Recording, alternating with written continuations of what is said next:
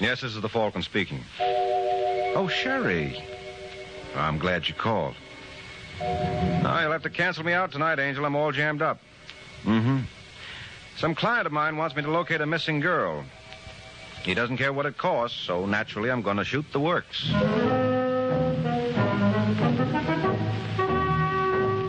Once again, the adventures of the Falcon, dedicated to private investigators everywhere. Those hard-hitting detectives who, like Mike Waring, risk their lives to aid law enforcement agencies. So join him now when the Falcon solves the case of the killer's key.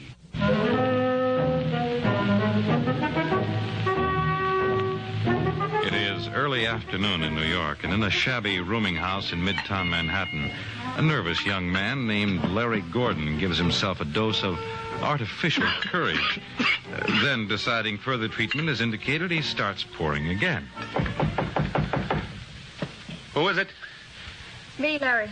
Open up. Wait a minute, Claire. Did you get them? Everything. You fly to Chicago. From there, I made a reservation for you on the California Limited. What name did you use? Larry Holcomb. Good. When's the plane leave? 8:25 tonight. Couldn't you get me out sooner? No. Listen, Larry, I still think you're making a mistake. Running away is no solution. Are you crazy? Maybe this isn't as bad as you think. It's worse. If Hunt ever lays his hands on me, that's it. I think you're wrong. Look, I worked for the man for 8 years. I know how his mind operates. I never should have opened my yap to those Treasury boys in the first place. You had to, darling. Why? Was someone twisting my arm? They got enough on him to send him up for 10 years. But without you, they've got no case. And don't think that Mr. Hunt doesn't know it. Now, if you want to help me pack... Larry. Think you could have been followed? No. No, I was very careful. Who is it? Kemper. Internal Revenue. Oh, just a minute, Mr. Kemper. Look, sweetie, they'll be awful sore if they know I told you where I was. What do you want me to do? Get in the kitchen and for Pete's sake, be quiet. All right, darling. I'm coming, Mr. Kemper. Hello, Larry. Mr. Hunt. Yes. But I thought it was... I hope you'll forgive the deception. I did it very well, don't you think? Kemper, Internal Revenue Department. You know, the stage may have lost a great talent. Listen, Mr. Hunt. I'm afraid I haven't time, Larry. I'm pretty busy these days combing Internal Revenue men out of my hair. I wasn't going to testify against you. You weren't? No, I was beating it. See, I've got the tickets right here. So you were bound for California, eh? In my humble opinion, you couldn't have chosen better. Where were you planning to stay? Why? Well, someone should cancel the reservation. Since you're going elsewhere. No, don't. Have a pleasant journey, my boy.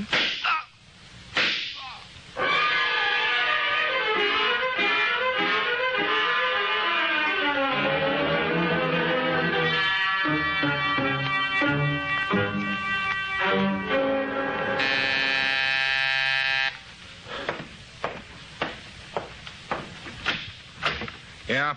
I'd like to see Mr. Hunt, please. Who are you? Sergeant Corbett. You don't look like a soldier to me. You're right. I'm with the police. Where's Hunt? Well, it's like this, Sergeant. Bruce, did you say... Oh, I'm sorry. I didn't realize you were entertaining. He ain't so entertaining. You Charles Hunt? That's right. I'm Sergeant Corbett, homicide. How morbid. Well, somebody's got to do the job. You ever hear of a fellow named Larry Gordon? Yes, of course. He works for me. Or should I say, he once did. Why? Well, I'm being investigated on an income tax matter, as you may have heard. Yeah, I've heard. And since Larry's going to testify against me, naturally, I don't consider him in my employ. Well, he won't need the job anyhow. Pardon? He was knocked off at 3 this afternoon. I can't believe it. Well, take my word for it. I saw the body. I have an idea you saw it even before I did. You're not serious. I certainly am. We got enough evidence. Evidence? Yes. You see, by an odd coincidence, Larry's girlfriend, Claire Marlowe, was in the kitchen when you gunned him. Is that what Miss Marlowe claims? Well... Well, what? Well, it's the way we figure it. We found her fingerprints. You're evading the question. Has Miss Marlowe accused me? Well, I haven't spoken to her yet. Why not? She disappeared. She must have been scared to death. The fact remains, until you discover Miss Marlowe, you have absolutely no case. Don't worry, we'll find her. And when we do... When you do, give me a call. Okay, Hunt, I'll be seeing you shortly. And then we'll see how... You're creating a draft, Sergeant. Well, Bruce, you heard. How can I help it? I'm not deaf. What do you think? I think when they find Claire Marlowe, I wouldn't want to be in your shoes. On the other hand, suppose I found her first. Who was that private detective Logan mentioned the other day? You mean Mike Waring? See the one they call the Falcon? Yeah. Well, be a good boy and look up his address. I think I've got a case for him.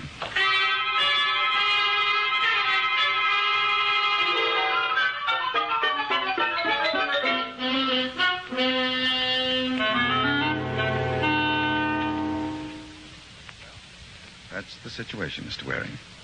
So you see my problem. No, I'm afraid I don't, Mr. Hunt. Isn't it obvious? I want you to locate this Claire Marlowe. You said the police are looking for her. Unfortunately, I haven't much confidence in them. Mm-hmm.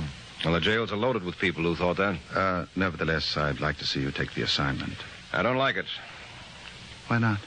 It smells to me of tampering with a witness. Corbett claims this Claire Marlowe can prove you're guilty of Larry Gordon's murder. But there's another side to the coin. If Miss Marlowe saw someone else, she can establish my innocence. Yeah, I suppose that's true enough. What if the police find her first? So much the better. I just want the additional insurance. In my position, I need it. All right, Hunt. I'll do what I can. That's all I ask. You do what you can. And from that point on, it's up to me.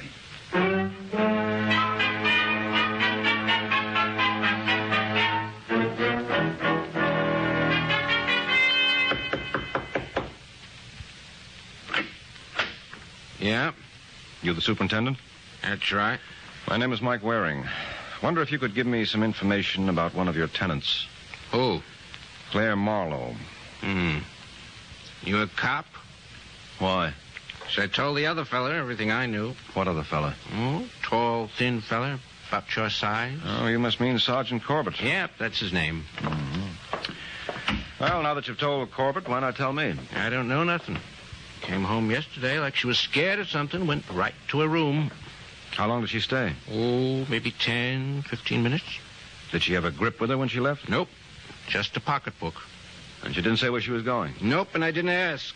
I believe a fella should mind his own... If it ain't one thing, it's another. Excuse me a second. Yeah, sure. Yeah. Well, what do you know?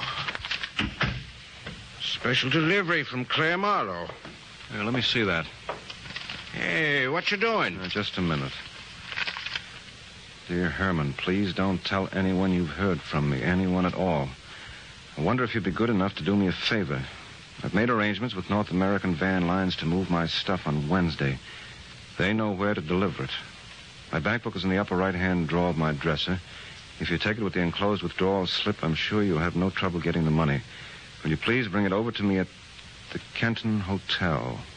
I'm using the name Claire O'Brien. Yeah, why does she want to use a name like that for? Kenton Hotel, then. Hey, where you going? Have to report to my client. You've been a great help, Herman. Thanks a million.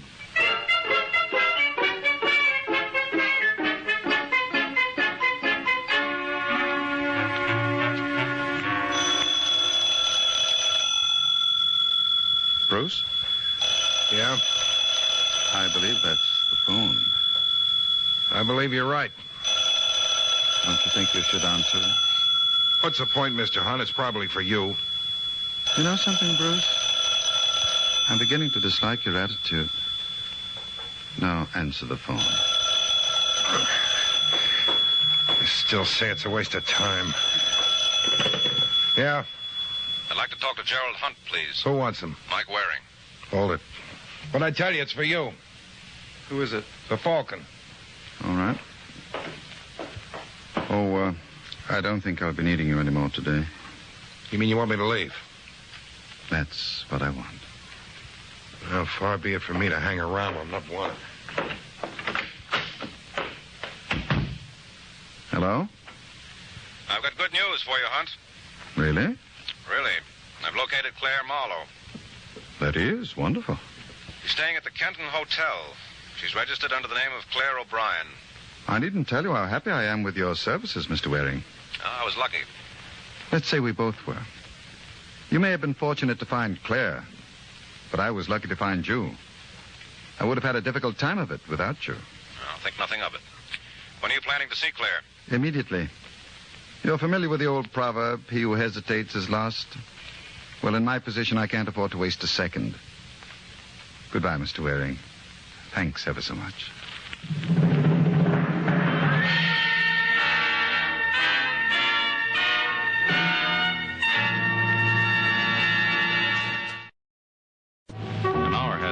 Since Mike Waring reported to his client, Gerald Hunt, where Claire Marlowe could be found. And now in that young lady's hotel room. All right, you guys. Come on, let's hurry it up. Get out of here. Right, Sergeant. Oh, Davis, see if you can find any prints around, though I doubt it. Can I move the body now, Sarge? Oh, you better wait for Lewis. He may want some more pictures. Right. Hey, Levy, how you doing on that? Okay. Oh, you boys carry on. I'll get it. I'd like to... Sergeant Corbett. Hey, what are you doing here? I came to see Claire Marlowe. Okay, look. Oh, no. Oh, yes. Well, is this close enough, or would you like to hold her hand? I don't think she'd get a kick out of it. Neither do I. What'd you want with her? That's a long story. Well, I never knew you to tell any other kind, so let's get started. Well, a client of mine wanted me to find her. And you did. I was lucky. I wonder. Who's your client? Well, I'd rather not say. So you'd rather not say, huh? Look, lunkhead, an innocent girl's been murdered. Nobody knew where she was hiding out. And if you found her... All right. You don't have to draw me a diagram. I was responsible. Yes, indeed. You set her up for a clay pigeon. I've known stupid jerks in my time, but of all... Look, never mind the name, Sergeant. I can think of 1,000,000 to call myself. Well, who's your client? Or maybe I can guess. Well, don't bother. Look, Mike, don't try to hold out on me. I'm not going to. I admit I was the patsy in this case. You were the patsy. What about her? Well, I know. Well, someone's going to pay for it. Hey, wait a minute. Where are you going? I'm going to have a word with my client. After that, you can have him. Well, frankly, I doubt if there'll be much left. I'll be seeing you, Sergeant.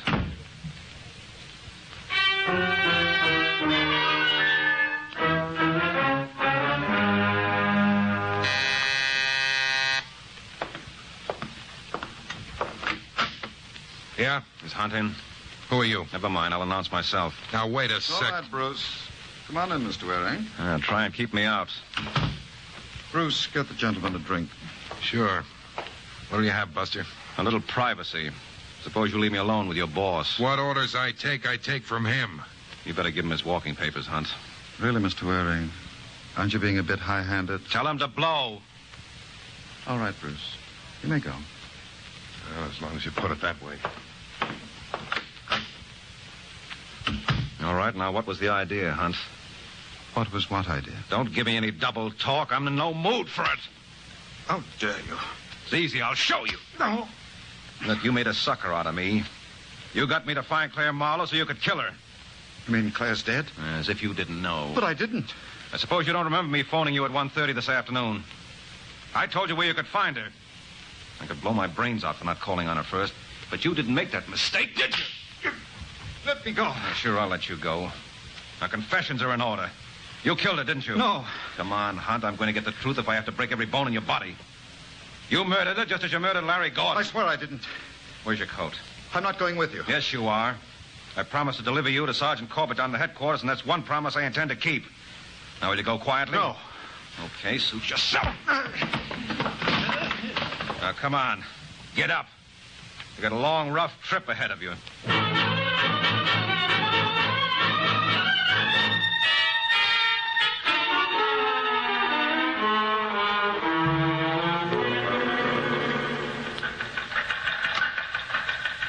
Hey, Matty, Yes, Sergeant. Carlin report in yet? Just about 2 minutes ago. Well, where's Hunt? He couldn't find him. You mean he skipped? Yeah, Carlin said the place was a shambles. Well, get a 47 out. I want every bus and train depot watch and cover the airfields. If Hunt gets away, Don't worry, Sergeant. He won't. Hey, never mind, Matty. All right, you crumb. Inside. No, let me go. What's the idea, Mike? What's the matter with you, Sergeant? Don't you recognize him? Well, who would? He looks... Wait a minute. It's Hunt. That's right. Well, what happened? Well, he had a little accident. Go on, Hunt. Sit down. You slug him? No, Sergeant, you know me. Well, that's why I asked. Listen, Mike. Look, why don't we both listen? All right, Hunt. Make like a birdie. I don't know what you're talking about. Look, if I've got to bounce you around again... Hey, what's going on here? He admitted to me that he murdered Claire Marlowe. I lied. You what? I couldn't help myself, Sergeant. He would have killed me. Yes, and it's not too late now. Do you deny... I deny everything. I was forced to make that admission to protect myself. Under the circumstances, I felt I was justified. Look, Sergeant, could you leave us alone for a couple of minutes? Don't be a sap. Well, it's all right for you to talk, but I feel responsible for that girl's death. If I hadn't found her, she would still have been alive. I phoned him at 1:30, and I told... Hey, wait a minute. When did you phone him? At 1:30. Oh, no. Why, what's the matter? But do you realize what you've done? You've just given him an alibi. Are you nuts? Claire Marlowe was killed at 1:45. What? 45 minutes before you called him. Well, that means... That means he couldn't have killed her.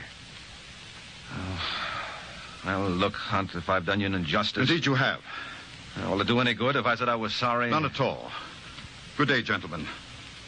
I trust I'll never see either of you again.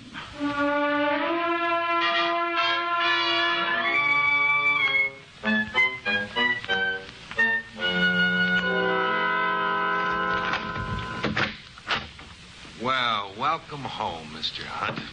I see you've taken over, Bruce. I didn't think you'd mind. You like some champagne? No, thanks. You don't know what you're missing.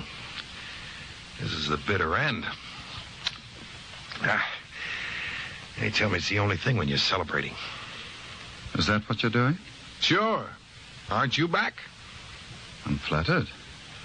I didn't dream you cared. Yeah, I was real worried. I had a feeling I was never going to see you again.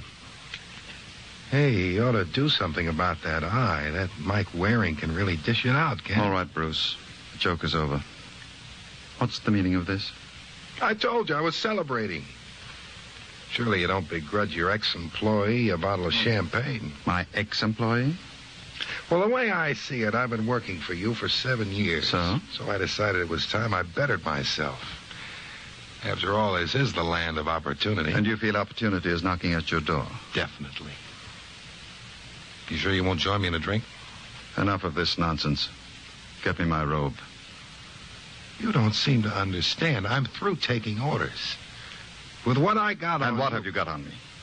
For one thing, you knocked off Larry Gordon and Claire Marlowe. This may come as a shock to you. But the police are satisfied I had no hand in either. You see, I have an unimpeachable alibi. Is that a fact? Yes. It now develops that Miss Marlowe was murdered 45 minutes before Mr. Waring reported her whereabouts to me. Well, what do you know? I know you've been taking too much for granted. I don't think so. I happen to know how it was worked. You do? Yeah. I was going through your clothes. What?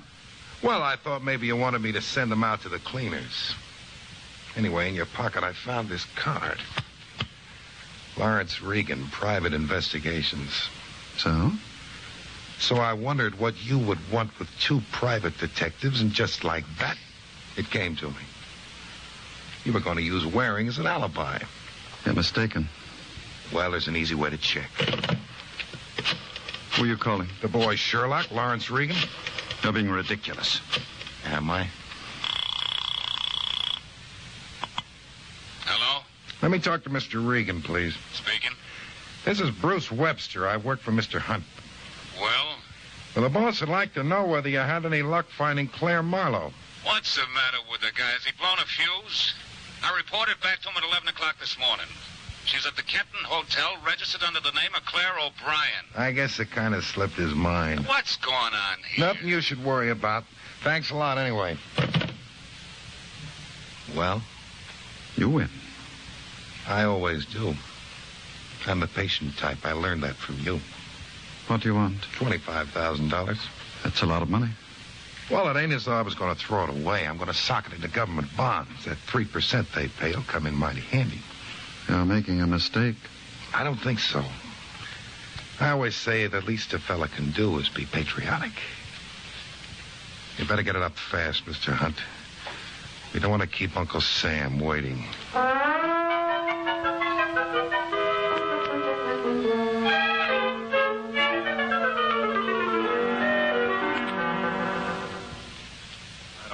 Sergeant, I don't get it at all. Well, you would if I had my way. You ruined everything.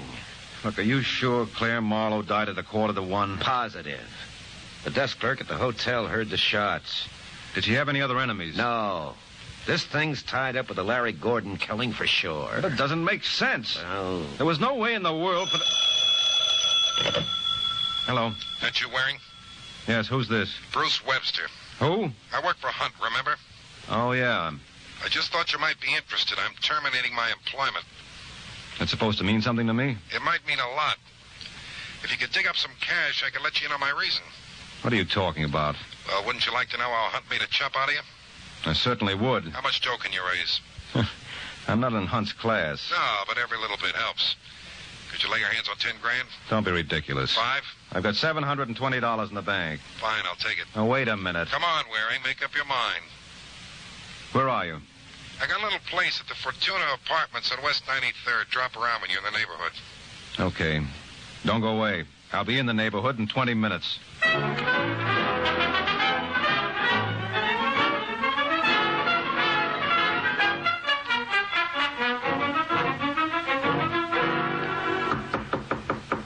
That you, Waring? Yeah. Just a second. Come on in. Mr. Hunt. Surprised? Yeah, I thought I saw the last of you. You thought wrong. What's the idea? It's fairly simple. I'm a man who hates loose ends. Naturally, with you dangling about. You wouldn't. Oh, you recognize the gun. Yes, it's the same one I used on Larry Gordon and Claire Marlowe. You'll never get away with it. The cops will know for sure. You're concerned for me. You needn't worry. You see, I've taken the liberty of preparing a note in which you confess to both murders. You're nuts. When the police break in, they'll find the note and the murder gun.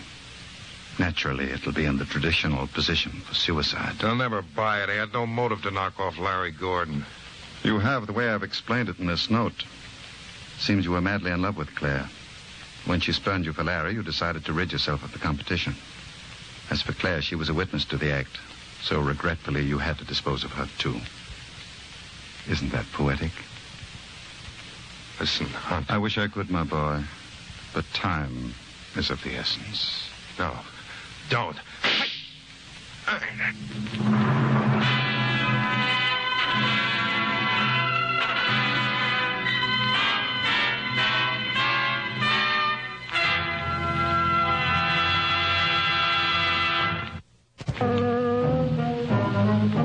15 minutes have passed since Mike promised to call on Bruce Webster. Now we find Sergeant Corbett helping him keep that promise. This must be it. Yeah.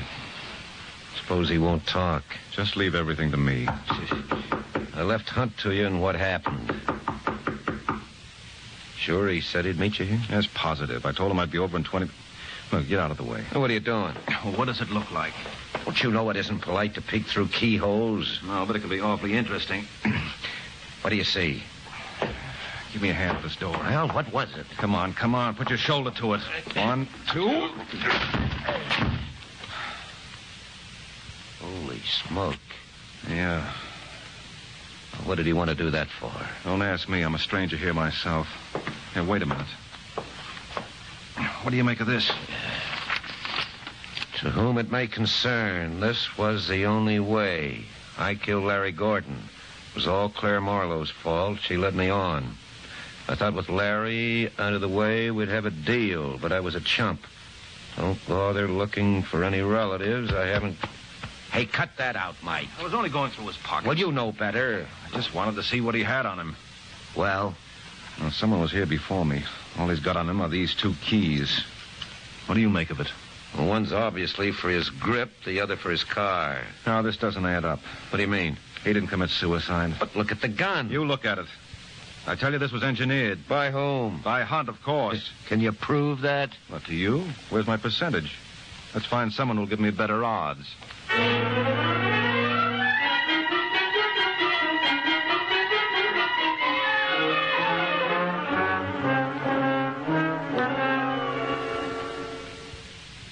can't believe it.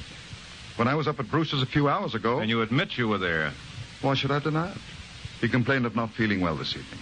Naturally, the least I could do was chauffeur him home. And when you left? He seemed perfectly all right. I never dreamt he contemplated suicide. I still don't understand why. Well, maybe this note will clear things up. Whom it may concern.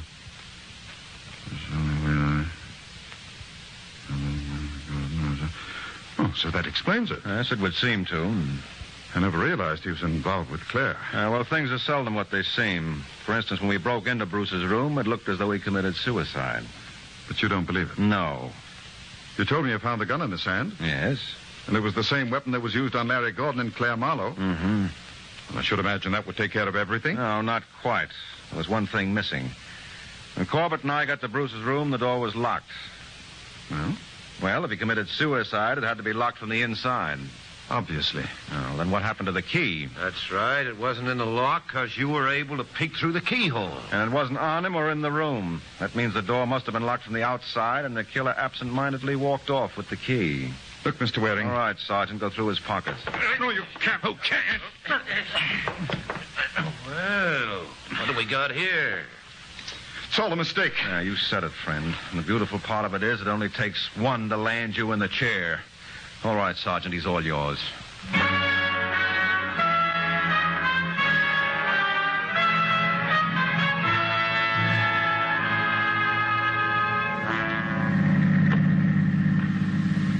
Well, like my father used to say, another day, another dollar. And believe me, you didn't earn this one. I did all the work. Well, you schlump. You should talk. You gave Hunt that alibi. You're out of your mind. If it hadn't been me, it would have been some other private dick. Come again? Look, it all comes down to one thing. Hunt had two of us trying to locate Claire. He probably waited until the other boy came through for him before he even hired me. Oh, well, what was the point? Give himself that alibi. After all, when I told you I reported to him after the girl was murdered, it didn't seem possible he could have been responsible. Well, I still say... Oh, wait a minute. Hold everything. What? What's the matter? I just thought of something. I never got paid. Huh? By Hunt for finding Claire. Sue him. Sue him? He's going to the chair. So what? If I were you, kiddo, I'd really make trouble for him. Good night, Mike.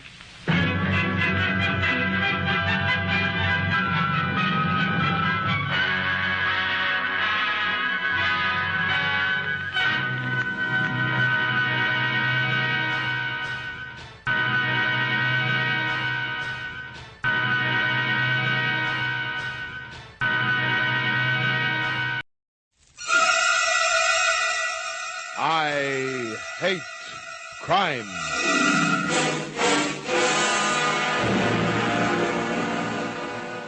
A case I'd been on, quite a case, had taken me to the spot where a dog sits on that thing you call a tucker box.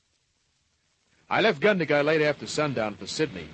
I'd bounced through Bookham, headed for Yass, when my headlights lamped on a figure lying on the highway.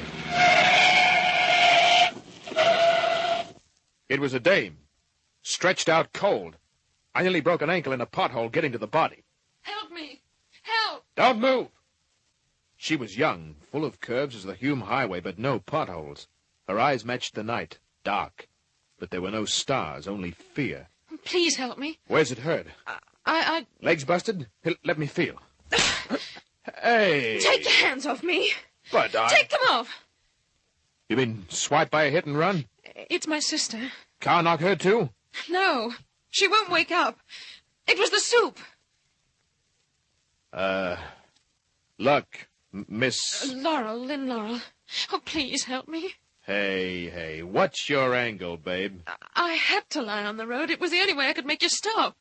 Oh, please hurry. Why me? Other cars have driven along here tonight. They wouldn't stop. They thought I was a gypsy. What is this? Oh, please. It's Lorna, my sister. Yeah, she won't wake up. I tried. Listen, sweetheart, maybe I'm tired. Maybe I'm not ticking over too well. Get in my car. I've got a slug of scotch. But don't you understand? Nope. But they've got her. They've got her, I tell you. She's up there all alone. Sure. Get in. Have a cigarette. Oh, there isn't time. Your act's slipping. Try some of this.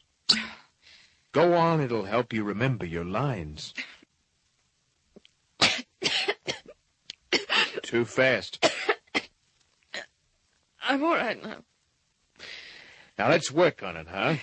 How come you stretched out like that? I had to make someone stop. It was the only way I could think of. Why? Oh, please. You've got to find her. You've got to get her out. Sister Lorna. Yes. You had a row, she tossed you out of the car, drove on? No. We took a detour, then went to bed. She was drugged, I wasn't. Are you sure you didn't fall out of a car? I was driving. Sure. Look, I must get to the police. Yes. Ah, the cops. Well, maybe this'll break up your game. Take a look. What? Larry Kent, private investigator. Mm-hmm. Oh. That's my license. Then please help me, Mr. Kent. Take it easy. Have some more medicine. But don't just sit there. Do something. What say you turn back to the first page and start there, huh? Lorna and I were driving back to Sydney from Melbourne. We have our own car. What make? New Buick. Uh-huh. About 2 miles on from here, we suddenly came to a sign stretched right across the road. It said detour, and an arrow pointed to the left. So? You know how they're always trying to repair the highway. We didn't think it unusual. We'd followed lots before. Yeah? We followed this one. It led off into a terribly rocky track.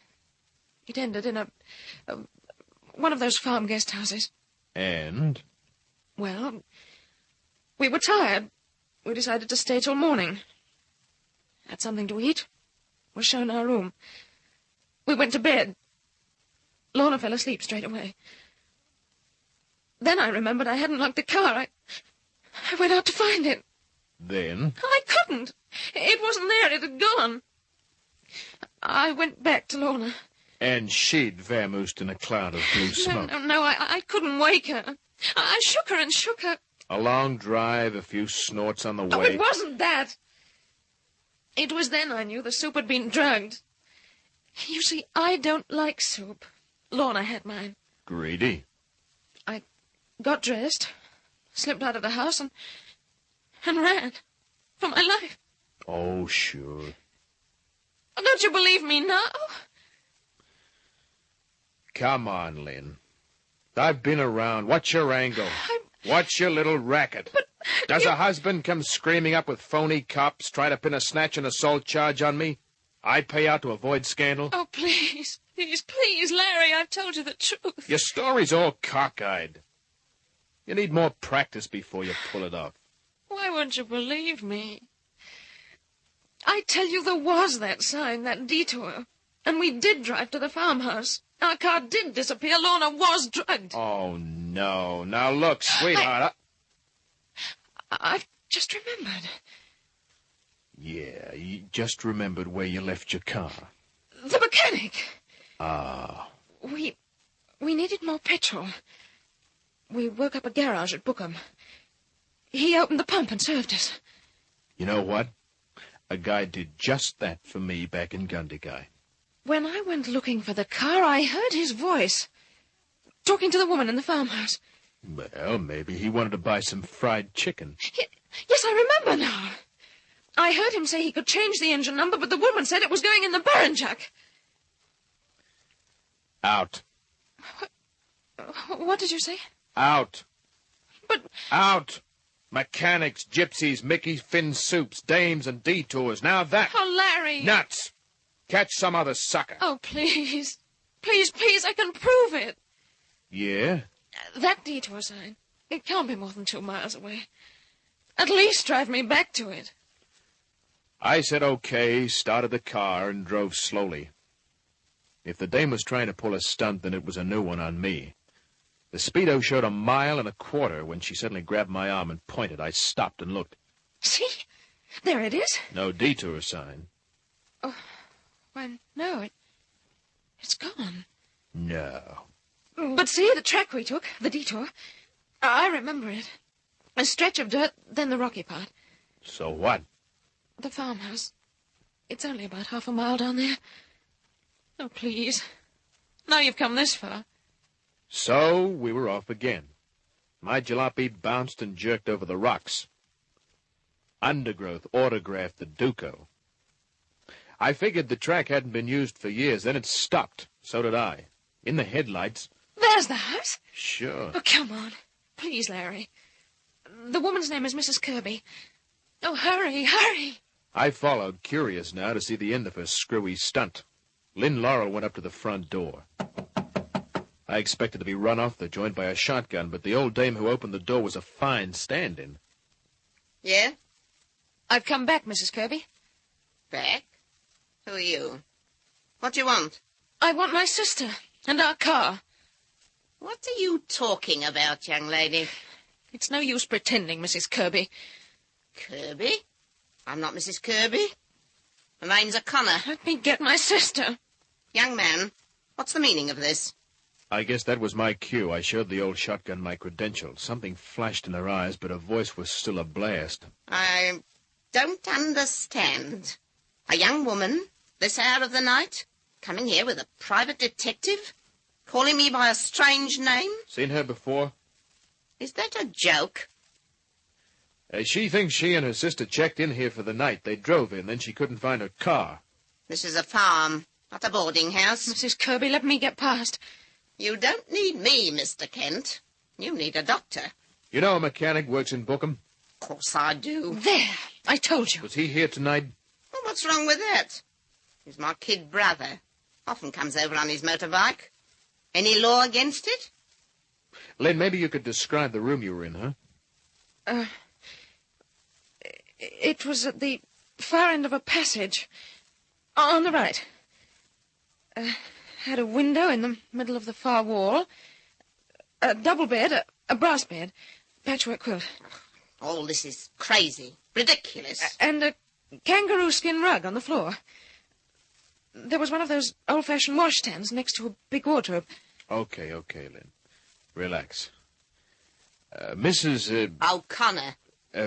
Would you mind? Kind of quick look?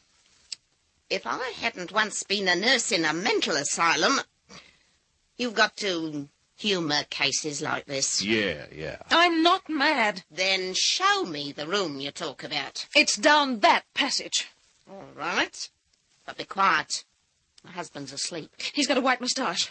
No collar to his shirt, an unbuttoned waistcoat. Young lady. There's the room. Do you mind? Go ahead. If it'll do any good. It's only a spare room. My sister's in there. Okay, open up. Go get her.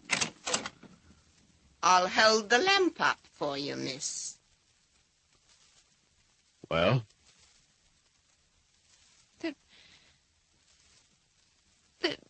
This is the room. The same room. Yet? But it isn't. Uh-huh. What's the payoff? Where's the bed gone? That brass bedstead. Yes. I've seen lots of cases like this. Where's the wardrobe? The floor rug? And where's Lorna? Lorna, where are you? Where are you? Take it easy. She's an escaped lunatic. Yeah. No, you all think I'm mad, but I'm not. This is the house. We did come here. We did come to this room. We did. Where's my sister? Where is she? Relax. Lorna! Oh, what have they done to you? What have they done? Where are you? Lorna, where are you? She's getting violent. Keep away from me, Lorna! Lynn, I gotta do it to you, babe.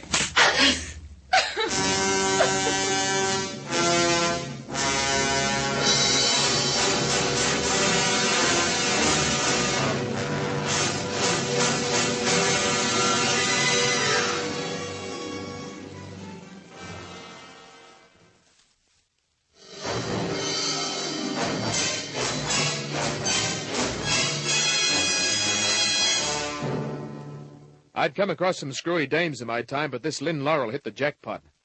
I had to slap her plenty before she snapped out of her hysterics. I backed her from the farmhouse, apologized to the old shotgun, and got to the car. You think I'm hysterical, don't you, Larry? Oh, no, not hysterical, babe, just nuts. You're going on to Yes? Sure. Take me. I gotta take you someplace. Then take me to the police station there. Now, wait a minute. Drop me there. They'll lock you up. They'll believe me. Believe me, the cops aren't dumb. Please take me to Yes. Okay, you're heading for a straitjacket on the ice cure. And please hurry. I drove back along the rocky track to the Hume Highway, gave the jalopy the gas. For once, I rode with a dame with only one object in mind, to drop her fast. We rolled into Yes, pulled up. The cop house was sleeping on the other side of the street. Now you'll see how real police work. Now listen, babe. Don't babe me. Babe, for the last time. What's the angle? What's the payoff? So, you don't think I'm insane? I said... And I said our car's been stolen and my sister drugged. Yeah, you went over that plenty. That woman was lying. She's no more Mrs. O'Connor than I am. Come over to the post office. I'm going to the police. Look, you're a nice looker. Thanks. I'd hate to see you locked up as a nut. I thought you Americans were smart. Listen, Lynn, I hate crime. If I really thought... Thought? That's all you've done. Thought. I'm telling lies. I'll prove it. Uncle Sam's bright boy. Yeah. That's why I'll prove it in that post office. If there's a Mrs. Kirby in the district, it'll be on the electoral rolls. Oh, yes. Yes, so it will. The post office was closed and dark, but I beat a bolero on the side door. A light bleared. Then the door unlocked. The dame that opened it lacked only a broomstick. What is it? What is it? Can't you see that we're closed for the night? What? Is the, postmaster around? You're talking to his mistress. I'm the postmistress here. I'm sorry to get you up. What? Please, could we see the electoral rolls? At this time of night? Yeah. It's most important. Come back in the morning at 10. What? Sorry.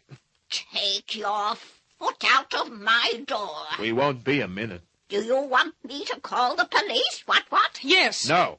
Ah, drunk. You've been imbibing the wines of ruin. The electoral rolls, ma'am. Don't ma'am me. What? It's a matter of life and death. Fiddlesticks. Oh, please. What? The lady said please. I can hear. Then listen, we want to see the electoral roll. You're mad.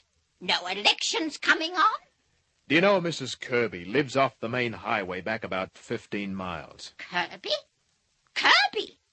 No such name in this district. But there is. There must be. What? Young lady, let me tell you, I've been born and bred in this district. I know everybody. There's no Kirby.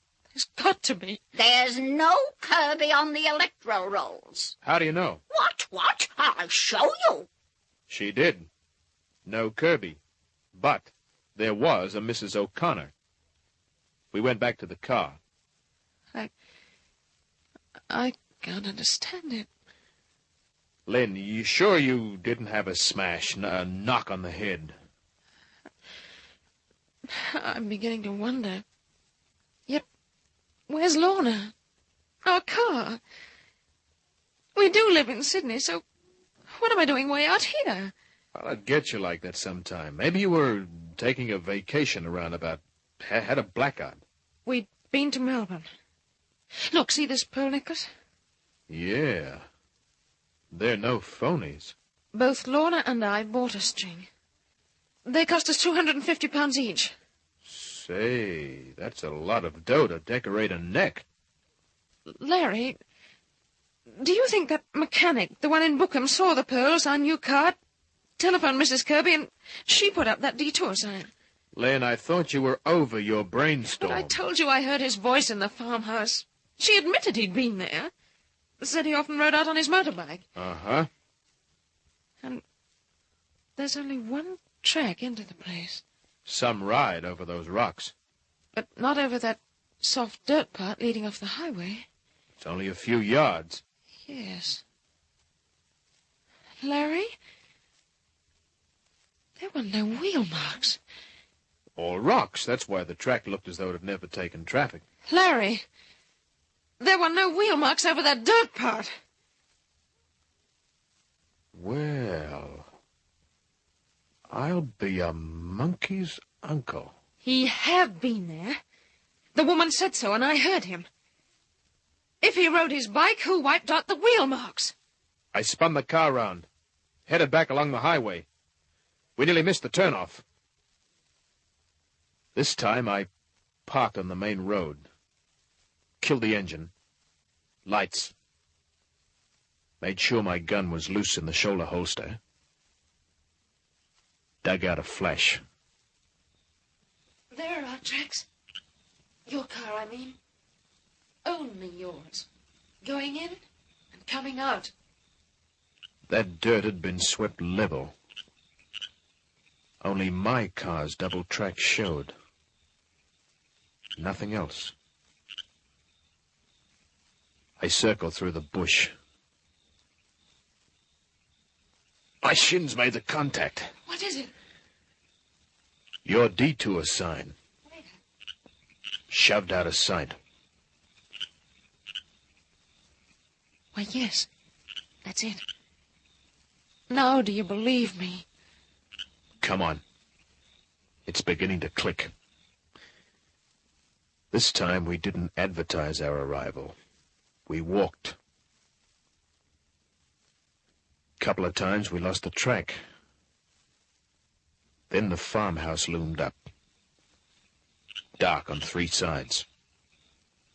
On the 4th... Larry. Yeah. A light.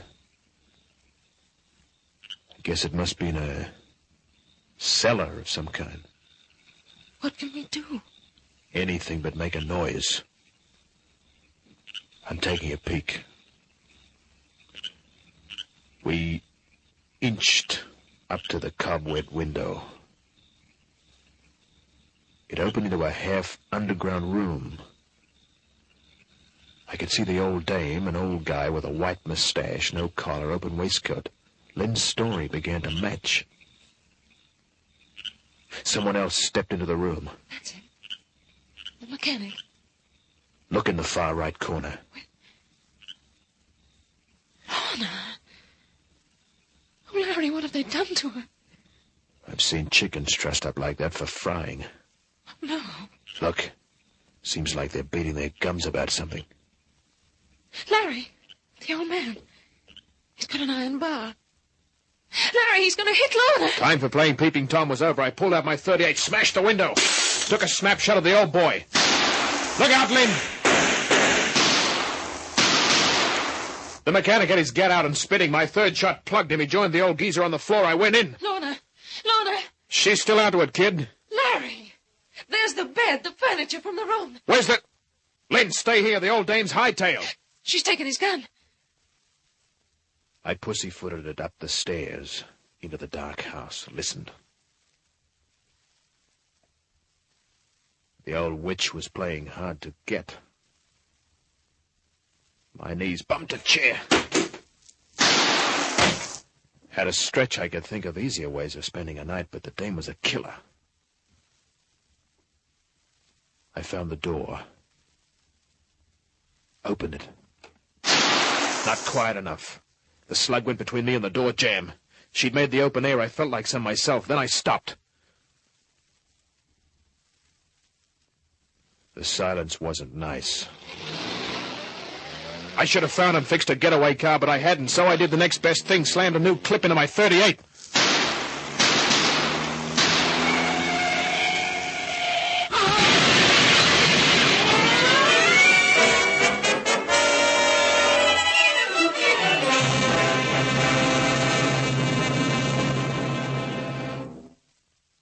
And that was her racket, Larry. Yeah. Yeah, she was in cahoots with that mechanic. When he spotted a likely car, someone with good dough or jewelry like your pearls, he phoned on ahead. And she'd put up the detour sign. Pretend she ran a farm guest house. Uh-huh. Back in the States, we call them murder farms. Oh, horrible. But, Larry, What did they do with the cars? Sell them? No, they were satisfied with the dough and the jewelry on their victims. They dumped them and the cars into that Burr-something dam. Baron Jack. Yeah. It was about a mile through the bush from their property. The cops dredged up enough cars and bodies to swing them all high. Oh. And to think that... Don't. Oh, Larry. Huh? Larry, I never paid you for finding my sister. No, that's right. Well, what's your fee, Larry? Money's no object. When you're flush with folding money yourself at the time, and a dame says that to you, what would you say? Yeah, me too. Good night.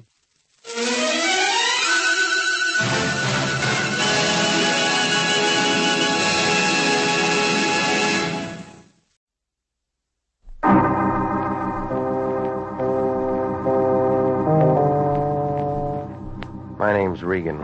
I get 10 a day in expenses from a detective bureau run by a guy named Anthony J. Lyon. They call me the Lion's Eye. Jack Webb is Jeff Regan, investigator, as CBS offers you hard-boiled action and mystery and thrilling adventure in tonight's story of The Lawyer and the Lady.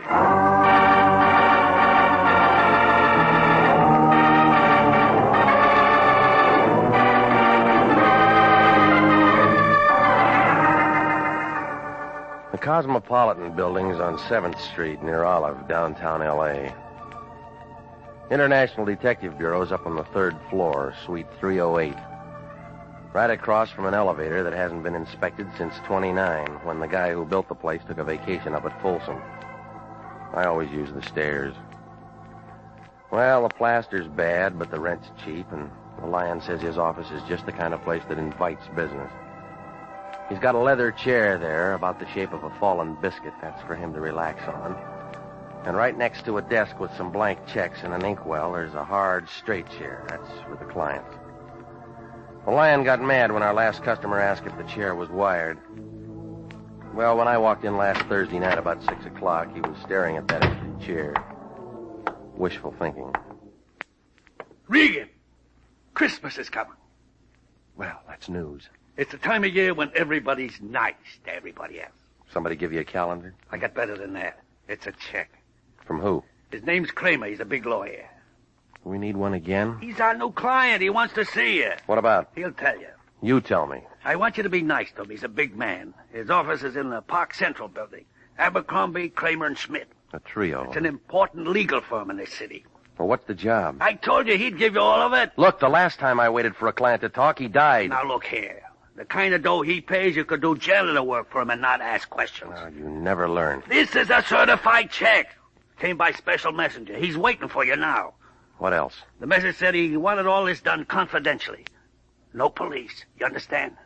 You'd kidnap your own mother for cash. You're out of line. And then you'd starve to death charging yourself ransom. I'm going to be patient with you, Regan. No, this is another rotten deal. These big legal outfits can't afford to be dishonest. You've been making a living doing it? Kramer's in legitimate practice. I checked on him. Oh, sure you do. I pay your salary, and I take things as I see them. Well, you need stronger glasses.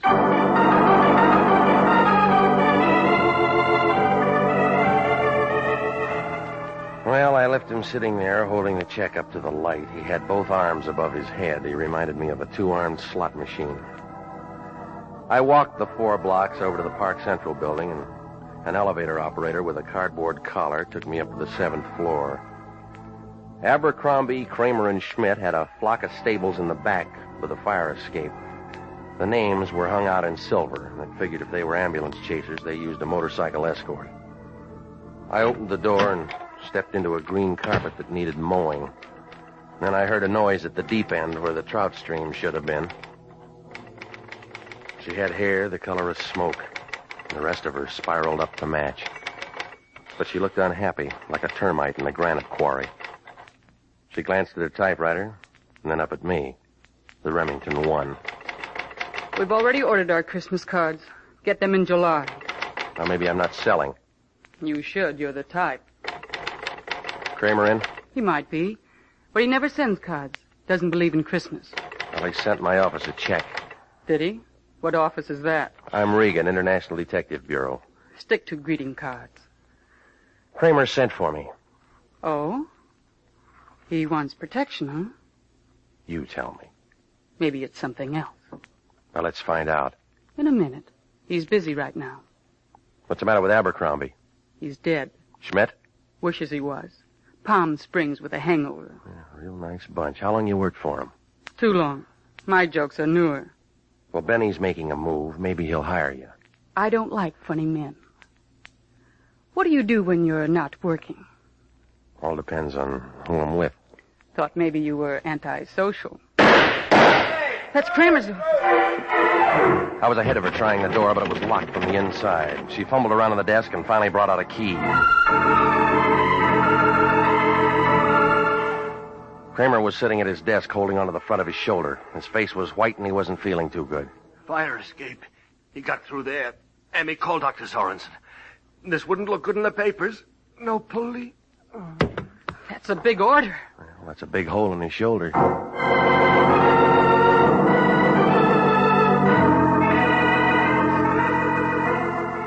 Well, it was too late to start looking around the fire escape, and when Dr. Sorensen showed up, he called a private ambulance and had Kramer taken to a private hospital. The doc said he wouldn't be able to talk until morning, and, well, if they wanted it quiet, there was no sense getting homicide all excited. Emmy went to the hospital with him, and I hung around the office for a little while. Everything was locked up tight. The files, his desk, and the liquor cabinet. So I figured it was time to give the lion the nod. I doused the lights and went downstairs.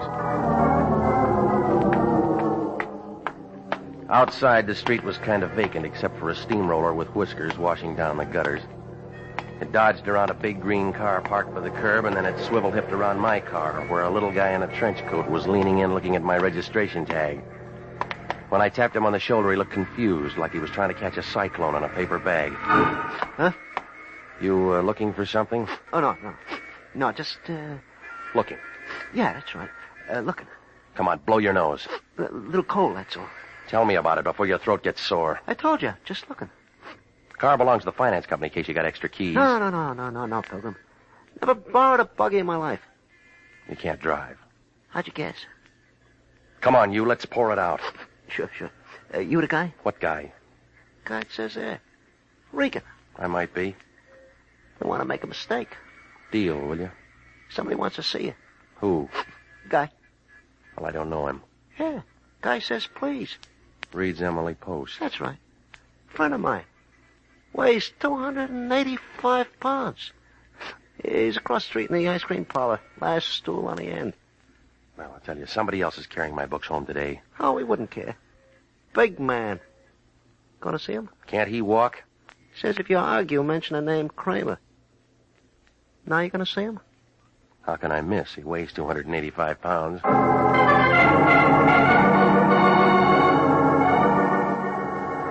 Oh, it didn't figure, but sometimes you look and nothing figures. Kramer had taken one in the shoulder, and before he'd been able to talk, the lights had gone out, and he wound up in a hospital. Well, somebody had an angle, and maybe it was the guy across the street. I found him sitting all alone, about 300 pounds of beard in a plaid coat. He was picking all the strawberries out of his ice cream. Hey, you sent for me? Mm-hmm. Regan? You got it. Have something. Great banana split here. 4 kinds of ice cream. I'm on a diet. Oh, I never worry about things like that. It's a mistake. You only live once. Know me? You got a name? Spec Jameson. You know me now? You got a grudge with Kramer? Yeah. You shot at him from the fire escape. I did? When? Half-hour ago. Anybody see me? No. That's good. How'd I do? He got it in the shoulder. He'll live. Up to that point, it could have been me. Well, it's going to make a good story for the police. For anybody. I'm clean as a whistle. You sure you won't have something? Now, look, I got a date, Fatso. Let's fan this out. Oh, sure. How about Kramer? Oh, Yeah. Where'd you say he was? Hospital. Oh, yeah. He hire you for protection? Maybe.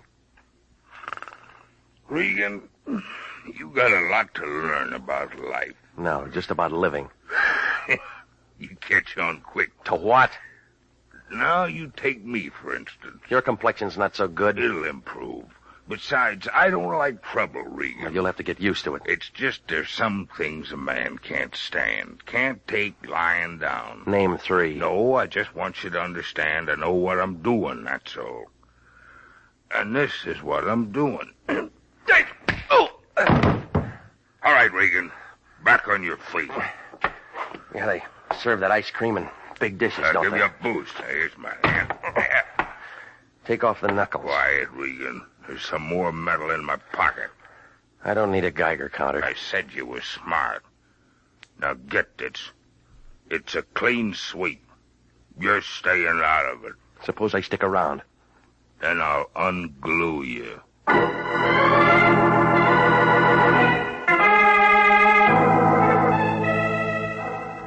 I left him sitting there with his ice cream. Wouldn't have done any good to trade fists with him. But there was something in the way he talked about Kramer and the shooting that made it a Sunday puzzle. I found a phone booth and put in a call to the Lion. Regan, where you been? You see Kramer? What'd he say? Well, now, which one do you want first? What about Kramer? He was all shot up. Target practice? Some guy with a grudge. If he plays like that, yell cop. Look, they'll want to see you. No police, remember? What are you talking about? Another bum client. Why do these things always happen to me? Because your palm is faster than your brain. Every case has it. Look, this is a 3-ring circus, and we haven't even got any peanuts. Well, maybe I should have found out what he wanted. Oh, you say that now. Who's got the grudge? A sweet tooth. Calls himself Spec Jameson. Spec, where's he fit in? He wouldn't stand still to show me his tea leaves. You talked to him? We met. When people start asking questions, we don't want to be stuck without any answers. You get out and run down some dope on this man Spec. What are you going to do? Don't worry, I'll take care of my end. Yeah, most people do. Well, this job had more ups and downs than the Berlin airlift. I turned the phone book over to some drunk with a beer breath, and I walked over a couple of blocks to the morgue. I mean, the one where they keep dead newspapers. I got a friend who works in the file room of the L.A. Times. After 15 years of it, he's got about as much adrenaline as an old magazine in the attic. Nope. No, I never heard of a Spec Jameson. Probably a nickname, isn't it? You know, Spec, short for glasses. Yeah, I caught the drift. Thought I was going to say spectacles, didn't you? Hey, look, let's try this for size. Now. Yeah. Big fat guy, but always hungry. Mention any friend? Kramer, and he wasn't a friend. Spec Adams in last Thursday's paper. What'd he do? Executed the same day in Sing Sing.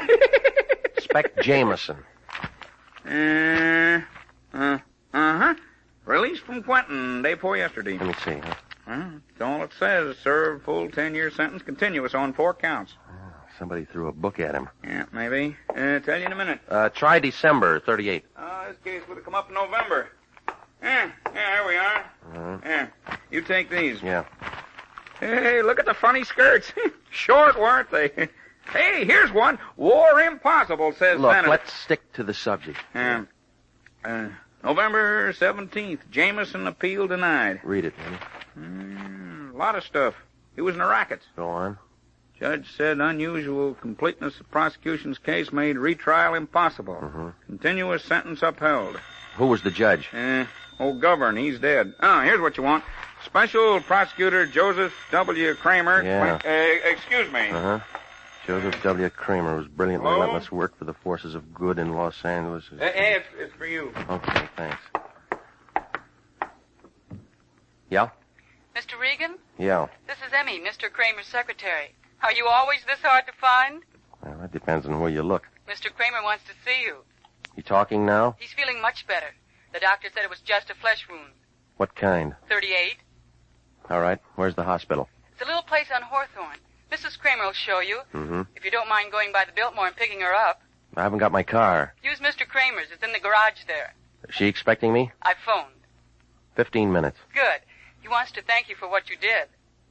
Well, what'd I do? Kept the police out of it. Well, it's his show, but it may close. What do you mean? I ran into Spec Jameson. Oh? Now, you still want the police out of it? I don't know.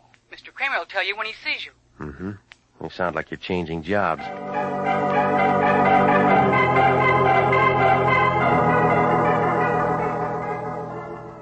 So I went over to the garage and I picked up his car and then I drove to the hotel entrance. While I was arguing with the cab driver, Mrs. Kramer walked out. 45, a little tired around the eyes. She was wearing a white sheet, double bed size, under a mink coat that must have set somebody back $10,000. She didn't look like a wife that Kramer'd have. I hope this isn't inconveniencing you. No, it's not. Are you sure my husband's all right? He's talking, according to Emmy. Emmy. She's there with him. She's his secretary. It's funny, isn't it? I'm his wife, yet she spends more time with him than I do. Well, that's business. Even now. When he's been hurt, she's there first. She was there when it happened. Of course. I guess I... Oh, never mind. You're a detective, aren't you? Yeah, that's right. Mr. Kramer hired you to protect him from that Jameson. I never found out. Maybe. I've been so worried about him. At the trial, Jameson said he'd kill him if it was the last thing he ever did. You know, I always thought it was taking an awful... Hey, take it easy, lady. You know the story. Emmy? She's young, pretty. I have to spend my time at bridge parties. Does it help? No. How long you been married to him? Next month, 18 years. I don't look the same way anymore. Neither does he. Funny what life does to you, isn't it? I was his secretary. Once. That's how I met him. Look, how far to the hospital? It's only a few more blocks. You go straight Hang down. on. Who do you know that drives a big green Nash? No one. Well, he knows us. Been following us since we left the hotel. What do you say? Is he still with us? Yes. I can't understand a thing like this happening. Why would anybody want to follow us? Maybe it's a friend of your husband's.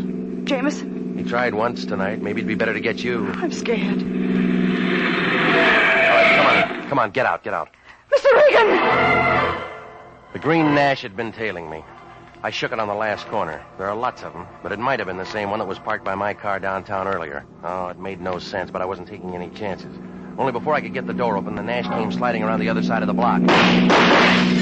I shoved Mrs. Kramer into the floorboards and slid under the wheel. A lot of glass got broken fast. By the time I could separate my teeth from the clutch pedal, the car had gone. I shook Mrs. Kramer, but she didn't shake. She was dead. You are listening to the story of The Lawyer and the Lady, tonight's adventure with Jeff Regan, investigator.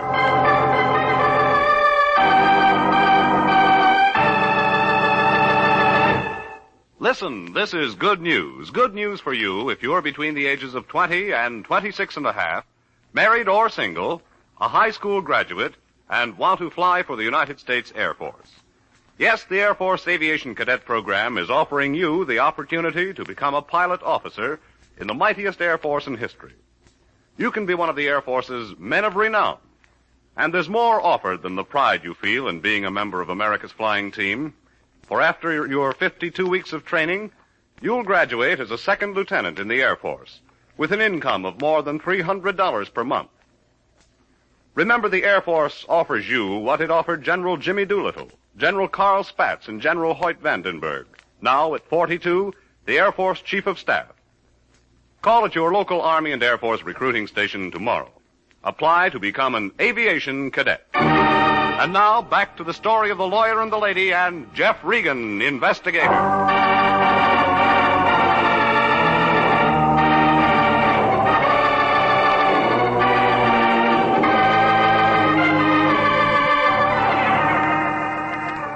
Well, it all made sense, like a Ubangi with a piccolo. It started when the Lion sent me over to see a lawyer named Kramer.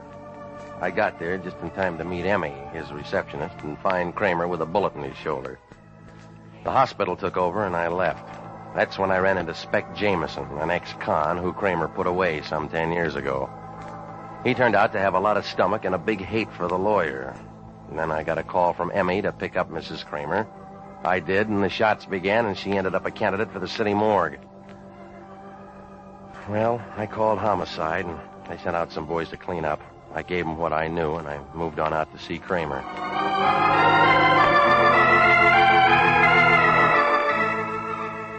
The Angels of Mercy Hospital turned out to be a private place off Hawthorne.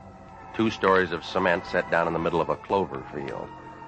It figured that they only held a thermometer to patients that could make a big noise with a cash register. Kramer showed in an upstairs room next to a fire escape. He was climbing into an overcoat. And when he saw me, he looked unhappy, like a pointer with a broken tail. Well, Regan, I'm glad you came to see me. Tell me that later. What do you mean? How's the shoulder? Oh, a little annoying, but it's all right. Well, that figures. Why? It was a neat shot, just enough to raise a little fever. What are you driving at? Give it a chance. It'll sink in. Come on, let's get out of here. All right. Picked up my wife downtown? Yeah. Good. She worries a lot. You know, tell you what, Regan, I'll send a check around in the morning for another 100. That all right? Make it 1,000.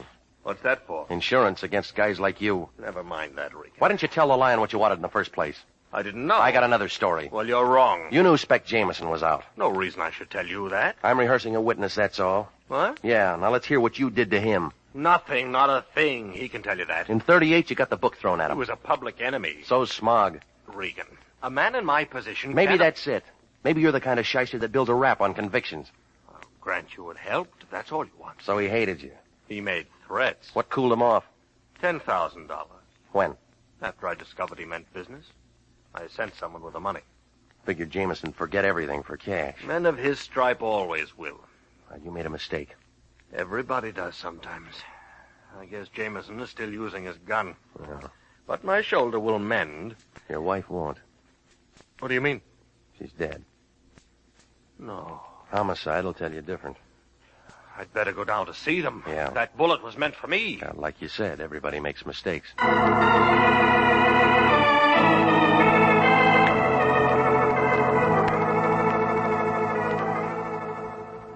Well, we climbed in the taxi and headed for headquarters. Kramer looked confused. He mumbled a few words about what a good cook his wife had been, how he'd always tried to protect her from the stuff that he'd done to make a success. He was the kind of guy that always figured it was better to make a deal than face facts. Now he had to face a backfire. Well, there were a couple of newspaper photographers in front of the place. Kramer's shoulders dropped a couple of notches, then he headed for inside. I started in behind him, but an arm stopped me. Regan, come here. What are you doing out of bed? Sit up. Get back in the taxi. Look out, that meter will bite you. I'm not paying the fare. Downtown driver. Okay, Mac. You know the cops are going to love you for this. They can hear your side of it later. Sure, and you'll stand behind me. Now, Regan, I'll tell you how I figure this. She gets killed. It was a mistake. Oh, now, that takes a big brain. Kramer's got enemies. Said Emma enemy, didn't the wife Regan to get Kramer. That's the last chapter. And we write the next one. Turn in said enemy, and we'll pick us up a nice fat reward. Homicide started with Jameson already. They're gonna be surprised. What do you mean? He didn't do it. How do you know? I look into things. That's how I know. Well, all right, big shot. Open it up. It goes this way.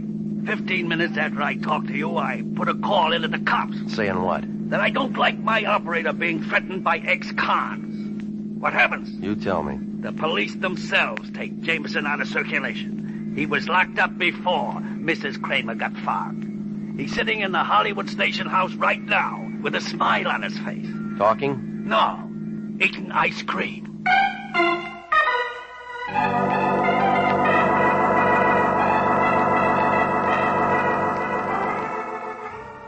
Well, now it really made sense, like a mermaid on a bicycle.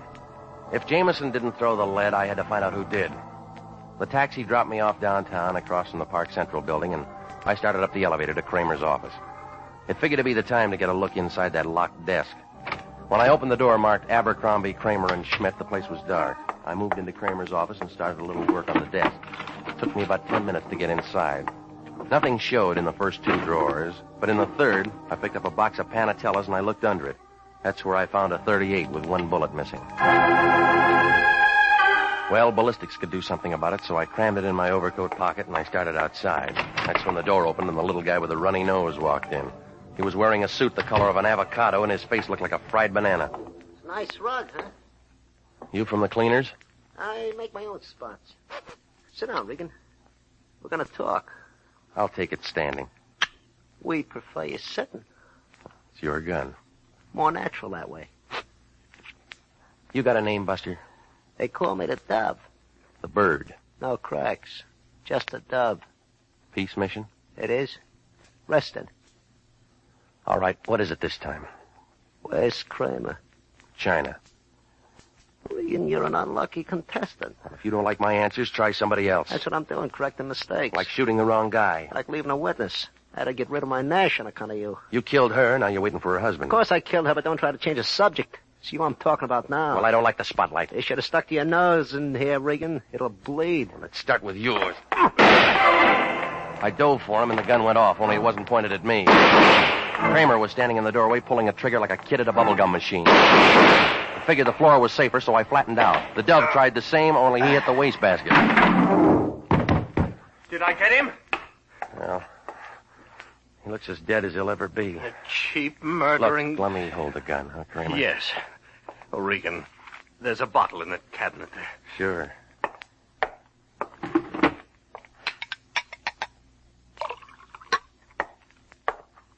Here you are. Thank you. Now, what are you going to do now? I don't know. Call the police, I guess. I thought you were with them. I came down in their car to get some of my files. On the old Jameson case? Yes. You want to tell me? Oh, it's about as you know. He was a small-time grifter. I gave myself a big name by prosecuting him, built my business and the reputation it gave me. You told the police why he hates you? Oh, yes. I intend to stand trial for killing this man. You're growing up, Kramer. Who was he, anyway? The Dove. No driver's license. Oh, yes, here it is. Dove Duval. Regan, look at this. It's a lot of money. It's $10,000. Same amount of money I sent to Jameson to stay away from me. Looks like the chickens came home to roost, doesn't it? Mm-hmm. Yeah, it does. Well, police are waiting. I'd better go and tell them about this. Go on. You coming? No, I'll meet you there, Kramer. I got a late date.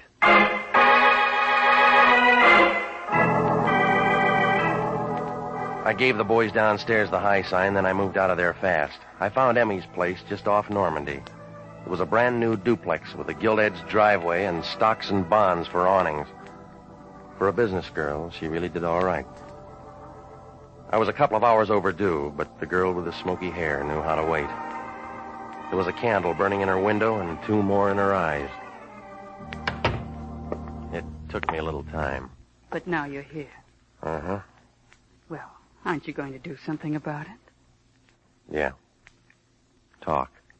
Mr. Regan, what's the matter with you? I've been working hard. Oh, is that all? Now listen, lady. This is just too pat, too neat. The ends tied together like Siamese twins. I'm alone. Yeah, but you don't want to be. Your boss just rubbed out a killer named Dove. What? It was self-defense. I'm a witness, and he'll be out of it inside a week. Well, then what are we bothering about? A guy named Jameson. Nobody will believe him. Why should they? Because they didn't hire the Dove. Who did? You. Oh, Mr. Regan. All right, maybe it was your boss. He primed me with a story about giving Jameson 10 G's. Only one ever saw that dough was the Dove. Well? That was his price for killing Mrs. Kramer. You're out in left field, Mr. Regan. I was working. You were keeping me outside till Kramer could throw a small bullet into his shoulder. Why would he do that? To point up that Jameson was still after him. But he was. I figure different. And homicide's gonna like my way. I don't even know what you're talking about. No? Well, this gun has a different version. Where'd you get it? Kramer's bottom drawer. And the caliber is gonna fit the hole in your boss's shoulder. Well, that's it. You've got it all now. Yeah. You know, you got a real nice hair. Yeah? That San Quentin water's gonna ruin it.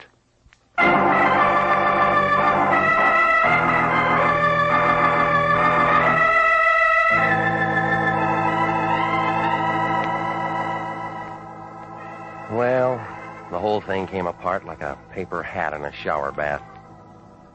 Seems that when Jameson got out of prison and threatened Kramer, the lawyer and his secretary figured that it was a good time to get rid of the wife. I suppose she interfered with their skiing or something. Anyway, they hired the Dove to do the job and then got rid of him just so he couldn't ever come to bat for the fall guy, Jameson. Yeah, they had a perfect frame fixed for him, and I was picked to decorate the edges, only it didn't work. Oh, everybody was positive about this one. Kramer knew he was going to win. Emmy knew she was in for a big cut. And the Lion knew he was going to collect a fat fee. They should have all figured it. This is the year for upsets.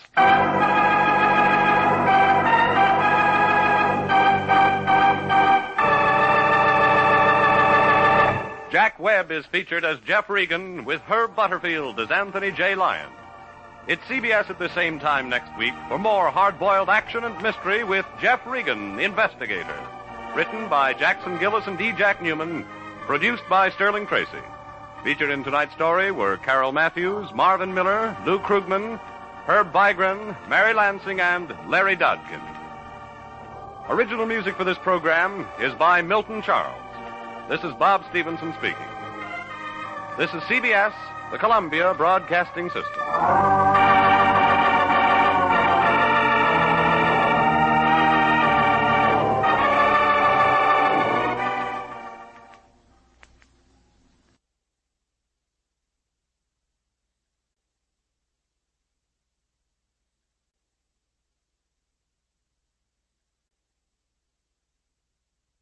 Hello, I hope I haven't kept you waiting. Yes, this is the Crime Club. I'm the librarian. Death deals a diamond.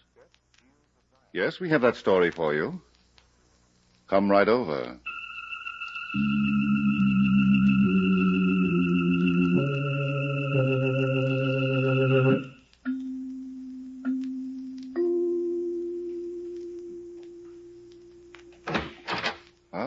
You're here.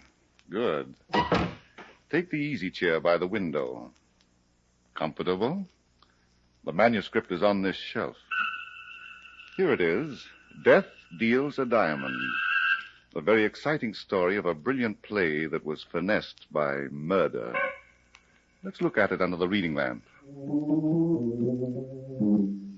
Hal Hampton had been in the diamond business, taking without paying. And then one day he heard a judge say 5 years in the state prison. And Hal Hampton was no longer in the diamond business. Our story begins early one evening, 5 years and 3 weeks later.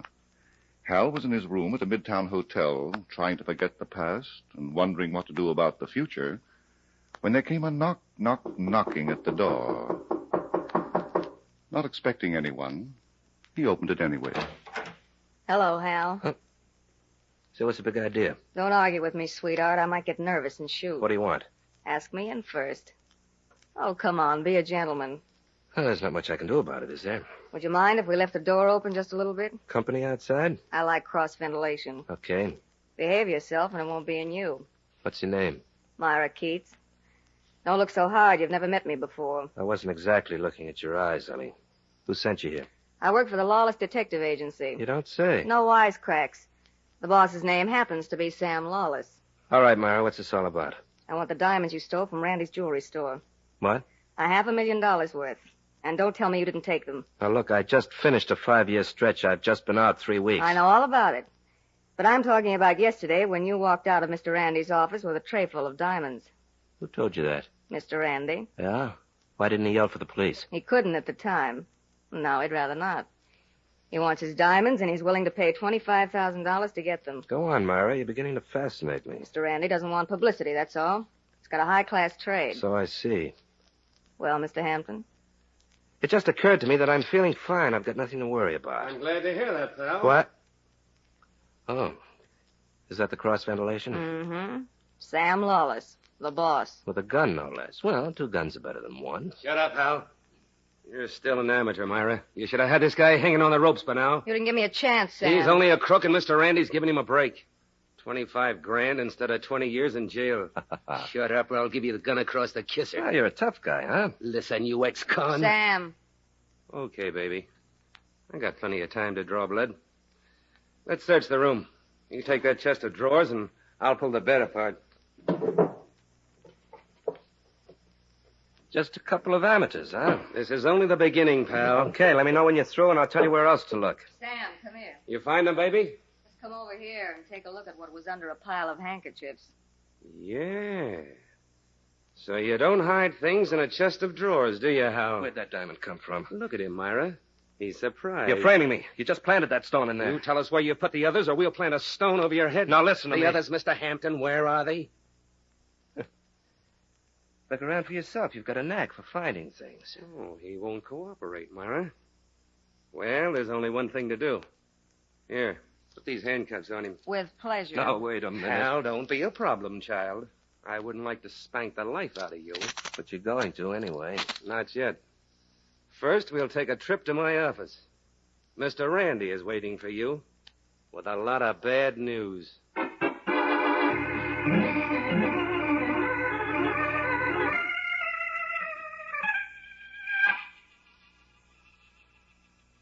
No, Mr. Hampton. There's no need to be so upset. Get these cuffs off me, Mr. Randy. Sam, the man is very uncomfortable. Maybe you'll talk faster. Sorry, Mr. Hampton. I've done my best. Now, about those diamonds you stole from me. Oh, nuts. Please be more expressive. We know your reputation for slickness and charm, the most renowned diamond thief since the great raffle. Thanks for the plug. Do I take a bow? Unfortunately, I didn't know you yesterday when I let you into my store and into my office where I keep my greatest treasures. Sure. Please don't deny that you were there, Mr. Hampton. I've already done that. I showed you a tray full of diamonds, and you walked out with it while I was in the safe getting another. Very well. Myra, will you ask Mr. Brown to come in here? Of course, Mr. Randy. Mr. Brown? Oh, he's not in this other room, Mr. Randy. Look for him. All right. And now, Mr. Hampton, just in case you're wondering, Mr. Brown is one of my salesmen. He waited on you just before he turned you over to me. Oh, you've got the whole team out, haven't you? Except the police. And I'll call them if you refuse to do business with me. $25,000 worth? That was my offer. Grab it, Hal. Don't be a sucker. Oh, by the way, what does Sam get out of this deal? Oh, a small service charge. Plus a very handsome reward of $5,000. Uh-huh. $30,000 just to get back your own merchandise? The insurance company ought to build you a monument, Randy. Shall we talk about diamonds, Mr. Hampton? You talk. I'm going. Where to, Hal? Oh. Sam, that gun's beginning to look like a double feature. I hope it doesn't bore you, pal. Oh, excuse me, gentlemen. Come in, Brown. I was walking up and down in the hallway. It's so much cooler than in the... Oh, my. Handcuffs. Yeah, it seems to be the latest style, Brownie. Brownie? Now, look here, young man. I don't like that. Why, Mr. Randy, this young man, he's the diamond thief. Mr. Hampton denies that he was in my store, Brown. He does. But that's ridiculous. I waited on you, Mr. Hampton.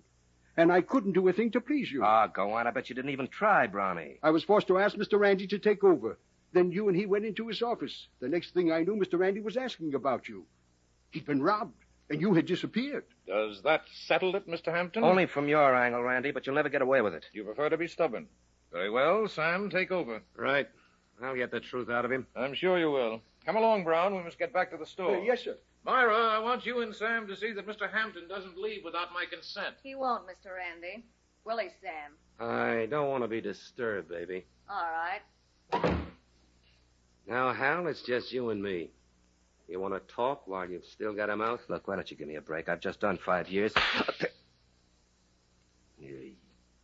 Get these cuffs off me. Don't be sore, pal. I'm only doing my duty. I promised Mr. Randy I'd get the truth out of you. And I've never welched on a promise to a client yet.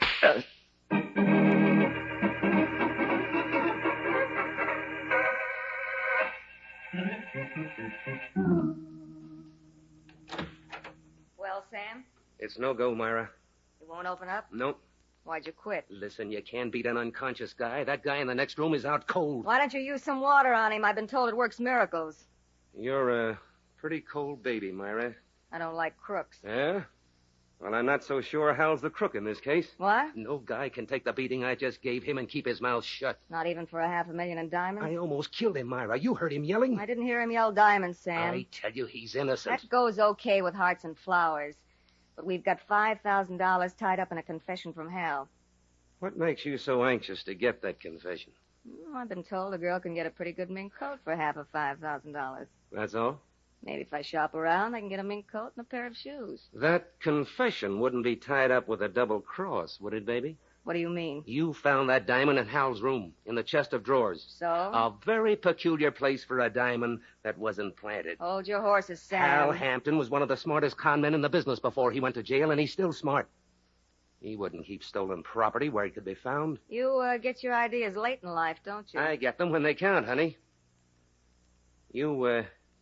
You palmed that stone, didn't you? You're crazy. You had it on you all the time. And when you went to that chest of drawers, you just parked it under the handkerchiefs. You're getting crazier by the word. You've got the rest of that fortune, too, baby. Do tell. And who gave it to me? Randy, maybe? For safekeeping? Yeah? Yeah. While Hal Hampton was being set up for 20 years. Oh, get yourself locked up where it's good and quiet. You're becoming a menace. I've got a better idea. What you've got, we're going to keep. That'll teach Randy never to trust anybody. Would you, double-cross a paying client? 50%, baby, of $500,000 in stones. Come on, take me to them. I'm dying for a split. You, better close that door, Sam. What for? Mr. Hampton may not be as unconscious as you think. Okay. Now. Now. Hey, put down that gun, Myra. Give me one good reason, Sam. What are you going to do? Nothing. I just want to see your apartment again. And you're going to take me there. Huh? What for? Diamonds, dear. You know what you said about me. Except this is with reverse English.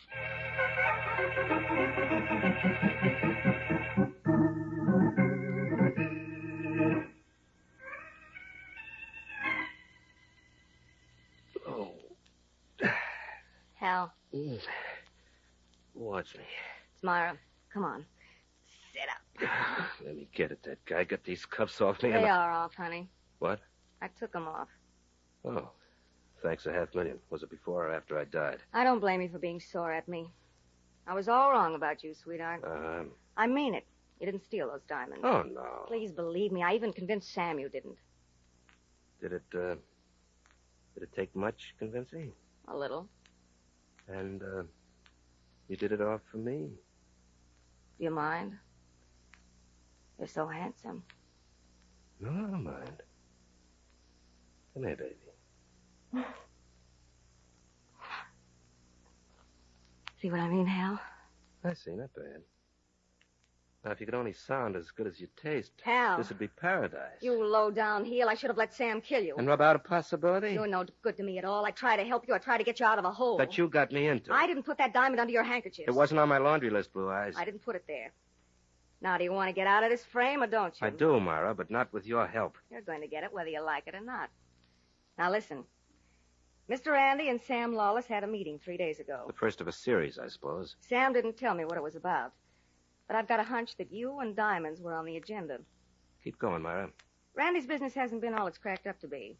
A lot of stock and a few customers, and you know how a man sees red. And you think he's shifting stock to collect insurance? I'm not to be quoted, Hal. I'll keep it a state secret. Now, the diamonds. I'm not sure. But Randy's too smart to stow them where they might be found. But Sam isn't, huh? Don't count your chickens before you can buy them. Sam Lawless is very smart. But he doesn't know I suspect him, and he might be just a wee bit careless. Mm-hmm. And the logical place for that wee bit of carelessness? I don't know. Okay. We'll start with his apartment. You show me where.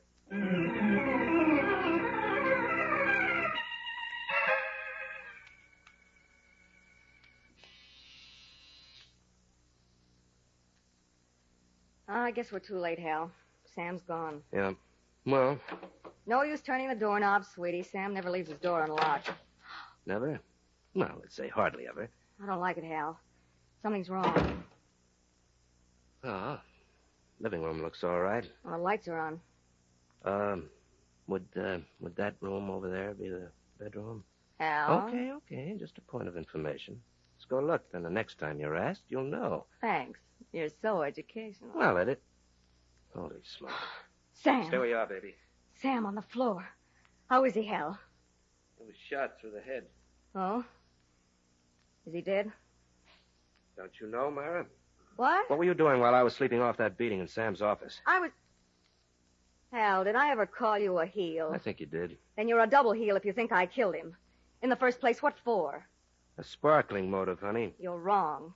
I don't know where the diamonds are, and I was only guessing about Sam.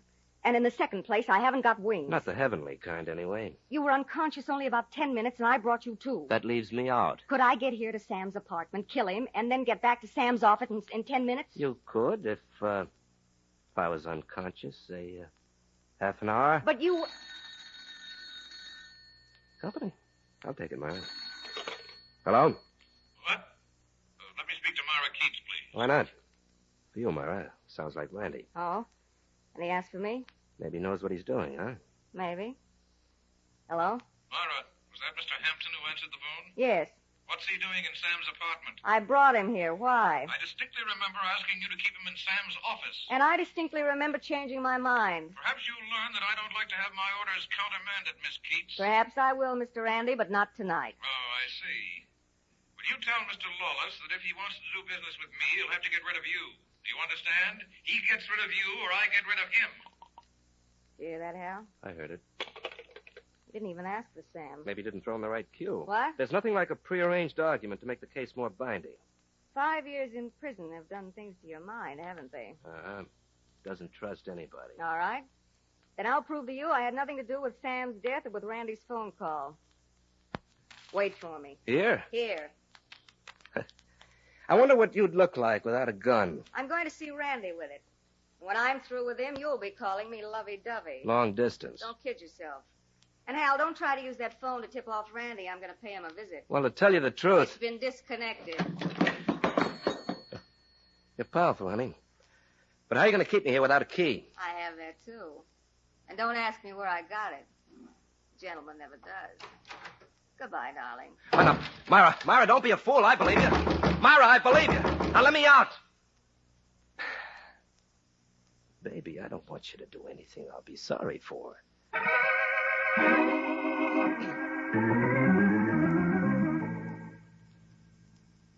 Yoo-hoo. Listen, mister, are you trying to flirt with me? Got any objections? What'll the neighbors think? Tell them it's just an across-the-courtship. Oh, a comedian. Oh, now, wait a minute. Don't pull that window down. Why not? You got something better to offer? What's your name? Cookie. And I ain't even taken the trouble to ask you yours. It's Hal Hampton, Cookie, and I'm in trouble. Natch? A fella that yoo-hoos to nice girls across the court. Cookie, wouldn't you like to help me out of a fix? Oh, so now it comes to a proposition. I guess all you men are alike. No, please. I really need help. Yeah? Of the nature of what kind? Now, look, I'm trapped in this apartment, see? Will you help me? Oh, all right. What must I do that will not compromise me with my reputation? Come to this apartment and bring a hairpin with you. A hairpin? What for? So you can pass it through the keyhole, and I'll use it to unlock the door. Is that all you want me to do? One thing at a time, baby. After I'm out, I promise to pay you a visit in person. Oh. Well, why didn't you say that in the first place? Tall, handsome, and mysterious.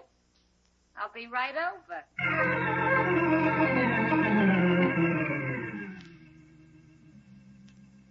Imagine opening a door with a hairpin. Honest, Mr. Hampton, I'll never get over it. Well, you keep thinking about it, Cookie, while I use your phone, huh? I read about such things in books, but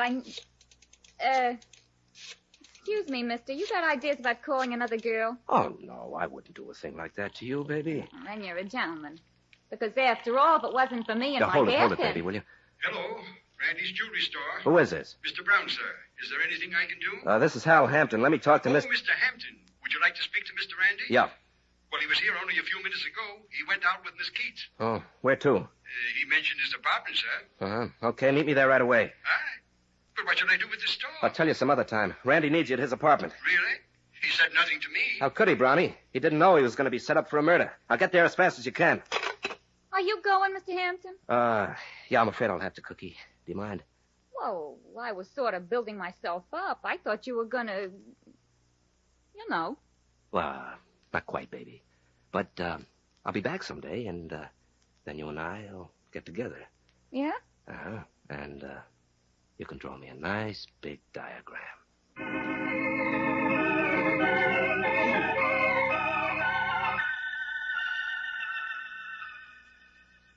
Oh, Mr. Hampton. Oh, Brownie, you got here in record time. Your message was so full of foreboding, I had to rush. All right. Take a minute to catch your breath. Oh, no. If Mr. Randy's in danger, Well, we must get to him immediately. Well, you're strictly loyal, aren't you? I've been associated with him for 20 years, and I've been very happy. Is that why you lied about my having been at the store? Mr. Hampton, you've tricked me. You said Mr. Randy's life was in danger. So I did. Well, boss doesn't answer and the door's locked. How's your shoulder, Brownie? And except for a little rheumatism now and then, I never complain. Swell. You're going to help me break down this door. Break it down? Oh, no, Mr. Hampton, I couldn't do that. Well, don't tell me you've got scruples, old man. Come on now. Here. Oh, Mr. Randy will never forgive me. Once more, Brownie. Well, you've done it, Mr. Hampton. If Mr. Randy should ever speak to you about I don't think he will, Brownie. Oh, please don't mention that Mr. Randy. On the floor. Uh-huh. With a bullseye in his chest. Oh, good heavens. Is he? Yes, Brownie, he is. Please, Mr. Hampton, I'm afraid I'm going to faint. Stop it, Brownie. Don't pass out now. I've never seen a dead man before. One who'd been shot. Well, look, Mr. Hampton. He's still holding the gun.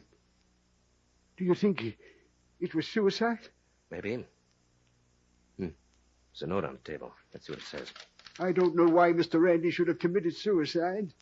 He was leading such a full life. Typewritten note, Brownie. Listen, it's addressed to the police. It'll be discovered that $500,000 in diamonds have disappeared from my store. This theft was arranged between Sam Lawless and myself for the purpose of defrauding the insurance company. I entrusted the diamonds to Mr. Lawless' keeping, but he deceived me. Now I'm left with nothing. There's no other course for me to take. What do you think, Brownie? Why, I can't believe it, Mr. Hampton. He was my employer for 20 years. The note's a phony, pal. What? Randy was murdered. Oh, no. The safety catch is on this gun. Is on? But what does that mean? A man can't kill himself and then put the safety catch on. I don't quite understand. Somebody's a child of habit, Brownie. Well, there's only one thing to do. How would you like to play detective? Aye? Sit down, Brownie, and I'll tell you exactly what to do and where to begin.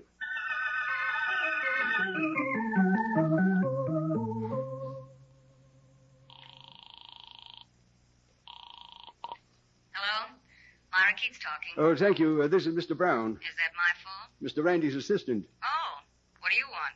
I think you and I should meet someplace for a very long talk, Miss Keats. Why, Mr. Brown, have you been taking lessons? I've just come from Mr. Randy's apartment. Uh-huh.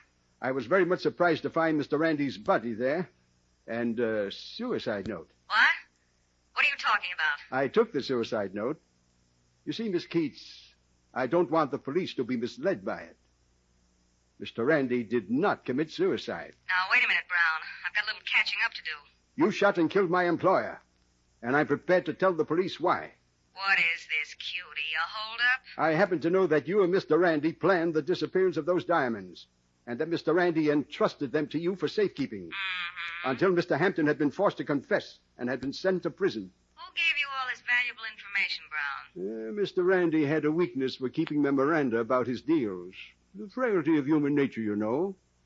He was not a very trusting soul. What am I supposed to do? Well, for a consideration of half the diamonds, I'll turn over the memorandum to you and replace the suicide note. You name the place and the time, Mr. Brown. Mr. Randy's office at 11:30 sharp. And bring my share of the diamonds. All right, Angel. I'll try not to keep you waiting.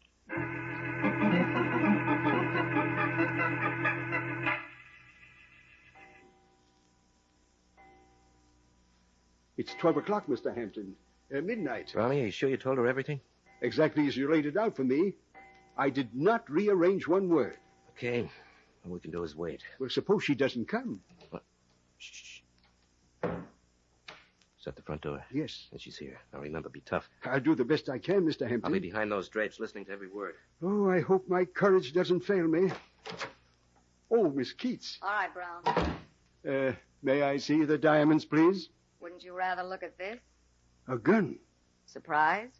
You're going to kill me. Oh, I should have known that I couldn't trust a murderer. Let me see that suicide note and that memorandum. Why, I haven't got them with me. Brownie, you did a lot of talking on the phone. I'm going to give you exactly 1 minute to prove what you said. Those papers are at my home. Now, if you'll come with me. Oh, you must have been a cute baby, Brown. But not as cute as you were, I'll bet. Huh? Don't turn around, Myra. I'm loaded, too. Why, you double-crossing little weasel. Just put the gun on the table and don't call my friend any names. Thanks, honey. You know, this is the nicest present I've had since I met you. Why, you didn't have a gun at all. I have one now, baby. You dirty double Don't be so beautiful. You just learned something. Hindsight isn't always better than foresight. Ah, shall we talk now? You're a heel. While I've been chasing all over town looking for you, you've been busy with a double cross. Brownie tells me you've been chasing around with Randy. What? You came here to get him, didn't you? Well, yes, but he never gave me the chance. Is that so? You went to Mr. Randy's apartment with him, Miss Keats. I saw you leave. But you also saw Randy come back, didn't you, Brownie? I did not. Listen, Hal, this guy's lying. When Randy and I got outside, there was a cop in front of the store. Randy didn't say anything to him about my gun, but he ducked back into the store. And that was the last I saw of him. Shall we believe it, Brownie? Of course not. Well, she's as guilty as... Well, she's just too guilty for words. You two make quite a team, don't you? 2 pitchers and 1 catcher. Oh, why don't you be sensible, Miss Keats? We know you're guilty. You have the jewels, and you committed 2 murders to keep them. You can't possibly get away. He's right, Mara. He's never been so right in his life. Yeah. Take a look at this suicide note. You'll see what I mean. And you had it all the time. Read it, honey. Yeah. It will be discovered that... Hal, this note mentions Sam. Mm-hmm. And now, Brownie, tell her that Randy never kept a memorandum about his crooked deals. And tell her why. Well, that part of it, Mr. Hampton, was your suggestion. Sure. Where else would it come from? Hal, if I only had that gun now for 1 second... You'd commit murder, baby, and that'd be very foolish. Because then, Brownie wouldn't get lonesome in a death house. What? What did you say, Mr. Hampton? Let me break it down for you. You killed Sam Lawless and Mr. Randy. Hal, you mean he... Him? Yes, darling, he. And all he wanted was to keep the diamonds Randy let him hold for a while. Now, look here, Mr. Hampton. Perhaps you don't realize what you're saying, You were the but... trusted employee, the man who could take orders. Now, shall we go to your apartment and see if it sparkles? Very well. If you must be convinced. Get your hand out of your pocket, Mr. Brown. Yes, with this. Oh! Hal, you shot him. Only in the gun hand, baby. From now on and until death do him part, his aim won't be so good.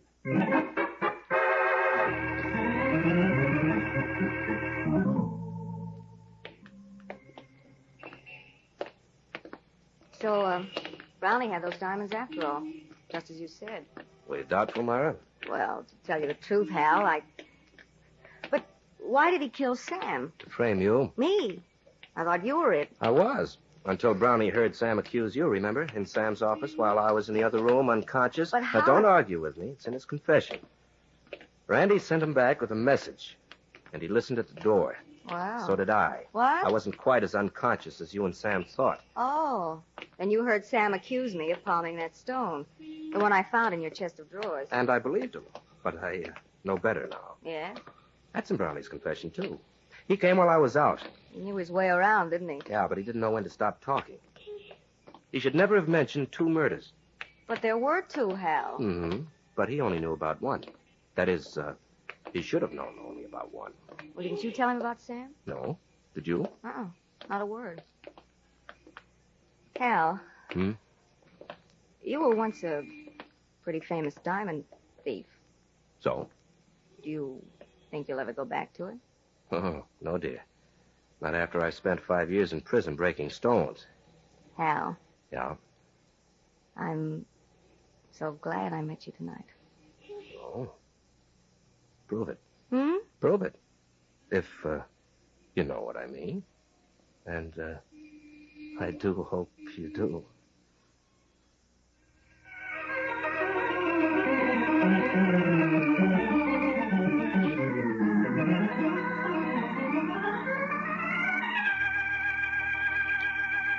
And so closes tonight's story, Death Deals a Diamond.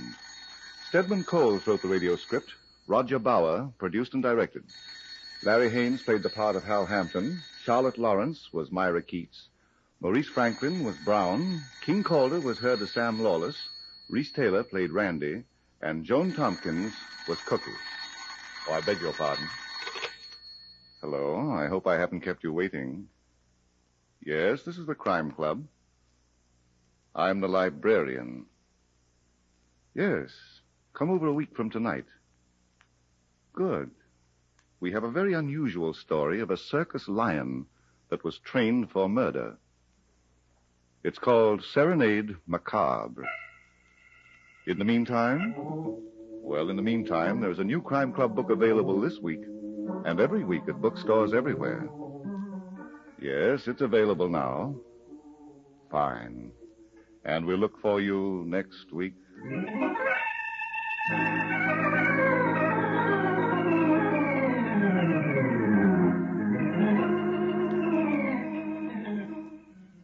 This program came from New York.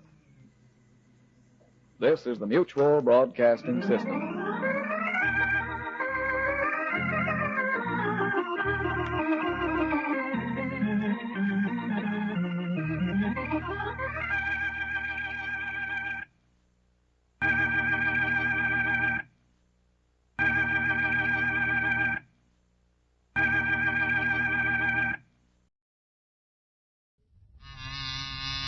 That's probably Bill. Yep.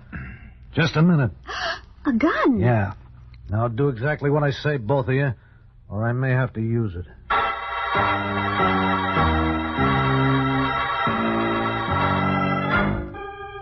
Mr. and Mrs. North, starring Richard Denning and Barbara Britton.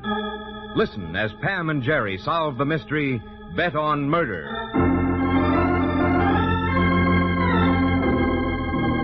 It's a warm Manhattan evening when tall, well-dressed Bruce Daniels steps from his car, turns, and almost bumps into a worried-looking little man. At the sight of Daniels, the worry on the shorter man's face gives way to fear. He turns and starts to run. He turns a corner, bumps into someone, rights himself, pushes past, and runs again. He reaches an alley, darts into it, looks anxiously for somewhere to hide, sees a doorway, and hurries to it. He tries the door, but finds it locked. He presses his back tightly against it. Now he waits and listens. Hello, Freddie. Oh. Hey, you don't seem very anxious to see me, fella. You're going to get your money, Mr. Daniels. Well, sure I am, Freddie. I'm not worried about that. I'm working on something. Yeah, sure, Freddie, sure. You know, it's a funny thing. For a month I've been looking for you and no dice. And then tonight, just by accident... If you'll just give me a little time. All right, Freddie. Oh, say, by the way, you know, I finally tried to reach you at home, but your wife didn't know where you were. Hey, you ought to get in touch. She's worried about you. Yeah. I'd hate to think that you were staying away just on my account. You know, I don't want to make trouble for you. All I want's my money. $5,000 is a lot of money to me, but I'll get it. Yeah, I know you will, Freddie. There's just one thing. I'd hate for people to get the idea that I'm a sucker. That people can run up debts with me and then not pay off. Oh, I don't think that, Mr. Oh, Daniels. I know you don't, Freddie, but if I'm too easy with a guy like you, then somebody's likely to get the wrong idea. Yeah, but... So I'm afraid that I'm going to have to make an example of you. What do you mean? What are you going to... No, let go. Yeah, sure. After I show you what happens to guys who run out, just so there won't be any misunderstanding. You understand, don't you? Freddie?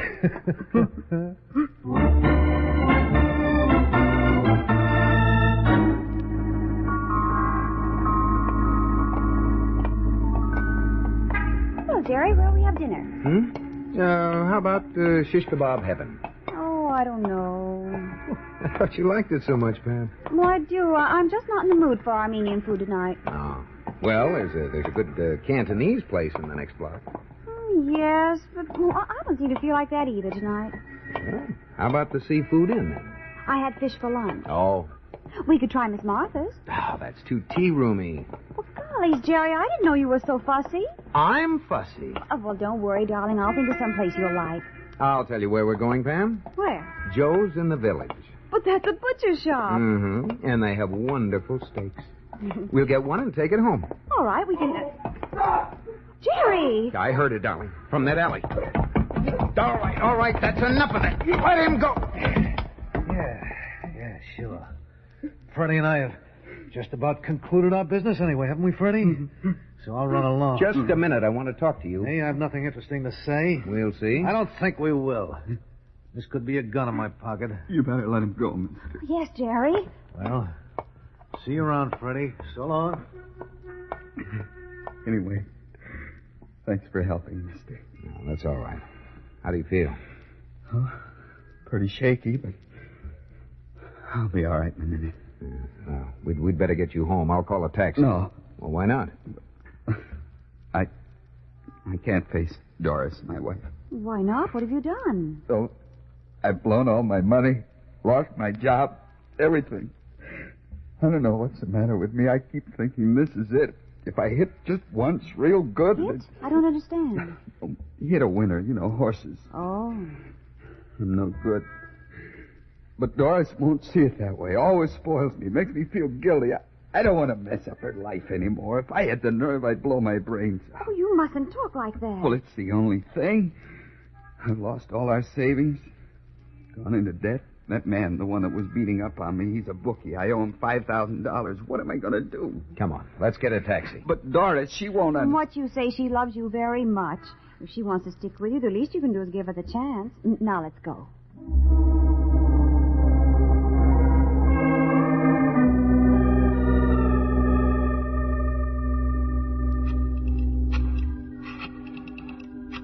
Who are you calling now? Missing persons. Again? I can't stand this waiting, Roger. I just can't. But, Doris, they told you they'd let you know as soon as they learned anything. Yes, I know, but...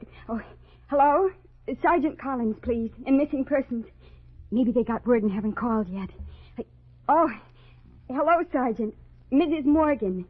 Is there anything new... Any information about my husband? Oh, yes. Yes, I understand. All right. Well, thank you anyway. Goodbye. Still nothing. That's what I thought. Freddie's dead. I know he is. That's the only explanation. For your sake, Doris, I hope you're right.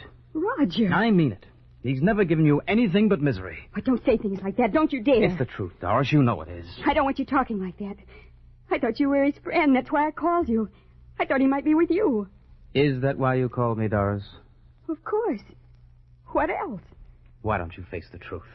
I don't know what you're talking about. Doris, you don't love Freddie. I do. You don't. You're too proud to admit that this marriage is a flop. It isn't. It is, and you know it. But you've somehow convinced yourself that it's more your fault than Freddie's, and so you hang on pampering Freddie, babying him, treating him like a child. You can't be his wife anymore, so you're trying to be his mother. Roger, will you please... I love you, Doris, and you love me. And I'm not going to stand around any longer watching you waste your life and mine on this weak, no good... Oh, Roger, don't. Darling, Let me go. You're afraid to kiss me, aren't you? Afraid it'll show how you really feel. Oh, stop it, Roger. Let me... Get out of here. Doris, You got your kiss. Now get out. It didn't prove anything? Why, you... Now will you get out? All right, Doris. But if the kiss didn't prove anything, neither did that.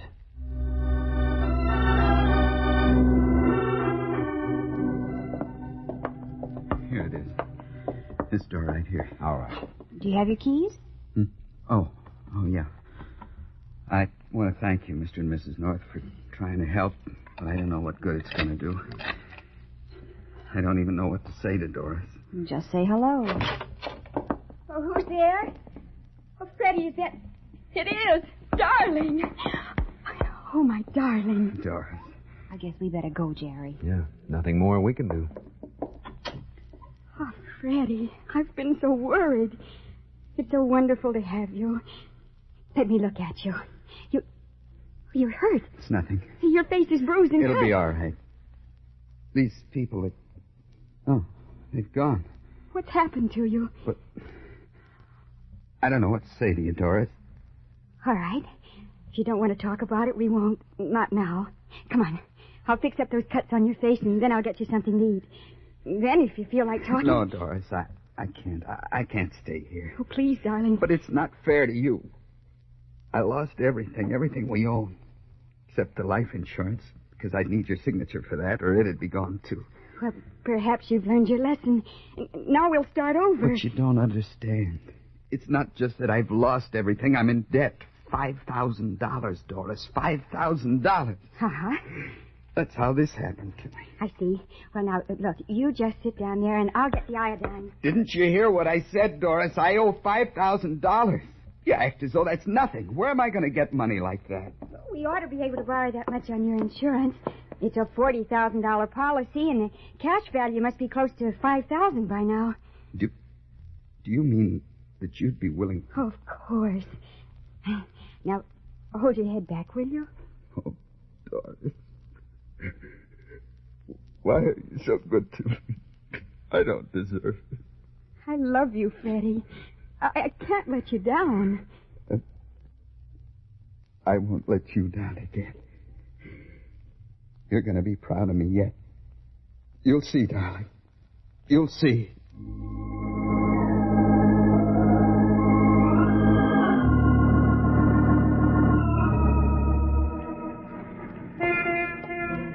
Freddie boy. Oh, hello, Archie. Hiya, kid.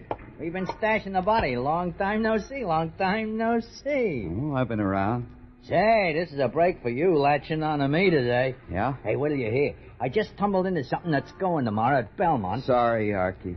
I'm not feeding the bookies anymore. But, baby, this can't miss. This is the real McCoy. The jockey's a pal of mine. Says it's a breeze. They've been holding secret workouts. Why, this nag is hot, but hot. Jockey said so, huh? Yeah, Tony Cannelli. You know Cannelli. He wouldn't give a bum pitch. But No, I can't risk it. That's okay. Matter of fact, we're not too anxious for a heavy play. Bring down the odds. I only jived it to you on account of you're a pal, but you don't want to play? That's mellow with me, fella. Wait a minute. Did you say Cannelli is sure? Absolutely. Seems a shame. No, I promise, Doris. Is she going to sing the blues if you ankle in with a heavy load of loot? No, Archie, I can't do it. Okay, Keith, it's no oats out of my feet bag. Still, Archie? Yeah? What's the name of that horse?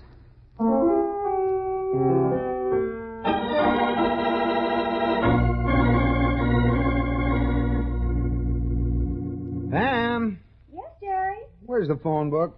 Oh, just a minute. I'll get it. It's here in the kitchen. In the kitchen. Yes. There you are, Jerry. Oh, well, thanks, darling, but what on earth were you doing with the phone book in the kitchen? Well, after all, Jerry, you're the one who wanted scrambled eggs. Oh, scrambled eggs, phone book. Sorry, darling, I don't get it. Well, it's very simple, Jerry. I cooked the eggs in a skillet. Yeah. Well, how could I get the jam for your toast? What? The skillet was full of eggs. But I still don't It see... was on the top shelf. The skillet? The jam. Oh, so you stood on the phone book. Well, yes. Well, see, Jerry, I told you it's very simple. Oh, very. What are you going to do with the book? Well, this may surprise you, darling, but I'm going to look up a phone number in it. Now, let's see. Whose? That fellow we took home the other night, Freddie Morgan. Oh. Well, what do you want with him? Well, when he was talking with us in the taxi, didn't he tell us he was a commercial artist? He used to be, but he lost his job. Yeah. But I was talking to Sid Martinson today. He has an advertising agency, and they need an artist. Oh, that's wonderful, Jerry. If you can help that poor fellow get a job, Oh, I'd like to help him out. Yeah, here we are. Maybe this time you'll settle down and fly right. I thought it was straighten up and fly right. Up, down, what's the difference? Honey, I always thought there was. What? A difference between up and down. Well, maybe there is if you want to be technical about it. I'll hold it, dear. Hello? Hello, Mr. Morgan? Oh, no, Mr. Morgan is... Jerry! What? Bill! Bill? Bill, what are you doing at Morgan's? I'm talking to you, and I'd like to know why. Say, what do you have to do with Morgan? Well, Pam and I... Hey, look, I have a feeling we'd better get over there. Yes, Jerry, I think you'd better. Freddie Morgan's dead. He's killed himself.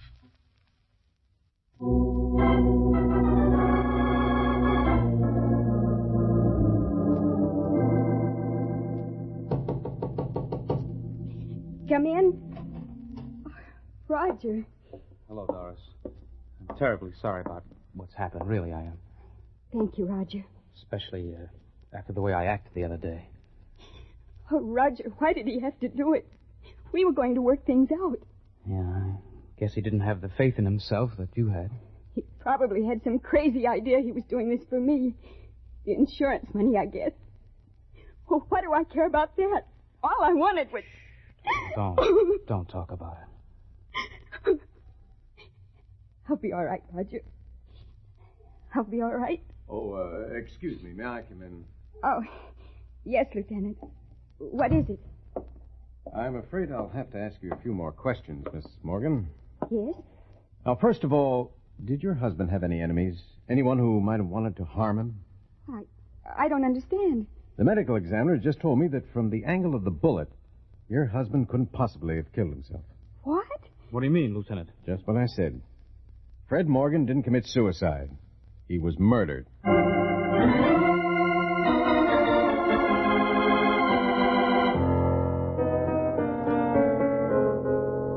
wish you'd given us a chance to talk to Mrs. Morgan instead of hustling us down here to headquarters. Oh, the photographs, Pam. Now, look. Will you look at the photographs?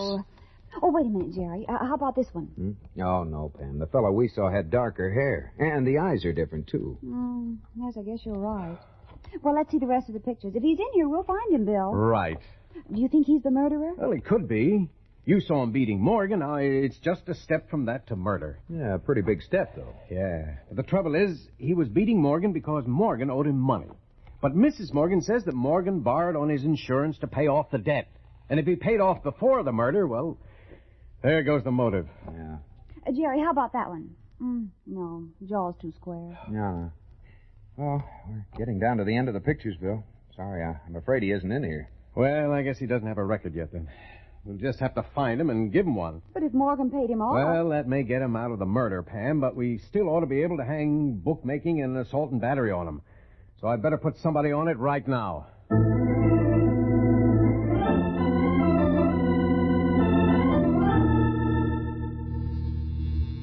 Who's that? Shall I go see, or do you want to guess? Well, it's probably Bill. He said he'd be over this afternoon. Well, I'll see. Hello, Mr. North. Oh, you. Yes, may I come in? Well, I have an idea you're going to, no matter what I say, so come on. Thank you. Who is it, Jerry? Oh, the man whose picture we couldn't find. Yeah. Yes, I read in the paper that you were trying to help the police locate me, and you gave an accurate, if somewhat flattering description of me, and that's how I knew who you were and where to find you. And now that you have... I thought you might like a little friendly warning. Friendly? Well, that depends on you. The police are looking for me, and when they find me, they're going to ask you to identify me. Well, I'd advise you not to.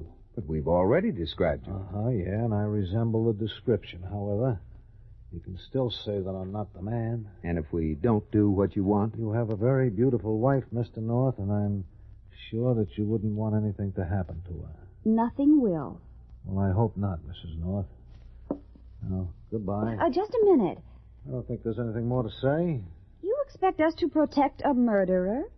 I'm not a murderer, if that makes you feel any better. Then why are you threatening us? You wouldn't dare do anything. I didn't say I would. But I hope, for your sake, that you don't call my bluff.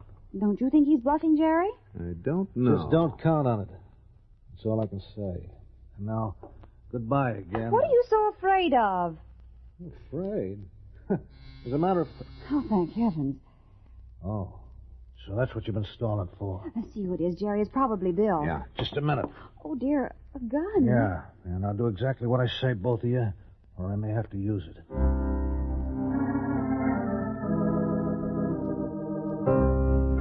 All right, fella. What do you want us to do? First, make sure who's out there. Call out, but don't say anything except, who is it? All right. Who's there? Me, Jerry. Bill. Tell him to wait a minute. Just a minute, Bill. Now, who is this Bill that you've been expecting? Why don't you have me let him in and you'll see. Not so fast. I'll tell you who he is. He's Lieutenant Wigan of Homicide. Oh? And I'm going to let him in right now. No, you don't. You stay where you are. You won't shoot with the police right outside. How do I know it's the police? You'll find out in a minute. I'm coming, Bill. Stay where you are, or I'll... Oh, you don't go. Hey, I've got him, Pam. Open the door, quick. All right. Hey, Pam, what's going on? No, Jerry, Bill, that man's got a gun. All right. Break it up. Break it up. Drop that gun, mister. Drop it. Well, that's better. Pick it up, Jerry. I got it. What's this all about? Well, you've just got yourself another candidate for that rogues gallery of yours.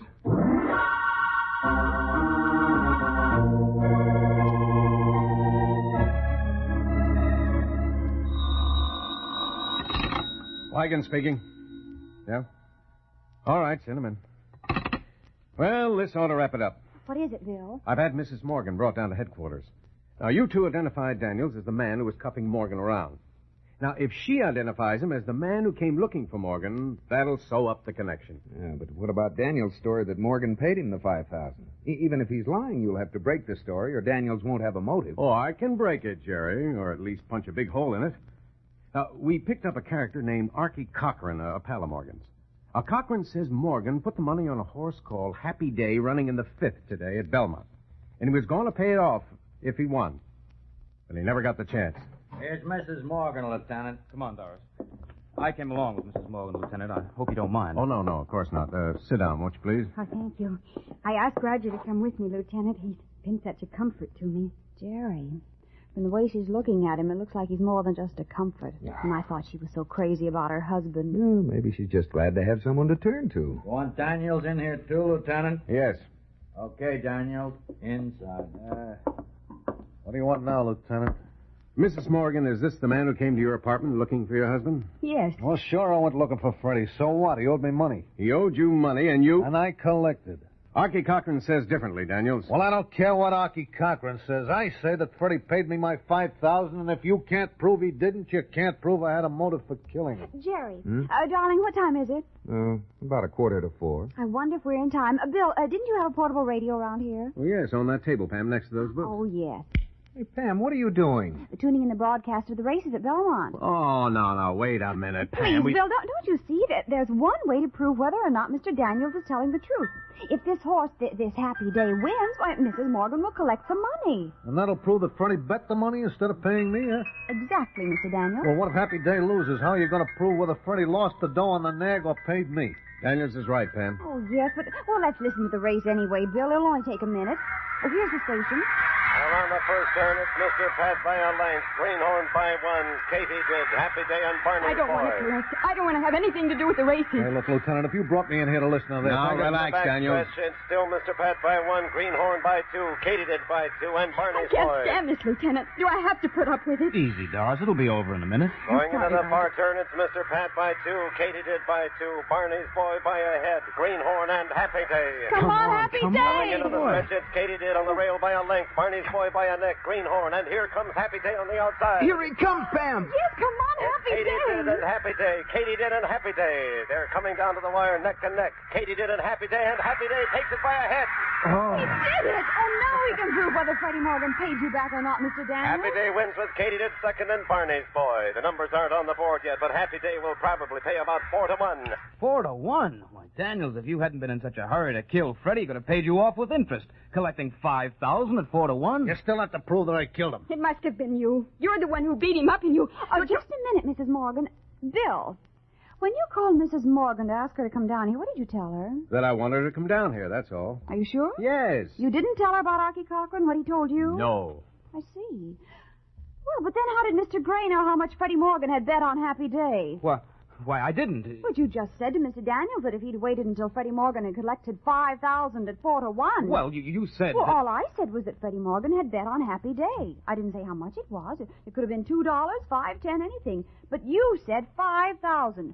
So you must have seen Freddie after he placed the bet, which means... Roger! Doris, you don't believe her. You don't think But that you said the other day you hoped he was dead. Yes, You but... killed him. Oh, no, Doris, please. Now, listen. Don't touch me. I loved him. Why couldn't you believe that? I needed him. I wanted him. He was all I wanted. Why didn't you listen when I told you? Why did you have to take him away from me? I could kill you. Oh, Mrs. Morgan, stop. Kill him. I don't think you will, Mrs. Morgan. I don't think the state will let him live long enough for that.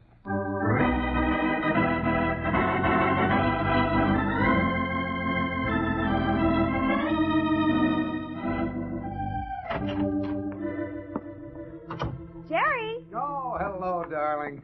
Oh, I'm glad you're home. Mm-hmm. Now maybe you can help me. All right, what do you want? What were you doing in the coat closet? Looking for the phone book? In the coat closet? Well, I tried the bathroom, the bedroom, and the kitchen. Where on earth did you put it? The phone book? Well, here it is, Jerry, on the phone table. Oh, no, Pam. Why, Jerry, where did you think it would be? Oh.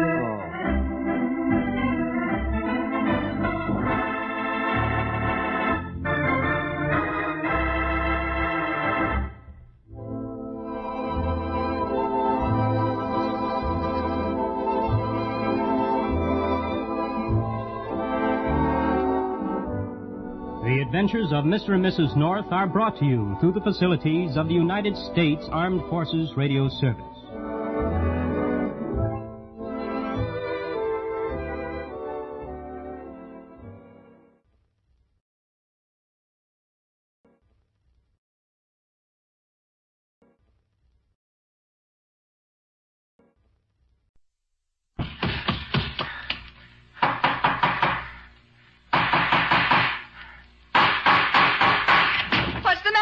It's a case for Nick Carter, Master Detective.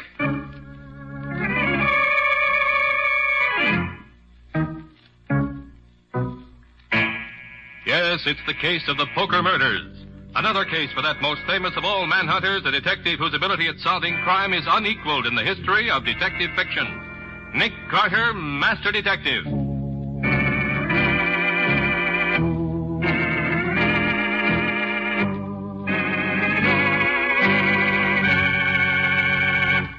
Deep in the waterfront section of the city, there lies a condemned slum area. The streets dark and deserted, lined with empty, crumbling tenements. Deep in a grimy tenement deep within, a masked man sits in a hidden room and plays solitaire. This is the sinister master of crime known as the Ace of Spades.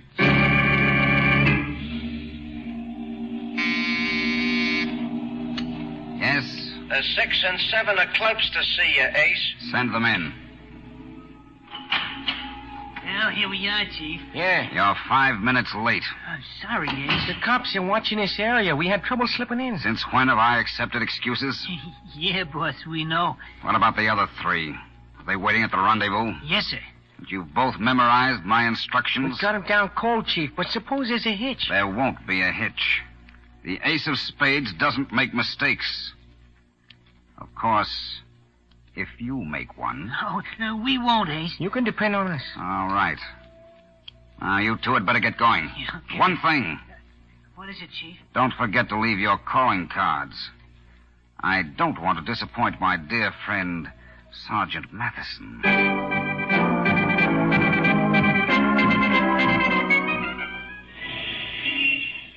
Extra! Extra! Ace of Spades strikes again! First storage warehouse robbed! $250,000 in furs looted! God killed as poker gang makes clean getaway! Extra! Read all about it! Nick, there's a Mr. Ralph Williams here to see you. Ralph Williams? Special investigator for Acme Underwriters. Oh. Show him in, Patsy. With the retainer they're paying me, I have to see him. This way, Mr. Williams. Mr. Carter, my company's in trouble. Yes? Well, sit down, Mr. Williams. Tell me about it. As you know, we're the biggest underwriters in the business. But this fur storage robbery yesterday, well, we can't take any more of those. Oh, the Ace of Spades, huh? Yes. Whoever he is, he's hit us 5 times in the last 2 weeks. We're paying out a fortune in claims. You're working with the police on this? The police? They're helpless. The Ace of Spades has been too smart for them. Take that fur warehouse job last night, for instance. Yes? Every burglar alarm was cut or disconnected. The vault combinations were known beforehand. And the locations of the most valuable furs. What about the guard? Was he one of your own operatives? Yes, one of our best men, too. They locked him into one of the refrigerated vaults. Mm-hmm. The Ace of Spades men leave the usual calling cards? Yes. It was a 5-man job, apparently. They left the 6, 7, 8, 9, and 10 of clubs. Oh, straight flush. It's a pretty high poker hand. Among his other accomplishments, our friend seems to have a perverted sense of humor. Well, it's a brand of humor I can't say I relish. Mr. Carter, will you help us with the case? I will. Tell you the truth, Mr. Williams, I was just about to drop down and discuss it with my old friend, Sergeant Matheson, in the Homicide Division. You see, the gentleman who calls himself the Ace of Spades interests me no end. I'm looking forward to meeting him personally.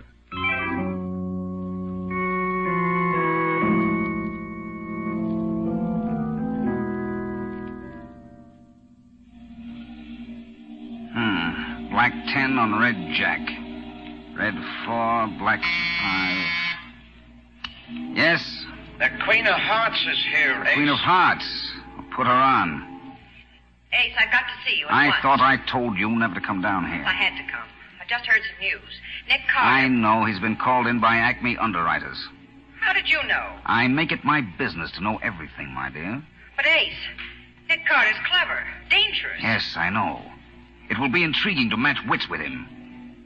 Now then, my dear, you'd better run along. You've work to do tonight. Aren't you even going to see me? I'm sorry, but I'm busy. I know. You're playing solitaire. Sometimes I think you love that game more than you love me. Come, my dear, there's no basis for comparison. Solitaire, like every other card game, is relaxing. Women, when they're as lovely as you, are exciting. Ace, please. Good night, my dear.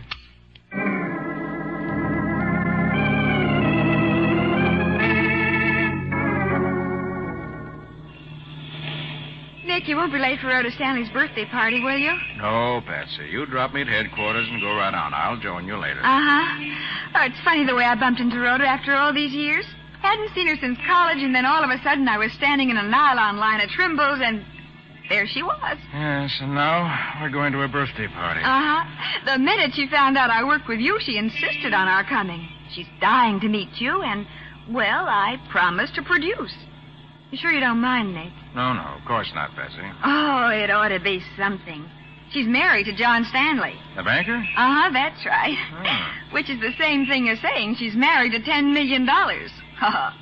And I was the girl in my graduating class voted most likely to succeed. You know, Patsy, it's a funny thing. What's funny? Stanley's Bank, the Marine Trust, is putting up the capital to tear down that slum area where the Ace of Spades is supposed to be hiding. Oh, do you really think that's where the Ace of Spades' hideout is? Could be. There are more than 200 abandoned tenements down there. And the 2 patrolmen murdered in that section seem to point to it. Oh, I won't forget those 2 homicides in a hurry. Each of them had a playing card pinned right over the bullet holes. Yes, pair of jacks. Fair sample of the Ace's grisly humor. What kind of a man can he be anyway? Infernally clever, Betsy. We know that much. A brilliant planner with a mind that doesn't overlook the minutest details that might trap him. But why all those poker hands whenever he's pulled a job? He's an egotist. Type of criminal who glorifies his crimes. Enjoys leaving his signatures at each one of them. Oh. This close enough, Nick? Yes, I can walk the other half block to headquarters. Nick, please be careful. Don't take any chances. Now, don't worry. The Ace of Spades may play his cards according to Hoyle. But I'll play him any way I can to win.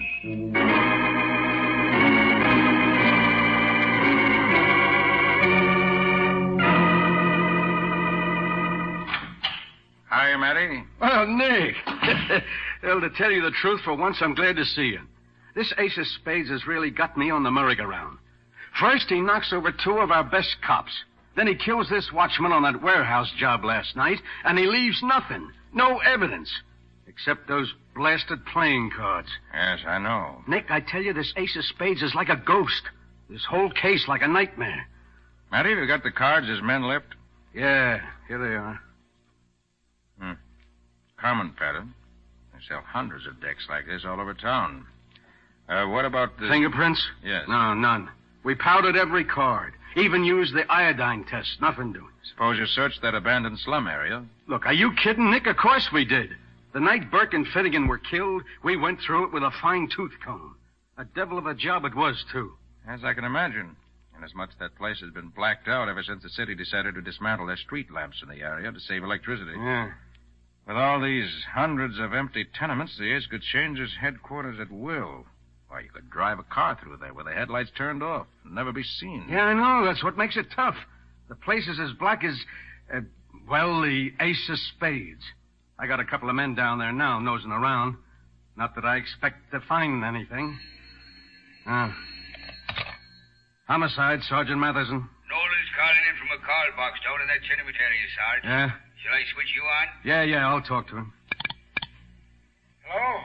Hello, is that you, Sarge? Yeah. What is it, Nolan? O'Connor's and myself saw a light in one of these here tenements. What? Are you sure? Yeah, positive. The light's gone now, but we got the place spotted. Shall we go in and investigate? No. Now listen, Nolan. You and Connor stay there and keep your eyes peeled on that tenement. Yeah? I'll be right down with a squad. Okay, Sarge. We'll be on the corner. Hey, Sarge. Nolan!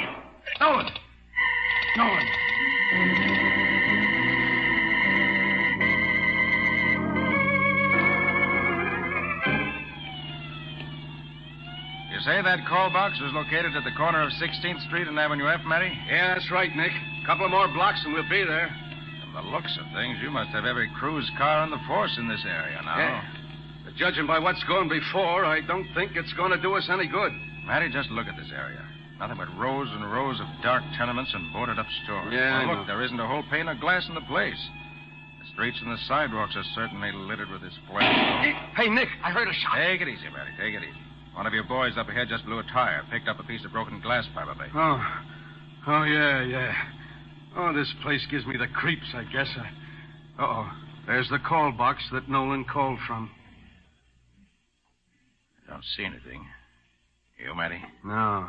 Nolan and Connors must be somewhere around, one way or the other.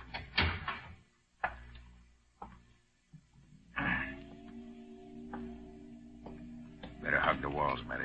Yeah. Right now we're out in the open like a couple of sitting pigeons. The Ace... Matty. Here in this doorway. Nolan and Connors, dead. Yes, riddled by bullets. And look, Matty. The Ace left his usual calling cards. The Jack of Hearts on Nolan and the Jack of Diamonds on Connors. And Burke and Finnegan drew a pair of Jacks, too, when they were murdered down here. 4 Jacks. 4 of a kind. Well, whatever the Ace of Spades is, Matty, he's consistent. He's still killing. And according to Hoyle...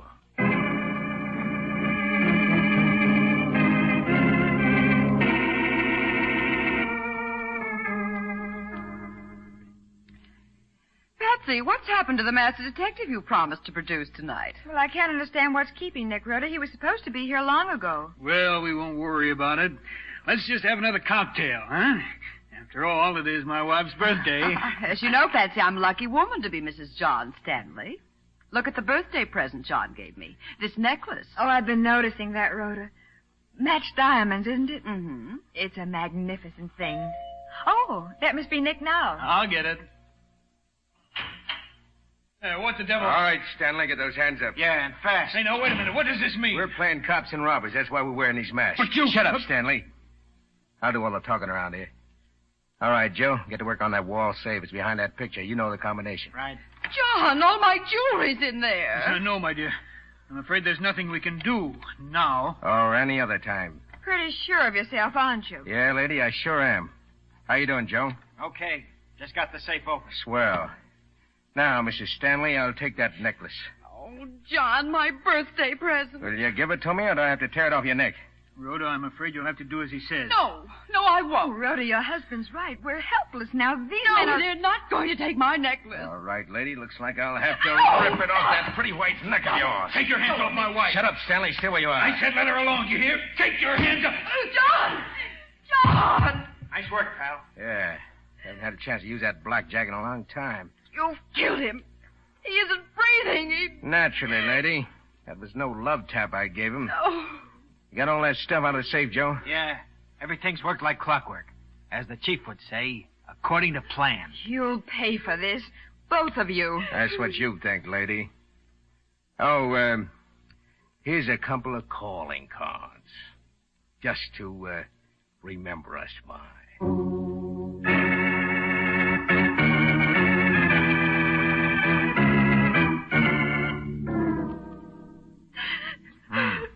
So they left the Ace of Hearts and the Ace of Clubs, huh, Patsy? Yes, Nick, and both of the men were masked. We couldn't tell who they were. They hit John. They killed him. He tried to protect me. Oh, now, Rhoda, don't try to talk. You've had a terrible shock. Just lie back on the couch and try to rest. The doctor will be here soon. John. I'm sorry, Mrs. Stanley. But someday you'll have the satisfaction of seeing those killers go to the chair. Nick, one of those crooks said everything went according to plan. Do you think the Ace of Spades planned John's murder? Yes, Patsy, I do. But it was so wanton. Whenever the Ace of Spades kills, he kills for a reason. He isn't the type to kill just for the pleasure of it. Now, Patsy, did you notice anything about these thugs?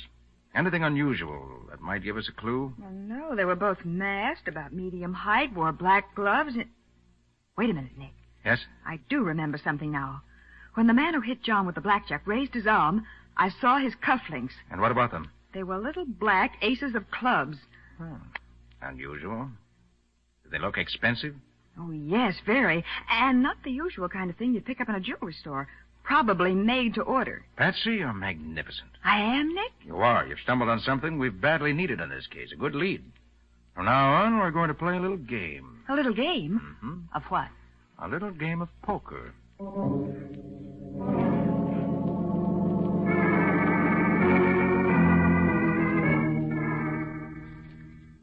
Mind if I use your phone, Sergeant Matheson? Oh, not at all, Mr. Williams.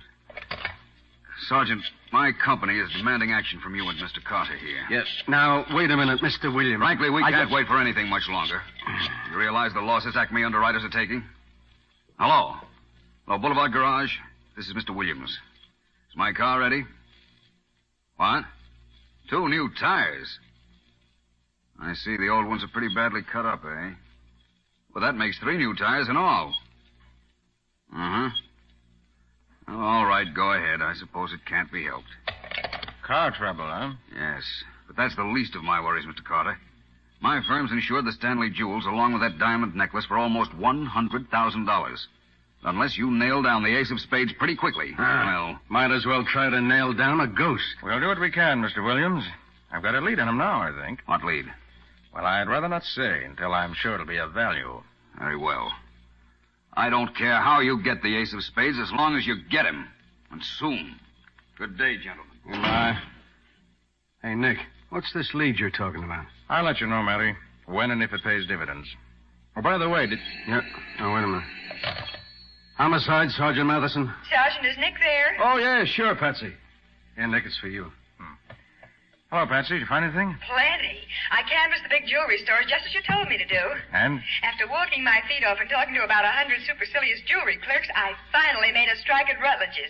They make up those cufflinks? Yes. Did they have a carbon of the sales slip? Yes, Nick, they did. The man who ordered those cufflinks was Frankie Morello. Morello, huh? Good work, Patsy. Go home now. Soak your feet in hot water. I'll let you know when I need you again.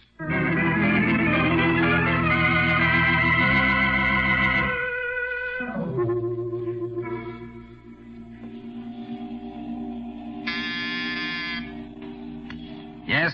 Hey, Ace of Clubs is here to see you. Send him in. Hello, Chief. You sent for me? Yes, Frankie. Sit down. Thanks. Well, Chief, how'd you like the way Joe and me pulled off that Stanley job, huh? That's an interesting pair of cufflinks you're wearing, Frankie. Little aces of clubs, eh? Yeah, pretty neat if I do say so. Had 'em made to order. That was very careless of you, Frankie. Ace, what do you mean by that? You wore them on the Stanley job. You gave Nick Carter a clue. You'll find out who you are sooner or later. Yeah, but Chief, Carter's a dangerous man with a clue, Frankie. Now he hopes to get at me through you. It's going to be embarrassing to have you around. Hey, Chief, I didn't wear these cufflinks at the Stanleys. I swear I didn't. Oh, didn't you, Frankie? No, you gotta believe me. Yeah, Ace. Send in the Queen of Hearts. Right. What? Meet the Queen of Hearts, Frankie. You? Yes, Frankie. It's I. Sorry, Frankie. Chief, no. No!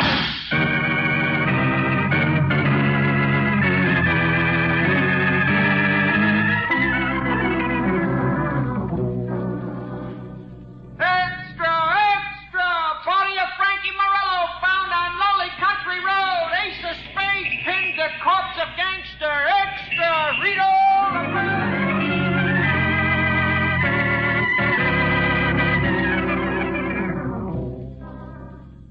A fine state of affairs, Nick. Frankie Morello, our only clue, wiped out. Yes. But only you and I knew about that cufflinks clue. Nick, what is this Ace of Spades, a mind reader? Patsy, you forget. Huh? When you and I were discussing it at John Stanley's house, someone else was there who could have overheard us. Oh, Nick, you're not suggesting that Rhoda... She was in the room with us when we talked it over. Well, I know, but she was in a severe state of shock. Was she? Nick, you don't mean... I mean that things are beginning to add up. Look, Patsy, those crooks knew where the wall safe was, even at the combination. Oh, yes, that's right. The Ace of Spades could have received that valuable information direct from Rhoda. Yes, but we can't be sure of that, Nick. No, but there's one thing we can be sure of. Neither you nor I tipped off the Ace of Spades about that cufflinks clue. And somebody did. And the Ace felt it was important enough to force him to destroy the evidence, his own henchman. Then it must have been Rhoda who tipped him off. She was the only other person who knew about the cufflinks. Exactly. I can't believe it. Well, I knew Rhoda Stanley well. Of course, I haven't seen her for... Oh, Nick, how could Rhoda be an accomplice to the murder of her husband right before her own eyes? Patsy, those jewels in the safe were insured for $100,000. That's a lot of money. Not to mention the millions that John Stanley probably left her in his will. But if Rhoda's mixed up in this, then who is the Ace of Spades? I've got a hunch, but I'm not positive yet. Whoever he is, he has an intimate knowledge of the jobs he tackles. And all these jobs have been pulled off against Acme underwriters. Patsy, suppose someone had easy access to the files of the company. Files? Yes, on banks, first storage vaults, and other properties, giving their floor layouts, burglar alarm setups, and so forth. A clever crook could pull off a nice, clean job with this information, couldn't he? Yes. Oh, but there might be any number of men who'd have access to this information. Adjusters, executives, insurance actuaries, any number of people on the inside. True, but we can narrow it down further. This man, this Ace of Spades, would not only have to be an inside man, he'd have to be someone who got around on the outside, too. Knew all these places by actual experience because he'd visited them. That's the only way he could operate the way he's doing. Wait a minute, Nick. You mean... I'm not sure, Patsy, but I hope to know within an hour. Come on, get your hat, let's go. Go? Go where? To the Boulevard Garage. That's where Ralph Williams keeps his car.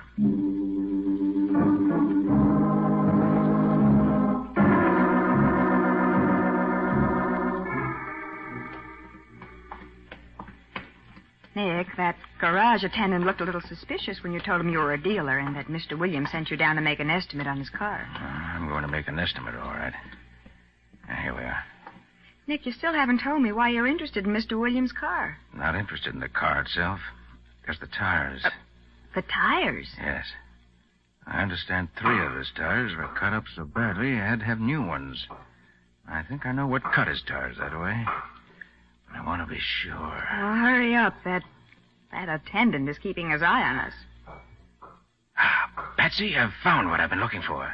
Nick, I just don't get it. Here, take a good look at all 4 of these tires. Huh? See the glass particles in the treads? There's old tires, full of them. Yes, but what do they mean? I mean that Mr. Williams has been driving this car over roads littered with broken glass. And the only place in town where there are roads like that is in the abandoned slum section. Then, Nick, what you're saying is that Ralph Williams is the Ace of Spades. Yes. And I'd bet every poker chip in the pot on it.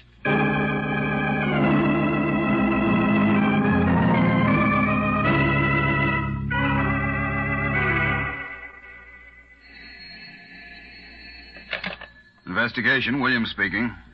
Who? Claims Department. Oh, yes, Mr. Redden. Funny, I was just talking to Mrs. Stanley. She's right here in my office now. No, we haven't been able to break that Stanley case. The Ace of Spades got clean away with those jewels. Huh? I know it's a lot of money, but we're licked and we'll have to pay the claim. Yes, I know, and you're perfectly right. But even Nick Carter's fallen down on this one. All right, Mr. Redden. Goodbye. Well, my dear, it looks as though you're in. They're going to okay the claim. When will it come through?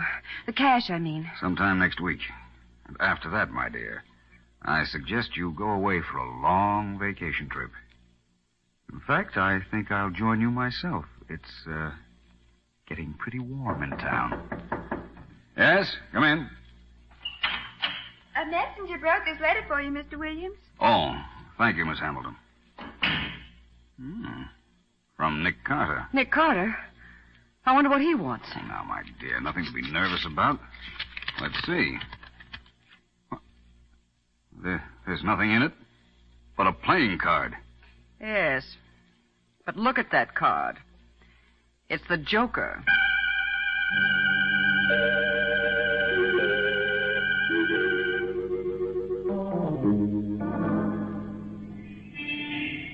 Nick, the messenger left Williams' office 5 minutes ago. I know. It's almost dark. He'll be out soon. What he does, Patsy, we'll tail him. Nick, why did you send him that Joker? Just having a little fun. In the Ace's own way. But isn't that dangerous? Shouldn't we have just gone up and got him? What if he gets away? He won't. You forget one thing, Patsy. What? The loot. The Ace has almost $500,000 salted away somewhere. And he's certainly not going to leave town without picking it up. That's the big reason why I sent him the Joker. He knows we're on to him now. It'll flush him out. Of course. And he'll lead us right to the hideaway. If everything goes according to Hoyle, Nick, do you think it's in one of those slum tenements somewhere? I'd bet on it. Can't think of a better place to hide anything. Here, wait a minute. Yes. Here comes Williams out of his building now. Yes, and Rhoda Stanley's with him. They're getting into a taxi. All right, Patsy. Here we go.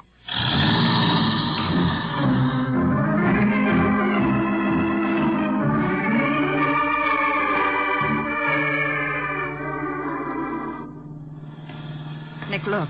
They've stopped at the Riverview boathouse. Yes. They're getting into a launch. But I don't understand. This means they're not going to the tenement area. On the contrary, Patsy. You forgot one thing. The river fronts that area, and the boat running quietly with its lights out might get in a lot easier than a car, especially when all the streets are being watched. We can't let them get away, Nick. What now? I'm going on to the tenement area. You get Matty on the phone. Uh-huh. Have him throw a cordon around this entire area, and tell him to notify the harbor police, too. All right, Nick. Now, Patsy, make it plain to Matty that the harbor police are not to stop the boat, but just keep them under surveillance. We want the ace to pick up that money before he tries a final getaway.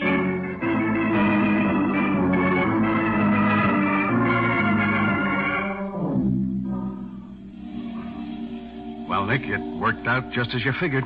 The Ace of Spades came off that boat and went into that 5-story tenement right across the street there. Yes, lucky your men were posted onto those docks, Matty.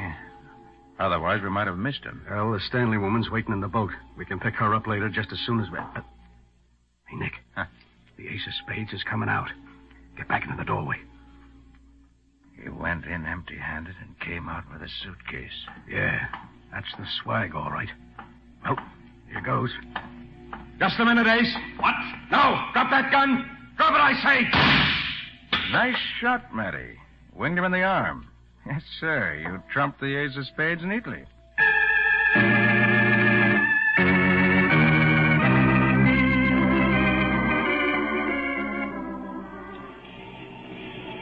Well, Nick, they're starting to tear down these tenements today. Oh, what a place. Even in daylight, it gives me the creeps. Yes, but someday, they tell me, this is going to be a beautiful housing development with parks and playgrounds for the kids. Maybe, but right now it looks like a kind of death house. And speaking of the death house, I wonder what the Ace of Spades is thinking about now. About black on red or red on black? Nick, what on earth do you mean? I just spoke to Matty on the phone a few moments ago. He tells me the Ace of Spades sits in the death cell all day and all night, playing solitaire.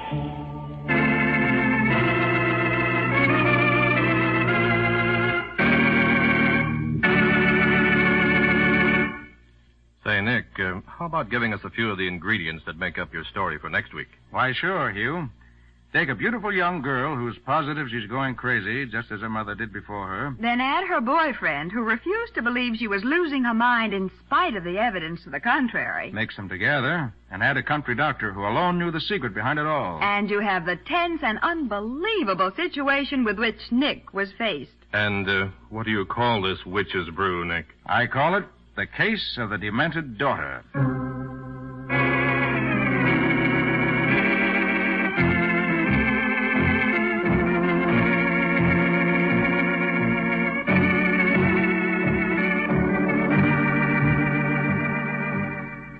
Nick Carter, Master Detective, which is produced and directed by Jock McGregor, is copyrighted by Street & Smith Publications, Incorporated. Pictured stories of Nick Carter appear in every issue of The Shadow comics. In the broadcasts of Nick Carter, Master Detective, Lon Clark is starred as Nick, Charlotte Manson is featured as Patsy, Matty is played by Ed Latimer. Original music is played by George Wright. Script is by Max Ehrlich.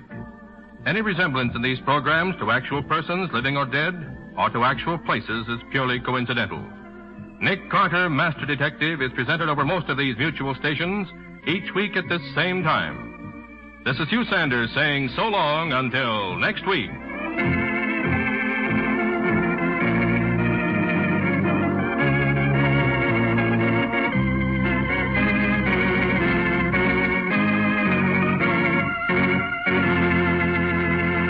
This program was heard in Canada through the facilities of the Canadian Broadcasting Corporation.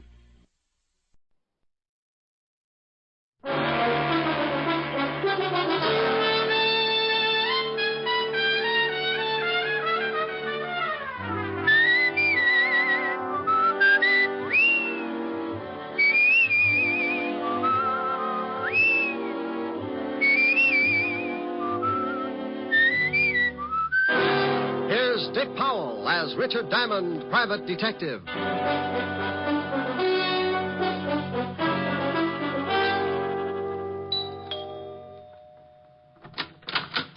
Oh, good evening, Mr. Diamond. Evening, Francis. You look like you're going out. Yes, sir. Miss Asher wants me to go down to the delicatessen for some cold cuts. Oh, where is Miss Asher? In the study, sir. Well, I'll see you later, Francis. Why don't you bring back some roll mop?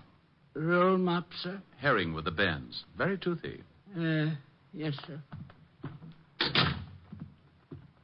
Ollie oxen free. Rick.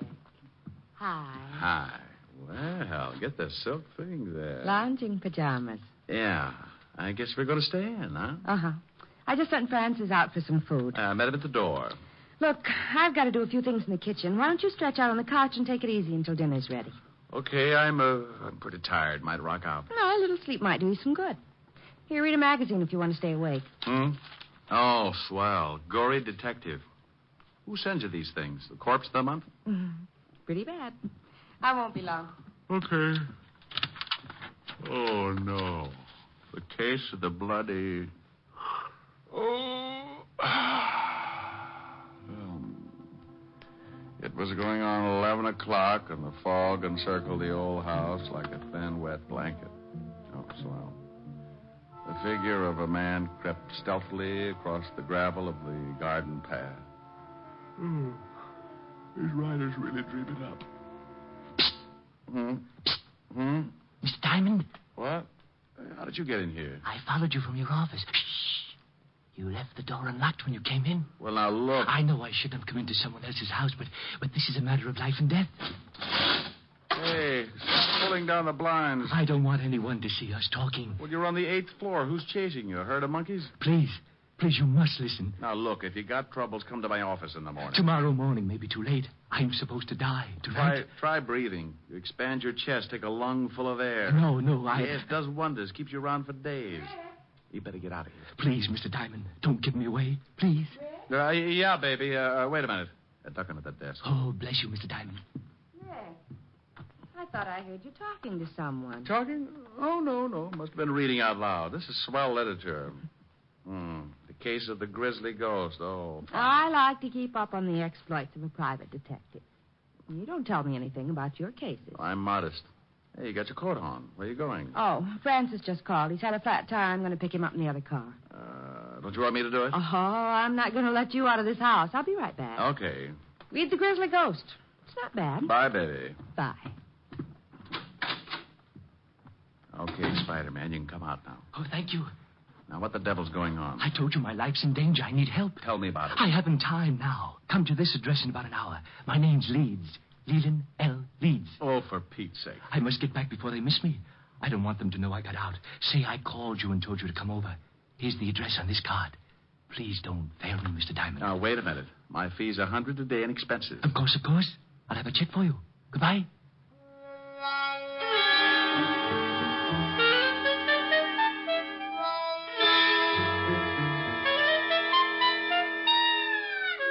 He went out like an undertaker stealing a can of embalming fluid, and I poured myself something just about as strong.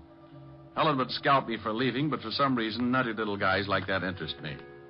I left Helen a note saying I'd be back later and took off to the address Leland L. Leeds had given me.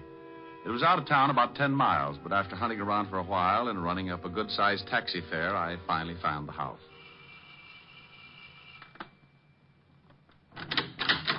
Yes? Yes. I got a call from a Mr. Leeds at this address. He asked me to come over. My brother? I don't know. Well, it couldn't have been. He's very sick. He's upstairs sleeping. Well, he was just coasting off to Dreamland when he called me. I think you'd better let me in. Oh, a detective. All right. Just, what did my brother tell you, Mr. Diamond. He said his life was in danger. I'm Nina Leeds. I think you'd better come into the living room, Mr. Diamond. Dr. Miller can explain things better than I can. Sure. Roger? This is Mr. Diamond. He's a detective. Oh? Lee just called him. This is Dr. Miller, Mr. Diamond. Hello, Doctor. How do you do? You from the police? No, private stuff. Oh, I see. Now, Mr. Diamond, I'm afraid you made a trip for nothing. Well, here are the drinks. George, this is Mr. Diamond. He's a private detective. What? Mr. Diamond, this is George Brodeen. How are you? Oh, fine, thank you. Anything wrong? I don't know. Lee phoned Mr. Diamond and told him he was in danger. How did you know that, Doctor? I told Miss Leeds what he said, but not you. I'm Mr. Leeds' doctor. He's having a nervous breakdown and suffers from an extreme persecution complex. If he called a detective, I'm sure he must have said something like that. That's quite correct, Mr. Diamond. What do you do, Mr. Brodeen? Why, I'm with the New York Museum. I'm a friend of the family. I've been watching Lee break up for the past month. Mm-hmm. May I talk to your brother, Miss Leeds? I don't think you can. I gave him a very strong sedative. Let me get you a drink, Mr. Diamond. When Lee wakes up, you can talk to him. Sure.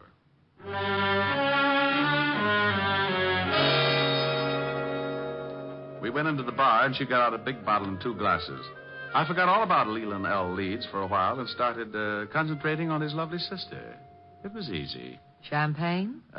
Sure, but I've run out of slippers. I've got a small foot. Might take you a long time to get enough. I drink fast. It's the open toes that bother me. I like the patter. Where'd you come from? Same place you did, lover. Experience Alley. What do people call you after they get to know you better? Oh, different things at different times. For now, you can call me Rick. And later? Oh, you'll think of something easier. It's like that when you haven't got much time to talk. Here's to later, Rick. Yeah. What does the doctor specialize in? Roger's a brain specialist. Mental disorders mostly. It's Lee. He's off again. Maybe he's been listening to Sam Spade. Come on. You'd better stay down here, Nina. I'll take care of it. I'm going up. Lee needs me. George, get my bag. It's in the hall. Right. You'd better not come in, Mr. Diamond. I think I'd better. Lena. Lee, what is it? I saw the blood again. Oh, Mr. Diamond, I'm glad you came. Now, calm down, Lee. Everything's going to be all right. Get away from me. He thinks I'm insane. You all do. You want my idol, and you stop at nothing. Now, there's no sense in this much self-indulgence. Here's your bag, Roger. Thanks. What are you going to do? Just give you something to make you sleep. I don't want to sleep. I'll wake up and see the blood again. There's no blood. It's just your imagination. You're overwrought. You think I'm crazy. But I saw it. I tell you, I saw it. Now, this won't hurt. No, I don't want to sleep. Please, Mr. Diamond, help me. Lee, do what Roger tells you for my sake. Come on. The injection should take. I'll get up. Just a minute. I won't go to sleep. Lee, please. Then leave Mr. Diamond with me. I want to talk to him.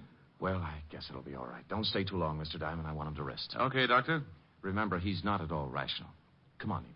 I'll see you downstairs, Mr. Diamond. Hey, what's the idea, Leeds? I'm locking the door. I don't want anyone coming in. Pardon me for walking around in circles. I got to stay awake. Uh-huh. Those people downstairs are trying to drive me crazy. They must have been working overtime. They're after my idol. Your what? My idol. That carved image standing on the night table. Oh, yeah. Here, look at it. Look at it. Well, that's dandy. How many box tops did you have to save? Mr. Diamond, at this moment, you are holding $100,000 in your hand. I am? Last month, my grandfather passed on and left his entire estate to my sister and me. Among the effects was that idol. It was left to me. What is it, platinum? Oh, no, Mr. Diamond. That is the lost idol of King Tut. I always wondered what happened to it. Oh, then you know the legend. Well, I'm a little hazy on it. Maybe you'd better bring me up to date. Oh, of course. It was supposed to have been buried with King Tut. However, the story goes that a slave absconded with it before they sealed the tomb. And that makes it worth $100,000? I guess so. You guess. You don't know? I only know what my grandfather told me before he passed on. He told me its value and said there was a curse on it. What does it say? Crime doesn't pay? Well, Mr. Diamond, it seems that on the first night of the new moon, after one has gained possession of the idol, he will die. Next week, Tom Swift and his electric grandmother. You don't believe me? Oh, sure. No, you don't. You're just like the rest. But it may interest you, Mr. Diamond, to know that 1 month after the idol was uncovered and my grandfather gained possession, he died. It was a new moon. How old was he? 74. Oh, well, that couldn't be it. Now, relax and tell me why you came to me. What about your fee? Oh, forget it. You can just buy me a broom to ride around on. Good night, Mr. Leeds. Remember, Mr. Diamond, it's a new moon. You don't have much time. Oh, brother. Did you talk to her, Mr. Diamond? You might call it that. Now, do you understand? Your point's well taken, Doctor. What about that hunk of stone? Maybe if you gave him a teddy bear? Oh, the idol he's got is absolutely worthless. His grandfather had the same unusual ideas about it. Is there such an idol? Well, there's a legend, but no one has ever found even the slightest clue that it's a fact. Now, I've examined Lee's idol, and it's certainly not worth any more than the granite it's carved from. Well, I'll be saying good night. I hope he gets better. Can't I get you another drink, Mr. Diamond? You certainly deserve something for your trouble. No, thanks. Goodbye, Doctor. Mr. Rodin. Thanks, Miss Leeds. I wish I could make this up to you. I'll take a rain check. It'll be raining a lot this month. Yeah. Well, good night, Miss Leeds. Good night.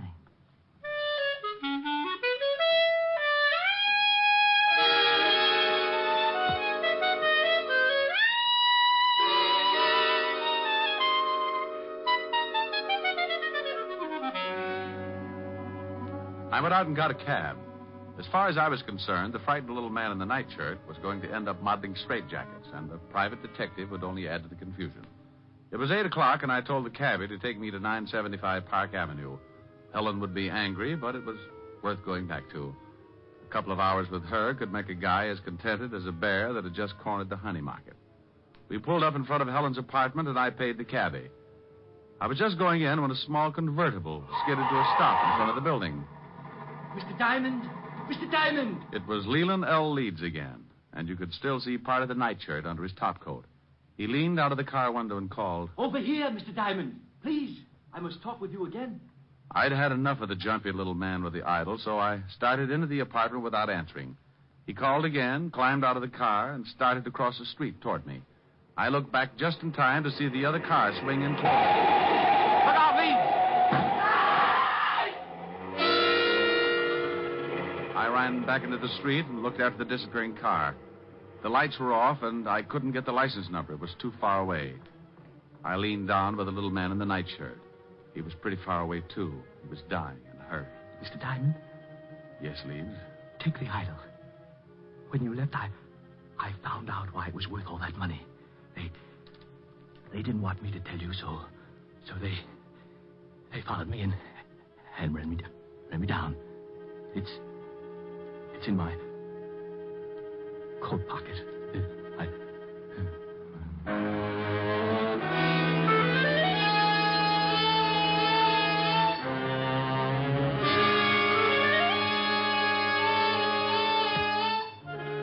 He died lying on his back in the street. Several people were coming out of the building, so I reached into his pocket and pulled out a chamois bag. I guess the idol was inside, so I put it in my coat and went in to call the police. Oh, Mr. Diamond. Miss Asher's been worried. Hello, Francis. Tell her I'm back and let me use the phone. Certainly, sir. She's upstairs. Is something wrong, sir? You look worried. The man got hit by a car. I've got to call the police. Oh, my goodness. Is he hurt badly? Bad enough to get buried. Oh, my goodness. Homicide, Sergeant Otis. Otis, let me talk to the lieutenant. Is this Diamond? No, it's the Beaver boys. Now put the lieutenant on the phone. And what do you do with all those tired jokes? You can't keep using them. I give them away to idiots. Want to start a collection? Oh. Lieutenant Levinson. Walt, this is Diamond. I got a body for you. I go off duty in 20 minutes. Call back then. Lying out in front of Helen's apartment, 975 Park. Rick, my stomach is bothering me. Why can't you be a good boy and stay out of trouble? Take some soda and get over here. Take some soda? Every time you call, I end up taking enough to give an elephant the hiccups. Well, you're a fine one. Oh, I'm sorry, Rick. I didn't know you were on the phone. Wait a minute, Walt. Hello, baby. I'm talking to the lieutenant. Aren't you afraid you'll catch cold in that thing? I'm mad at you. Oh, you're cute. Hey, what's going on? Just Helen. If you could see her, your ulcers would start popping like chestnuts. Say hello. The law sends you his greetings. Hello to the law. She says... I know, I heard it. Now, what about the stiff? His name's Leland L. Leeds. He got belted by a car. It was too far away to get the number. What makes you think it's a job for homicide? Get over here and Helen will give you the story. I've got some work to do. But wait a minute, Rick. Oh, you're getting lazy. What's the matter? Don't you want to find out things for yourself? Rick, what happened? Francis told me some man got hit by a car. Right on your doorstep. Oh. Let's go into the other room, baby. I'll tell you all about it.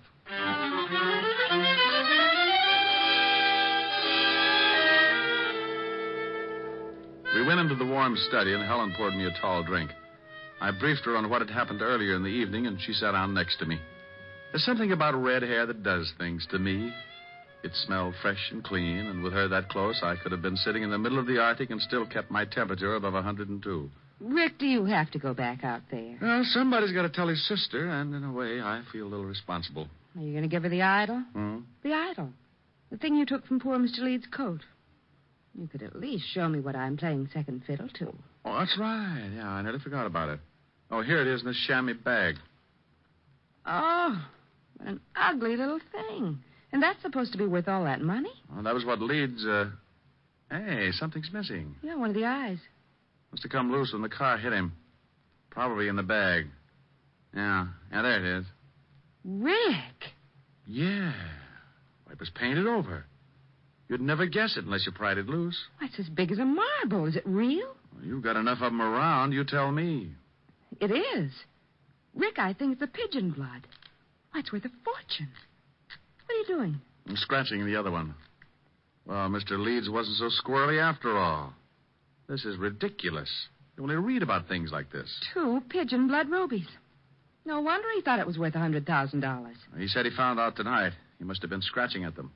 Oh, then it wasn't just a hit and run. I don't know. Baby, I don't want to get hung up with a lot of explanation to Walt. Rick, what are you doing? Taking the other eye out. There. Now here. Hang on to these and don't let them get out of your little hot hand.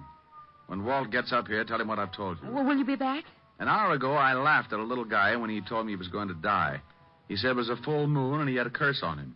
I'm still a skeptic, but I'm a new boy when it comes to voodoo. I've got to hurry over there before the whole bunch of them turn into bats.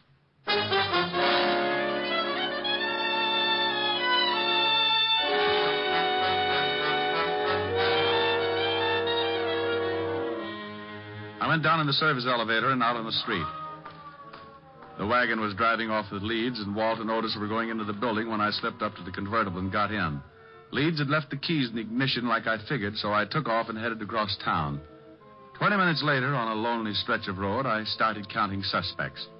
All 3 of them could be in on it. Dr. Miller, who said Leeds was insane. George Brodeen, the man from the museum who said the idol was worthless. And that lovely sister. I didn't notice the car pulling up behind me until it was too late. It was doing a good 70, and as it swung around to pass me, the guy at the wheel cut in sharp and hit me broadside. Hey, look out!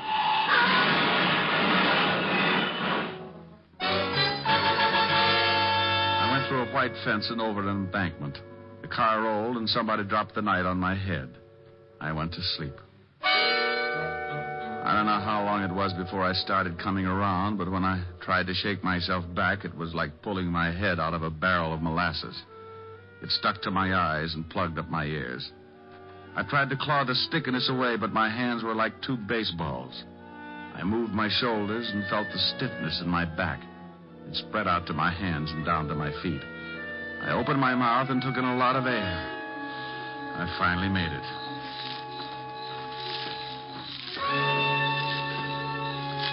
Someone was trying to get me from the highway, so I pulled myself clear of the wreck and started moving in a circle, keeping whoever it was at a good distance. I was too pushed around to put up a fight, so I made it back to the highway and walked along until I found a little gas station on the road. The joint ain't open. And then your lock's busted. No, it ain't. Then I floated through the wall. Where's your phone? It ain't for public use. Try isn't. Okay, wise guy. The joint isn't open. The phone isn't for public use, and you isn't so big you can't get tossed out on your face. And you isn't so wealthy, $5 won't make a difference. Oh, why didn't you say so? Phone's on the wall. Thanks. You know the Leeds family? Yeah, they get gas here sometimes. Hello. Evergreen 34369, operator. How far is the house from here? I'm a little turned around. About a half a mile. Hello, Francis? Is Lieutenant Levinson still there? No? Well, just tell him to get out to 19319 Jackson Heights Boulevard. I've got a killer for him. Yeah, oh, my goodness. Now, hurry it up. You a cop? Shamus. What do you take for the use of your car for an hour? My wife would kill me. I'll drive you wherever you want to go.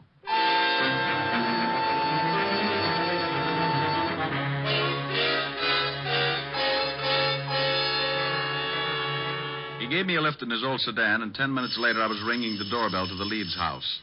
I was glad the girl answered. She made me feel better right away. Oh, Mr. Diamond, come in. Thank you. Where are your friends? Raj and George? They went out to look for my brother. He disappeared right after you left. I'm terribly worried.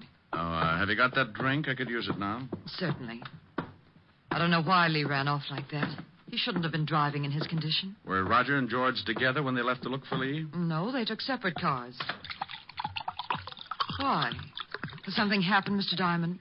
Have you heard from my brother? I guess I'd better give it to you straight. Your brother's dead, Miss Leeds. I'm sorry. Dead? Oh, no. He was hit by a car. It's all because of that horrible idol. That stupid, horrible idol. If my grandfather hadn't told Lee it was worth that much money, this never would have happened. Did you think it was worth anything? No, of course not.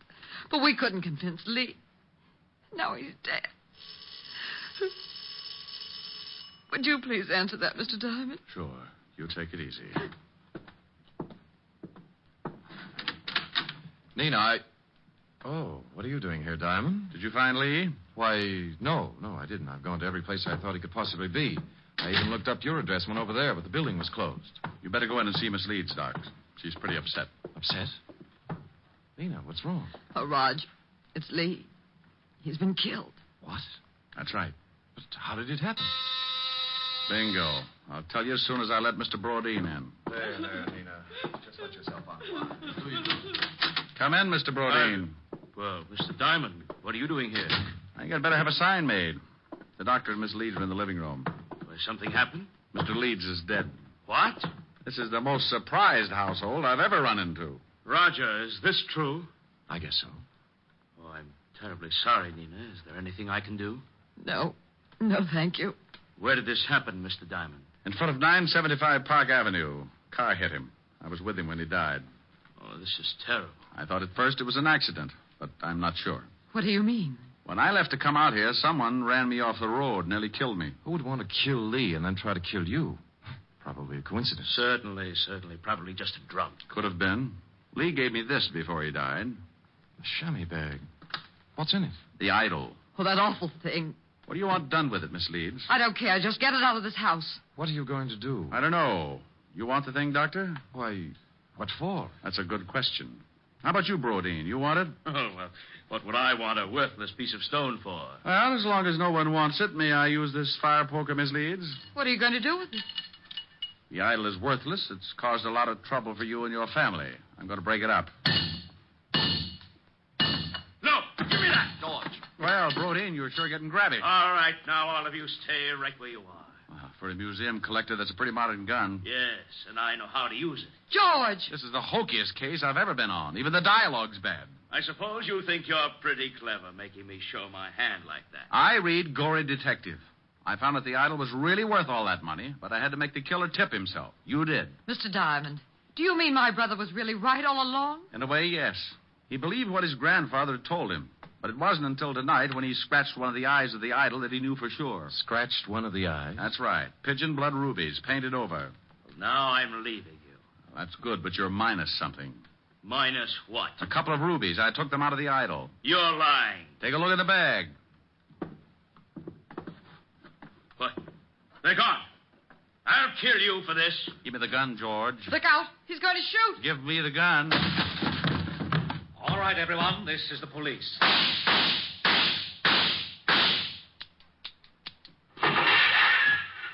Oh. You killed Mr. Diamond. He shot Diamond, all right, Lieutenant. Put the bracelets on him, Otis. Sure. Come here, you. Not him. Put him on Diamond for disturbing the peace. Pin the medal on the other guy. No. Sure thing. How do you like that, wise guy? Oh, no. Rick? No, I'm dying. Ricky? Oh. Rick, wake up. All right, George. Drop the gun. Rick, you've been dreaming. Oh, Helen. Oh, you were having a big, fat nightmare. I came down from upstairs and you were asleep on the couch with Gory Detective. Oh, well, I started reading some story and I got mixed up with Egyptian idols and the rubies. I got shot. That's the case of the ruby eyes. That was the craziest dream. I solved the crime and got shot 6 times for my trouble. Oh, Lieutenant Levinson and Otis came in and arrested me for disturbing the peace. After you were shot 6 times? Yeah. Otis loved it. That wasn't in the magazine. I worked out my own ending. Move in. That's pretty. What are the lyrics? Well, There are an awful lot of them. Sing them. Okay. I'm sitting high on a hilltop, Oh, I remember that. tossing all my troubles to the moon. It's from Thanks a Million. Where the breeze seems to say, don't you worry. With Alice Faye. Things are bound to pick up pretty soon. Here, 'neath the sky on the hilltop, seems to me the world is all in tune. I forget all the bustle and hurry, tossing all my troubles to the moon. I know someone will love me, and everything will be just grand. Just so the stars up above me continue doing business at the same old stand. It's mighty sweet in the evening when I've had a busy afternoon, sitting high, high, high on a hilltop, tossing all my troubles to the moon. Sing it again, Rick. I'm sitting high on a hill. Oh, Rick, the grouse. Yeah, listen to that. Where the breeze seems to say, don't you Hey. worry. How you like that, wise guy? Oh, that's really awful. Yeah, well, maybe you know how I feel when you open that big bazoo of yours. You mean I sound like you do? Look, Diamond, what do you think the rats keep jumping out of my window for? Well, maybe if you had some plastic surgery. And your crummy jokes are as bad as your crummy singing. So please, save the world from a horrible fate and cut your throat or something. Oh, yeah? Well, let me tell you, old boy. I'm sitting high on a hilltop, tossing all my troubles. Hey, you! Shut up! We want to hear Diamond. Yeah, shut your big bazoo. Yeah, shut up! What's that? You heard us. We want to hear Mr. Diamond. Oh, no. Rick. Yeah, my dear public.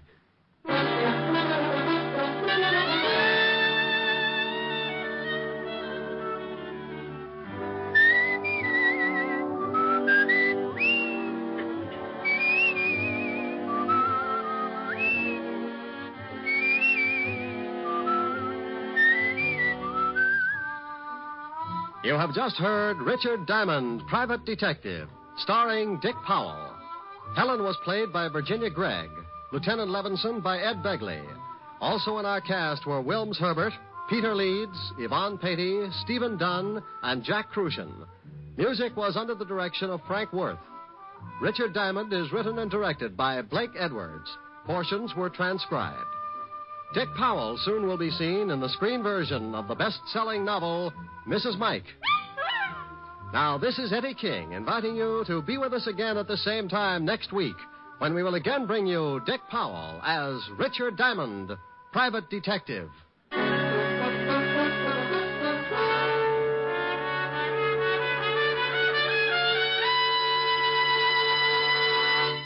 What's on NBC tomorrow? Detective story fans will want to hear Madeline Carroll and Basil Rathbone in the detective melodrama The Amazing Dr. Clitterhouse, tomorrow on Theater Guild on the Air. And for more detecting, listen tomorrow for The Adventures of Sam Spade. He'll present his most humorous caper of the season. Yes, you'll enjoy both Theater Guild and Sam Spade tomorrow on NBC.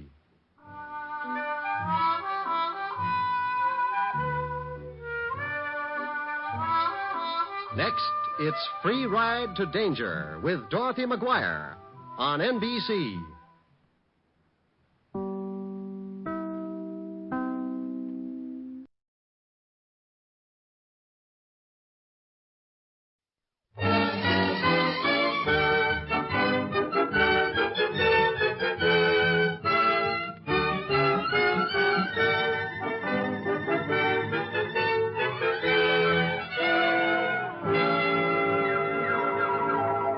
The F.W. Fitch Company, makers of Fitch's saponified coconut oil shampoo and Fitch's shaving creams, presents Dick Powell as Private Investigator Richard Rogue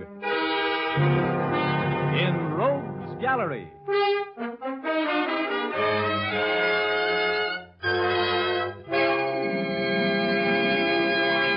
Rogue speaking. You know, there's something about me that is to trouble what molasses is to flies. I never go around looking for trouble. Trouble goes around looking for me. Now, take that afternoon a few months ago when I walked into the press room of the Hall of Justice and found, among others, Clark Ames, the young City Hall reporter for the Chronicle, expounding on his favorite subject, a deep hatred for a man named Fred Curtis, nicknamed the Alibi Master. Ames and the other newspaper men had watched Curtis win acquittals for a dozen different clients, and always by the same route: unbreakable alibis. This made the clients very happy and the district attorney very miserable. The Chronicle, a crusading newspaper, had, at the instigation of Clark Ames, been running an anti-Curtis campaign, bordering pretty close on libel. And Curtis, who was sharper than a razor's edge and harder to catch up with on the horizon, hated Ames with a wonderful passion. Curtis had won the last round, and Ames was telling me about it. So Curtis goes to Williams, my managing editor, and threatens a libel suit. Well, I had gone a little overboard, I guess. And Williams had to let me go. Temporary layoff until the heat died down. But now I'm back on the job, Brogue, and I'm solid. And you wait until that phony Curtis sees me sitting here. Wait till he finds out I'm back on the job. Huh? Look, Ames, I've been around this town for a while, and if I'm picking out a guy to buck, it won't be Fred Curtis. Huh? How come you decided to make a career of locking horns with the smartest mouthpiece in the business? How do you expect to win? Oh, don't worry about it, Rogue. I got that phony right where I want him. You wait a couple of days, that's all. Mr. Alibi Master Curtis is going to be nailed to the Chronicle's masthead. Hello, Ames. Did I hear you taking my name in vain? Could be. How uninteresting. What are you doing sitting around in the press room? It's reserved for the working press. Hello, Rogue. How are you? How's your trial going, Curtis? Oh, my client will have dinner at home tonight. Jury just retired. Your client is guilty as the devil, Curtis. What's his alibi this time? Now, you know he couldn't have committed the crime. I've just proved to the jury that he was in San Francisco at the time the murder was committed. How are you getting along on your unemployment insurance, Ames? It was a pleasure getting you fired. Too bad it didn't last. Well, I'm back on the job, which means I'm right back on your trail. That's bad news for you, Curtis. Do me a favor, will you, Ames? When you call in the report of the not guilty verdict the jury's about to bring in for my client, tell your stupid managing editor I'm filing a libel action against him the first thing in the morning. Look, Curtis, let's go in the courtroom, will you? I'm going to be there when the jury comes in. Okay, Rogue. Oh, here, Ames. Here's $10. Go get a haircut, will you, kid? And have your suit pressed. And don't forget to spell my name correctly when you phone that story in. Here's your 10 right in your face, Curtis. I'll see that your name is spelled right. In the biggest type in the shop, right at the top of the page, when you're tried for falsifying evidence. And that's going to happen to you awfully soon, wise guy. Here. Take it easy, Ames. Oh, let him talk. Let me give you something to kick around in that warped mind of yours, Curtis. You remember a guy named Don Thompson? Your alibi witness for Ed Harris a year ago. I'm sure you remember Thompson. What about him? Would it put a crimp in that famous poise of yours if you knew that Thompson had given the Chronicle a signed and witnessed statement admitting that he had perjured himself in that alibi statement for Harris? That is preposterous. Is it? Well, you'd be in quite a spot if the Chronicle happened to have a statement like that, wouldn't you, Curtis? A statement that swears that you paid Don Thompson $1,000 for the perjured testimony that kept Ed Harris out of the gas chamber? That'd sure stop your clock, wouldn't it? Have you been drinking, Ames? You sound even a little more illogical than usual. Oh, that's right. You like logic, don't you? Mm-hmm. Well, figure this one out. I've been trying for some time to get convicting evidence on you. You got me fired for trying. The Chronicle was scared of a libel suit. But all of a sudden, my managing editor, Williams, doesn't seem to be very afraid of your suing the paper. Now, what could be the reason for him giving me my job back? It could be that statement from Thompson did it, couldn't it? All right, now sweat it out, Curtis. You'll be seeing your picture in the Chronicle with bars in front of you and a number on your chest in about 48 hours. Not even one of your phony alibis can keep you out of this rap, big shot. I suppose I should be annoyed by such juvenile threats, but I just don't seem to be able to take you seriously, Ames. And the next time I give you my attention, you'll never work on a newspaper again. Coming with me, Rogue? No, not now, no. I think I'll stay here and use the telephone.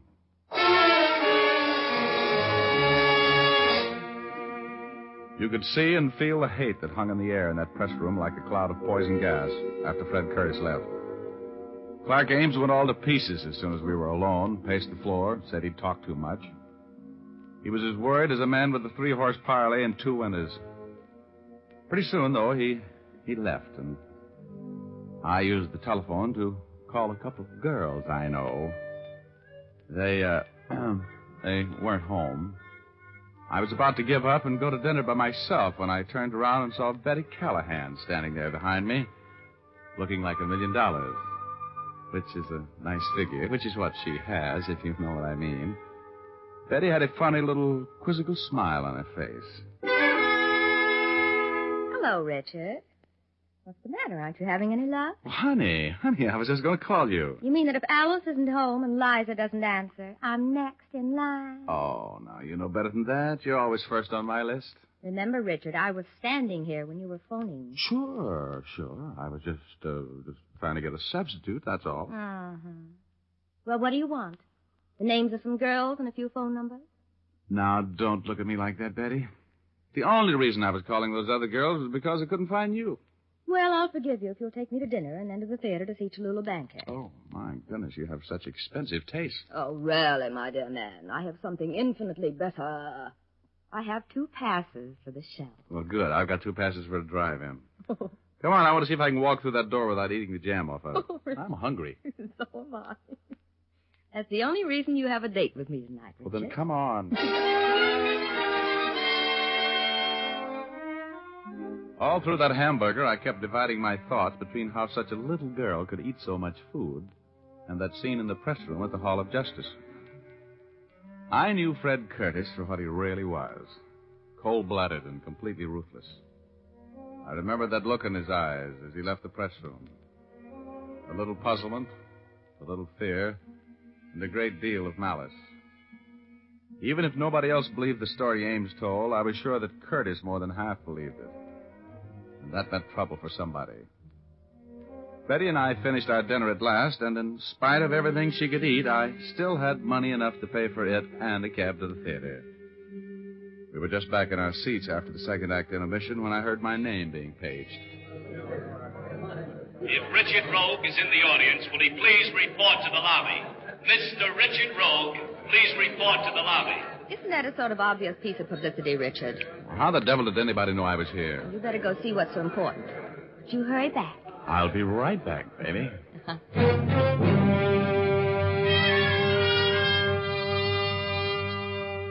I had a bad hunch as I walked up that aisle. Those little chills that always race up and down my spine when I'm walking into trouble were acting up. I didn't know what to expect as I walked out into the lobby. Then I saw Clark Ames standing there. His face was as white as a dove's wing, and his eyes had the strained look that is the aftermath of seeing violent death. Rogue. Yeah, what's the matter, Ames? You look like you've seen a ghost. I've seen something worse, Rogue. You got to come down to the Chronicle with me. Now, get a hold of yourself. You're shaking like a dice cup. What's the matter? Williams, my managing editor, was just killed. Huh? Murdered in his office.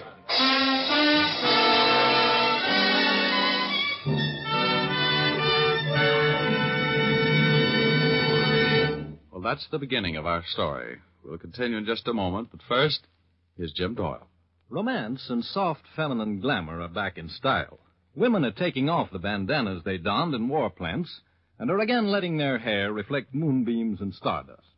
That's why Fitch's saponified coconut oil shampoo is in more demand now than ever, because Fitch's saponified shampoo brings out the radiant beauty of your hair.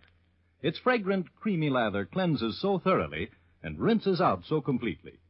Fitch's saponified shampoo contains its own patented rinsing agent, so no special after-rinse is needed.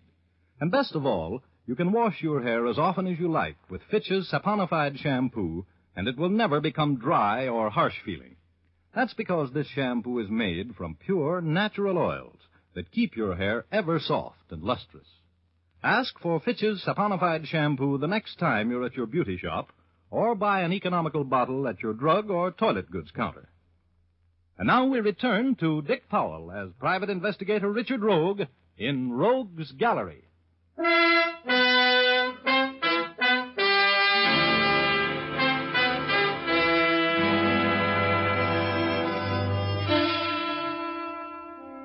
Well, I was working. The publisher of the Chronicle was paying me $1,000 for putting the long, cold finger on the murder of Williams, the managing editor. I was pretty sure I knew who the murderer was, so it looked like a soft buck. When Ames and I arrived at the Chronicle, homicide was already there. My friendly enemy, Lieutenant Urban, was in charge, as usual. He walked over from where he was examining the remains of the late Mr. Williams. Hey, Sam, help me with this. What are you doing here, Rogue? Now, Urban, you know whenever anything comes along you boys can't handle, they always send for me. Who's paying you? The publisher of this paper. Now, shall we go on with the third degree, or shall we get to work on the murder? What do you know about it? More than you do.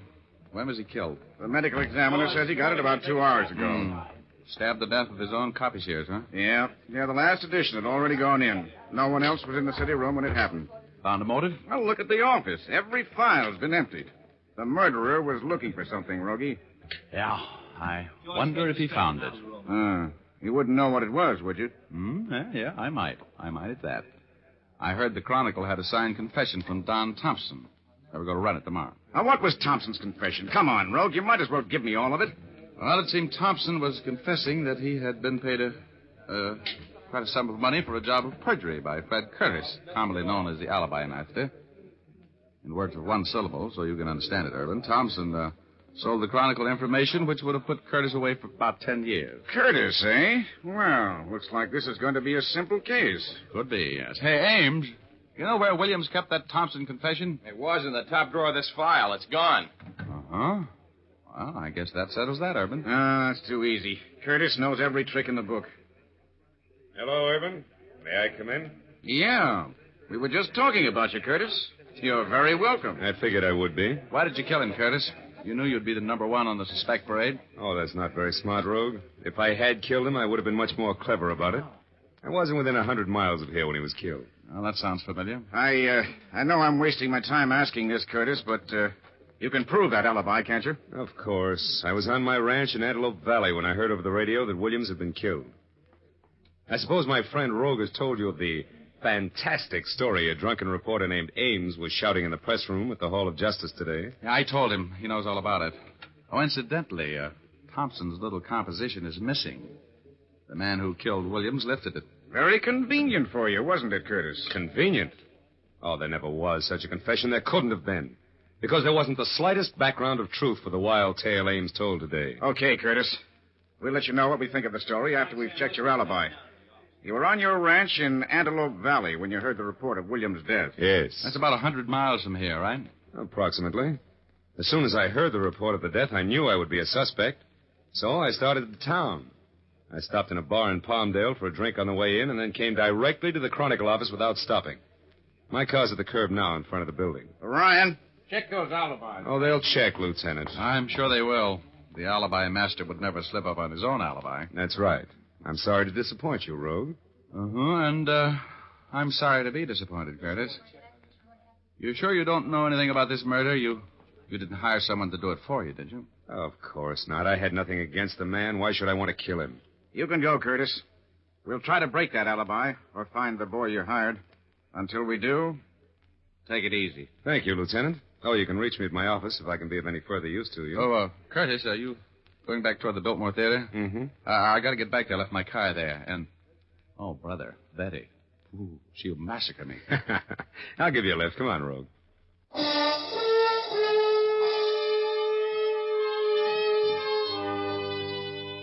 This Curtis guy was strictly the deluxe type. His car was a long, sleek black job a few sizes smaller than the Queen Mary, but with approximately the same amount of power. We got in.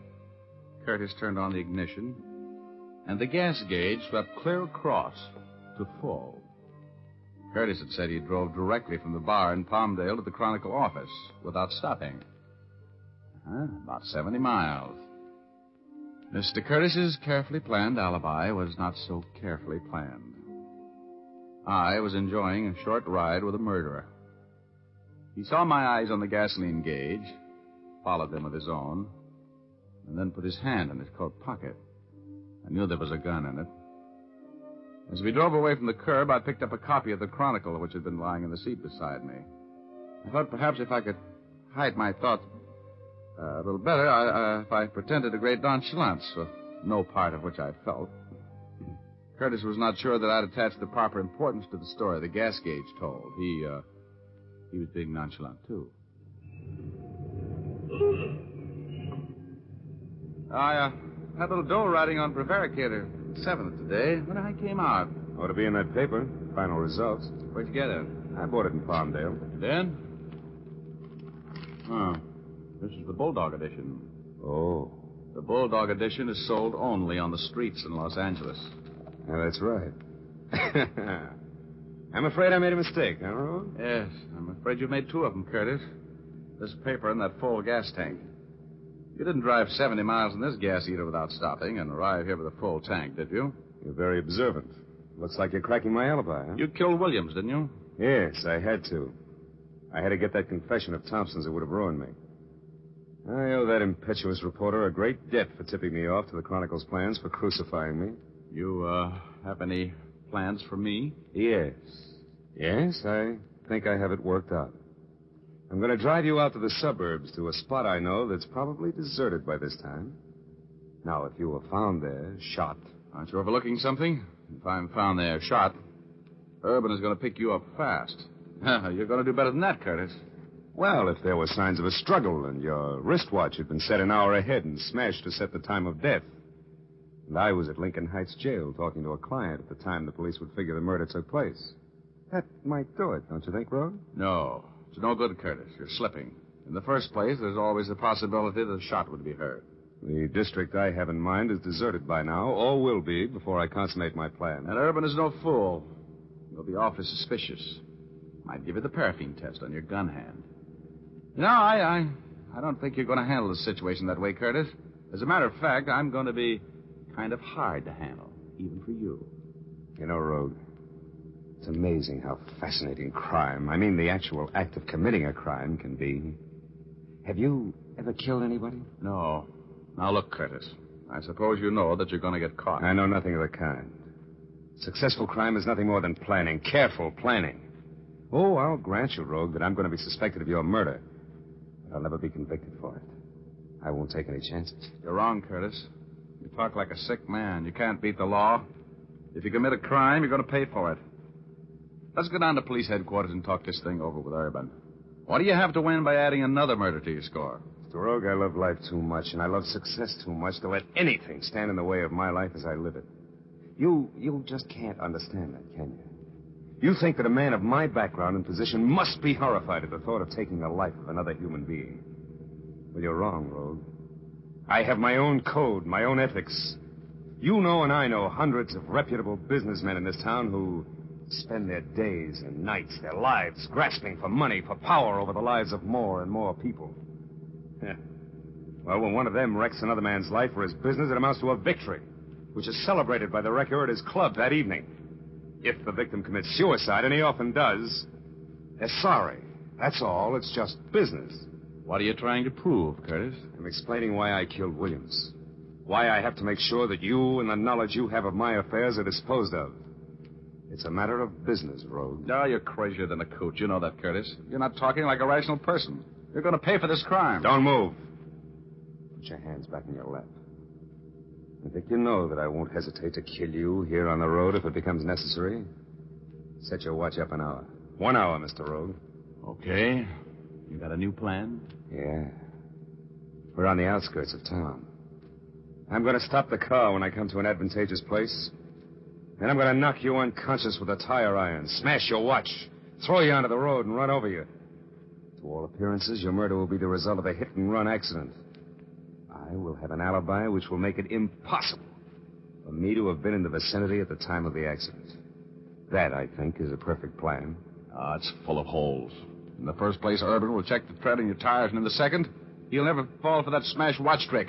You'll never get away with it, Curtis. You've been buying up juries and alibis and evidence for so long that you forgot that they're honest people. People who can't be bought. Urban's one of them. He'll stay with you until he gets you for killing me, Curtis. Now, you'll have to come up with a much cleverer scheme than what you've thought of so far. Maybe you're right, Rogue. What are you doing? What I'm going to do now, Mr. Rogue, won't need any alibi. Look out, you fool. Curtis! Curtis, give me that wheel. Sit back there, Rogue. Get your foot off that accelerator. You're going to hit. Turn that wheel. Give me that wheel, Curtis. Goodbye, Mr. Rogue. Let go of that wheel. Let go or I'll shoot.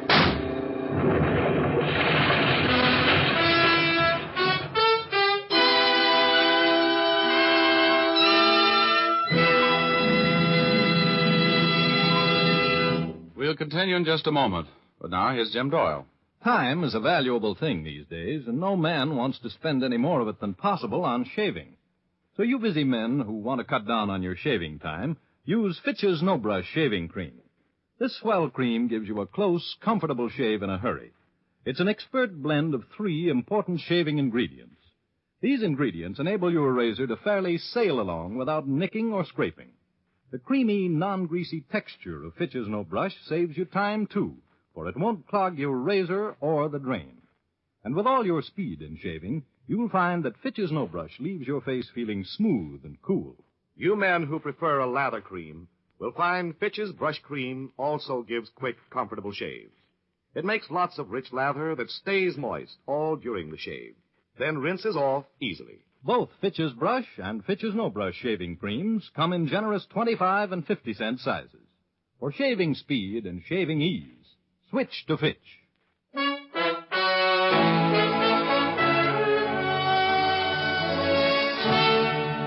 Now back to Dick Powell as Richard Rogue in Rogue's Gallery.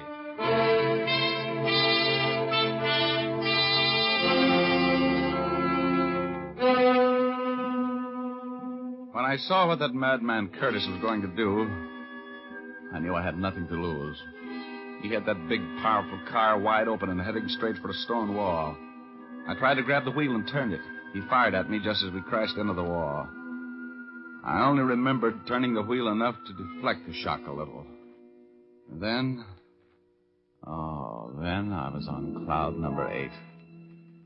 Hugo was there, waiting for me. Hello, Chief. You had a close call there. Hey, Hugo, where have you been? Well, I had a little trouble with the OPA about Cloud 8, and I had to go and see them. Oh. Then I had a tough time getting a reservation back. But I'm glad to see you, Rogie, with your usual bump on the head. Oh, am I dead? Only the good die young, Rogie. Hey, you got company. An old friend of yours is up here. Look, over on Cloud 9. See him? Oh, Curtis. He isn't dead either, huh? Oh, no. But I sure thought I was out of a job when I saw you slamming into that wall, Rogie. You ought to take better care of yourself. Than me. Yeah. Look, I gotta get out of here, Hugo. How badly am I hurt? Oh, you're okay. That car was built to take it. You won't be playing any gin rummy for a while, and you can't collect on your insurance. Give me a little boost over the side. Will you, Hugo? I gotta get downstairs before Curtis does. Sure, Chief. Here you go. So long, Rogie.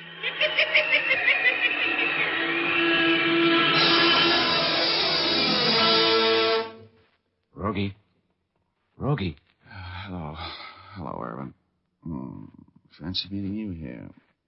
Receiving hospital? Yeah. What have you been up to? What were you trying to do? Kill yourself? No. Is Curtis here? Yeah. Now, I'll ask the questions. What happened? How badly is Curtis hurt? Leg broken, that's all. He's still unconscious. Look, Urban. He killed Williams. He tried to kill me. He admitted it, eh? Yeah, after I caught a couple of flaws in his alibi. You got enough dope on him to make it stick? I don't know. It would be my word against his. But I got an idea. An idea that might cinch the deal. Every once in a while, you do have a good one. Get the chief surgeon over here, will you? I'm going to need his help. Okay. Here. Lie down there. I don't want anything to happen to you, Rogie.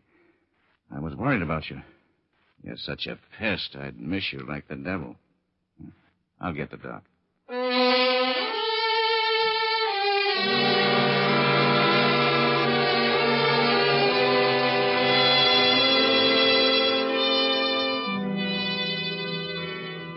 When I outlined my scheme to the chief surgeon, he looked for a minute like you might call him the head of the psychiatric ward. But with Urban's help, I finally got him to agree to play it my way. He bandaged Curtis from head to foot, put constricting straps across his chest, and cinched him down like a saddle on an outlaw horse. Then they put him in an oxygen tent and brought him out of shock. Urban pulled out all of the stops as he stood by the side of the hospital bed and talked to the murderer. Like a father. Curtis, can you hear me? Yes. Who is it? Lieutenant Urban. Did the doctor give you the bad news yet? Yeah. Crushed chest. Nothing they can do, I guess. No. You haven't got long to live. Anything you want to tell me? Might as well go with a clear conscience. Did you kill Williams? Yeah. Yeah, I killed him. I had to do it. I killed him. I killed him.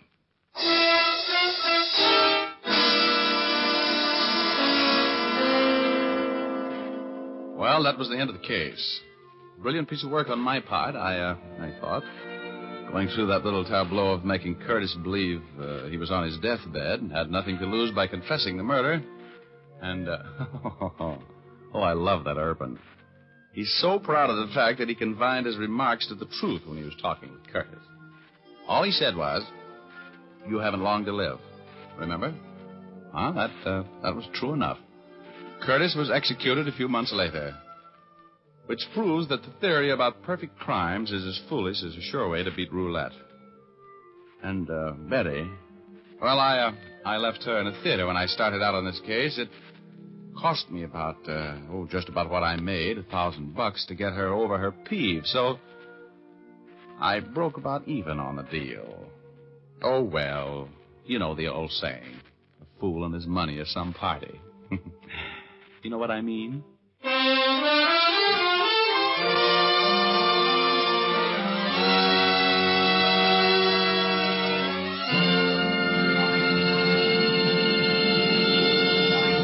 This is Dick Powell again, ladies and gentlemen. Hope you enjoyed our story tonight. Ray Buffum wrote it. Leith Stevens composed and conducted the music, and D. Engelbach produced and directed. Don't forget, you've all got a date with us next Thursday night. We have a story for you about the last time a rogue saw prison. So make a date with us, will you? Thanks for listening. And now, once again, here's Jim Doyle. Be with us again at the same time next week. Oh, and be sure to see Dick Powell in his latest RKO picture, Cornered, at your local theater soon.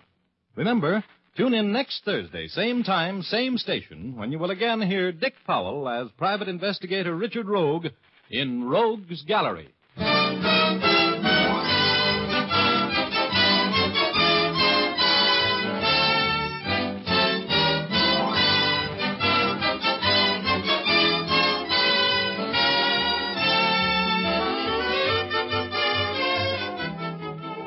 Remember, if dandruff is your problem, ask for Fitch's Dandruff Remover Shampoo. It's the only shampoo made whose guarantee to remove dandruff is backed by one of the world's largest insurance firms.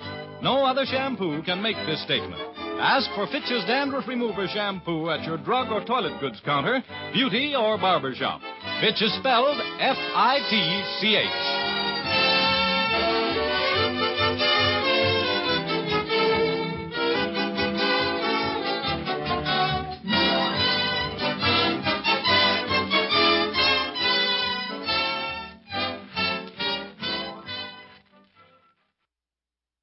The Adventures of Sam Spade, Detective.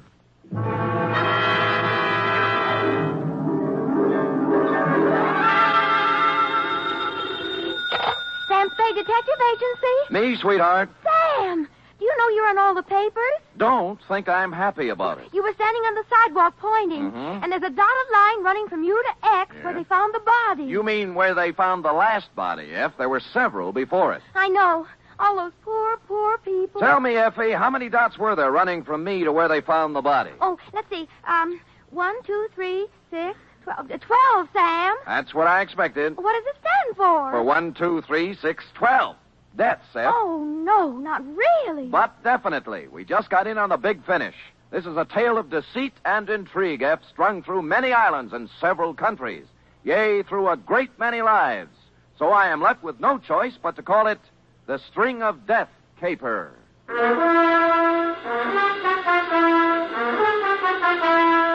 For NBC, William Spear, radio's outstanding producer-director of mystery and crime drama, brings you the greatest private detective of them all in The Adventures of Sam Spade, Effie! Here I am, Sam. Don't shout. How are you, Sam? Oh, I'm all right, I guess. Oh, let me look at you. Yeah. Sam, you need a rest. You've been staying up too many nights. And going around with the wrong people. You don't have to tell me. Well, I have only this to say. If the people I've been going around with lately won't be going around anymore, so don't worry about me. all right, Sam, if you say so. But you look so terrible. Your eyes are bloodshot. Aren't everybody's? And your hands are shaking. True, Effie, and here's why. Take it down. You ready? Well, don't make it too gory, Sam. Effie, I am not going to pull any punches. You'll have to take it as it came, the way I did.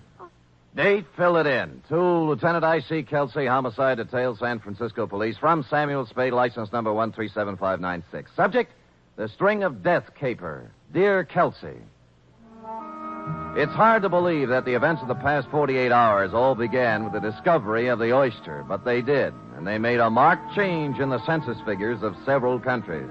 The whole thing was incredible. The most incredible part of it was that I was careless enough to let myself get mixed up in it. The entire See Me saga began 2 days ago when my door opened and a woman walked in. Showgirl, type 7B, tight black skirt, too tight blouse, red alligator shoes, hair overdone in somebody's peroxide oven, you know, that kind of stuff. She chewed gum, of course, and swung a black patent leather handbag. And her charm bracelet was so loaded, I wondered if she could lift her arm. Let's face it, I'm stranded. Really? Where? Where'd you think? Here, right in this town. Well, my sympathies. Won't you sit down? Thanks. You're a gentleman. Well, even so.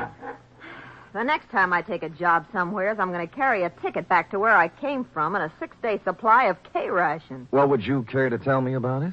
I was doing an act at the Gay Paris when the blow fell. Yes? They had a big floor show trying to boost business. But it didn't boost. It busted. Oh. The place was padlocked. Likewise, the owner's pocketbook. We were out 2 weeks' salary. We? I was the Olga half of the dance team of Ricardo and Olga. And then? Ricardo, the creep, must have been tipped off because the night we closed, at the end of his first number, he danced off the floor, out through the stage entrance, and was never heard from again. Well, I always say we're better off without those kind of people around anyway. Not when he buffaloes out with all your savings. I hate him already. Well, I sent a wire to my booking agent for help, and his answer came back something like this. Here, they're starving in the streets.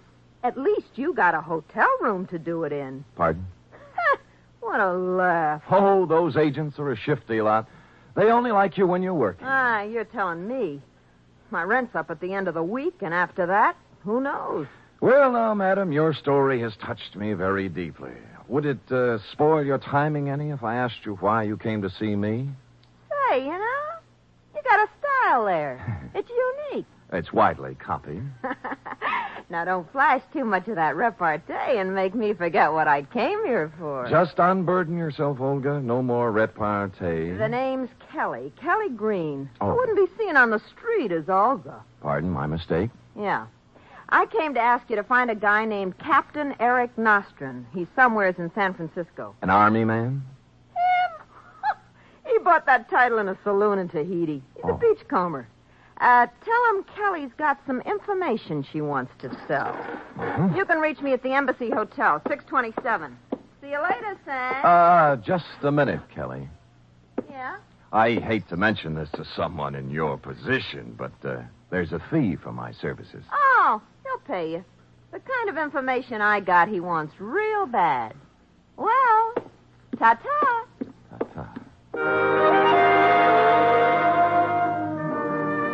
Clearing everything off my desk, 2 shoes with feet in them, mine, I embarked on this dangerous assignment, if Brian Donlevy will pardon the expression. You know, I am not without sources of waterfront information, and in a couple of hours I found myself in a bistro called the Backwash, a place that hangs so precariously on the west bank of the bay that flies come to study it.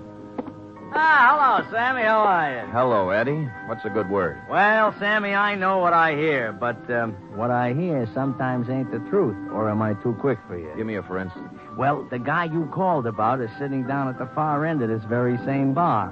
At least he calls himself Captain Eric Nostrin. This is what I hear from my side of the bar. But whether he is or not what he says he is only something that can be verified by investigation. Or am I too quick for you? I'll have another pint of beer, bartender. Let me buy it.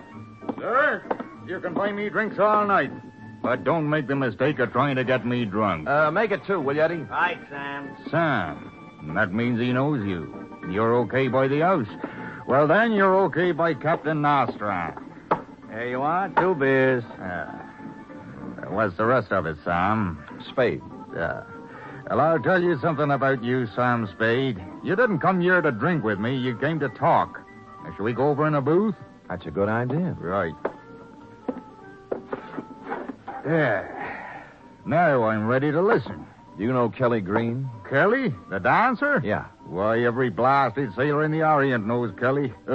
Let me see now. The last time I remember her, she was dancing on a table in Singapore for some Dutch officer. Well, she's in town right now. She said she has some information you'd want to buy. I'll bet she has. You a friend of hers? Since this morning. Oh, that's long enough for me. Now, what are you? Private detective? I am, and that brings up one other point. She said you would pay me for finding her. Oh, surely. What's your fee? 25 will do. Yours 50. No. Look, take it now. As far as I'm concerned, you've earned it. Now then, what's her address? Embassy Hotel, room 627. Well, I'll get in touch with her. Well, see you around. Hey, wait a minute, Spade. How would you like to find someone for me? Why not? Who are you looking for? A man named Chan Lee. Now, suppose I tell you the old story now. You take a look at these. Look here. Feast your eyes. He took a swatch of velvet cloth out of a sea jacket pocket and opened it. On it were 6 very large, very breathtaking, rose-colored pearls. Nostrin's eyes flicked over each pearl as if he knew it by name and lineage. He let me stare at them for several silent minutes before he spoke again. Did you ever see such timeless beauty captured in 6 perfect spheres? Oh, I haven't seen many like those. And there aren't many. 12, to be exact. 12 in all the world. Now, what are pearls like that worth? Well, any jeweler in the city would give you $5,000 a pearl for them. But if I had all 12, I could sell the set for $75,000. How'd you get half of the 12 pearls, Nostrin? You ever hear of the Toi oyster banks off the Borneo Islands? No, I haven't been pearling lately. Well, I have. Well, is that where these came from? That's right, from the Toi banks. A friend of mine in Jolo, named Hong Kong Ari, tipped me off that 12 perfectly matched rose-colored pearls could be picked up at Cagayan Sulo from a wholesale buyer called Dong Se Mao. Well, which is it? I shipped over on a catch with 2 other men. Dong Se Mao asked 12,000 pesos for the lot, and I took them. Damn, when we left Cagayan Sulu, I got caught in a storm and I went overboard. But I didn't fall accidentally, no. I was hit on the head and thrown overboard. Your buddies wanted the pearl. They got 6 of them in my sea bag. The other 6 were sewn inside my belt. I still have those. Well, I traced those 2 guys all over the Orient. But both of them was killed. The Morrow curse, they say. So far, 8 people have died over these pearls. The Morrow curse? Corny, isn't it? Yes. Anyway, the rumor is that the other 6 pearls have found their way to San Francisco, and that a man named Chan Lee knows about them. I've been here 48 hours, and I haven't found him. Well, what do you plan to do when you find him? Don't you worry, Spade. I have a buyer. I'll pay cash for him. All right, I'll give you $50 worth of looking for Chan Lee. Now, where can I get in touch with him? Are you in the book? Yeah. Then I'll find you. Just one thing, Spade. If Kelly likes you, you must be straight. Here, take a pearl. Now, wait a minute, Nostrand. You just said each one of these pearls was worth $5,000. $7,500 to me, but I want to play it this way. Now, if you find Chan Lee, you ask him if he knows me, and ask him if he knows about the pearls. Now, maybe he won't talk to you, so if he doesn't, just show him the pearl, and then walk out. He'll fall all over himself to find me. Well, you know best. I assume no responsibility for this pearl, though. I can handle the responsibility for both of us.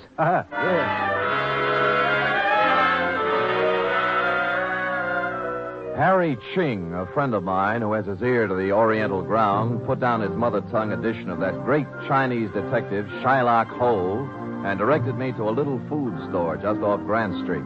There were a number of people in the store looking at merchandise. My man was small and fat and behind the counter. Good afternoon. May I assist you? Chan Li? Oh, no. My name Li Yuan. Well, Harry Ching told me Chan Li would be here. Oh, before my name Li Yuan, my name Charlie. A personal reason for change. You understand? Not fully, no, but I'm not here to inquire about that. Ah. Tell me, do you know a man named Captain Eric Nostrum? No. Never hear name Captain Nostrano. Look, he's big, red-pointed beard, rough. Register? Sorry, no. Ever hear of the rose-colored pearls of Tawatawi? Oh, you joke. Why you talk pearl with Li Yuan? I deal Chinese food, not jewelry. Well, I might have the wrong Chan Li, but do you know anything about pearls? Oh, I can tell good pearl from bad pearl. My uncle was pearl trader. Well, take a look at this. Oh, let me see. Oh, Well, don't put it in your mouth. I just bit it to test skin. Oh, yeah. Sure you joke with me. Joke about what? I know where 5 more are just like that, worth $5,000 apiece. Somebody pull your leg. This pearl, Japanese culture pearl, artificially color, worth maybe $5. Really? Yeah, next time, don't play joke on Chan Li. Li Yuan. Oh, yes. That me bold.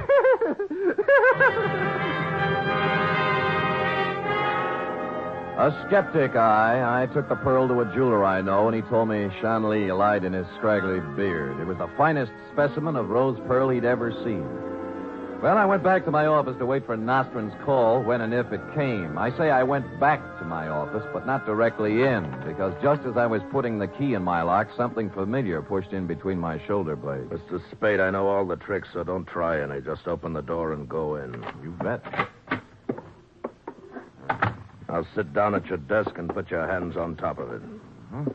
Yeah, you were looking at the tea in Chan Li's store, weren't you? I was.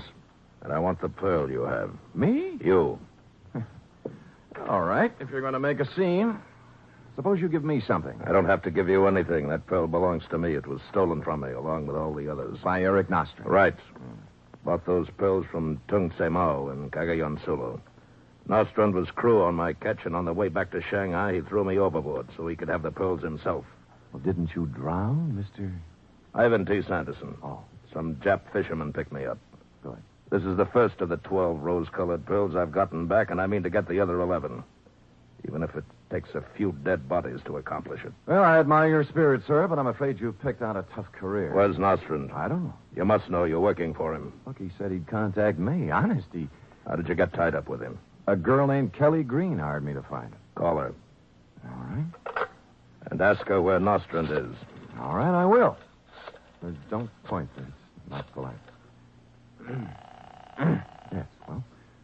Embassy Hotel. Oh, 627, please. Whom are you calling, please? Miss Kelly Green. Hello? Kelly? Yeah? Sam Spade. Yeah? Did Captain Nostrand get in touch with you? No. Did you find him, Sam? I did. Well, he hasn't come up here yet. Not just Sam. Thanks for calling. Goodbye. She hasn't seen him yet. Thank you, Mr. Spade. I'll be checking with you from time to time.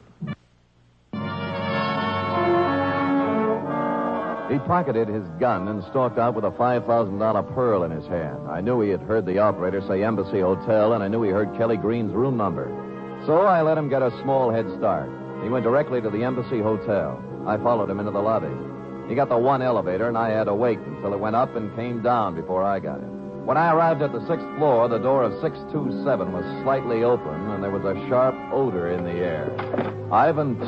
Sanderson wasn't there, neither was Kelly Green. But dragging himself across the floor, trying to reach the door, was Captain Eric Nostrum. He had 2 bullet holes in his back. I tried to help him, but he was beyond help. He collapsed, dead. As his body relaxed, his mouth slowly opened, and 5 rose-colored pearls rolled out.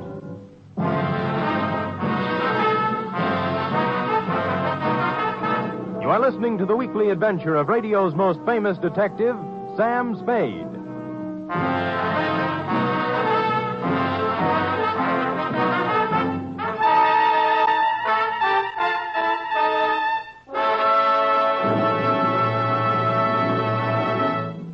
3 chimes mean good times on NBC. There's music and mystery with the chimes every Saturday. Tomorrow evening for mystery, Herbert Marshall stars as the man called X. In all the strange and far-off corners of the world, wherever there is intrigue, danger, and romance, there you will find the man called X. For music, there's your hit parade with the top tunes in the land as selected by you and brought to you by Snooky Lanson, Eileen Wilson, and the Hit Paraders. Last week, Tennessee Waltz and My Heart Cries for You were the top tunes across the country. Will they topple? Well, you'll have the answer tomorrow on Your Hit Parade.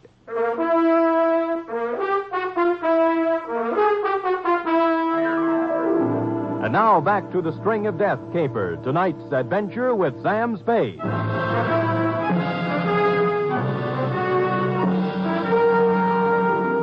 After I found Nostran's body, I called you, Lieutenant Kelsey, and told you as little as I could.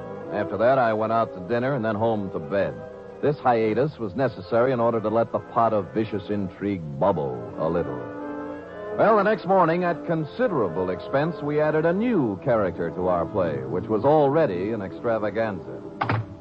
Good morning. Well, good morning. I am not sure, monsieur, whether I'm going to kill you or let you live.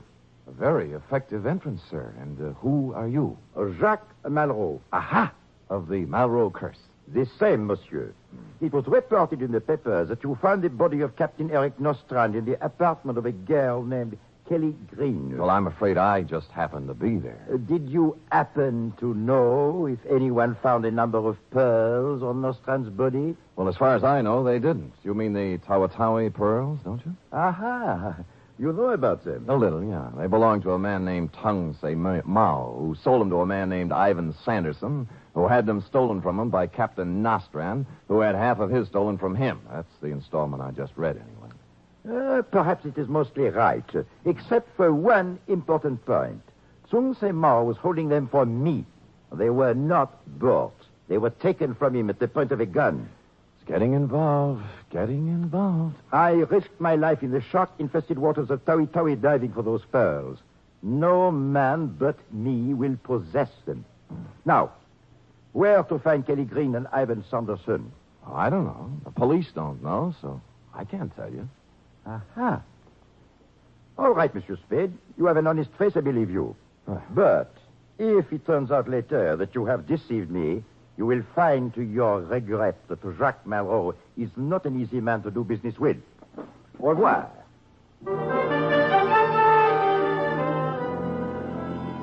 Following his exit, I allowed a pause for dramatic effect, and then dissolved into the next scene.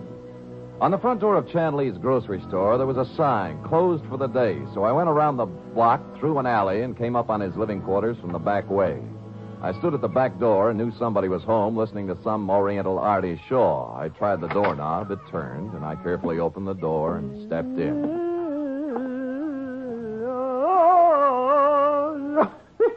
What you do my house? Well, What like you come in private house? Turn that thing off and I'll tell you.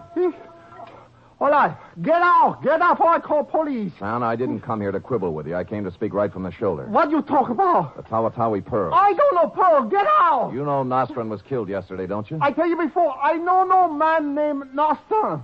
All right, where's Sanderson? What man? The tall man with the clipped mustache who was in your store yesterday when I was there. No, plenty people come my store. I not know them all by name. Come by anybody. Plenty mustache. All right. Play it your way for You now. get out. But if you ever do meet up with Sanderson, just tell him that I have the other 5 pearls. The ones Nostrand was killed for. Just as I closed the door behind me, I saw a pair of red alligator shoes with a pair of nylons draped over them pushed under a chair. I hesitated a minute, thought better, and hurried away. I went back to my office, pulled out a good book, and read for 3 hours. It paid off. Sam, I had to come to you. I'm in an awful jam. I should say you are, and it won't get you any easier when I call the police. I knew Eric was found in my apartment, but I didn't have anything to do with it. Nuts. I called you from here not 10 minutes before Nostrand was found dead. All right. He was there, but he wanted me to say he wasn't. Do you want me to tell you something else about yourself? I checked with the Embassy Hotel. Your bill was paid for a month in advance. You weren't stranded. It was a murder setup from beginning to end. But I can't understand your being dumb enough to use your real name. He wasn't supposed to have been killed there. It was supposed to happen someplace else. That's what I thought. Oh, don't do it, Sam. I came here to tell you the truth. I need your help. I can't help you now, Kelly. He made me do it. He made me come to San Francisco, wait for Nostrum, and then find him. Who made you? Sanderson? No. Chan Lee. He killed Nostrum. He shot him. But we heard somebody at the door and went out the fire escape before we could search Nostrum. What do you mean he made you do it? Look at this. That arm isn't pretty, is it? There must be 1,000 holes in it. When'd you start this? In Singapore. Chan used to be there, and he supplied me. I had to follow him here because I didn't have enough money to buy it. I see. Well, Kelly, I'm sorry. Maybe the state will take that into consideration. Sam, I want to go into partnership with you. Partnership doing what? Selling pearls. You have 5 of them. I have 6 of them. Here. Where'd you get these? From Chan. I heard you there. After you left, he got excited and had to take something to quiet himself down. I grabbed these and beat it while he was still under. What do you say, Sam? Let's sell them and go someplace. Well, it might be arranged. Where's Sanderson? Ivan Sanderson? Yeah. He lives on a boat. It's a yawl, a trader anchored at Pier 32. Oh, don't worry about him, Sam. You can take care of him. I probably can. Did you ever hear of a guy named Jacques Malraux? Malraux? Jacques Malraux? Yeah. Is he in San Francisco? He was in here yesterday looking for you and Sanderson. Sam, the deal's off. I don't want to have anything to do with it. Here, keep the pearls.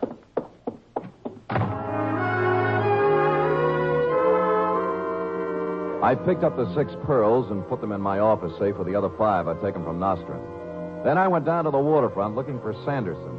Chun Li was still under drugs. There'd be no problem for the police to pick up. Nor would Kelly Green once her drug supply began to give out. The trader was a trim white yawl tied up at Pier 32 with a Jacob ladder running down to its deck. I climbed down and, looking around, found Sanderson in a cabin sitting behind a table. It wasn't a commonplace thing. You see, he'd just been shot. You can't do anything for me, Sam. There's nothing to do. How did it happen, Sanderson? The Malraux curse. Jacques Malraux. Yes. He made a vow that he was going to kill anyone who touched the pearls. Anyone. Did he get your pearl? Yes. Who has the rest? I do, 11 of them. When Malraux finds out, I wonder how you're going to feel. Dying 11 times. That's when I turned the whole thing over to you, Kelsey. I went back to my office, put in a call to your office, and gave you a complete rundown on the case from beginning to end. Who did what and how you might go about finding them. You said you'd be right over to pick up the pearls, but you got there a little late. I had no sooner put down the phone when... All right. You have a pearl. Give them to Chum, or he will not hesitate to shoot you. The way you did Nostrum? I don't have time for talk. Hurry, get pearls. Okay. They're in my safe here. Don't think I'm going to give you any arguments or pull anything clever. It would be too bad if you did. I don't really know who these pearls do belong to, and I don't care much anymore. You can have the worries instead of me. I would be glad to worry about such a pleasure. Yeah, here they are. Stay where you are. Throw them to me. All right. Catch. Thank you. Now I will go. I advise you against raising outcry. I'm glad to get rid of you. Go and have a long and happy life. Oh, I have been handpicked by the gods. He was, but for a different reason. He put the pearls in his pocket, and with a little smile of triumph at how easy it had been, he turned and quickly walked out of the office. He even closed the door politely. But outside... He didn't get far. I ran for the hall, sliding my .38 out of its holster. Chun Li lay still on the floor, and his coat pocket had been turned inside out. Steps were pounding down the stairwell, and I followed. When I hit the sidewalk, he was half a block away and running. I fired at him, and he stopped and fired back. My second one caught him in the chest, and he fell twisting across the sidewalk. I walked right up to him, but it was all over. Jacques Malraux was dead. And one by one, 12 of the most beautiful rose-colored pearls in the world were dropping out of his hand, rolling down the gutter and plopping into the sewer, where they belong.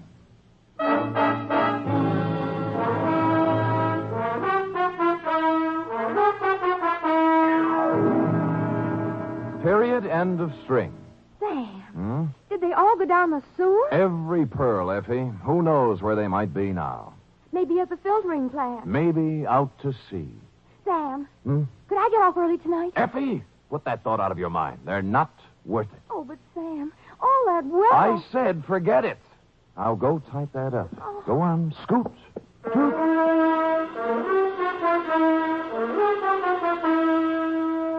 Three chimes mean good times on NBC. There's music and fun in the air tomorrow evening, styled to suit your Saturday night of merriment. Dennis Day brings you songs and comedy in his charming, boyish manner, and then Judy Canova gets together with her frolicsome friends for Mountain Melody and Mayhem, followed by Grand Ole Opry with singing MC Red Foley and his gang. It's a Saturday night of fun designed for you.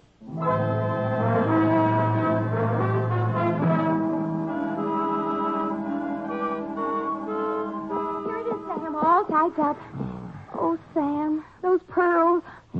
I'd give anything just to wear them one night. Anything? Well, I suppose it isn't worth it.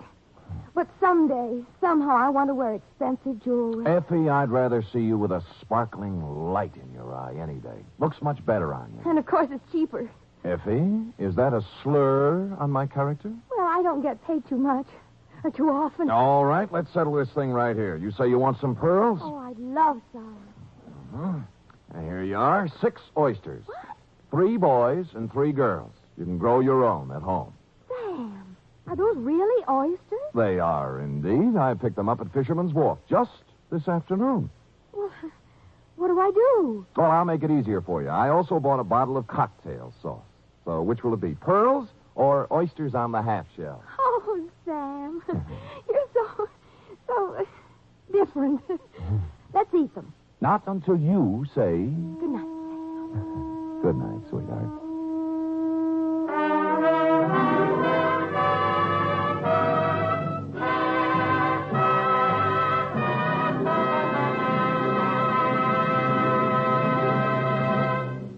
The Adventures of Sam Spade are produced, edited, and directed by William Spear.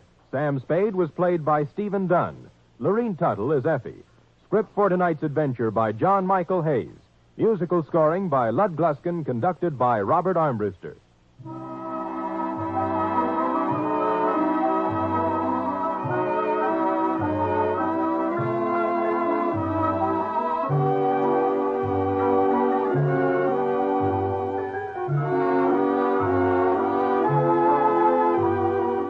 Join us again next week, same time, for another adventure with Sam Spade. Now the Magnificent Montague, then it's Duffy's Tavern on NBC.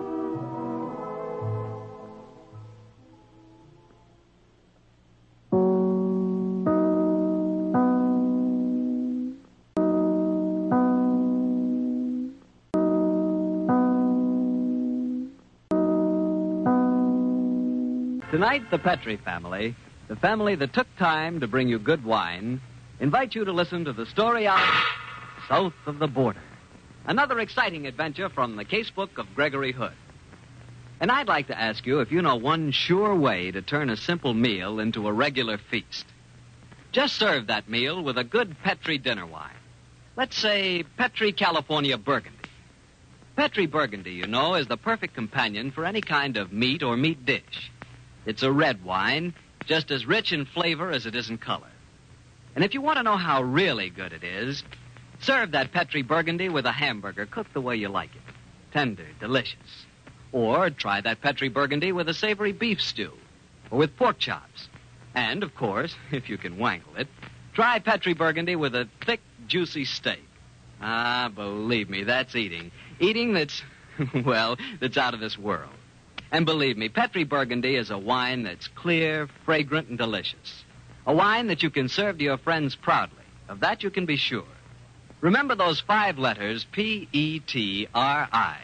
They spell the proudest name in the long history of fine wines.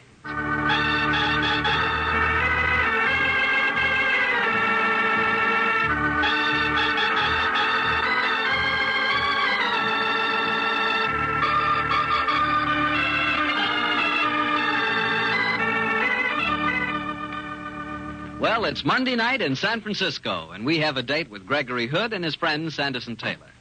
Tonight's rendezvous is at Gregory's apartment, high on Nob Hill and overlooking the Golden Gate. Let's join him there, shall we? Harry Bartell, how are you? Evening, Sandy. Where's Gregory? Can't you hear him? Oh. Hello, Harry. Evening, Greg. That sounds swell. Is nice, isn't it? Your latest composition? No, this isn't mine, Harry. I wish it were. This is one of Richard Gump's compositions. He calls it Un Cœur Brisé, a broken heart. Seems to me he's something of a rival of yours, Greg. He's a famous importer, and now it turns out he's an amateur composer of distinction, too. Yes, Harry, but don't imagine there's any rivalry between them. They're the best of friends. Oh, there's distinct rivalry between us on the golf course, Sandy. We played this afternoon. If I hadn't hooked my drive on the 13th, I swear I'd have beaten him. Oh, on the way home, he took me by his store and gave me a private showing of his wonderful collection of Steuben glass. It's a must on your list, Harry. I'll go there tomorrow. Now, Greg, how's about... Tonight's story? It's coming right up. There. You see, Dick Gump and I work very closely in the importing business. On this particular occasion, we crossed swords with a very slimy dealer by the name of Severin Stackpool. It was to forestall Stackpool that I decided recently to fly down to Mexico City. I'd heard that the Royal Jade collection of Grozny was for sale, so I decided to be in at the bidding on the ground floor. Well, the Royal collection of Grozny and Jade sounds pretty impressive, Greg, but, and I don't want to appear stupid, where is Grozny? It's one of the more obscure Balkan countries. The royal family, complete with the priceless Jade collection, which 4 generations of Groznian rulers had been assembling, left the country and came to Mexico City, but I'll come to that in a moment. As soon as I heard about the Jade collection, I naturally got in touch with Dick Gump. As you know, he has one of the finest collections of jade in the world. But Dick was tied up, so he arranged to purchase the stuff jointly. Sandy and I lost no time in hopping the next plane south. When we landed in Mexico City, it was one of those cool, fresh days, bright sun, but no oppressive A very smooth trip, Gregory. Very, very. You know, Sandy, I haven't been to Mexico City for a couple of years. It's good to be back. It's a great spot. Yes, I've always liked it. In a way, it isn't Mexican any more than San Francisco is purely American. It's a city for citizens of the world. And very attractive some of those citizens are, too. I wondered how long it'd be before you spotted that girl standing at the barrier. Hello, she's coming over to us. Добрый день, Grigorou. Prinitsomin. I beg your pardon? So, you do not wish to speak Grosnian before your American friend? Very well. You will come with me, no? You're right. I'm afraid the answer is no. She spoke in Grosnian. Did she know we were coming about the Jade? Well, I sent Count Pavlu a wire. He's the official guardian of the royal collection. Are you an emissary of his, young lady? I do not understand this talk of Count Pavlin and of Jade. I only know that my orders are that you must come with me. Who gave you those orders? I cannot answer that question. Well, normally I'd be delighted to join you, but I'm here on urgent business. But if you'll give me your phone number, I'll call you and I'm in the clear. Do not make fun of me. I'm going to make you come with me. I don't see how, darling. We're 2 great big husky men, and you're just a wisp of a girl. Even if you're a judo expert, I think you'll find it's tough sledding. You will come with me, alone. I rather think I will at that. So long, Sandy. Wait, Gregory. What on earth? Hey, young lady, what are you up to? Don't yell, Sandy. She might conceivably lose control of the revolver that's fitted so snugly in my ribs. Goodbye, Sandy. But this is kidnapping in broad daylight. It's not possible.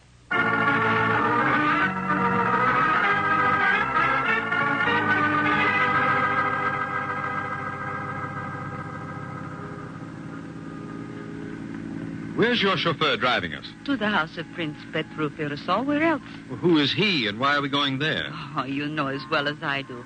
Was not this mainly your idea? Look, darling, you must have me mixed up with someone else. I've never heard of Prince Firasol. My name is Gregory Hood, and I'm an importer from San Francisco. You're still a playboy at heart, are you not, Grigorou? Sure, but I'm not your Grigorou. By the way, what's your name? Oh, you know it as well as your own. Yes, but as my name seems to be a matter for discussion, it would be simpler if you told me yours. My name is Maria. Maria Kress. And your nationality, Maria?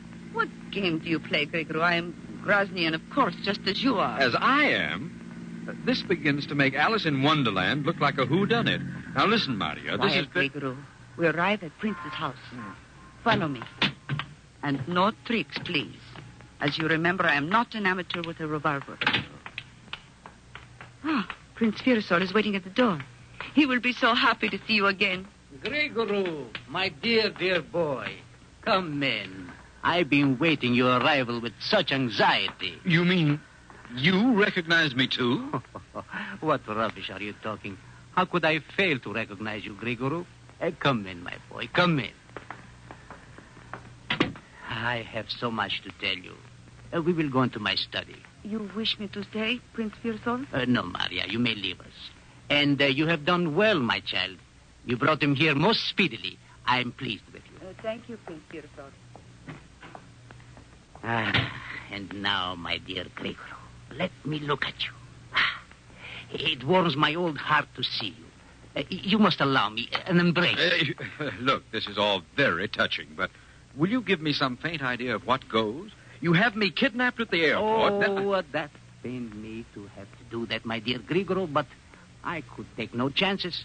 You know how difficult it has been for me to handle you in the past. Let me ask you one simple question, Prince. Who the heck do you think I am? Who should I think you are? I, your old and trusted Prime Minister. Prime Minister? Who should you be but Grigoro the 16th, hereditary king of Grozny?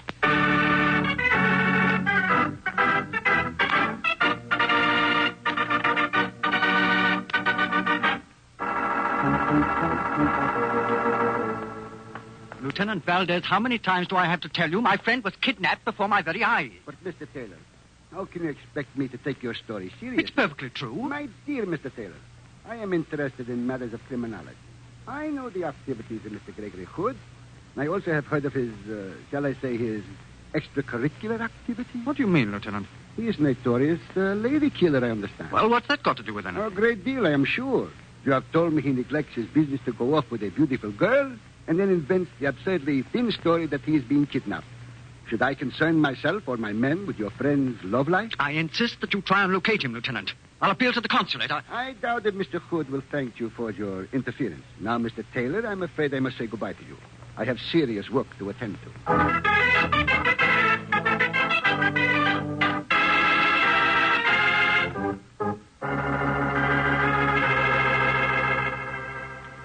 But, Prince Firisol, I tell you my name is Gregory Hood. I'm an importer, and I live in San Francisco. Yes, Grigoro. We are used to your many ingenious disguises and alter egos. But the time has come when you can shirk your royal responsibilities no longer. Your life as a playboy must finish. Oh, so I've been a playboy, have I? You have left a trail of broken hearts from Paris to Buenos Aires. But this must cease, Grigoro.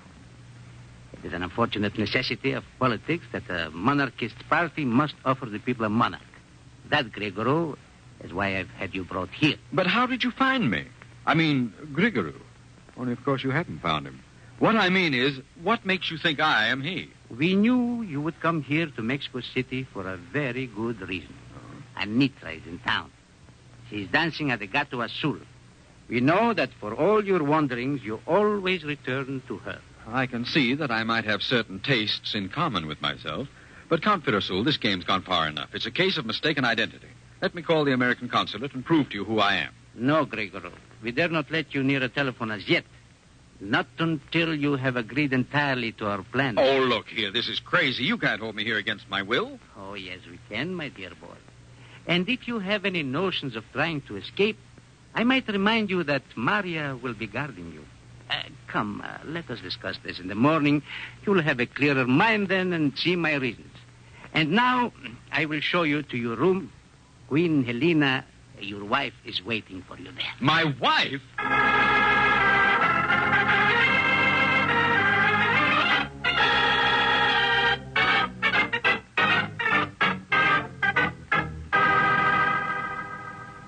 You are comfortable in our hotel, Mr. Taylor? Yes, thanks. As comfortable as a man can be when his best friend's disappeared. Haven't been any messages, have there? No, Mr. Taylor. You have reported his disappearance to the police? Yes, and they won't take me seriously. Nor will the consulate. Excuse me. Hotel Cerveceria, San Francisco. Mr. Gregory Hood? Just a moment, please. San Francisco is calling Mr. Hood. I'll take the call. You can take it in the booth over there, senor. Very well.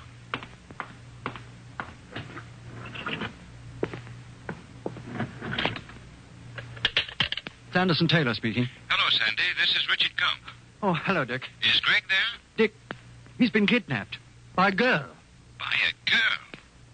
Sandy, is that Mexican sun a little too hot for you? I'm not kidding, Dick. The girl had a revolver in his ribs. I've been going absolutely frantic. Neither the police nor the consulate will take me seriously. Well, look, Sandy, the vice consul is a friend of mine. I'll call him as soon as I hang up.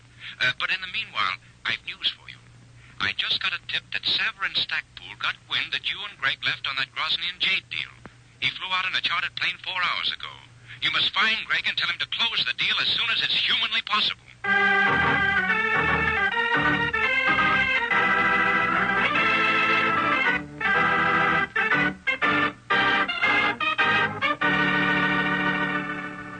And now, Grigorou, I shall leave you and Queen Elena together.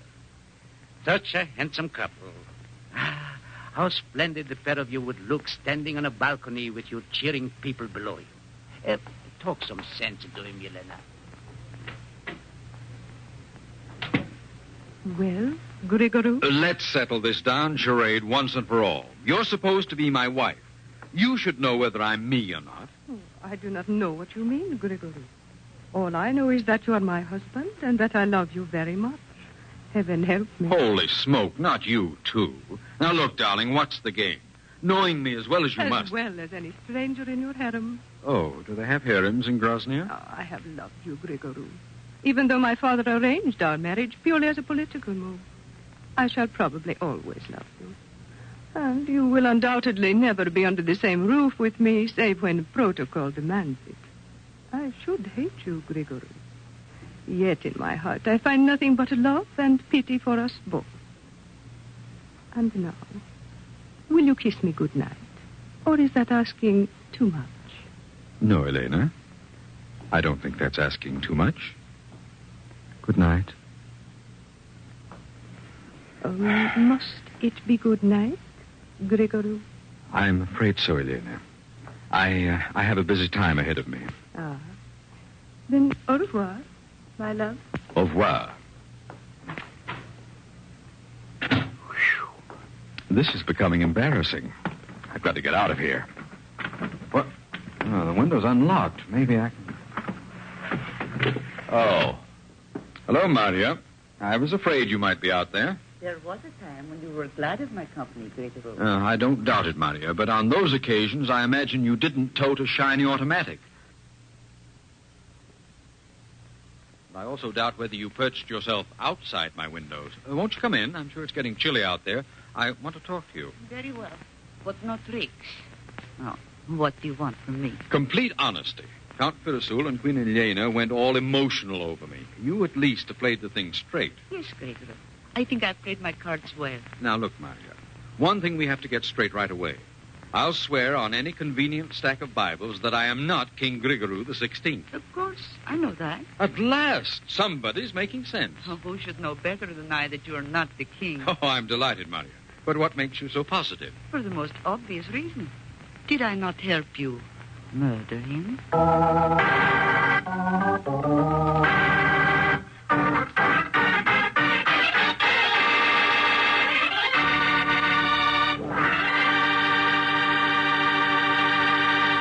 You'll hear the rest of Gregory Hood's story in just a second.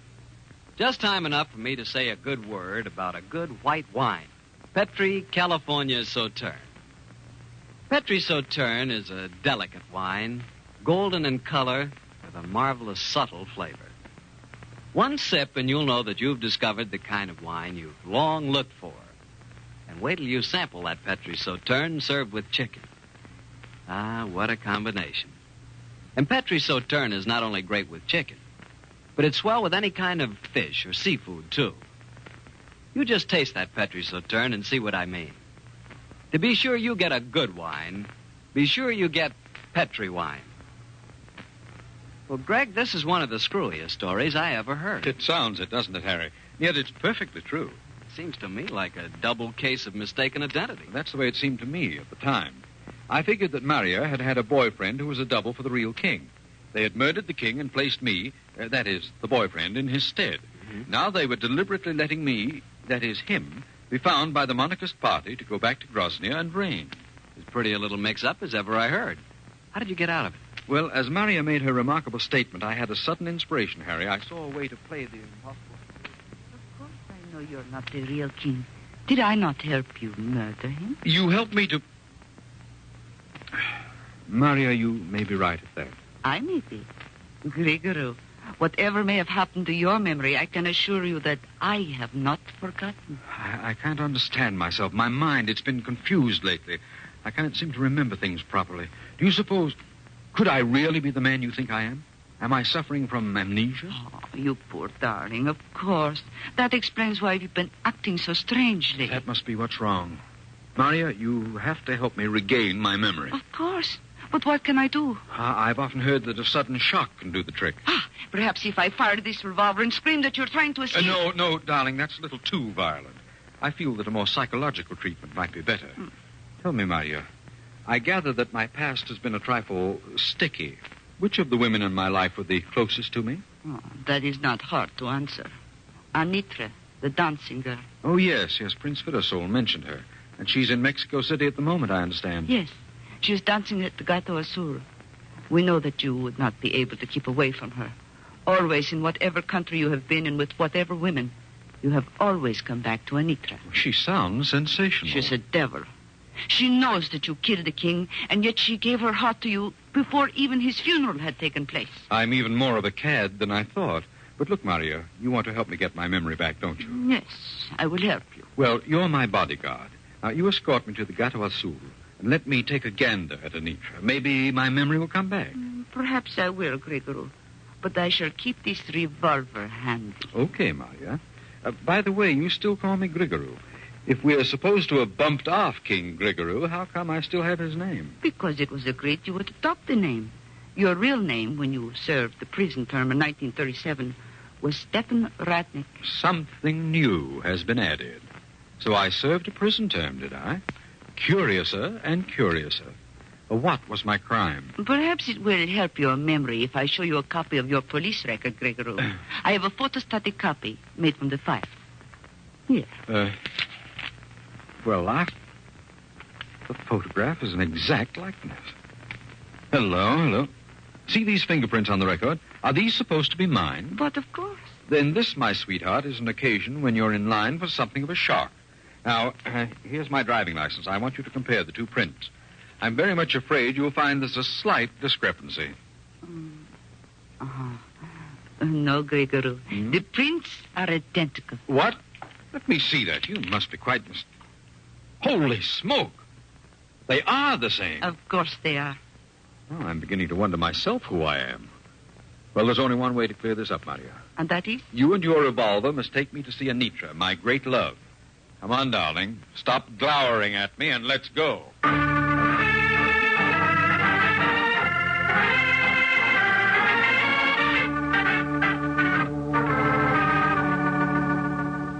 Lieutenant Valdez, this is the fourth time I've come to you tonight. And this time, Mr. Taylor, I must apologize. Perhaps I was unduly skeptical. The American consulate have officially asked us to conduct a search for your friend. Thank the Lord Dick Gump could pull some strings. Well, let's go. But where, my friend? I have no clues, but I can tell you one thing. If you were right in thinking that Mr. Hood was not being held captive, then I'd know where to look for him. Where, Mr. Taylor? In the spot that has the best food, the best wine, and the most attractive dancer in Mexico City. If you are correct as to your friend's taste, I think we will find him. If not, we shall at least spend a pleasant evening for ourselves at the Gato Azul.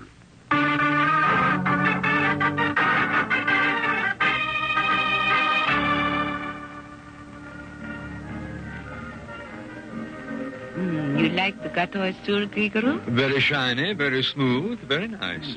While we're waiting for Anitra to appear, could I interest you in a rumba? Not this time, Grigoro. You are too full of tricks. If we do not dance, I retain better control of my revolver. A very conscientious escort, aren't you, darling? It's lucky I'm fairly scrupulous. My old father used to say that...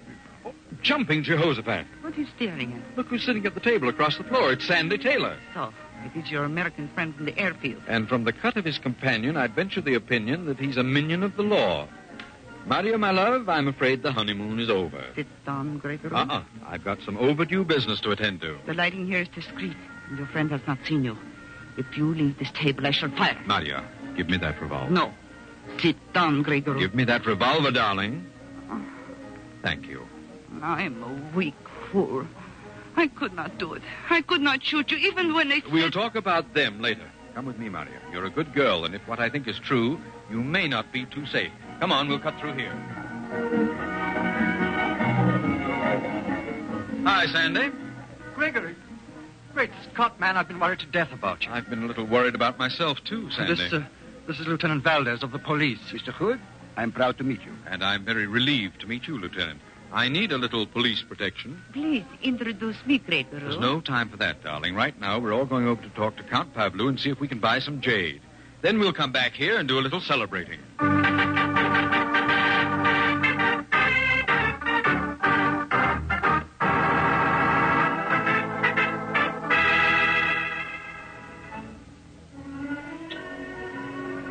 Well, Gregory, it's turned out all right. You closed the deal with Count Pavlou, and the jade is ours. Yes, but I only got it in the nick of time. You saw that large black limousine drive up to the Count's house as we left. Well, that was Mr. Severin Stackpool. More champagne, Maria? Thank you, Gregory. How about you, Lieutenant Valdez? Since I am no longer on duty, thank you, Mr. Hood. Gregory, I've got a million questions to ask you. Yes, I thought you might be curious, Sandy. And I, Mr. Hood, as a humble member of the police force, am a little curious, too. Here we are back again in the Capital Sul, and still I do not know what happened. Your friends tell me that this charming young lady kidnapped you. What am I to believe? Officially, nothing, Lieutenant. I don't propose to prefer charges. But, Gregory, this girl pulled a gun on you. I know, Sandy, but with so much charm. Maria, darling, how about an explanation? Oh, by the way, is your name really Maria? Oh, yes. And I really am a Grasnian. Who was at the back of this elaborate hunk of play acting tonight? Was it Severin Stackpool? Yes. Severin Stackpool employ us. You know that he have to prevent you seeing Count Pavlou until he arrive here and close the deal. So he devised these plans. But listen, Maria, I know Severin Stackpool. His mind isn't capable of dreaming up such a wild and woolly plot as this. No, but his best friend here in Mexico City, Antonio Cernidio, the crazy mystery writer. Antonio knows your weakness for peculiar plots and whim. You're getting an international fame, Gregory. I know, quite flattering. So Antonio dreamed up this crazy plot full of excitement and danger and girls in the hopes that it would keep me occupied until Stackpool got here and closed the jade deal, I suppose. Yes. Prince Firasol, Queen Yelena, and I are all professional actors. We were paid handsomely to play our part. Prince Firasol, Queen Elena? What's this all about, Gregory? Gregory. Characters in a fantastic plot. But you can tell Antonio that he overdid it. One double I might have swallowed. But when I was also supposed to be the double of the king's double, it was a little too much. That is when you know it was a conspiracy. Yes, darling, and the thumbprints were the clincher. It was mathematically impossible that any double could have my exact print. So it was clear that someone had framed the whole thing. Had printed up that description, probably from my driving license, and wire photoed a photostatic copy. It was obvious that the whole affair was a pretext to get me out of the way. And who was the logical person? Severin Stackpool, QED. Well, I barely know what you're talking about, Gregory, but at least we've closed the deal. Yes, and we have some prized treasures for the Gump collection and some only moderately colossal stuff for my regular customers. Lieutenant Valdez, you're not asleep, are you? Just drowsy, Mr. Hood. The music is good, the conversation makes no sense, and the champagne is excellent. Please continue to talk nonsense. It is so soothing. A very sound point of view. How about you, Maria? Gregory, I'm worried about Severin Stackpool. He's a dangerous man, and when he knows that I have failed him... Very true, Maria. He isn't going to like you a bit. I'm afraid I have a duty to you for the rest of my stay in Mexico City. A duty to me? What is it? From here in, Maria, our roles are reversed. From now on, I am your bodyguard, day and night. Oh, Gregory.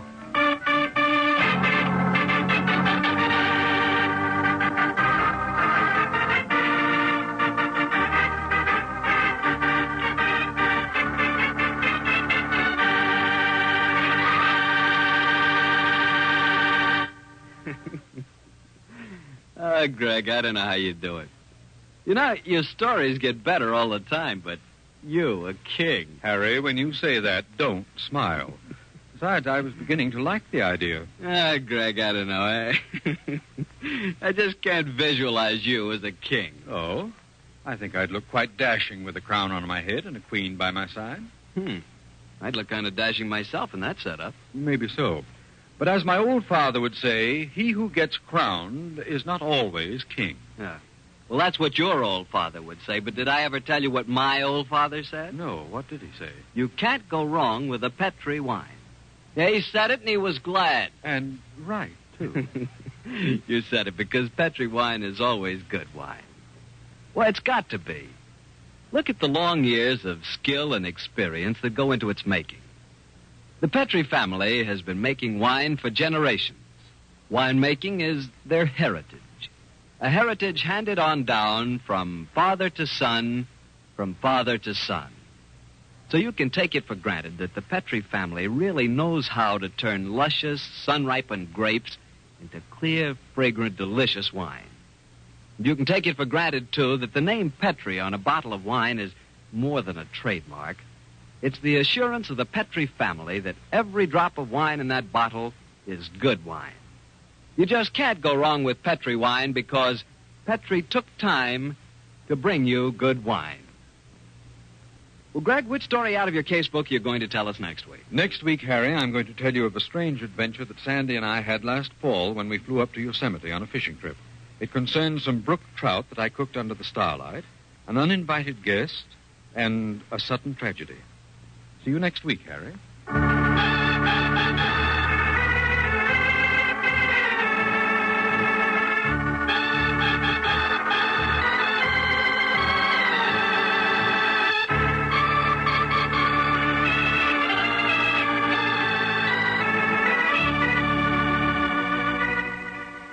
The Casebook of Gregory Hood is written by Dennis Green and Anthony Boucher. Original music composed and played by Dean Fossler. Gail Gordon plays the part of Gregory Hood, and Sanderson Taylor is played by Carl Harbert.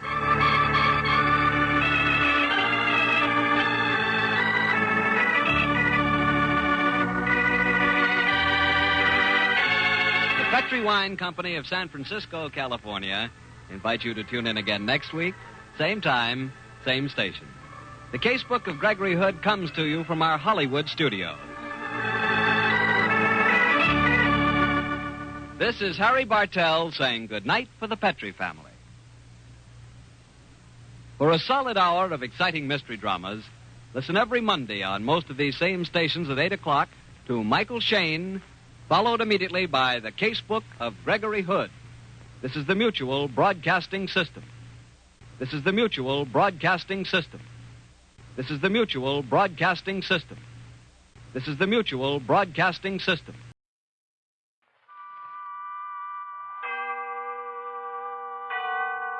Autolite and its 98,000 dealers bring you Mr. MacDonald Carey in a story based on fact.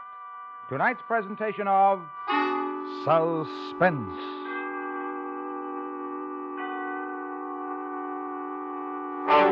Tonight, with names and places changed, Autolite presents the true story of a man who, to all intents and purposes, disappeared from the face of the earth. The dramatization is called The Missing Person. Our star, Mr. MacDonald Carey.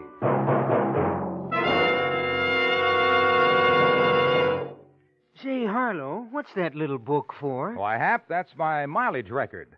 And it's proved to me that it's mighty important to always make sure my spark plugs are functioning properly. Well, what do you mean, Harlow? Well, spark plugs are the heart of a car's ignition system. They've got to be right. So I see my Autolite spark plug dealer every few months. He compares my spark plugs with the exclusive Autolite plug check indicator. And if he finds my spark plugs are worn out, he puts in world-famous ignition-engineered Autolite spark plugs for smoother performance, quick starts, and gas saving. You believe in top performance, eh, Harlow? I sure do, Hap, and I know it pays. So, friends, take a tip from me and have your spark plugs checked this week. See your neighborhood Autolite spark plug dealer. And if replacements are needed, have him install standard or resistor-type Autolite spark plugs. The spark plugs that are world-famous for quality and performance. And remember, from bumper to tail light, you're always right with Autolite. And now, with The Missing Person and the performance of Mr. MacDonald Carey, Autolite hopes once again to keep you in suspense.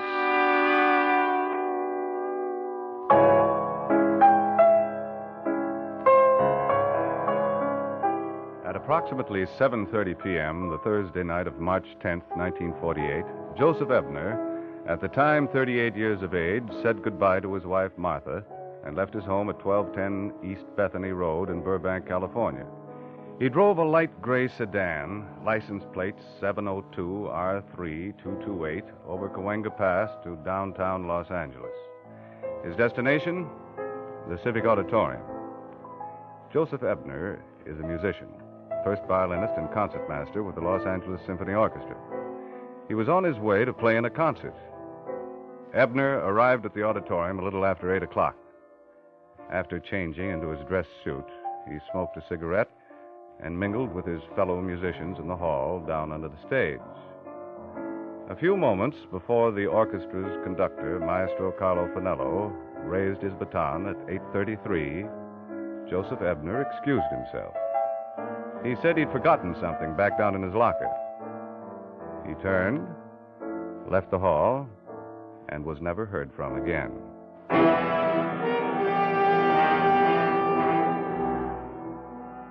My name is Dexter, Phil Dexter. I'm a writer. I've written columns for some of the biggest dailies in the country. You may have read some of my stuff. Right now, I'm doing feature articles for a magazine called The Real Story. About 10 days ago, the managing editor, Brad Luby, called me into his office. Phil, sit down. Thanks. Phil, how much do you know about missing persons? Like Will Rogers, Brad, all I know is what I read in the papers. Well, thousands of people disappear every year. Some don't want to disappear, and they do. Some want to disappear, and they do. But eventually they turn up, dead or alive. Agreed. Eventually, 95% of them turn up again, dead or alive. A week, a month, a year, even 10 years later. Well, what about the other 5%, Phil? The 5% that vanish and are never heard from again. What about them? I don't know. That's the story I want, Phil. Now, I got a list here from the police department. Bureau of Missing Persons. Take a look at it. It's a list of names. Right. Now, you've got your choice. Pick any one of the names you want. I don't care who it is. Well, how about this one here? Ebner, Joseph Ebner. The musician. Okay, follow it up. You try to find Joseph Ebner, Phil. And if you find him, ask him why he disappeared.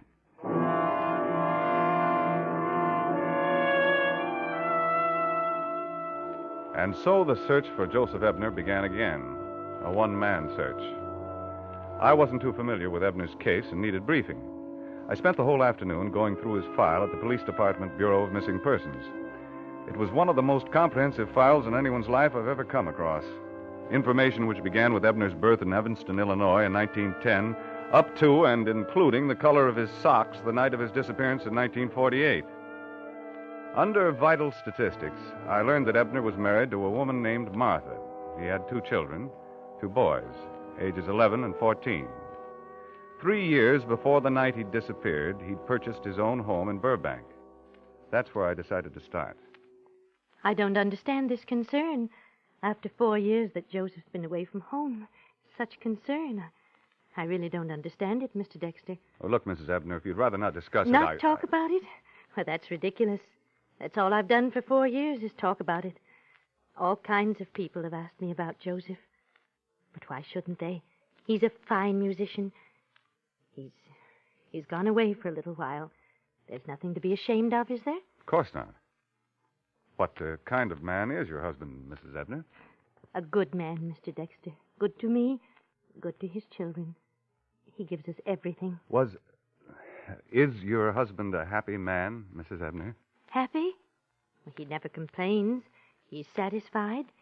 He gives us everything. Why would he have left? I don't know. Are you sure he left of his own free will? He has everything a man could want. Makes good money, good children, good home. Why, just the year before he left, we had the music room added on. The music room? Yes, it's his. Oh, Joseph composed music, you know. Beautiful music. Would you like to see it? Very much. Good this way. Come in. Come in. Isn't it beautiful, Mr. Dexter? You see, There's his stand, his books, his piano, just as he left them the night he went away. I want them to be just like that when he comes home. Is this some of his music? Yes, that's something he's working on. I don't know what it is. Do you play, Mrs. Ebner? Oh, well, just a little. I was wondering. Would you like me to play Joseph's composition? Here.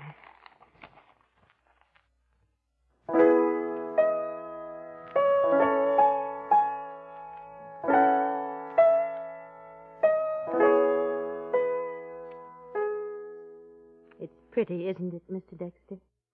Yes. But it's not finished.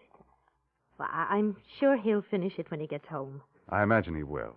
I don't even know what he calls it. There's something in pencil scratched across the top of this page. Hildy. Funny title. Well, maybe it's a name. Somebody he knows, he likes. Who knows? I wouldn't ask him, Mr. Dexter. He's sensitive about his music. My husband is a sensitive musician. Mrs. Ebner, may I borrow these sheets of music? Are you a musician? No. I just thought maybe I might get a lead on something. Mr. Dexter. Mr. Dexter, if the music should lead you to my husband, tell him that his wife and his children are waiting for him. We'll be here. Nothing will be different. It'll be just like it always was.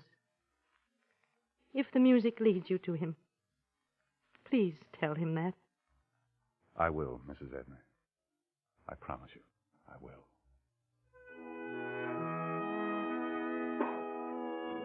I found out that the night of Joseph Ebner's strange disappearance, Maestro Carlo Fanello had conducted the Los Angeles Symphony Orchestra. The following afternoon, I tried to get in to see Fanello, but he was in rehearsal for a concert he was giving that evening. Later that night, I managed to corner his personal manager, Nicky Benson, at the Civic Auditorium.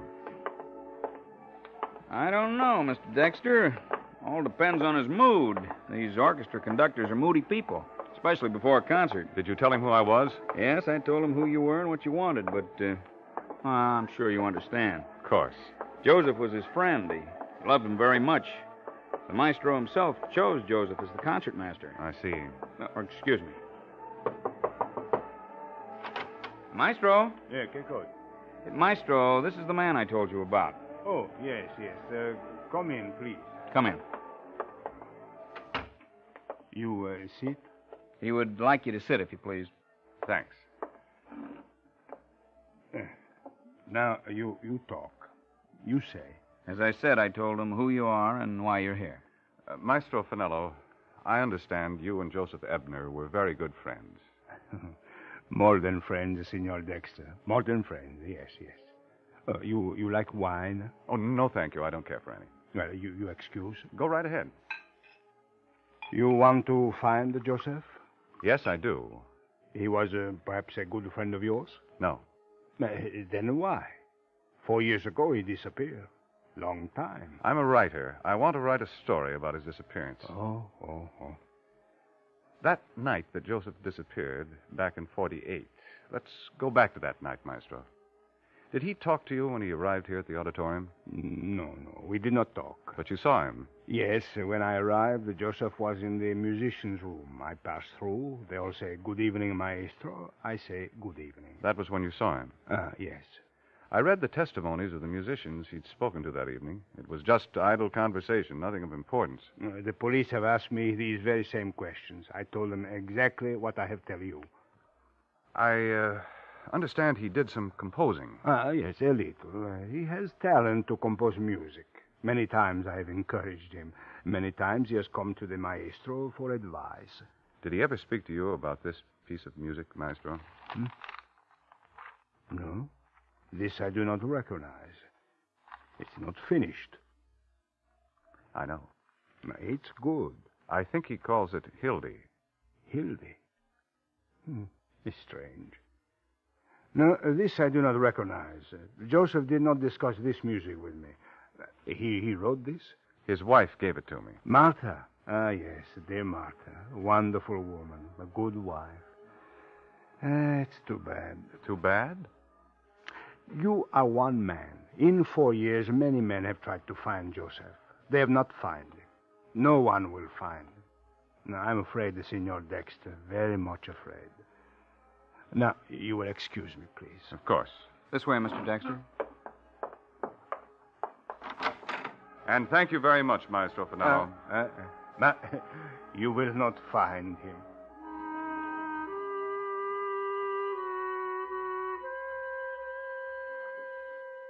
The following day, I went back to the Civic Auditorium. I went through the entire place all by myself, examining every exit, talking with people who knew something about the case. Then I had a bit of luck. I was introduced to a stage doorman, the same stage doorman who had been on the door the night that Joseph Ebner had disappeared. I'm just about run out of answers on this Ebner business. I know you've probably been questioned about this thing hundreds of times. Thousands of times, thousands. I went over the entire auditorium. And you discovered that there's only one exit backstage that he could have left by. All the others was locked. Yes, but what about the front of the auditorium where the audience was sitting? Couldn't have left that way. Couldn't have gotten out there. Somebody'd seen him. You're positive that Ebner didn't pass you going out the back door? If he'd gone out that door, I'd have seen him. It's impossible. He must have left by some exit. A person just doesn't disappear into thin air. That's the odd part about this whole thing, Mr. Dexter. Ebner left the green room. Now, some of the musicians saw him leave. He said he was going to his locker. Did he get to his locker? Nobody knows. But it's impossible that a man... Yes, Mr. Dexter, that's what everybody said at the time. The police, the newspapers, everybody. They said it's impossible. Don't happen. A man just disappearing like that. But it did happen, Mr. Dexter. It really did. It happened just like that.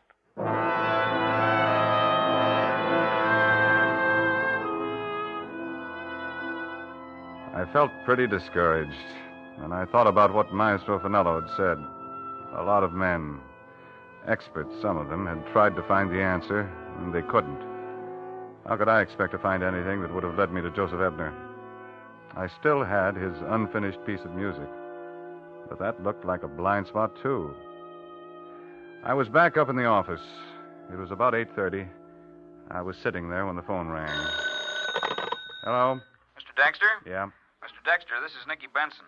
Oh, yeah. I don't know. Maybe it's important, or maybe it's not. I don't know, but still it's strange. What are you talking about? Well, Eric Richter just showed up in the musicians' lounge. Eric Richter? Yes.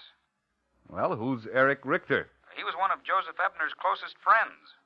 What's so strange about his showing up? Well, this is the first time anyone has seen Richter in 4 years, Mr. Dexter. Because he disappeared the same night that Joseph Ebner did.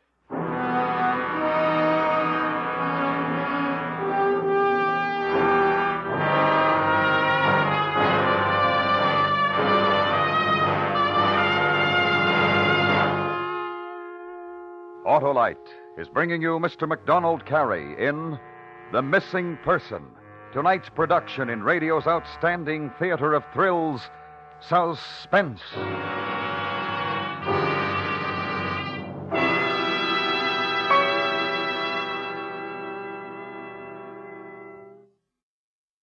Say, Harlow, what's the best way to save gas? Why, that's easy, Hap. Walk.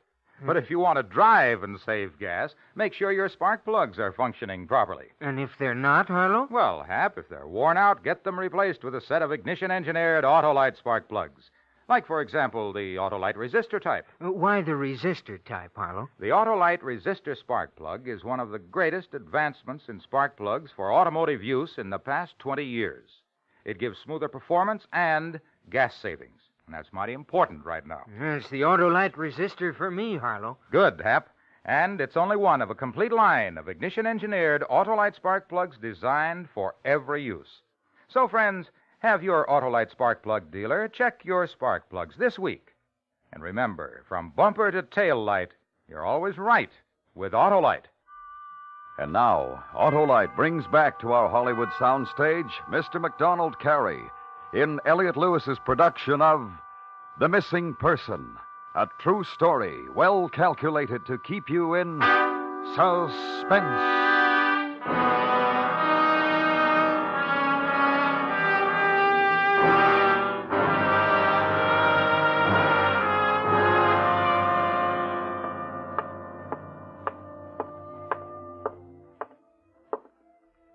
Mr. Benson? Where's Richter? He left when the concert started. Oh. Well, tell me about him. Is he a musician? Yes. Well, that is, he was a musician. At one time, Eric used to play the violin with the orchestra, but he had some kind of a stroke some years ago. Paralyzed his hands. He used to come around a lot, see Joseph, and talk to his friends in the orchestra. The night that Ebner disappeared, had this Richter come around? Oh, yes, he was here. I was in the musicians' lounge for a little while that night. I don't know if anybody else saw it or not. I saw it. Eric came in and stood at the door for a long time. Then I saw Joseph go over to him and talk to him for a couple of minutes. Then Joseph went back to where he was standing with some other musicians. I went through the police files, and I don't remember... Yeah, I know. I didn't say anything to the police at the time. I didn't think it was important. But tonight, when I saw him for the first time since the night that Joseph disappeared, then I thought to myself it was important. It was important the night that Ebner disappeared, Mr. Benson. You should have told the police then. It may have been very important.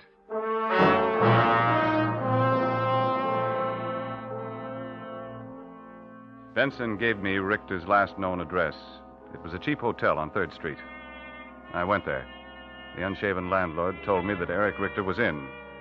I told Richter who I was and what I wanted to know. Please, sit down, Mr. Dexter. Thanks. Sorry I have nothing to offer you. If I'd known I was to have a guest, I should. Oh, that's quite all right. You understand my situation, I'm sure. See, I haven't worked in some... Mr. Richter, I want to ask you some questions. About Joseph. Joseph Ebner. Yes, dear Joseph. He's not dead, you know. I believe as you do, Mr. Dexter.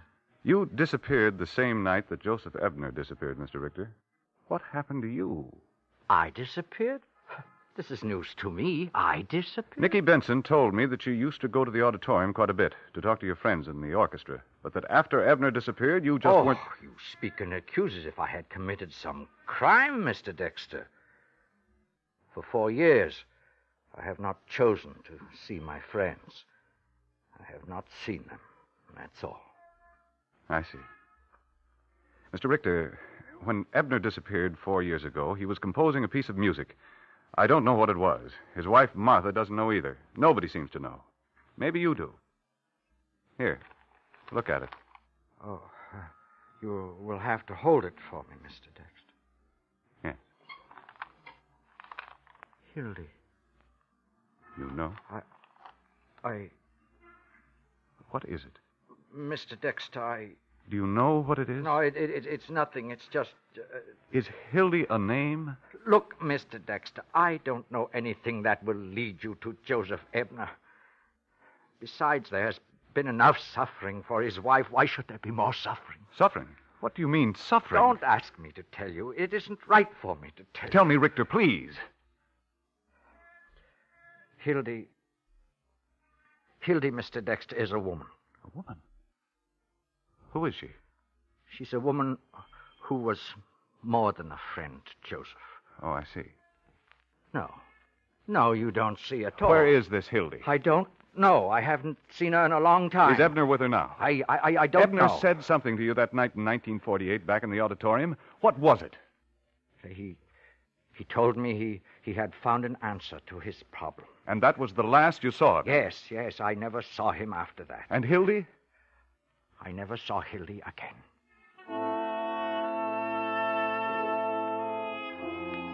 Eric Richter gave me the last known address of the woman named Hildy.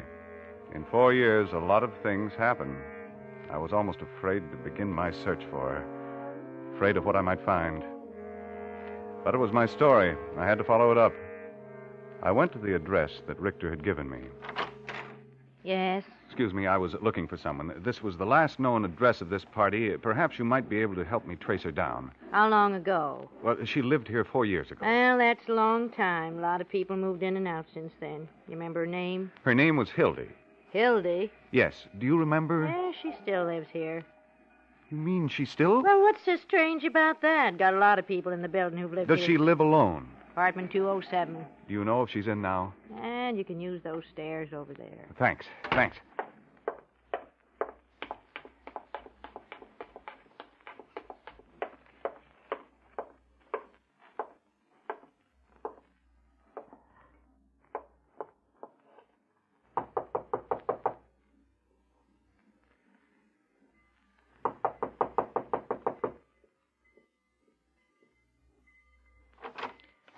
Yes? Is your name Hildy? Dexter. Phil Dexter. I'm a writer with the magazine The Real Story. Yes. I'm looking for Joseph Ebner. Won't you come in, Mr. Dexter?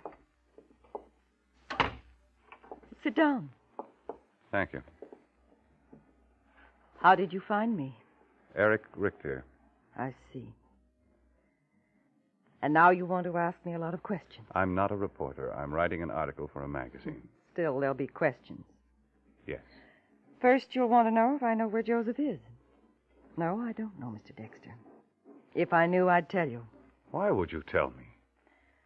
No man possessed of his talent has the right to deny it to others. I see. Then next you'll want to know... No, that's not necessary. Let me tell you how we first met. It was at a party. We were introduced. At first it was just a casual acquaintance. Then Joseph invited me to a concert. He told me of his family, his love for children. Why are you telling me all this? Because I want you to understand that we never did anything to be ashamed of. Our relationship was a thing of music. Music is what drew us together. When was the last time you saw Joseph? 3 nights before he disappeared. Why didn't you go to the police?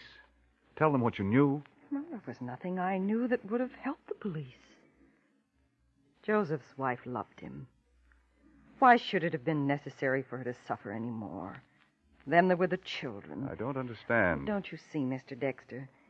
The others wouldn't have understood a relationship like ours. I've got something here I'd like to show you. What is it? You knew, of course, that Ebner did some composing. He had many talents. Yes, I know. Did you know that he'd been composing this? No, I didn't.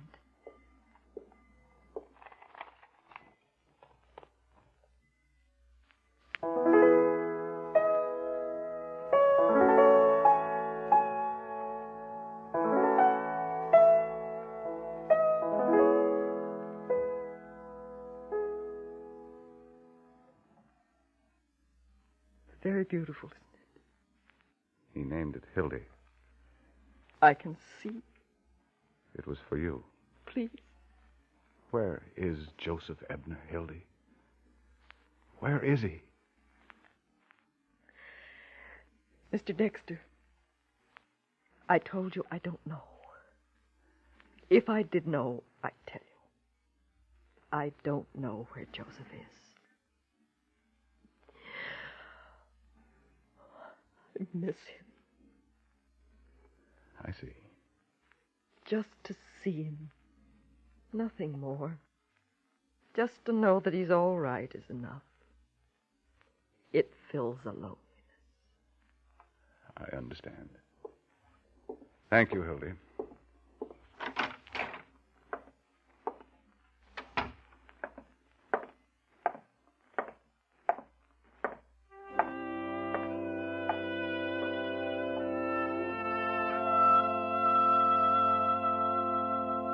I've tracked down the last hopeful bit of information that might have led me to Joseph Ebner. It still leads into a blind alley. Joseph Ebner may never be found now, but he's out there. Somewhere at this very moment, he may be listening to the sound of my voice. If any one of you who are listening should ever hear this piece of music being played,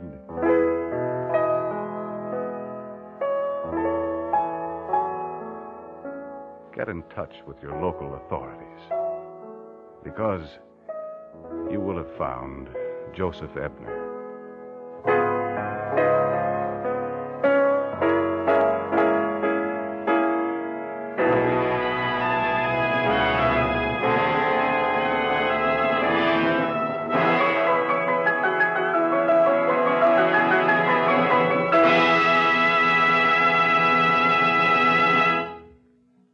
Suspense.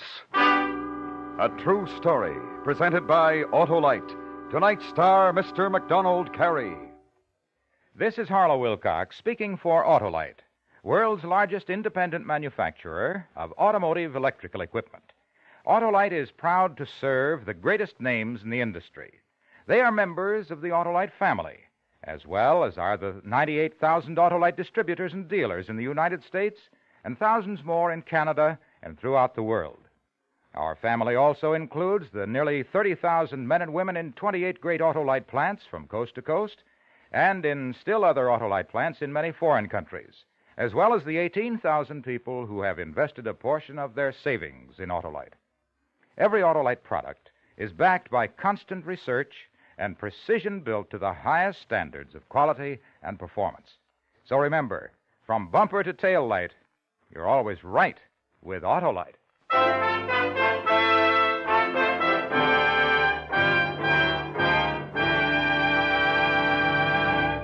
Next week, a story about courage.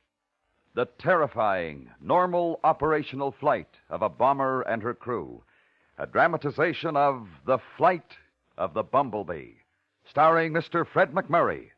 The story will be heard on Suspense.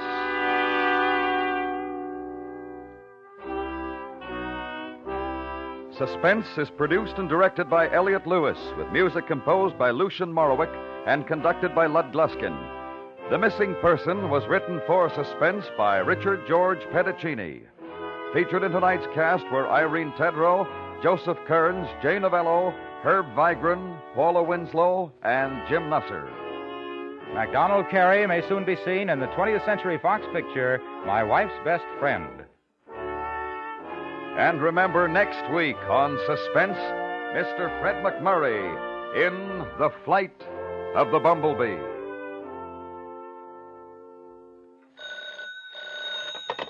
You can buy Autolite Standard Type or Resistor Type spark plugs, the Autolite Stay Full battery, Autolite electrical parts at your neighborhood Autolite dealers. Switch to Autolite. Good night.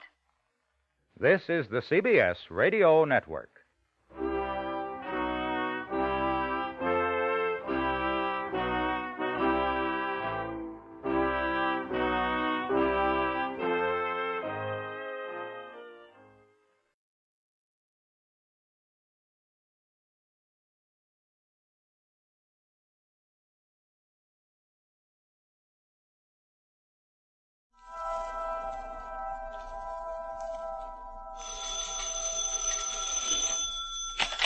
Hello, Yukon 28209. Yes, this is Candy Matson.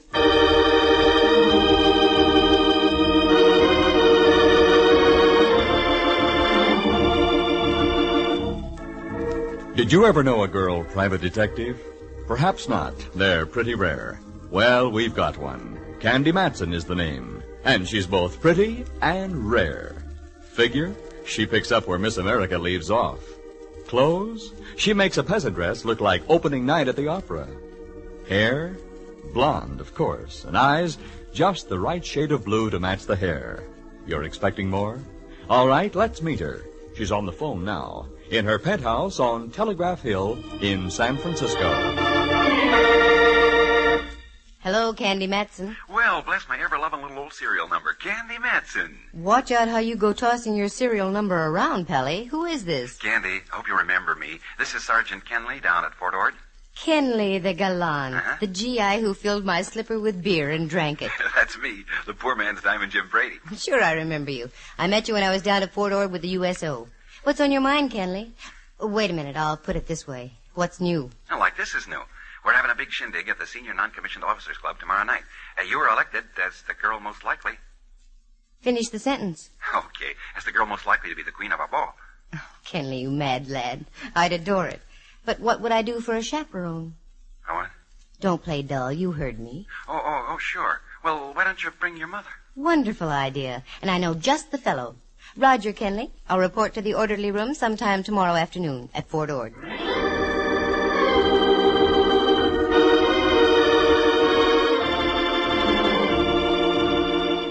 That's the way things happen with me, so casually. I'm at home on Telegraph Hill overlooking San Francisco Bay, polishing a few old sapphires, when the phone rings. Sounds innocent, doesn't it? But I ran into 2 rather grisly murders in Monterey. Want some details? Listen. When I told the sergeant I knew just the fellow to be my mother, I meant my old pal Rembrandt Watson. In former days, Rembrandt, an A1 photographer now that he doesn't imbibe, used to see double by noon, triple by 4, and complete darkness by 8. One night the darkness became too dense and he suddenly saw the light. That's when he threw all his bottles out the window. Of course, he was arrested for disturbing the peace, but he hasn't touched a drop since. And when I mentioned Rembrandt as my chaperone, I wasn't fooling. He's been like a mother to me many, many times. He was just back from his vacation, so I got in my car and drove over Powell and down California Street. At Grant Avenue stands Old St. Mary's, and on the bell tower just underneath the clock, there's a sign that says, "Son, observe the time and fly from evil." I'd seen it before, but somehow that afternoon it had an added meaning. I parked my car and went across the street to Rembrandt's apartment. Candy. Rembrandt, you old dear, how are you? Wonderful, just wonderful. Darling, you're looking simply grand. Oh, slice it thinner, Rembrandt. You've only been gone 3 weeks. Sorry, dear. You'll come in, won't you? I'm just having some tea. Won't you join me, Candy? I'd love it. It's all ready. Bleep, bleep, bleep, bleep. Bop. Wait a minute. What was that again? In case you don't know, Dove, that's Bob. Where did you ever pick up Bob? I was visiting a friend of mine last night, a professor of psychology, over at that institution across the bay. California? No, San Quentin. He's a penologist. He played some bop records for me. Well, what do you think of bop, Rembrandt? They say it's the latest thing. Why, girl, I can remember when they were playing bop back in 1926. You can? Certainly. Only in those days they called it Vo-do-do-de-o, Vo-do-do-de-o-do. Here's your tea, Dove. It's warm. Thanks. What brings you by this afternoon, Candy, dear? You. I've got an invite to a ball for both of us. How delightful. I'll get my Grand Marshal's uniform out of me trunk. It's not that kind of a ball, Ducky. It's just a dance for soldiers at Fort Ord. Fort Ord? That's down in Monterey. That's right. And I want you to go along as my chaperone. Candy, I'd really love it. Good. I'll pick you up at noon tomorrow. Oh, I'm sorry. I have an appointment at 2. You run along, and I'll get the Del Monte special. Okay, and I'll pick you up at the station in Monterey. Splendid, splendid. Oh, by the way, dear, I'm just a little... Oh, sure. Here, take 20. Oh, no, not that much, Candy. No. Yourself, I insist. Oh, I'm so glad you're firm about these things. Thanks ever so much. Not at all. Thanks for the tea, Rembrandt. I'll see you in Monterey.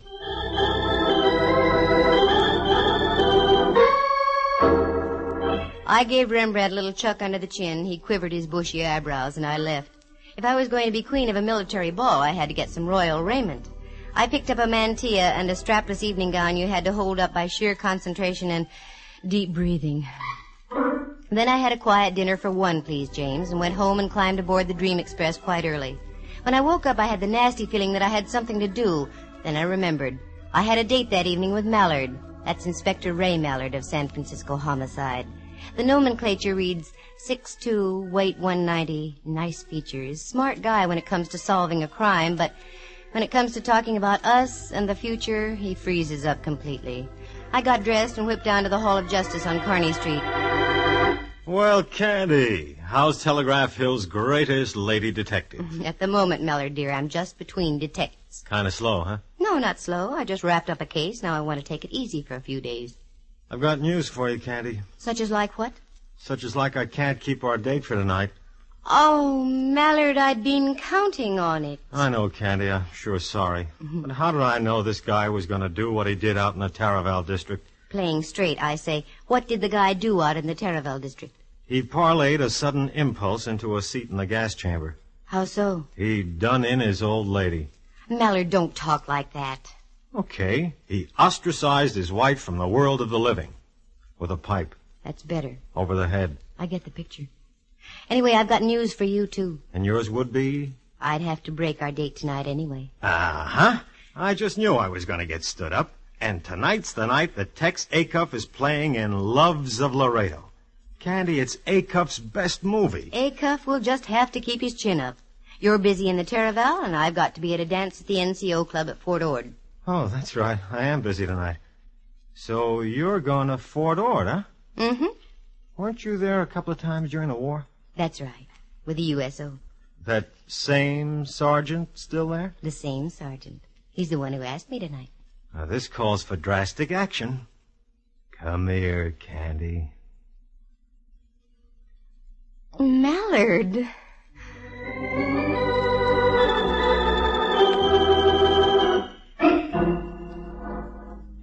It was one of those rare moments. Mallard kissed me. Part of me floated out of his office. Then part of me floated back in and picked up the rest of me. Then all of me floated out again. Then I realized I'd forgotten my hat. I went back and got it. Then I saw I didn't have my purse. I went back and got that. Keep this up and you won't even get past Market Street, let alone to Fort Ord.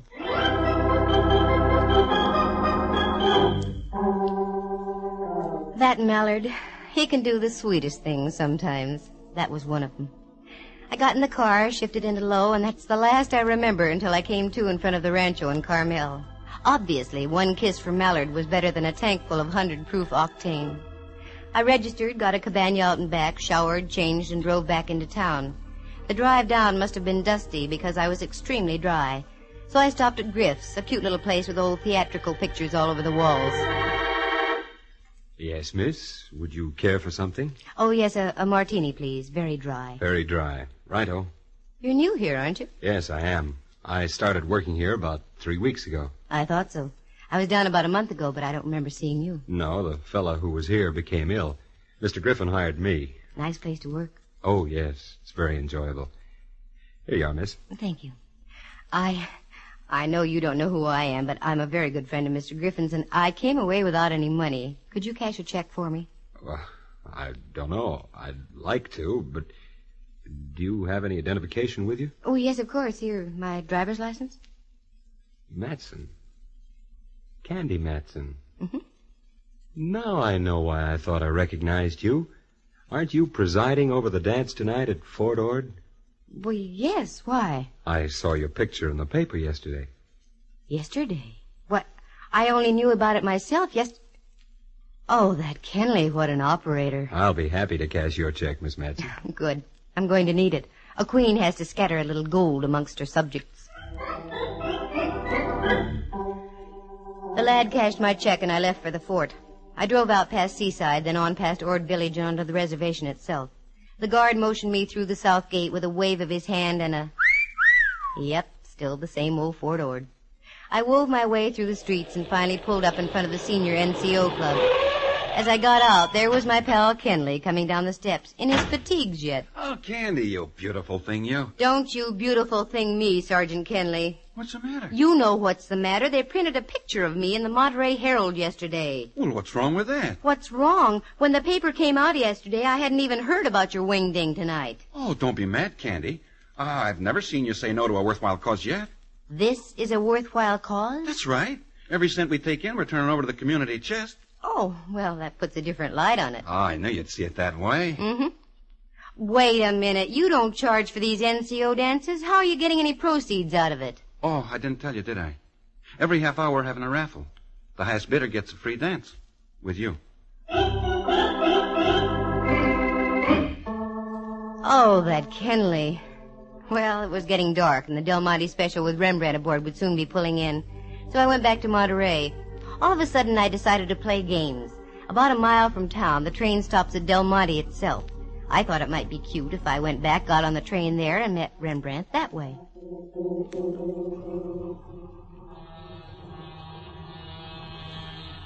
There she was, coming right in on schedule. I parked the car and went over to the little country-like station. The train wasn't in sight yet. It has to make the bend around Seaside. There it was. Now the headlight was sending its beam down the shining rails.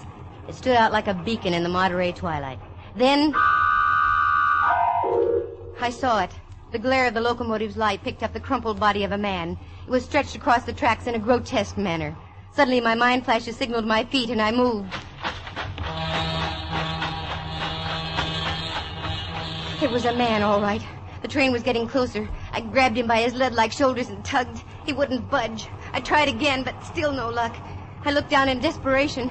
That's when I saw that one of his feet was jammed between the rail and the tie. I gave a yank and the foot came free. Then I grabbed him by the shoulders again. He must have weighed over 200, but little by little I was getting his body over the rails and up under the shoulder. Finally I made it, just as the Del Monte rolled by.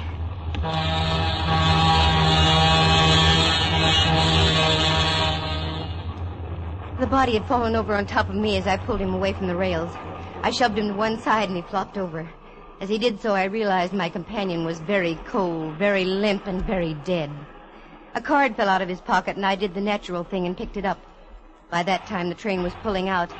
I tried to catch it, but it was too late. It was only a mile into Monterey, so I left my cold friend and drove in after the train. I got snarled in a traffic jam just before I made the right turn into the station, so Rembrandt was waiting for me as I drove up.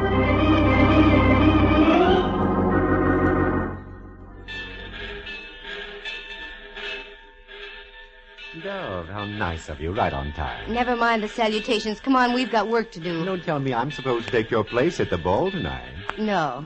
I've discovered a body. Candy, dear, how occupational. How irritational.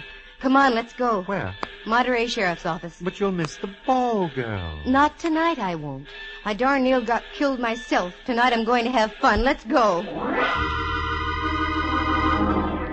I went over to the sheriff's office. They have a staff of 9 men. I placed everything in their capable hands and drove Rembrandt over to one of the local hotels. I went back to the rancho, climbed into my strapless queen outfit, and went back to pick him up. He came out with a bewildered look on his face. I didn't say anything. We drove along through the Ord reservation, and finally I popped the question. Okay, Rembrandt, what's wrong? Nothing, except this. What's this? A card. While I was dressing, a man knocked on me door, shoved this into me hand, and told me to tell you about it, and left. Let me see it. Here. Oh, careful, Dub. Don't go off the road. The military wouldn't like that. They dislike messy forts. Wait a minute. Look through my purse, Rembrandt. Precisely for what? For a card that matches this one. Lipstick, lighter, handkerchief. Oh, here we are. You're right, Candy. It matches exactly. Does it make sense? Not yet. This is a warning, Rembrandt. A warning to keep my nose out of somebody's business. Yes, but what's this on the card? I don't understand. I thought you were studying the cello, Rembrandt, dear. Oh, I am. Then you should know what that is. That's the musical signature for F sharp. The gent who gave Rembrandt the card had obviously been following us since we left the sheriff's office. Now I knew I was in on something. But what? That body didn't crawl on the tracks all by itself. It was placed there deliberately in hopes the train would mangle all evidence. I'd have to worry about that later. I had a date to keep, and I was going to keep it. Once again, I pulled up in front of the Senior Non-Commissioned Officers Club. Rembrandt helped me out, and we went in. The joint was really jumping. As we went in, dear old Sergeant Kenley was there to greet us. Oh, Candy. Oh, glad you're here. I was getting worried. Ha, ha, ha. He's worried. Yes. Ha, ha, ha. Ha, ha, ha? I don't get it. That's all right, Sergeant. Kenley, I want you to know Rembrandt Watson, my chaperone this evening. Glad to know you, sir. You needn't talk down to me, Sergeant. I have campaign ribbons for just such battles as this. Okay, Kenley. When do we start the raffle? Right now. Come on, Candy. If ever a girl gave her all for the Army, that was I. I danced until my insteps had insteps. Going on toward midnight, they started another raffle. A dark-looking sergeant bid $6, and I was to dance with him. Rembrandt was fighting the Boxer Rebellion all over again with some top kick, so I was stuck, but good. Miss Matson, that was my last $6. You shouldn't have done it, Sergeant. Oh, it was worth it. But if you don't mind, I'd rather not dance. Sergeant, for those kind words, I make you a lieutenant. No, thanks. I'd rather be a sergeant. But would you mind walking outside on the terrace? It's awfully stuffy in here. Sergeant, it would be a pleasure, believe me. We went outside. The night was strictly Monterey-ish, sparkling with stars, not warm, not cold, and a slight smell of sardines in the air. That's good. That meant the canneries were working. But speaking of the smell of fish... Let's go this way, shall we? Why? There's a beautiful view of the entire bay from over here. Look, Sergeant, I only came down here to I dance... said come with me. What? You're hurting my arm. Now, wait just a minute, Sergeant. No, you wait, Candy Matson. I know who you are. You had to come down here where you weren't wanted. You don't seem to understand You that had I to was... go find a body on the tracks, and you ended up with 2 cards that were identical, didn't you? Give me those 2 cards. I haven't got them. Don't give me that. Where are they? I don't know what you're talking about. I haven't got any cards. Okay, sister, you ask for it.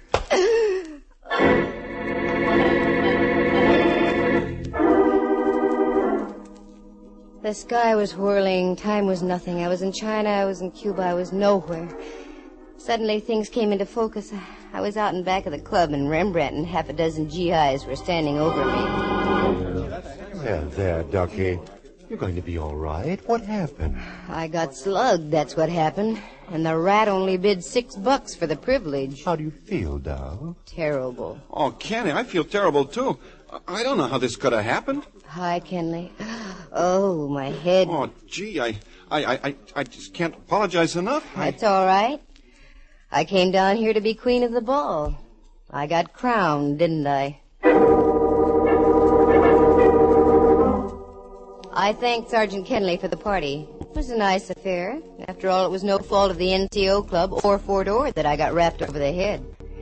So I got Rembrandt in the car, and we drove back into Carmel. Rembrandt was quite concerned. He suggested that we stop and I have a touch of brandy. I didn't argue. We went into Griff's. Good evening. You wish something? Yes, please. Brandy for the lady. Lemon Coke for me. Brandy and... What was that again? A glass of water. A glass of water, yeah. Hold it. You weren't here this afternoon. No, I work the evening shift. Frankie's here during the afternoon. Frankie? That's right. Frankie Sharp. That's when Roman candles went off and bells started to ring. Thinking back to the afternoon, the guy who cashed my check had one slight characteristic. I remembered as he handed me the money, his cufflinks were stamped musically, F sharp. I must have had a funny look on my face because Rembrandt spoke. What's the matter, dear? Doesn't the brandy agree with you? No, it's not that. I'm trying to put one and one together to make two, but it doesn't add. Uh-oh. Looks like we're going to have company. Pardon me, Miss Matson. I hope I'm not intruding. Not at all, Corporal. Everybody's getting into the act tonight. Sit down and make yourself comfortable. Oh, thank you. I just heard the regrettable news. You getting slugged at the club. I left just before, I guess. How did it happen? He was a sergeant. He outranked me. Oh, incidentally, my name is Case. Dave Case. 4th MP Company at the fort. Glad to know you, Case. This is Mr. Rembrandt Watson. Oh, how do you do? How do you do, sir? Where's your accoutrement? What? Your billy club and pistol, your armband, and so on. I don't wear them when I'm not on duty, Mr. Watson. Well, you're in good hands, Candy. I've got to leave. Can't stand a place where they only serve you water. That's what you asked for, Rembrandt. I know. Yield not to temptation, I always say. I do bet you, Corporal Case. Yeah. Good night, Candy, dear. See you in the morning. You two just stay and talk over the Battle of the Bulge, that knob on Candy's head. Good night, Rembrandt. Does he always duck out on you like that, Miss Matson? He's a man of whims. That's why I like him. This brandy isn't doing anything for me. What I need is some air. Corporal, do me a favor and walk me down to the beach and back, will you? Why, I'd be delighted. We left Griff's and walked down Ocean Avenue to the beach. There was a half moon shining down from the east and hitting the waves. It made the ocean look almost luminous.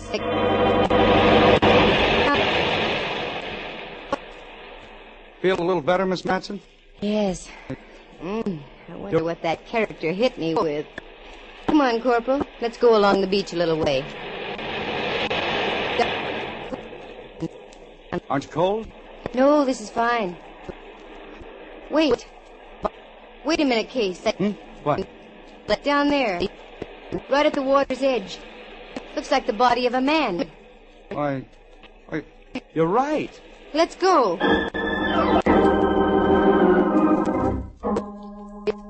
We ducked around a clump of brush and hightailed it down to the water. Sure enough, it was the sprawled figure of a man. Every time a wave came in, the body would change position, setting new patterns of crumpled legs and oddly shaped arms. Give me a hand, Case. Help me roll him over. Okay. There. Hey, look at this. What, Miss Matson? Do you know who this joker is? This is the lad who flattened my skull at the dance tonight. Yeah, I'll bet he's awfully sorry he did it now. He's quite dead. The corporal and I pulled and tugged and finally got the boy high and dry up on the beach. Then we ran up to my cabin. Operator, they must have closed the switchboard for tonight. Well, you wait here, Miss Matson. I'll run up into town. There's usually a prowl car there at this hour. Okay, but hurry, Corporal. Kay slammed out the door and I was left alone. I walked over to the cabinet, got a cigarette and lit it. Thoughts were going through my head like a roulette wheel, but none of the thoughts were dropping in the right slot. Then suddenly... Did you ever get the feeling you weren't alone? That a pair of eyes was watching your every move? I wheeled around. There he was, standing over by the closet door. Good evening. My bartender friend of the afternoon. Enjoying your cigarette, Miss Matson? Yes. Yes, I am, Mr. Sharp. Fine. Drag on it. Drag deeply. The last drag always tastes the best. What's on your mind? You've been on my mind ever since you pulled that body off the tracks this evening. Was that one of your jobs? Oh, yes. Hadn't you surmised by my musical signature? Wasn't that being rather dramatic? I don't think so. All great artists sign their work. Why shouldn't I? I came here to paint. But they only laughed at me, jeered. So I decided to paint in a different manner.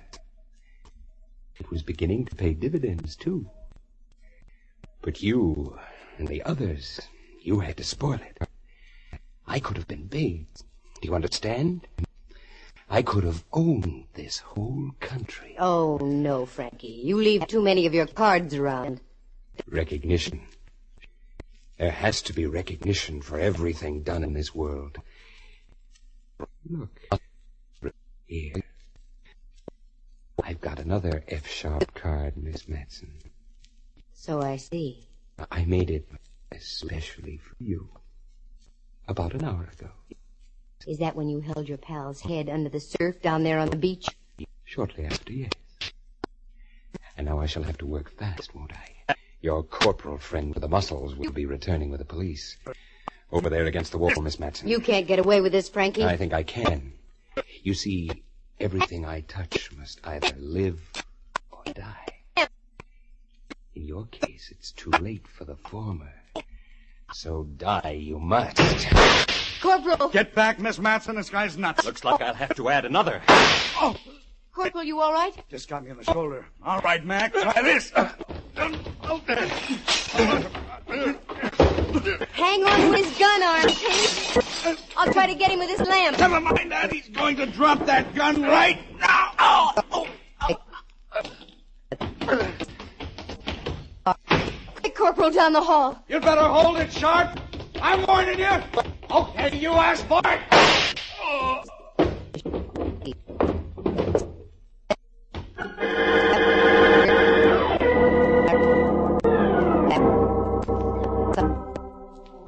F-sharp was quite flat, there at the bottom of the stairs. N-sharp, being flat, was a natural. He looked awfully good that way. All I can say is I'm terribly grateful for Fort Ord's highly efficient MPs. Case ducked out to get the police, but halfway down the stairs he heard Sharp's voice in my room. He tiptoed back and listened just long enough outside my door. Just as Frankie had leveled his pistol at my head, Case broke through and wrestled the gun out of Sharp's hand. Oh, the rest of the facts? Well, I've got the dissa and data right here. Frankie Sharp was a wise boy. He was dishonorably discharged from the Army in 1946. He came to the Monterey area with a complete load of Army uniforms, fatigues, and general equipment. He set up a little ring of other ex-GIs with bad records, all dishonorably discharged also, all professional gamblers. On Army paydays, he'd rig his mob out with GI uniforms. Then they'd gang up on the boys from the camp and take them for all their dough with marked cards and loaded dice. The gang was familiar with Army routine, so it was easy for them to make like real soldiers. But Frankie Sharp was keeping too much of the loot for himself, so he decided to set up a new gang. One by one, he had his boys marked for sudden and violent death. The first was the guy I pulled off the tracks. Sharp and the fake sergeant who slugged me were parked up on the highway watching to see the Del Monte Special put on the finishing touches. When the gag misfired, they followed me, found out where Rembrandt was staying, slipped in one of their business cards as a warning for me to stay out.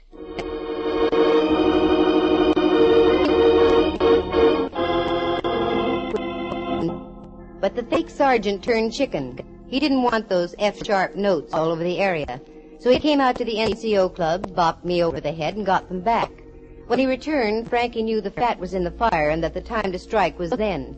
So he took his pal down to the beach, gave him a finger wave and a permanent, the kind you don't wake up from. Then he went back to my cottage to wait for me. Sharp was his own undoing. The poor guy was a megalomaniac and insisted on signing his works of art. His greatest masterpiece, though, was one he autographed. It was called Picture of a Corpse at the Bottom of a Stairway. Because when we went down to look at his body, he still had his own F-sharp card clutched in his rigid fingers. Corporal Case? Good boy. He's been studying criminology with the United States Armed Forces Institute. He was discharged about a month later, and because of his considerable amount of gray matter, was promised the first opening with the Monterey Sheriff's Office. Oh, me, it's beautiful around Monterey and Carmel. The soft ocean, the gently rising knolls, especially the one on my head. That's the last time I'm going to be queen of a ball.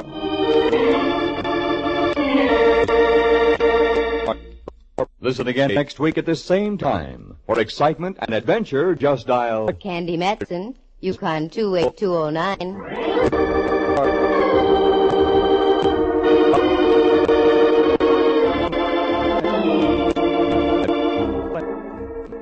Heard tonight were John Grover as Sergeant Kenley, Lou Tobin as the pseudo-sergeant, Kurt Martell as Corporal David Case, and Jerry Walter as Frankie Sharp.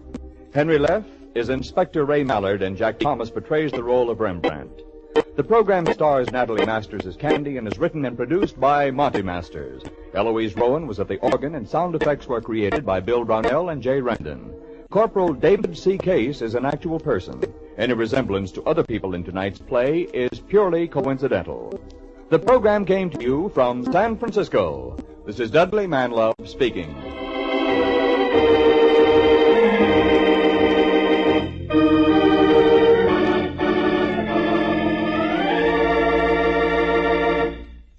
You are tuned for the stars on NBC.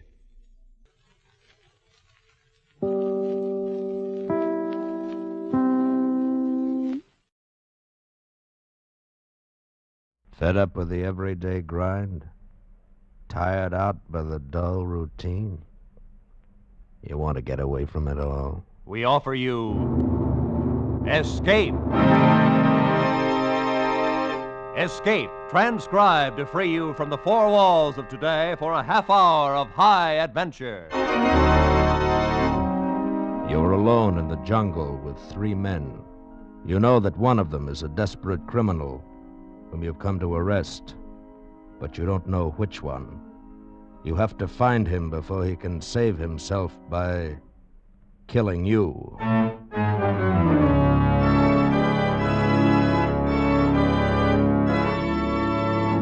Today we escape from reality into the depths of a tropical jungle in a tantalizing search for a murder, as L.G. Blockman told it in his famous story, Red Wine.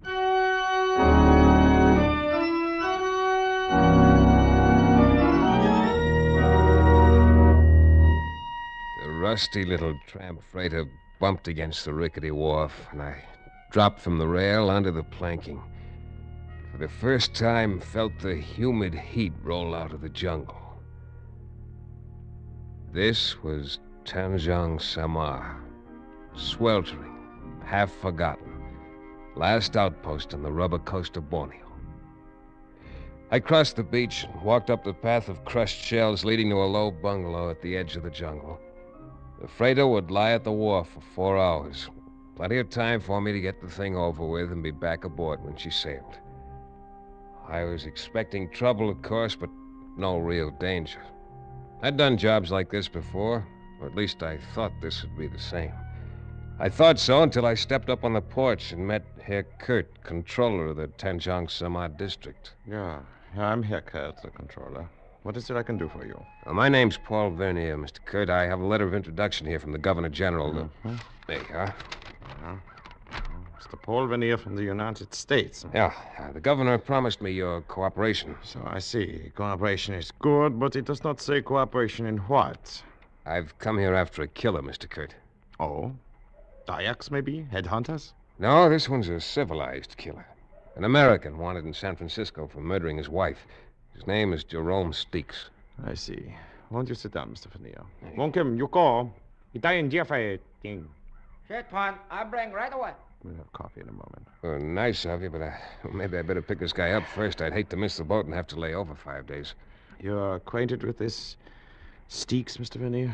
No, I've never seen him. You have photographs? Afraid not. Nor fingerprints. Now, this happened 2 years ago. Until last month, we had it listed as a double suicide. Oh, what are you driving at, Mr. Kurt? Simply this. There's no one in my district by the name of Steeks. No, he wouldn't be using his own name, of course. There is an American here, though. 3 of them, Mr. Faneo. Employed as foreman on the Kota rubber plantation here at Tanjong Sama. According to my information, Steeks came here from Batavia about 6 months ago. They all arrived 6 months ago on the same boat.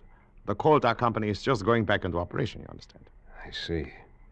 Well, according to people who have seen him, Jerome Steeks is a man about 35 years old, of medium height, slight build, pale complexion, with black hair and mustache. Amazing.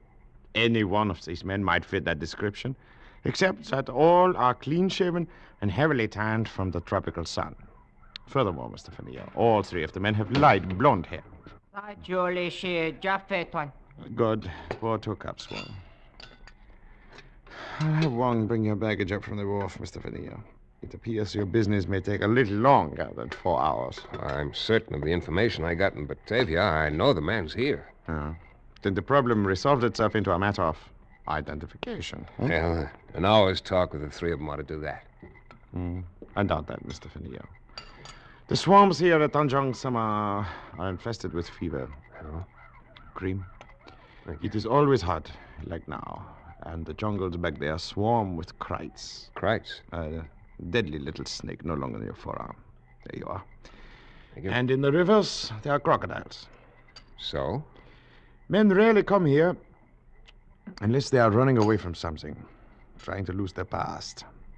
I think you'll find all 3 men have manufactured stories. So, how is one to choose? Well, sometimes a man can be identified by his personality. And the personality of this man Steeks is, it's something out of the ordinary. For a foreman on a rubber plantation, yes. I doubt if all 3 of these men can be aristocrats. And in a sense, well, that's what Steeks is, a cosmopolitan. He's lived all around the world, always associating with top society. He's a lover of fine foods and wine, speaks French and German fluently. What's so? Well, he's a gourmet, a bon vivant, a man of perfect taste in clothes and manners. And a murderer. Yeah, and a murderer. Yeah, well, when the 3 men return this evening, I shall be most happy to introduce you to them, though it's quite probable they are aware of your identity already. My houseboy there told me you were a detective before you stepped off the wharf. Oh, I see. So, in other words, the murderer probably knows who I am and what I'm here for, but I haven't the slightest idea who he is. Exactly. It's quite an interesting thought, isn't it? More coffee, Mr. Faneo?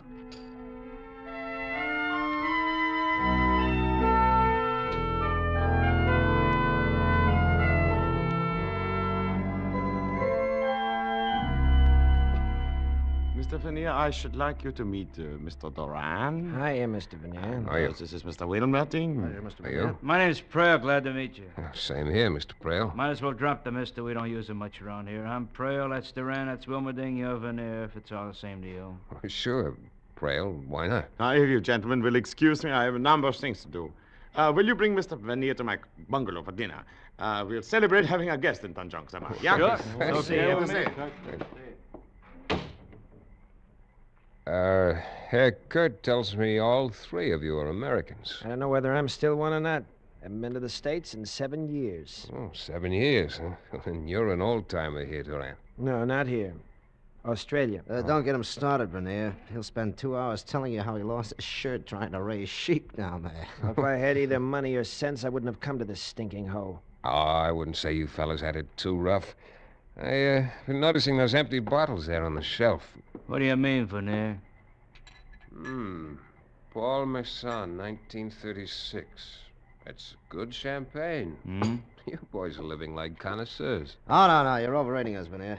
Those empty bottles were already here when we came. Oh? Just never got around to throwing him out.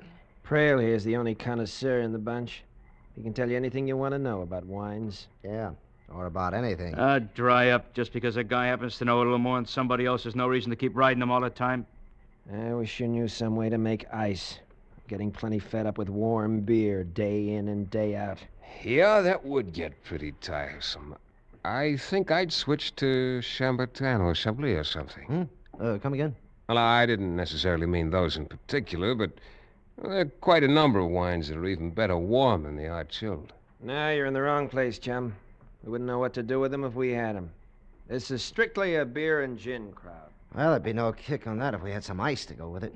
Boy, what I wouldn't give for a cold, frosty bottle. Oh, relax, will you, Wilmerding? You're making me thirsty. How about some music? Music? Does one of you play some instrument? Sure, Prail. He's terrific on that phonograph over there in the corner. Oh. Only trouble is he thinks 3 o'clock in the morning is the greatest song ever written. Well, I can see that would lead to quite an argument, Doran. Particularly if you're a lover of the classics. Oh, no. I don't go for that long hair stuff. Oh. But I would like to hear a fast number once in a while that's less than 10 years old. Yeah, you ought to see this collection Prail dragged up here from Batavia. Strictly from the gay 90s. Prail, you don't by any chance have a number called Il y a un métier dans cette maison? Ah, some Italian opera. Oh, no, it's French. Well, come on, Prail. Translate it for us. You claim to be an expert on the French language. Oh, it's worded kind of funny, like poetry. Ah, sure. Yeah, the last word, though, maison, that means house. I know that. Well, that's too bad. I thought maybe Jerome Steeks might translate it. It refers to him, of course. What are you talking about? The sentence reads, there is a murderer in this house. Huh? Well, so you're finally coming out in the open, huh? Yeah. We heard you were a detective, Vernier. You're after some killer you've never seen named Steeks. You figure one of us is it. That's right, Prail. And the guy you're after is Wilmerding. Are you crazy? Who ever heard of anybody with a name like Wilmerding unless they made it up? Made up nothing. I got a passport to prove it. What are you trying to do, Prail? Turn attention away from yourself? Look, I got nothing to hide. It's either you or Duran. You can leave me out of this right now.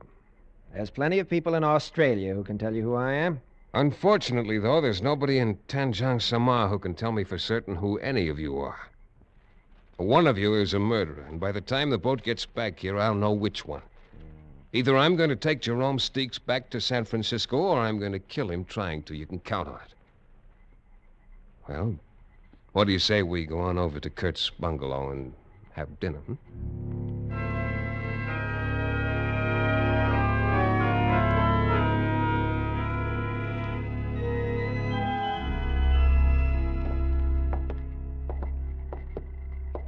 That's Wilmerding's room there. Doran sleeps here.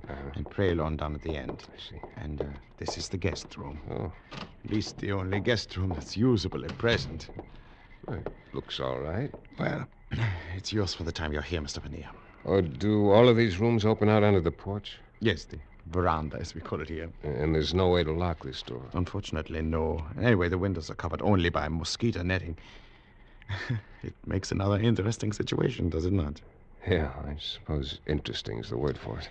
Most likely all these gentlemen are acting to a greater or lesser extent, which of course makes your problem exceedingly difficult. Yeah, that's right. Mr. Kurt, you did say a man rarely came here unless he wanted to lose his past. And yet, you're here. Yeah. Yes, it is true. But then, I'm only a servant of the government and have little choice where I'm there, no? Well, good night, Mr. Vernier. Good night, Mr. Kurt. I trust you'll have a very comfortable night. Thank you.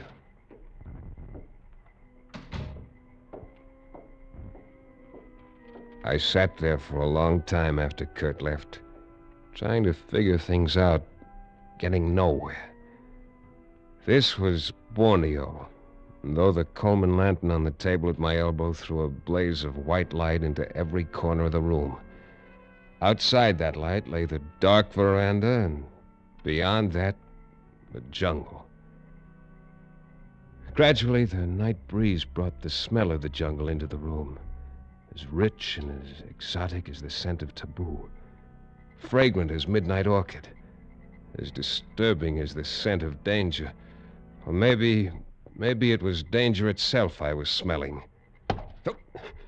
A heavy knife missed my throat by 2 inches, thudded into the bamboo partition, and stuck there, quivering.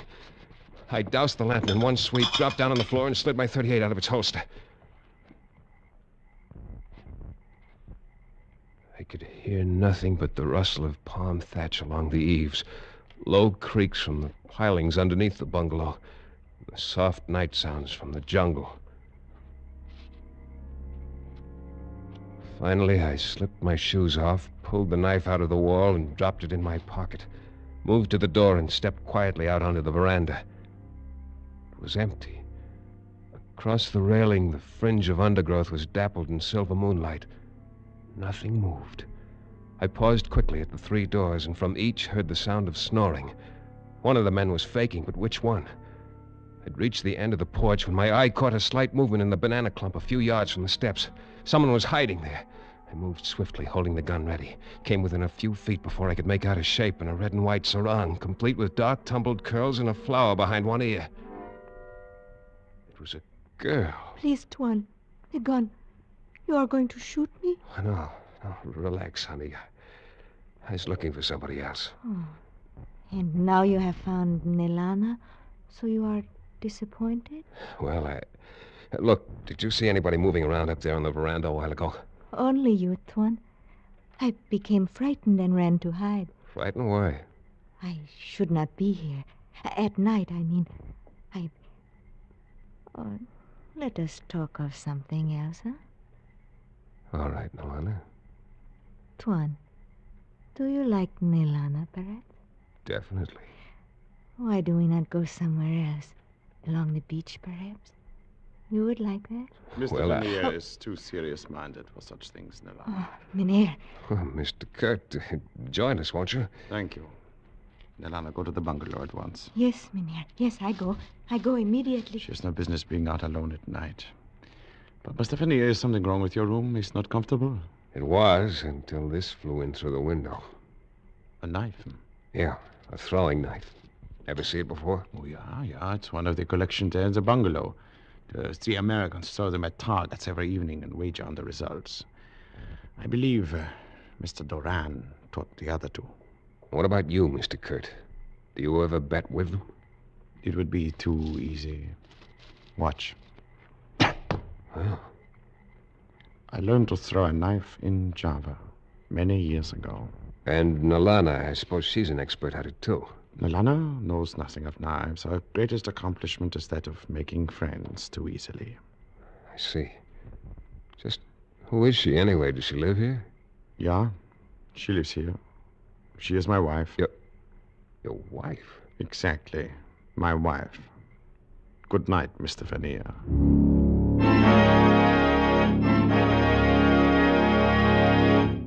In just a moment, we will return to Escape. But first, coming to you in succession, Spike Jones, Jack Benny, and Amos and Andy bring you 90 non-stop minutes of superlative joy every Sunday night when you hear them among CBS's 10 great Sunday night shows. The Spike Jones Show and Amos and Andy are heard over most of these same CBS stations, and Jack Benny comes to you over them all. And now, with our star, Jeff Chandler, we return to the second act of Escape and Red Wine.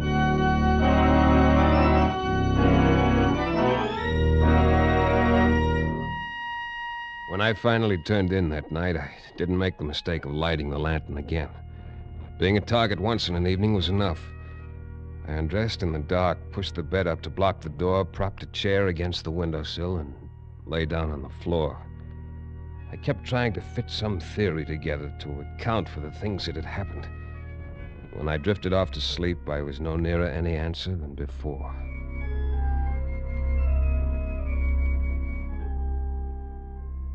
I woke up with the first light of dawn. For a full minute, was ready to predict a peaceful day. And then I turned my head slightly and saw it. On the floor, against the wall, 18 inches from my left hand, its eyes open and unmoving, lay a krite, first cousin to the cobra, the deadliest snake in Borneo. Cold sweat broke out on my forehead, ran into the corners of my eyes. Not daring to make any sudden move, I slid my right hand slowly up behind me and found my gun under the pillow. The snake moved slightly. I froze for one long minute. Carefully, I brought the gun over until I had the ugly head centered above the foresight. Then... What the company understand those words? Who fired that shot? I did, Kurt, in here. Hey, Kurt, what's all the shooting about? Find out now, Duran. Mr. Vernier. All right. Oh, sure, Kurt. Come on in. I had an early morning visitor there on the floor. God, Crite. Did he bite you? No, he What didn't. the devil's all the racket about? Ah, snake. That's funny. What's funny, Duran? A cried, Wilmerding. Just killed one here in my room. Well, there's plenty of them around, but I never heard of one crawling into a room before. I'm not sure it did crawl in. What do you mean? I've got an idea it may have been dropped in through the mosquito netting there at the window. Yeah? By whom? By a guy named Jerome Steeks. Ever hear of him, Duran? Why don't you pick up Wilmerding? He's your man. Oh, sure. I always carry a couple of snakes around in my pocket just for luck. What I want to know is who carries this around in their pocket for luck. That's one of our knives in the living room. We throw them at a target. Yeah, I know. Only last night I was the target. And Prail's your boy. He's an expert. Wins every time we play. Dry up, Duran. Hey, listen. Crack like Okay, that. relax, all of you. All right. So nobody knows anything about these accidents. They just happen. But here's a warning to whichever one of you is Steeks. The next time, you better cover yourself. I'm through being a clay pigeon. From now on, it's going to be a lot tougher. A whole lot tougher.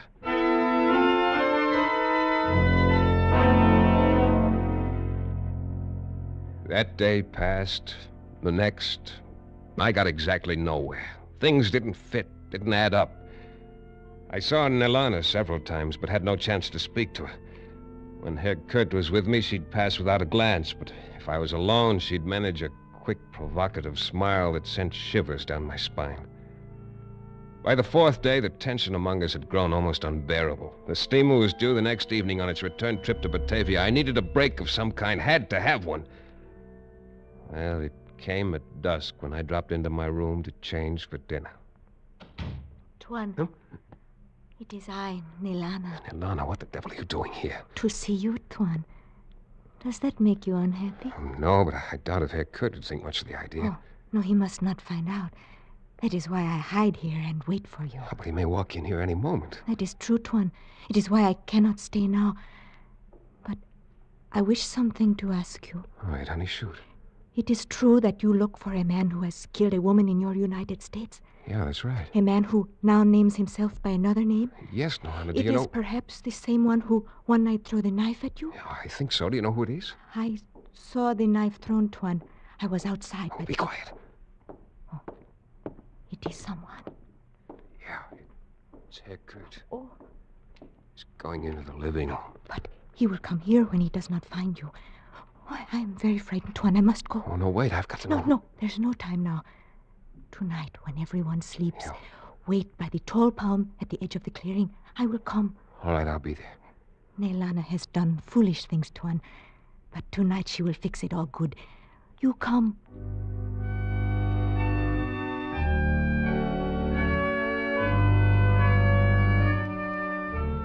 I waited for a long time in the shadow by the palm tree. Watched the moonlight sift down through the shaggy fronds. But 2 hours passed. She didn't come. Waiting there, though, in the jungle night, a plan began to form in my mind. A long shot, true enough, but one with possibilities. It needed luck to work, but I'd come to the point where I had to count on little luck. At any rate, I decided to start the ball rolling the next morning, after breakfast. Now, wait a minute, Vernier. Let's get this straight. And I thought I put it straight enough, Duran. I said the hunt's off. I'm pulling out on that boat tonight. You can all relax. Yeah, but 5 days ago you were so cockeyed sure it was one of us. How come the switch? 5 days ago, Wilmerding, I didn't know you guys. I was certain of the information I'd picked up in Batavia.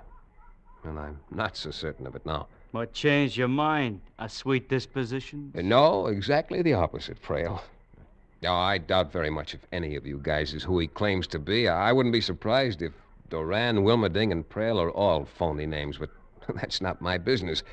I came here after Steeks. I've decided now I made a mistake, and that's that. Wait a minute. Aren't you forgetting the fact that somebody tried to knock you off a couple of times? Well, let's just say the reason for that was a side issue. Had nothing to do with Steeks. You come in here, push us around for a week, and then decide it was all a mistake. I'm sorry, Trail. And look, I'm going to try to make up for it this evening. I'm throwing a dinner party at Herr Kurt's bungalow before the boat leaves tonight. You're all invited. Yeah, now that's pretty decent of you, Vernier. I'll get some food and drinks from the captain as soon as he docks. If you're as fed up with Reistoffel and warm beer as I am, you'll be ready for a change. Yeah, sure is all right with me. Well, good. Then it's all settled.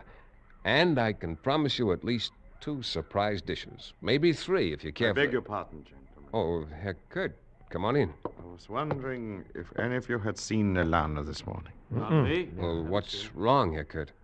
I'm rather concerned about her, Mr. Vernier. She has not been home since early last night. I had a couple of ideas about that myself. Ideas I wished I didn't have. Anyway, as soon as the rest of the bunch went about their business, I began my own search for Nelana. I didn't know the country, and it was nearly dusk before I found her. Then I said nothing about it to anyone. But sitting at the table that night while the dinner party moved along, I was seeing everything through a haze of red. The same color as the red in a sarong wrapped around the slim figure of a beautiful girl. I kept thinking how she'd never smile anymore, how she'd never walk in the moonlight again, because somebody had cut her throat. I know a story along the same lines. I never heard that one before. What a dinner. Oh, after 6 months of rife stuff, I could go crazy about this. Yeah, when you throw one, Vernier, you really throw it. That's Well, right. this is only the beginning. Beginning? Where can you go from here? Well, right now, for instance, roast pheasant. All right, Wong, bring it over. Sure, Tuan. Right away, I bring. Look Like for me to put here for you to carve, Tuan? No. I wonder if you'd mind carving it, Herr Kurt. Not at all, Mr. Vernier. I should be happy to place it here, one. Boy, I haven't had a roast pheasant since Australia. We used to shoot them all the time. Even the smell's enough to drive you crazy. You said it, Braille. Oh, you haven't seen anything yet. The pheasant is the main dish, so the 2 surprises go right along with it. Wong, bring it out. Sure, Tuan. I bring right away now. Careful, don't drop it. There we are. Thanks. Well, there you are. It's Chambertin, vintage 1911. Unquestionably the finest red wine that exists in the world today. Holy smoke, where'd you get it? Oh, I found out on the trip in the captain of the steamer had a few bottles. Took a lot of talking to get one out of him, but I'll open it, Wong. Have you got the glasses? Sure, Tuan. Good. Well, boys, you may go back to warm beer tomorrow, but you got the best tonight. Now, Wong, show him the second surprise. One big bucket ice. Ice! Real honest to gosh, cracked ice. Oh, I haven't seen a chunk of ice for 6 months. Oh, I thought you'd go for that one. All right, Wong, serve the wine, will you? Sure, Tuan. You know, it was pretty amazing to find 1911 Chambertin on a little tramp freighter down here in the South Pacific. The stuff's so rare, it's hard to get at any price anymore. Maybe so, but that ice is what gets me. Yeah. That's it, Wong. Dump plenty in mine. Oh, Wong, stop that. What the devil are you... What's the matter, Wilmerding? Why... Well, what I mean is... You mean you're well aware of the fact that ice kills the bouquet of Chambertin? Isn't that it, Steaks? Steaks? You mean Wilberding? Yes. Once a gourmet, always a gourmet. A crook with enough sense to keep his hair dyed black for years so he could become a natural blonde if he ever had to make a getaway. But not enough sense to keep still and let me ruin a bottle of wine. Hey, easy with those hands. Don't try reaching for a gun. Let him reach for it, Mr. Vernier. Kurt, no. Put down that knife. Look out, Vernier. He's going for his gun. Too late.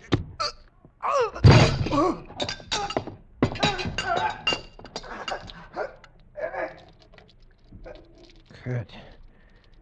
Good Lord, Kurt, you've killed him. I'm sorry you do not have our prisoner to take back with you, Mr. Vernier. But I, too, found her body.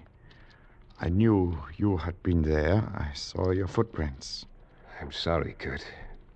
And she had been seeing Wilmerding.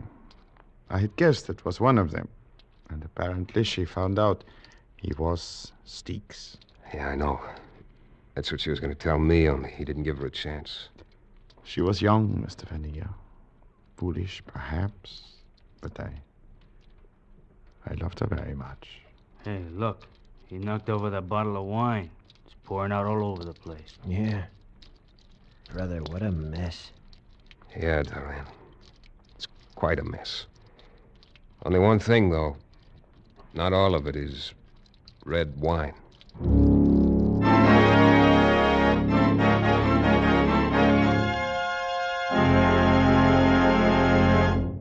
Escape is produced and directed by Norman MacDonald.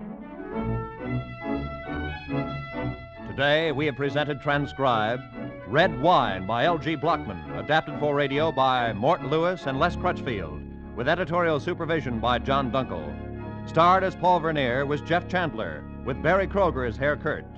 Featured players were David Ellis, Lou Krugman, Jack Crucian, and Laurette Philbrandt. The special music was arranged and played by Ivan Ditmars.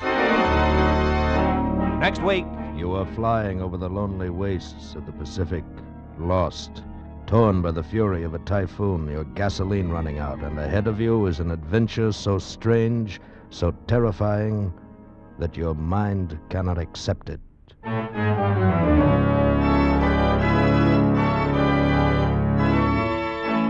Next week, we escape with Nelson Bond's gripping story of a fantastic conqueror's isle. Goodbye, then, until this same time next week, when once again CBS offers you Escape!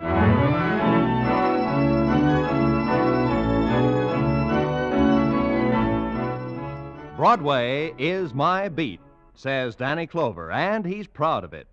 Tomorrow afternoon, over most of these same CBS stations, you'll hear the first of Danny's adventures. You'll hear how a real cop with a real purpose for running down a murderer goes about his business, backed by the world's largest police department. Listen in as Danny declares, Broadway is my beat. Now, stay tuned for 5 minutes of the latest news, to be followed by Let's Pretend, over most of these same CBS stations.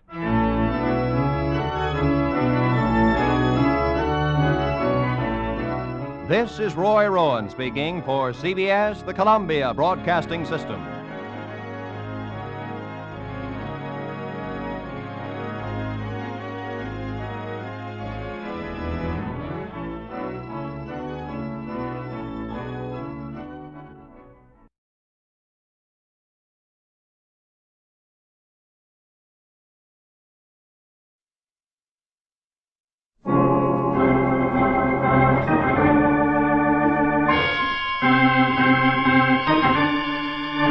My name's Regan. I work for Anthony J. Lyon, Detective Bureau.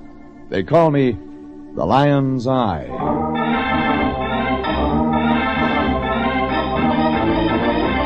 Jeff Regan, Investigator, starring Frank Graham as Regan with Frank Nelson as Anthony J. Lyon. So stand by for mystery and suspense and adventure in tonight's story of A Tree Grows in Encino.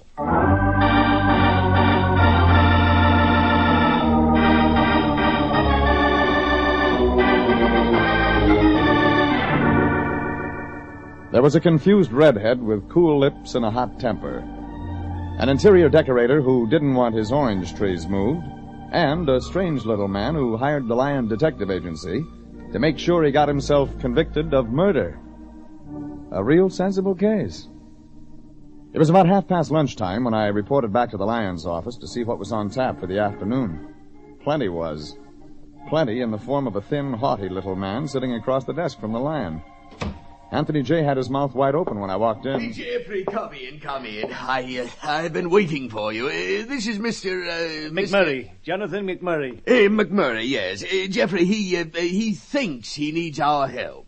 Not sure yet, Mr. McMurray? Yes, I am quite sure. It is your employer, Mr. Lyon, who is not sure. Well, now, I wouldn't say that, Mr. McMurray. Yours is a very unusual case. Suppose somebody tells me what this is all about. Jeffrey, Mr. McMurray... I will explain my own problems, Mr. Lyon. Yes. Yes, you explain them, Mac. Mr. Regan, it's quite simple. I want you to prove I am guilty of murder. What? Yeah, quite simple, Jeffrey. I have murdered my wife, Mr. Regan. I've gone to the police and confessed. They refuse to believe me. It's up to you to prove I'm right. Yeah, up to us, Jeffrey. Wait a minute, Fatso. Let's get all this story, Mac. You killed your wife and the police won't believe you? When? On the morning of April 3rd at 3 a.m. 3 years ago. 3 years? You see, Jeffrey, I told you this was Mr. Lyon. Yeah. I had gone to bed early the night of April 2nd. I heard noises several hours later. I assumed they were burglars. I went downstairs, taking my gun, of course, and saw a figure breaking in. Naturally, I fired. It was my wife. Your wife breaking into your own house? It seemed that way at the time. Perhaps I was not fully awake. We all make mistakes, you know. All make mistakes. Of course. I do not believe in murder. That is why I am here. The police wouldn't believe you. Nothing but a group of incompetent, immoral civil servants. Are we not paying them to establish law and order? I ask you, Mr. Regan, are we Finish not... the story. What happened after you shot your wife? In a moment of utter weakness, I lost my head. I fled the city. And for 3 years you've hidden out. Only your conscience got to bothering you. You finally decided to... Certainly not. The woman was dead. My problem was more basic, down to the very roots of nature. I wrestled, shall we say, with all the evil of the world, and won. Where? In San Francisco, where I had established myself in business. It was last week I decided that I must pay the price or live forever in a morass of sin. I have decided, Mr. Regan, to make an example of myself. Jeffrey, perhaps we'd better explain to Mr. McMurray that we're pretty busy this season. Maybe someone Wait a minute, else... Lion. Mac, did you and your wife get along? We quarreled constantly. When I married her, I had assumed she was a woman of some inner dignity and spirit. I discovered she was no better What was than... his name? I beg your pardon. The other man. There was no other man. She had not sunk that low. We quarreled about her work. It kept her out nights. Her work kept her out nights? Exactly. She was an interior decorator. Lois, that was her name. Lois was one of those soulless moderns. Form follows function, that sort of nonsense. I take it you aren't modern. I, sir, am an architect. An architect of the old school. I believe in the established order of things. You, Mr. Regan, are morally obligated to see that justice is done. Jeffrey, do we have... Lion, they can't all make sense. Gentlemen! Enough of this childish quibbling. I assure you, you are going to take my case.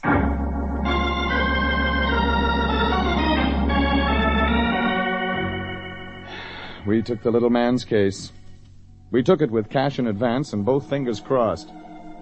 The Lion fumbled for his fountain pen, while McMurray calmly waited with his open checkbook. There was only one place for me to go.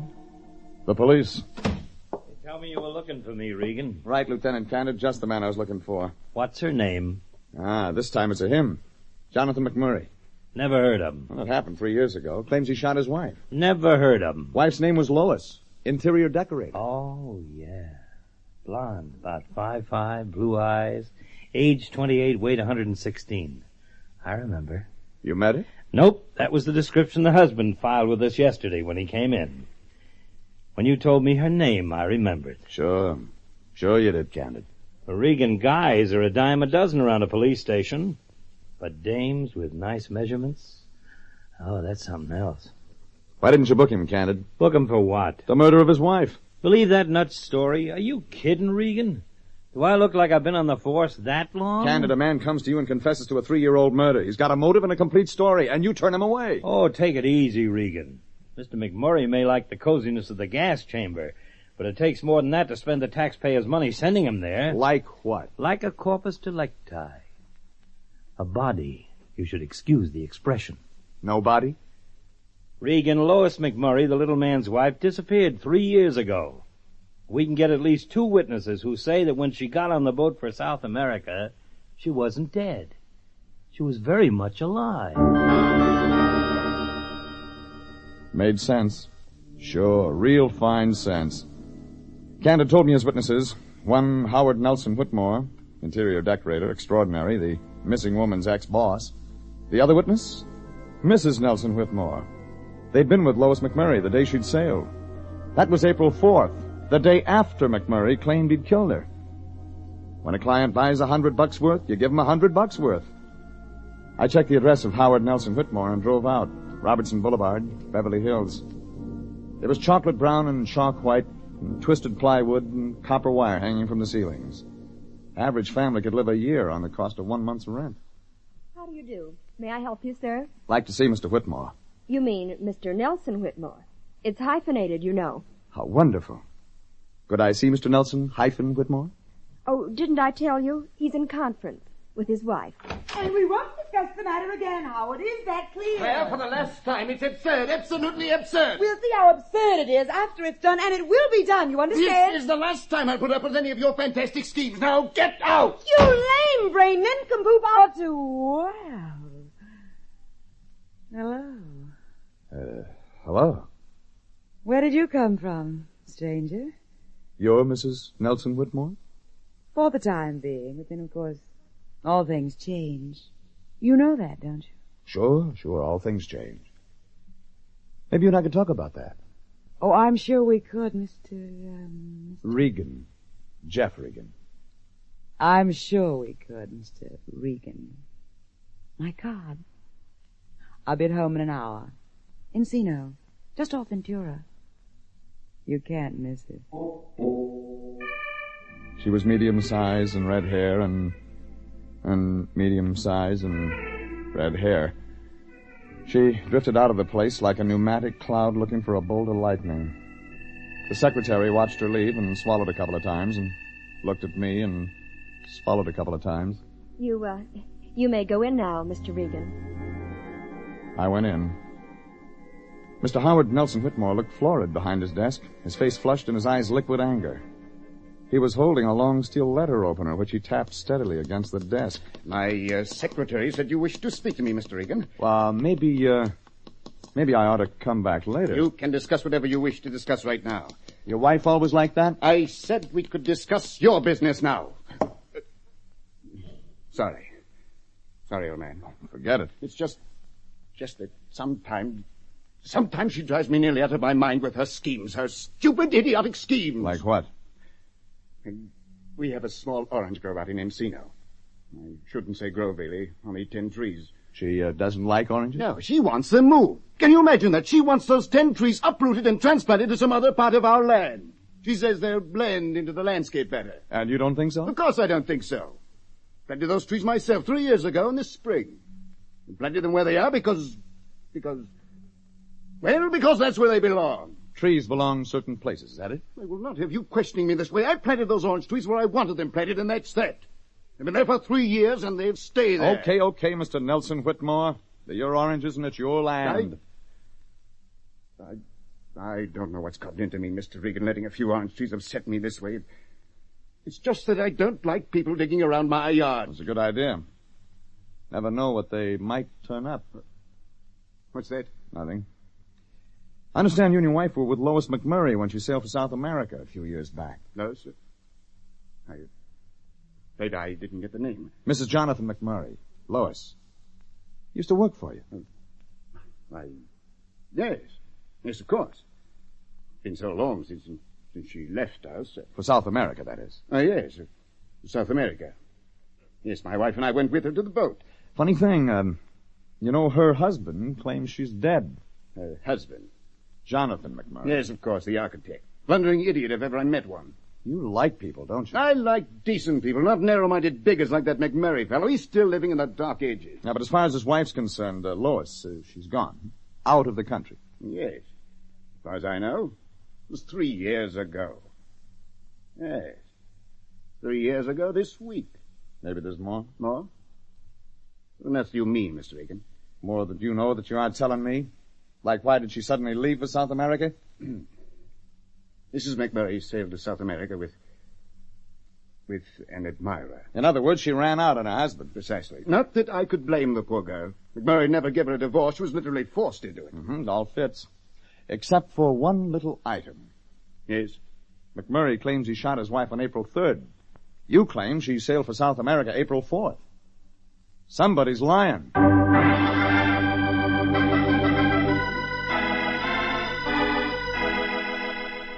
Somebody was lying. A decorator named Nelson Whitmore, or an architect named McMurray. Or maybe it was a bigger switch. Both of them lying. Maybe the answer to that one would be with a fire-breathing redhead named Mrs. Nelson Whitmore. She'd said she'd be home in Encino. It was an invite I wasn't going to pass up. I got out there around 5:30, the sun dropping down behind the valley hills, the grass around the place soft and moist, and the 10 orange trees lining the driveway to Mrs. Nelson Whitmore's house. It was redwood siding, sprawling over a hillside, weaving around like a giant snake. Ranch type for millionaires. Complete with gravel driveway, 4-car garage, and swimming pool. I rang the doorbell. Hello, Mr. Regan. I knew you were too intelligent to turn down my invitation. Red hair, red dressing gown, same texture. Soft and silky. A film of expensive gauze covering golden tan skin. This way, Mr. Regan. The drink's a mix. You thought of everything. If we don't think of ourselves, no one else will. Or does that sound like a bromide?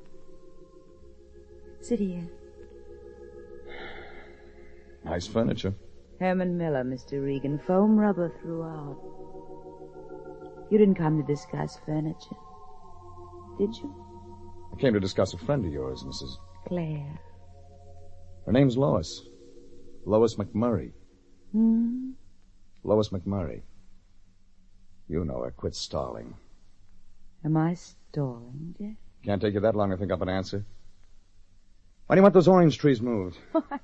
Your mind does travel, doesn't it? That's still no answer. Oh, very well, Jeff.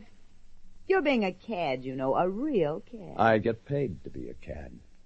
You're a private detective? I thought so. Look, Claire, there's a big fancy game in progress. Somebody's playing somebody else for a sap. I get paid to find out who. By the hour. That must make you terribly expensive, Jeff. Who paid you?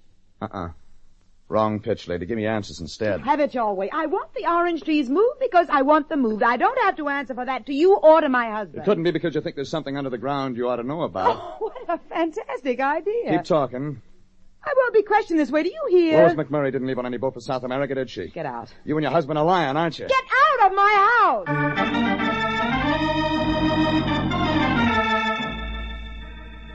I got out.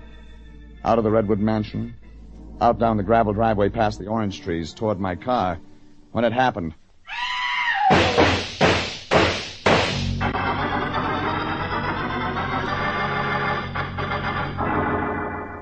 Inside the living room, the smell of cordite, and behind the thick blue clouds stood Mrs. Claire Nelson Whitmore. Stood staring at me, a dazed look on her face, a gun hanging limp in her hand. At her feet, the haughty little man named Jonathan McMurray, dead. Claire Nelson Whitmore looked at me, blinked twice, then collapsed unconscious at my feet.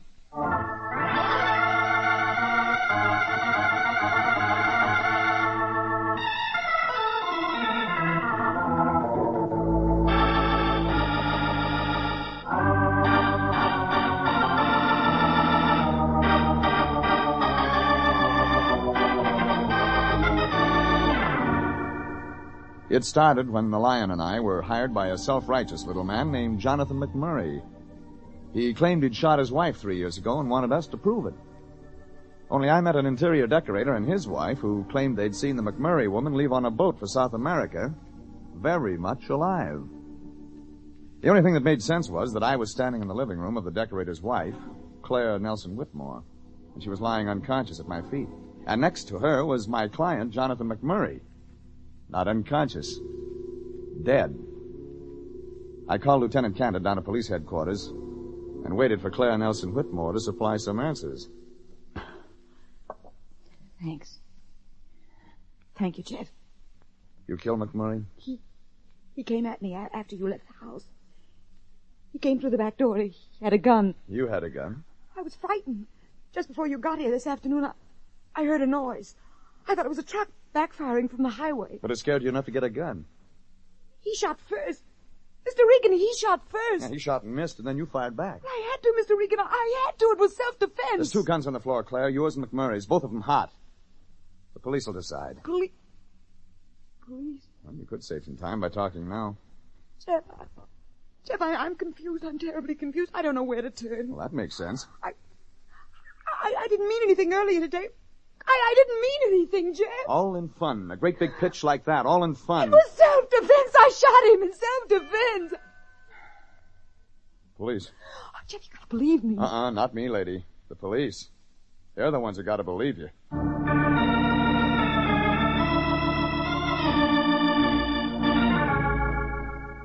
Lieutenant Candid came in with a photographer and 3 detectives. An ambulance showed up a couple of minutes after that with a medic and 2 stretcher bearers. I gave Candid the whole story, the business about the orange trees included. He listened, nodded for one of the detectives to take notes, and then told me to stick around. He and another guy went into Claire Nelson Whitmore. 10 minutes later, he came back out. Stayed a near collapse. Couldn't get much, Regan. I thought maybe. The dead man's gun had been fired twice, and hers 3 times. She wasn't hit, Regan. She didn't say anything about McMurray's wife, Lois. Nope. Nothing you hadn't already told me. Just one thing bothers me, Regan. Just one thing? Those orange trees. Why does she want to move? No, she says they look better somewhere else. You think it's as simple as that? I don't think anymore. I gave it up when McMurray hired me. If you're looking for logic in this one, Candid, forget it. She's an awful good-looking dame, Regan. Yeah? I'm partial to redheads. Sure. Redheads and oranges. Regan, I think I'm going to dig for oranges. You figure it that way, huh? Lois McMurray disappeared 3 years ago, and that's when the orange trees were planted. Howard Nelson Whitmore, the redhead's husband, made a special point of telling me that, Candid. Oh, now, Regan. He laid it out like a bad joke in a comedy routine. You mean you think he deliberately wants us to Look, think Candid, you dig. I'll try another idea. Okay, Regan.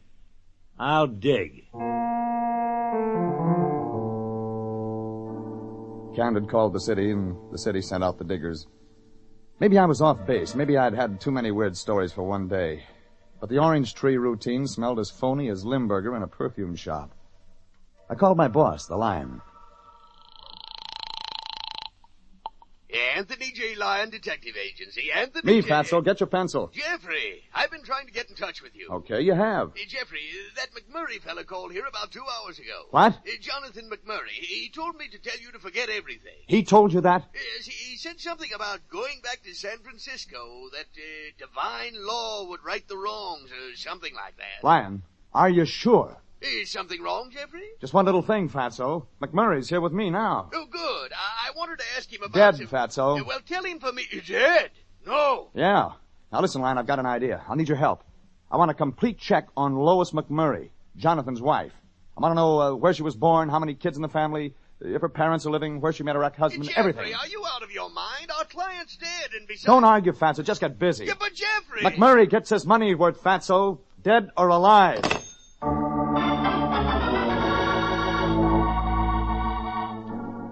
I went outside. Candid was watching the diggers. How many trees, Candid? Now we dug up 4 of them. 6 to go. Find anything? Dirt. Still hopeful, huh? Still hopeful. I called Howard Nelson Whitmore's office. He'd left there a couple of hours ago. Just after you did, his secretary said. Think he left for Point South? I don't know, Regan. I don't like it. Any of it. Mm-hmm. Except the redhead. You're partial to redheads, remember? I'm looking for a blonde now. A deceased blonde. Who left for South America. You told me about her. All right, so maybe she didn't leave for South America. Maybe she's dead, Regan. Dead and buried. Buried under one of those orange trees. No, that's a good guess. You got anything better to offer? Nope. See you around, Candid.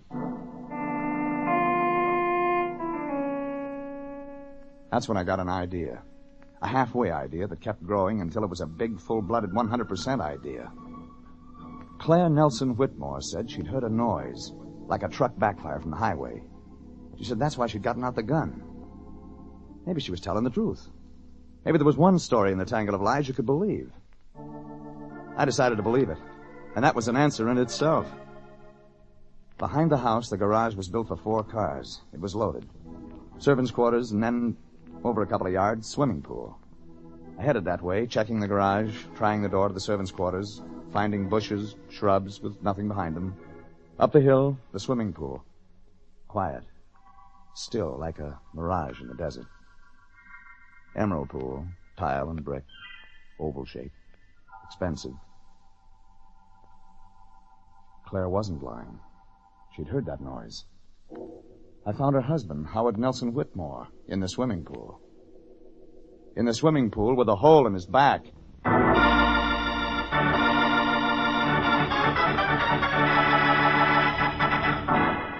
Candid and his boys puffed up the hill to the pool in a hurry when they caught my signal, and I went down. Down to the house, to the room of Claire Nelson Whitmore. Jeff. Don't get up, lady. You and I are going to have words. But, Jeff, you know how bad I feel. Yeah, you may feel worse. But the police said I could rest. Yeah, that was before they found your husband dead in the swimming pool. Hey, what? You didn't know about that, huh? Howard, When they pulled him out, they found a bullet in his back. Oh, no. Oh, no, Jeff. I didn't do it. I didn't do it. That's no answer, lady. The whole thing comes in one big package. You tied the ribbon on it. Give me the phone. No, Jeff, no, I didn't I can tell you a few things, baby, but I want to be sure. Real sure. But, Jeff, Just give me the phone. Yes, Jeff? Oh.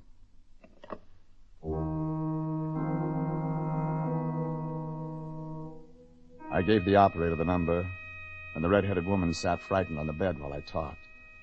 Her eyes looked at me, cutting, deep, staring through the tension, knowing what was happening and hoping it wouldn't happen. I got the line, and I got my answer, while the red-headed woman sat staring at me on the bed. Jeff, what did you find out? About Lois McMurray? What I thought I'd find out. That she's from Chicago. She has no brothers or sisters. That her parents are both dead. She's alive. Yeah. She's alive. Jeff, what does it matter about her? Lois McMurray met Jonathan in Chicago, just after she got out of prison. McMurray made her his project for the year, Salvation, his version of it. She married him. She married him, because she didn't know what else to do. She married him because girls with prison records don't have a lot of choice. She married him, and he converted her. Go on, Jim. He taught her to live a decent life, as he called it. She was his project, remember? The straight and narrow. She didn't love him. She never loved him. Who could? But she was a confused woman. She needed something, somebody. She got little Jonathan McMurray, crackpot crusader. Oh, she got him, Jim. And she learned to hate him. Hate everything about him. Hate his pettiness, his cruelty, his self-righteous conceit. But he wouldn't give her a divorce. That was wrong. She didn't appreciate his good deeds. She hated him, Jeff. She hated him. Yeah, Lois. You hated him. And then you met Howard Nelson Whitmore. He was the opposite of McMurray. Clever, crafty, and in love with you. He cooked up a scheme whereby you could get rid of Jonathan. He framed up that burglar routine. Jonathan fired at a shadow that night 3 years ago. Only when the lights came on, you were on the floor playing dead. I had to, Jeff. Don't you see? I had to. I couldn't stand it anymore, living that way, being a prisoner of the man I hated. Anything was better than that. And just like Howard figured, Jonathan ran. He ran a long way. But he came back, Jeff. Why did he have to come back? Because he wanted to make an example of himself. You and Howard spoiled that. You were alive, not dead. That infuriated him. His one chance in life to be a martyr, and you and Howard ruined it for him. That's why... That's why he shot Howard and then came after you. Vengeance. The wrath of the righteous. Divine law, he called it. He was going to be a martyr after all. Jeff, you know that I didn't shoot first. You know it was him, Jonathan, mean, hateful. Mrs. Whitmore, Lieutenant Candid wants to see you. Jeff. And when I came around, Howard Nelson Whitmore got scared of his story about seeing Lois leave for South America. He knew he couldn't make it stick, so he tried that orange tree routine while I was in his office.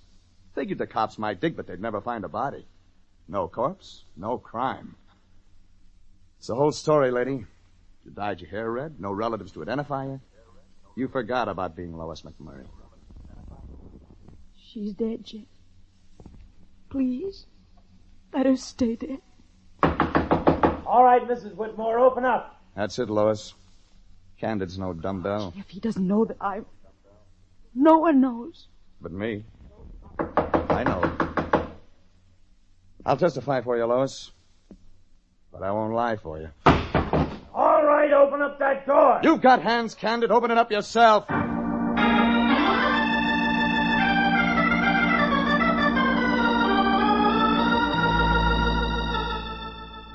They took Lois McMurray down to headquarters and got the full story from beginning to end. Sure, she was booked on a couple of accounts, but nowhere in it could they stick a murder charge. That made Lieutenant Candid an unhappy man. After all, he figured maybe the chief would begin to think he was partial to redheads. But when I got to the office the next morning, my boss, Anthony J. Lyon, looked as cheerful as a kid with the measles. Hi, Fatso. Oh, hello, Jeffrey. Nice day, huh, Lyon? Real nice day. Is it, Jeffrey? I didn't notice. What's eating you? We just wrapped up a $100 case. Just like that. Yes, Jeffrey, I know. $100 case. Wait a minute, Fatso. We did get paid, didn't we? McMurray may have been a murderer, but not paying would be something else to him. You know, a sin to cheat. Yes, Jeffrey. Mr. McMurray didn't plan to cheat us. In fact, he said he'd send me the money later. Later? Look, when I left the office this morning, he had his checkbook out and you were reaching for your fountain pen. Jeffrey, I tried to tell you on the phone. There was a mistake in the contract. Well, he wanted his lawyer to... there was a legal question. Jeffrey, I ran out of ink.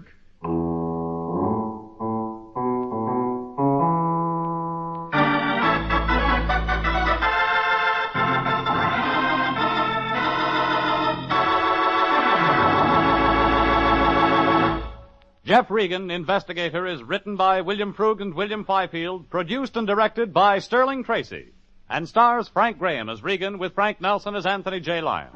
Original music is by Dick Arant. Bob Stevenson speaking, inviting you to be with us again for more suspense and mystery and adventure with Jeff Regan in Mystery and Adventure with Jeff Regan in Mystery and Adventure with Jeff Regan in Mystery and Adventure with Jeff Regan in Portions of the following program are transcribed.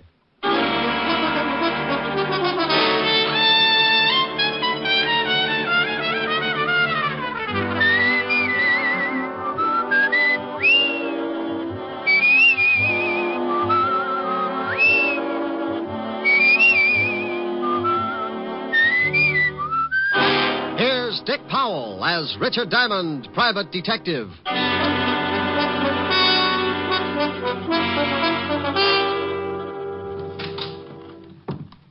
Is this the Diamond Detective Agency? Well, what does the sign on the door say? Diamond Detective Agency. And take a guess. Are you Mr. Richard Diamond? It depends. How much does he owe you? Nothing. You just want to speak to him? I do. You come as a client? Yes, I do. You have $100 a day in expenses? Yeah, I do. Then I now pronounce us man and client. Your name, please? My name's Thomas Jason. The stockbroker? You better pay cash. Oh, I'm retired now, Mr. Diamond. And to end this nonsense, here's your $100. Oh, thank you. Now, what's your trouble? It's Carol, my adopted daughter. We adopted her when she was 12, but my wife died shortly after. Frankly, Carol has been trouble ever since. And now? Now, I'm afraid it is no longer a matter of delinquency. Well, there have been several incidents that make me suspect that she's trying to do away with me. Oh, sweet girl. What's her reason? My money. In my will, she is my only heir. Why not change the will? I said I suspected her, but I'm not certain, Mr. Diamond. And you understand, it would be terrible to disinherit her if I am wrong about my suspicions. I simply must be sure before I change my will. She have any idea of your suspicion? Yes. This morning I did speak to her. Mentioned the possibility of cutting her from my will. She flew into a rage, made several terrible threats. Oh? What do you want me to do? Well, sir, I want you to... Oh, excuse me. Diamond Detective Agency, we have the only corpse with the lie-down design. Oh, Rick. Why don't you answer the phone right? Okay, Helen, baby. Diamond Detective Agency, Mr. Richard Diamond speaking. What? See, it throws you. Mr. Diamond. Honey, I'll see you tonight. I got a client. She? He. Good. Bye. You were saying, Mr. Jason, before I was so nicely interrupted. Yes, I want you to either prove my fears to be true or groundless. If I am right, I will change my will, of course. Where do I start? Come to my house at 3 this afternoon. Here's the address. I'll introduce you to my stepdaughter, Carol, as a business acquaintance. After you've met and talked with her, I'll give you what details I have about her threats and actions. Okay, Mr. Jason, I'll be at your place at 3 this afternoon. Good day, Mr. Diamond.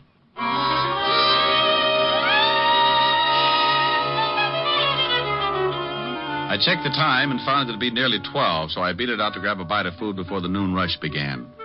Cafes in downtown Manhattan at lunchtime can only be compared to a can of sardines after all their relatives move in.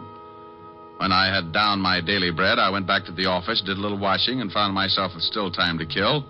So being interested in my new client's problems and always liking a clear view of a new case, I dropped in at the 5th Precinct to see what Lieutenant Levison had on the Jason family. When I walked into the squad room, I found Sergeant Otis tilted back in his chair with his number 14s crossed on the desk in front of him. From the sounds he was making, he was either sleeping or gargling with molasses.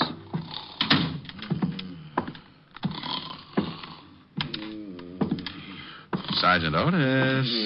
Oh, boy. Sergeant Otis. Calm down. Otis, wake up. What? It's you, Chalmers. Patrol Leader Diamond with his stout-hearted brownies who were shocked by your dreams. Shame on you. Hey, how'd you know I was dreaming about a dame? I peeked. You know, I think I'll tell the lieutenant that you were sleeping on the job. Well, no, please don't do that, Chalmers. You'll start me pounding the beat again. Please don't tell him. Well, maybe I'll let you off the hook, but only if you tell Walt we're pals. That might stop him from giving me the devil about ribbing you. Pals? You mean friends? Buddies. Oh, no, I couldn't stand it. Hello, Walt. Okay, so where's the body? No body. You lost one? Now, you stop that. Well, get you. All mad because I can't find a body for you. Oh, please, Rick. What do you want? I just wanted any dope you might have on the Thomas Jason family.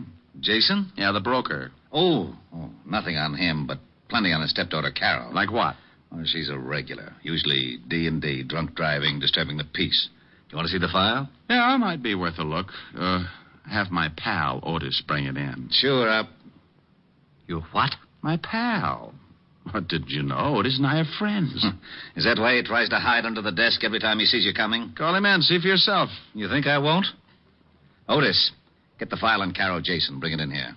Yeah, Lieutenant. Now we'll see. Friend, that's a laugh. That's a laugh yourself. You better be feeling good. Now, what do you mean by that? You'll see. Yeah, Lieutenant, here's the file. I'll take it, Otis. Thank you very much. Sergeant Otis, you have an opportunity to do me a great favor. Please, and without profanity, tell me what you think of Rick. Oh, he's nice. What? You're turning blue, Walt. I'll turn blue if I want to.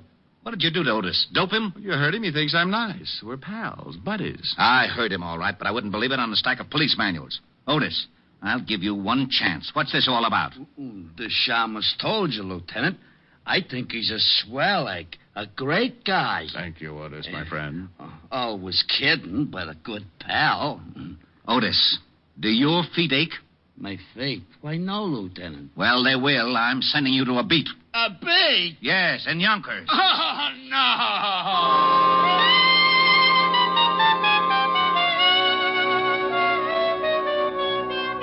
I went through the file on Carol Jason and found out Walt hadn't been kidding.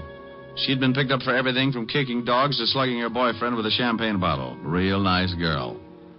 I left Walt trying to third-degree the truth out of Otis and headed for what I hoped would be a nice, easy case. In a few minutes, I was in front of my client, Jason's house on East 66th Street. It turned out to be a modest little shack of some 30 rooms with a brownstone cover. I was ushered in to wait in the library for Thomas Jason. But I got a surprise. Mr. Diamond? Well, now, I'll bet you're Carol. Your stepfather's told me so much about you. You're a friend of my stepfather's? Well, you might say we have things in common. Where is he? I'm afraid you can't see him, Mr. Diamond. You see, he's become quite ill. Oh, ill so quickly? I talked to him a few hours ago. He's about as sickly as Paul Bunyan. Mr. Diamond, will you please leave?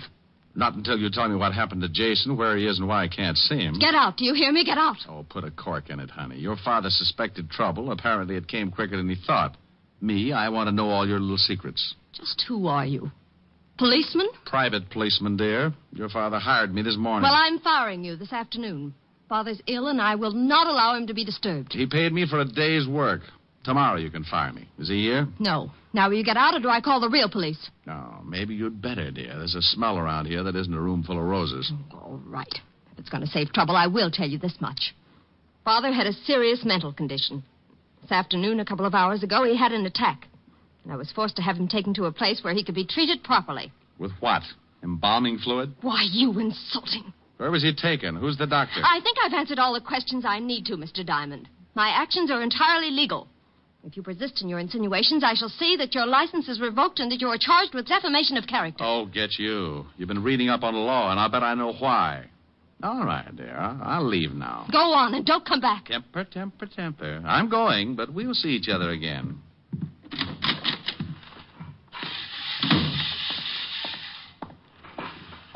Hello, Pop. Got a minute? You reckon so, mister? What's on your mind? Oh, questions. Like how long you been out here mowing the lawn? Most of the day. Why? Did you, see Mr. Jason leave? Oh, sure, left in an ambulance he did. He was wearing a funny white coat with the arms tied in back. My fashion certainly changed. You didn't notice any name on the ambulance, did you? Well, as a matter of fact, I did, mister. That was a silly name. About the silliest I've ever heard of. Oh, the name, Pop. What was it? Oh, don't be in such a dang rush. It was, Home Sweet Home Rest Home. No, ain't that silly? I don't think my client agrees with you. If he was taken there for a rest, it may be a permanent one.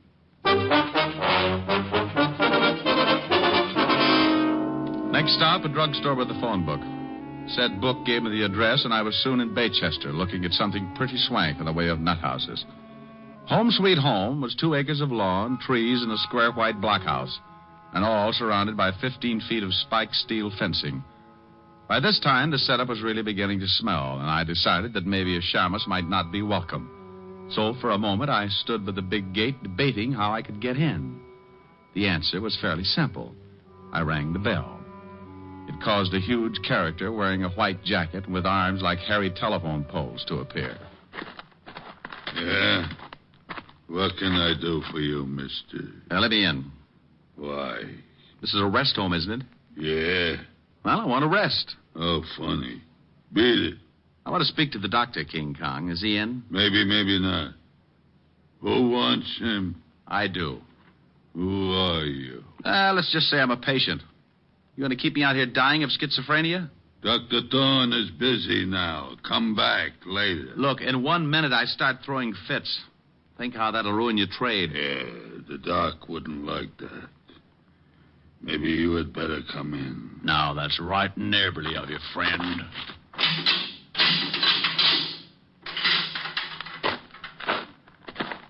Wow. Nice place. For nuts? Please. I'm a patient, remember? So, if you're a nut, I should care. If you ain't, why should you? Now, that's a homely bit of philosophy. Tell me, what do you do here? Break skulls? I don't think I like you. And I'm a nurse. What a shock this will be to Dr. Kildare. I don't know him. Now, you wouldn't. His nurses are pretty. If he had to have you as a nurse, he'd quit medicine and take up playing the glockenspiel. Sally, you're nuts. Wait here. I get the doctor. Yes, nurse. Dr. Thorne, you got a patient, I think. All right, Brazo. I am Dr. Thorne, sir. What can I do for you? He's nuts, Doc. Be quiet, Brazo. Oh, he's right, Doc. I'm nuttier than a squirrel's hideout. Well, I'm afraid I can be of no assistance, Mr. Promise you won't tell? Did I promise? I am Sherlock Holmes. What? H-O-L. I can spell. I'm afraid you've come to the wrong place, Mr. Holmes. This is a private sanitarium, and certain procedures must be followed. I have money, I can pay, and I want to stay here. But, Mr. Holmes, you must be examined by a doctor and committed by a relative. You're a doctor. Examine me. But your relative, you can't commit yourself. Why not? I demand my rights. Oh, this is preposterous. This is not a hotel. You can't just come in and register. Tell me, who's your doctor? Where is your home? Well, look. Tell you what, you let me stay here for the day, and I'll tell you who my doctor is. And if you don't let me stay, I'll tell everyone what a bad place you have. You said something about having money. Just how much money? I've got a mattress full. Can I stay? Perhaps it can be arranged. Though, of course, I must examine you. Of course. And there will be a certain fee, you understand? I'm beginning to. Tell me, Mr. H-O-L. Stop! You certainly are most annoying. Tell me, why do you want to stay here anyway? Well, I've got to stop the plot. The plot? You know about that? Sure. You plan to rub out Fearless Fosdick, but I'm not going to let you. Oh, I see. Tell me, do you have any dreams? Well, of course. I have dreams about eating ice cream cones, and oh, what a mess they are. What's so messy about eating an ice cream cone? My mouth is always filled with BBs. BBs? For my air rifle, stupid. How else could I stand off the Indians? Well, what Indians? Well, the Indians who want to steal my ice cream cones. Now, why would Indians want your ice cream cones? Oh, they're mad about pistachio. You are crazy, aren't you? Brazo, take Mr. H-O-L. Oh, never mind. Take him to observation room B, Brazo. I don't have time for the examination now. Wait, can't I be with the other patients? I get lonely. Later. Come on, Sherlock. This way.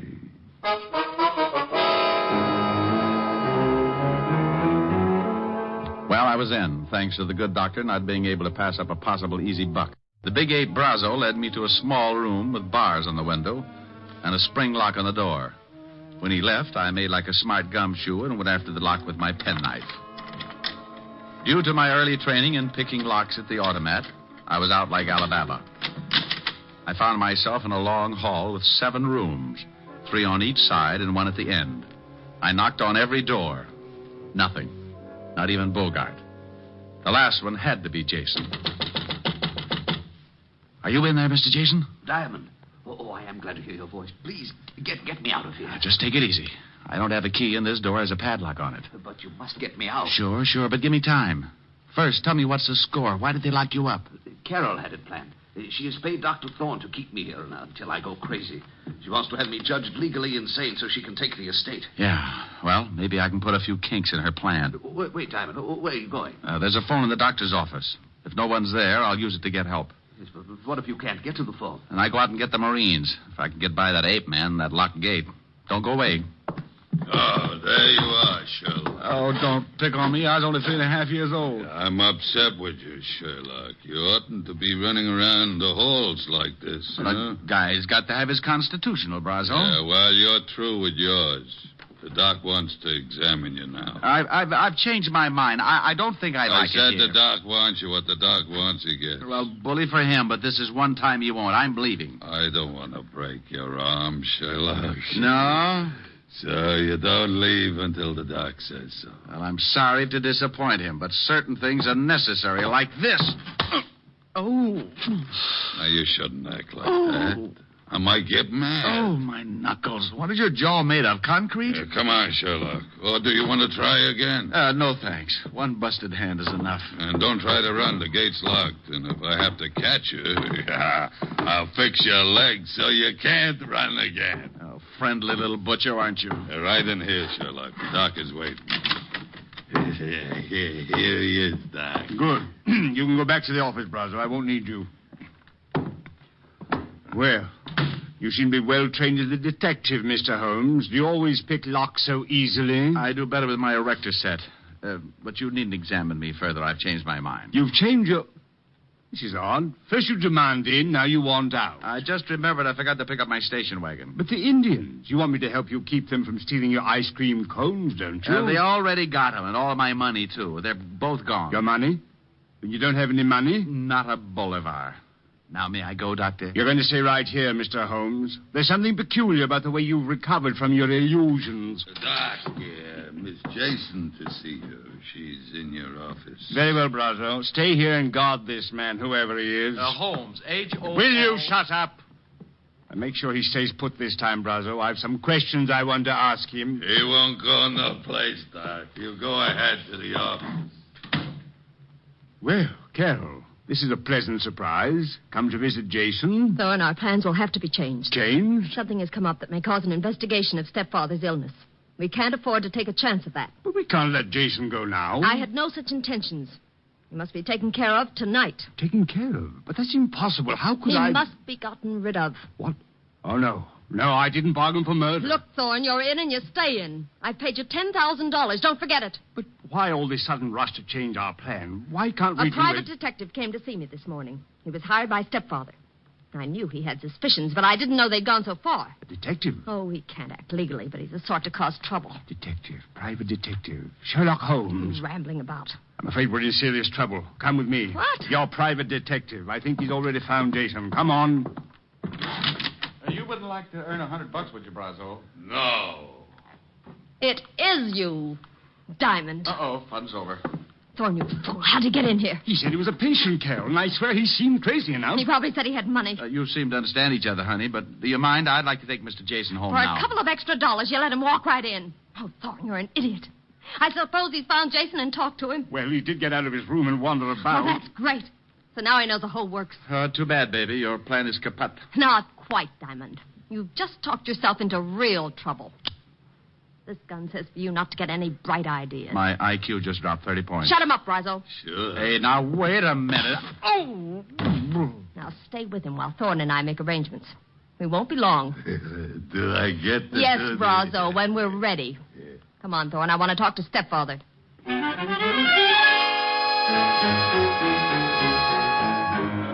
Brazo's fist was made of the same stuff as his jaw. By the time I came around, darkness had painted the window, and the room was full of shadow and Brazo. The big hulk was squatting a few feet away, paying no attention to me. So I waited till my mind was clear while I eased off my right shoe. The heel was leather with a steel plate in it. I could only hope it was harder than Brazo's skull. With the shoe in my hand behind me, I was ready. Only to have him catch me stirring. Coming to, Shamus? Yeah, oh, yeah. Hand me my cigarettes, will you, Brazo? Need a smoke, huh? Sure. Where are they? Fell out of my pocket, over there behind you. Oh, where? I don't see it. Say, that's not... Need another? Oh, stop that. Oh, come on, Buster, fall. Well, is little old Brazo finally getting sleepy? Happy New Year, Buster.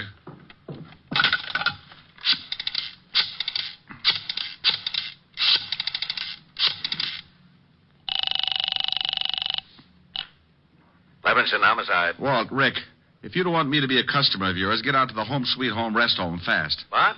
Hey, what kind of a gag is this now? It's no gag, believe me. My client and I are the blue plate specials, and dinner is about to be served. The Home Sweet...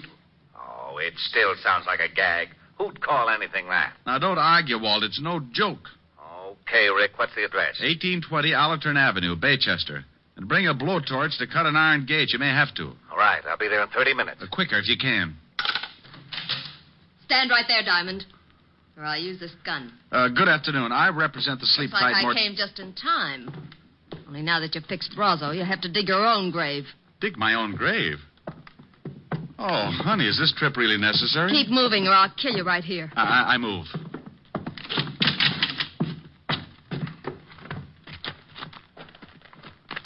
Keep going. Over there behind those trees where Thorne and Jason are. Well, is Jason... He's alive, but not for long. Where's Brazo? I thought he was going to... Diamond knocked him out. They can dig their own graves. There, the shovels. Get busy. Carol, please, you may have the money. I swear... Shut up and dig. Carol, this is... Just work the shovel.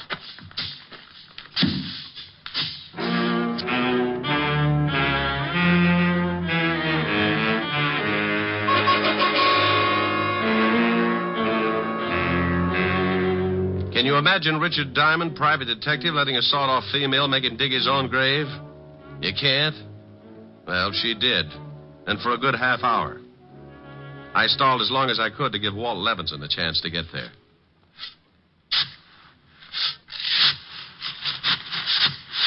That's enough. I said that's deep enough. Oh, please, I'm just started. You're finished. Jason, get into that hole with him. Very well. I guess this is it, Diamond. Sorry to have dragged you in. Well, that's a horrible way to say it. Don't we get time for a last cigarette? No. Thorne, take this gun. What?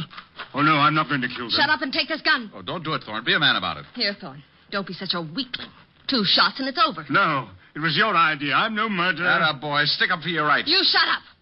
Thorne, do you do the job or do I make you number 3 in that grave? You wasn't there. You need me. Atta boy, Thorne. Tell her. Go on, Thorne. Take the gun. No, I can't. I just can't. Not like this. You weakling. I'll do it myself.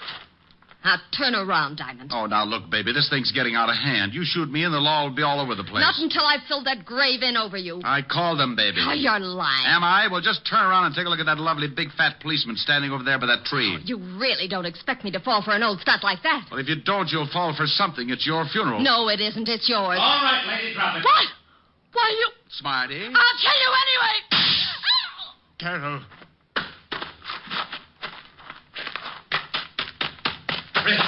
Rick, what the devil's going on here?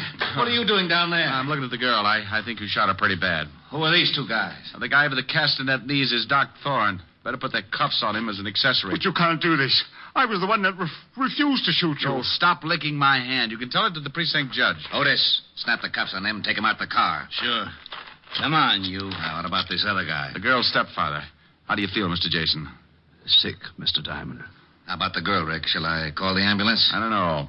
Carol. Carol. Well, Rick? Take your time, Walt. She's not with us.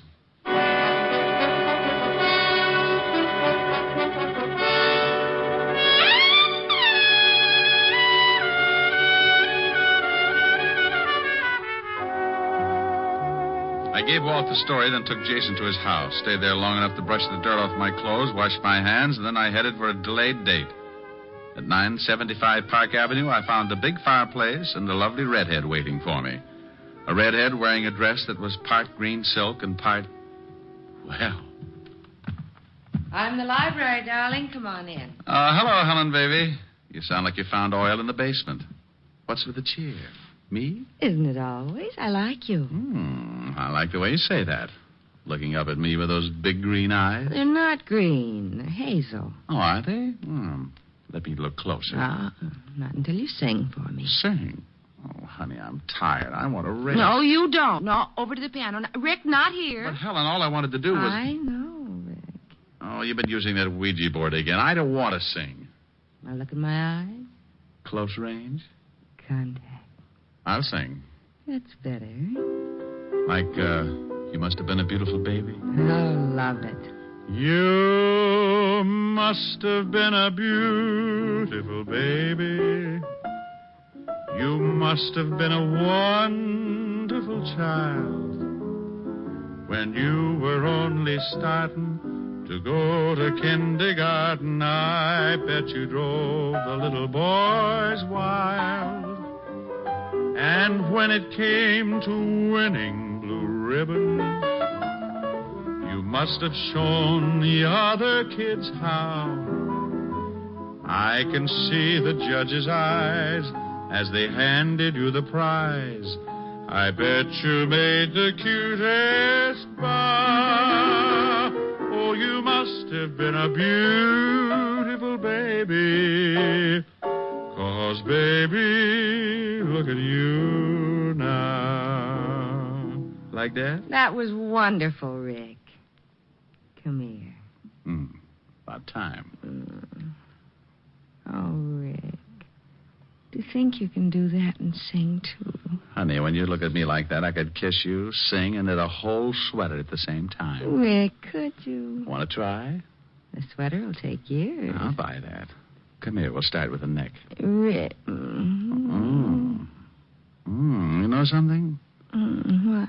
I may even knit you a whole suit.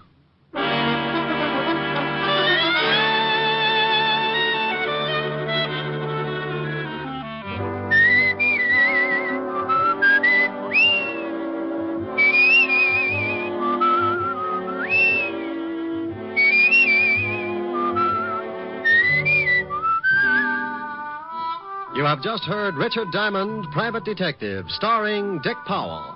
Helen was played by Virginia Gregg, Lieutenant Levinson by Ed Begley. Also in our cast were Wilms Herbert, Hy Averback, Betty Moran, Howard McNear, Edwin Max, and Jay Novello. Music was under the direction of Frank Worth. Tonight's story was written by Herb Purdom and edited and directed by Blake Edwards. Portions were transcribed. Dick Powell soon will be seen in the screen version of the best-selling novel, Mrs. Mike. Now, this is Eddie King inviting you to be with us again at the same time next week when we will again bring you Dick Powell as Richard Diamond, Private Detective.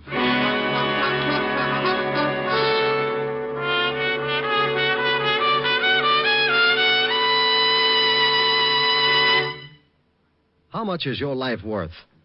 Think about that for a minute. Is it worth a little care? Well, that's all that's needed to protect it on America's streets and highways. Only your careful driving and your acceptance of personal responsibility for your own life can guard you from the dangers of the road. The price that you may pay for carelessness is a high one, and it's a price that thousands upon thousands of accident victims have already paid. Their gamble with death behind the wheel is a stark warning. A warning that an accident can happen to you. Last year alone, some 32,000 persons were killed in traffic accidents, and well over 1 million others were injured. Smash-ups have averaged more than 1 a minute, every minute of the day and night. These are the facts of traffic dangers. As for the facts of traffic safety, well, they all boil down to just two facts. Careful driving by automobile owners, careful walking by pedestrians. So drive carefully, walk carefully. The care you take may save a life, and that life may be your own. Saturday night is packed with entertainment when you stay tuned to NBC's star lineup of shows. Each Saturday, make it a point to listen to NBC. You'll hear Hollywood Star Theater, Ralph Edwards' Truth or Consequences, Your Hit Parade, A Day in the Life of Dennis Day, The Judy Canova Show, Grand Ole Opry, and songs by Morton Downey. Now, stay tuned for Lionel Barrymore and Hollywood Star Theater on NBC.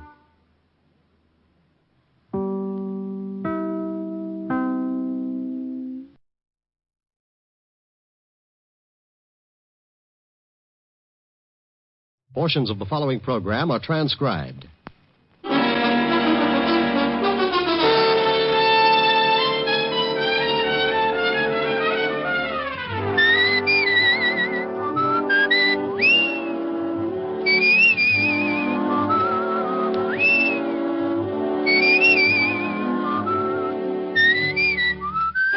Here's Dick Powell as Richard Diamond, private detective.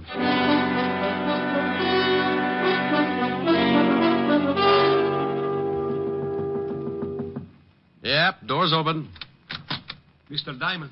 Well, Angelino, come in. I didn't know whether you were busy or not. If you didn't hear the drums, you know I'm not busy. Drums, Mr. Diamond? Well, it's sort of a ritual, Angie. Every time I get a paying client, my landlord offers up his thanks to the goddess of joy. Plays an old bongo and turns on the heat as a kind of sacrifice. I see. Oh, no, you don't. You're too normal. What's the trouble, Angelino? The pig's knuckles in your butcher shop got arthritis? You always with the kidding, Mr. Diamond. Yeah, that's the kind of a hairpin I am. Hairpin? Angie, you got something on your mind. Forget my little asides and let's have it. I got the big problem, Mr. Diamond. Oh, you mean something's wrong and you can't pay me to take care of it? Oh, no, I can pay. Oh, well, then you haven't got a problem. You slip me the cash and I'll move in on your worries. Well, you see, it's like this. I come to you as a sort of representative for all the other butcher shops, the independent ones. I ain't the only one that's worried. So all the butchers got together last night and decided to do something about it. I hate to be a nag, but do something about what? We all been paying money to a protective association. Oh? Yeah, every week a couple of guys come around and collect. If we don't pay, we get our shops busted up. And if that ain't enough, we get our heads busted too. See, I still got 3 stitches right here on the top of my head. Wow, nice job. What'd the doctor use, a loom? I got this last week when those 2 guys come for the money. I couldn't pay, so one of them hit me with a blackjack. You're lucky he didn't use one of your salamis. Might have been a job for homicide. He knocked me out when I come to. My shop was a mess. There was a note saying that they'd be back. Well, you better go to the law, Angelino. They'll give you good protection and won't cost you a thing. We discussed that at the meeting, but we decided it was too dangerous. We've been warned that if we go to the police, we'll get hurt bad. We got the families, Mr. Diamond. We can't take the chance. Yeah. Tell me, have these 2 Gonifs been back to see you? Gonifs? Oh, Angie, you're going to be a lot of trouble. Gonifs, hoods. Hoods? Gangsters, bad little boys. Oh, no, they ain't been back. Not yet. Well, for you or Rockefeller, my fee's the same, Angelino. 100 dollars a day in expenses. We took up a collection. I only got $100. Oh. Why does this always happen to me? I'm going to end up making Simon Legree look like Snow White. You only got 100, huh? Yeah, but we thought of something. If it costs more, you can take it out in trade at any of the butcher shops. Well, it's liable to run into a lot of ham hocks. It's the only way we can pay you. So I'll throw a barbecue. Let's go, Angelino. Where do we go? Well, you and the rest of the butchers have not only hired yourselves a private detective, but you've got a new addition in the Butchers' Union. You mean you... Yeah. Come on. I want you to show me how to carve a lox.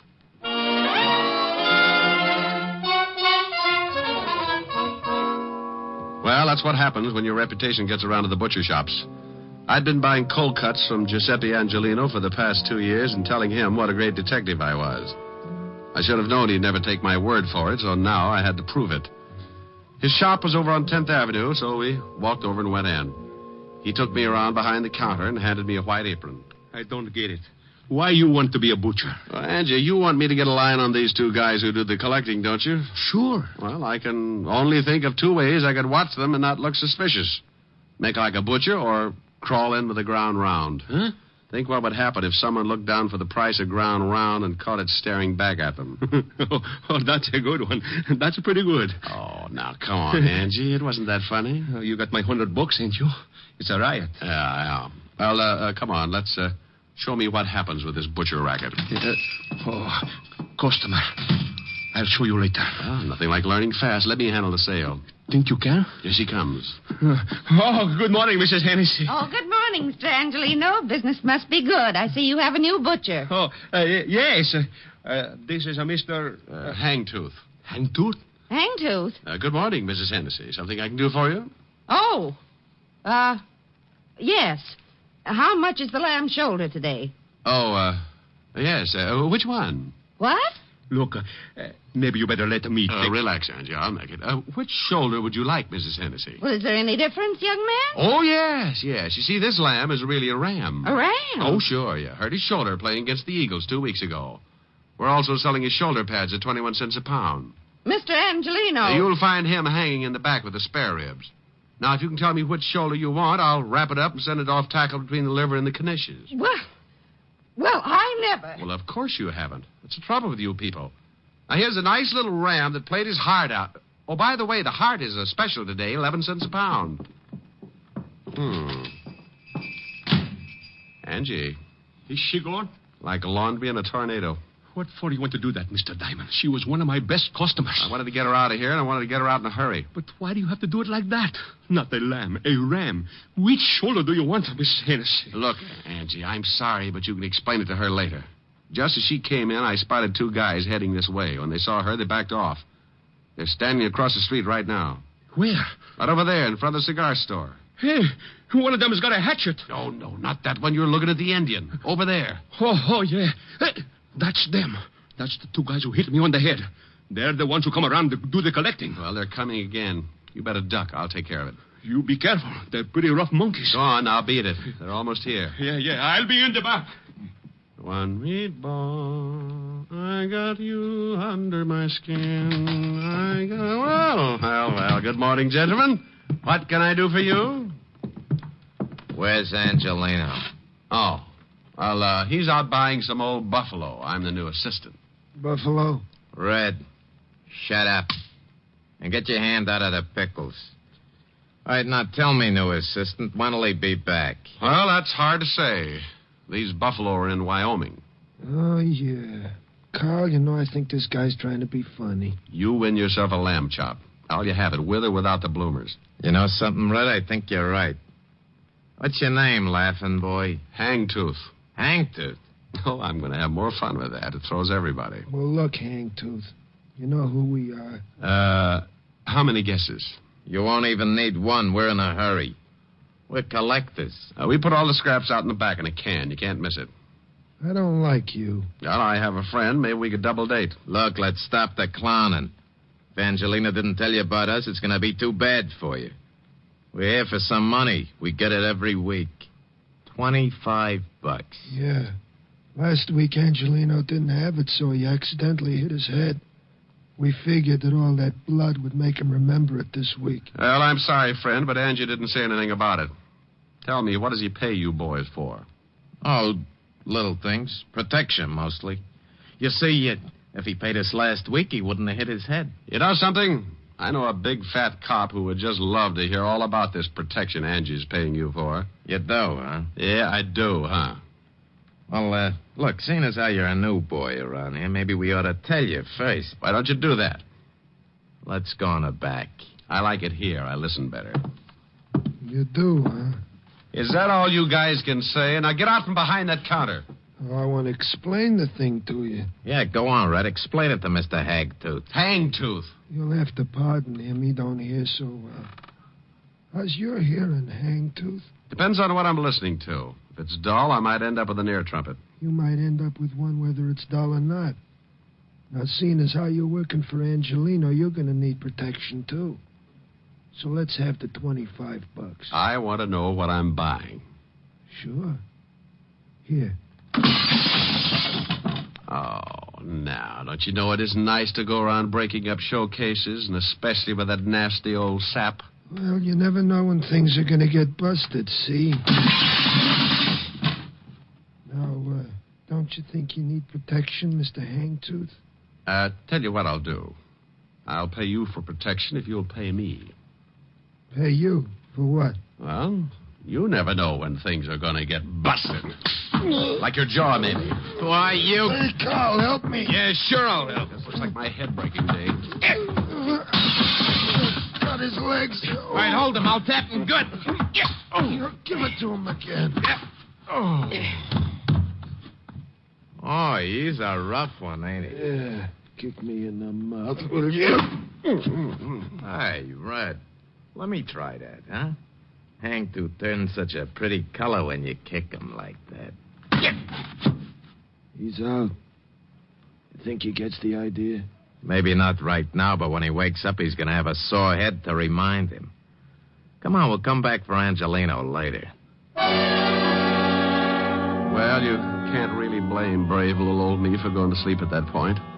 One I could have handled, but in that cramped space behind the counter with both of them coming from different directions, I had to give up sooner or later. And I did for about 20 minutes. When I finally snapped out of it, I looked up and saw 3 heads staring down at me. 2 herring with Angelino in the middle. You all right, Mr. Diamond? Oh, Angie, do you always ask people that right after they've lost their blood? Here, let me help you get up. Oh, swell. Now, look for my eyes, will you? I didn't know what to do. I guess I should have called the police. Oh, why, Angie, you're really beginning to think for a change. Oh, let me sit down. But when I thought about calling the police, I also thought about my family. Those 2 men might have beat up my family just like this. Yeah, I guess you're right. You take the $100, Mr. Diamond, and forget about this. It's too dangerous. When they come back, I'll pay them the money and nobody gets hurt. Look, I can understand why you're scared, Angie. Those 2 headhunters aren't kidding, but you can't let them get away with it. I can, and I will. I ain't taking no more chances. First, they bust up my shop, then they bust... No, thanks. I've had enough. Okay, Angie. Here's the 100. No, that's yours. And then say it's a present. Buy yourself some new glass for the counter. What are you going to do? Well, now I got no obligation, Angelino. Just a sore face and a nasty disposition. I won't get back to normal until I find those 2 guys and tie their necks in a bow.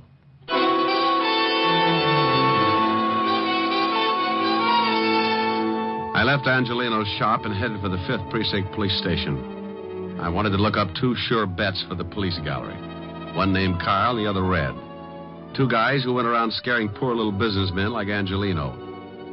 By the time I reached the station, the aches from the beating were making me very unhappy, and when I walked into the squad room, I spotted something that didn't make things any better. Yeah, what are you... Holy cow, Diamond. Well, Otis, I'm glad you noticed. It means I put myself together all right. What's the matter with your voice? I got a cold. Sound like you swallowed a rattlesnake. Yeah? Well, what happened to you? Oh, don't be silly. I always bleed just before lunch. Yeah, how'd it happen? It wasn't easy. Is the lieutenant in? Sure, go ahead. Thanks. Say, Otis, when are you going to start shaving in the morning? Why? What's wrong? Your 5 o'clock shadow is 4 hours fast. Oh. Hello, Walt. Now you listen to me. Wow. You like it? What hit you? Wait till the bruises show up. I come on in Technicolor. Someone sure did a good job. And that someone is 2 guys. One named Red and the other Carl. Red and Carl. Yeah. I got closest to Red. Name matches the hair, busted nose, about 190, and very nasty with a sap. And Carl? Dark greasy. Well-dressed, if you like the type. Big boy with a scar under his right eye. You sure pick 'em. You know them? Yeah, I think so. Here's one of them. Let's see. Yeah, you are so right. This is sweet little Carl, all right. Carl Tate, sort of a new boy, import from Chicago. Here's the other one. Yeah? Yeah, that's Red. They work together, a couple of muscle men. Red Dillon. Arrests all over the place. One conviction, assault with a deadly weapon. What'd they go after you for? They've been pulling a protection racket on some of the independent butcher shops. Who do they work for? They used to work for Jack Arnold before he got sent up. Well, I know they're not working this setup alone. It's too big. No, they wouldn't be. Hey, Tiny Easter's in town. Tiny Easter? Oh, used to be Arno's right-hand boy. That's right. Came in about a month ago. I'd love to get something on him. Nobody has ever been able to nail him. Well, it adds up. He used to work for Arno, so did Carl Tate and Red Dillon. Now, if we can't pick him up just because two of his boys worked you over, I just say they weren't his boys. I don't want him picked up. I want Carl and Red. If Easter goes along with the deal, you can have him. And what are you going to do? Get cleaned up and pay Mr. Tiny Easter a visit. What's his address? Well, he's got an office on East 48th Street, 804. Thanks, Walt. Tiny's a bad boy. Well, I'll take along my 38 just in case I have to spank him. Bye. I left Walt and went back to my office, took a clean shirt out of the closet and washed up.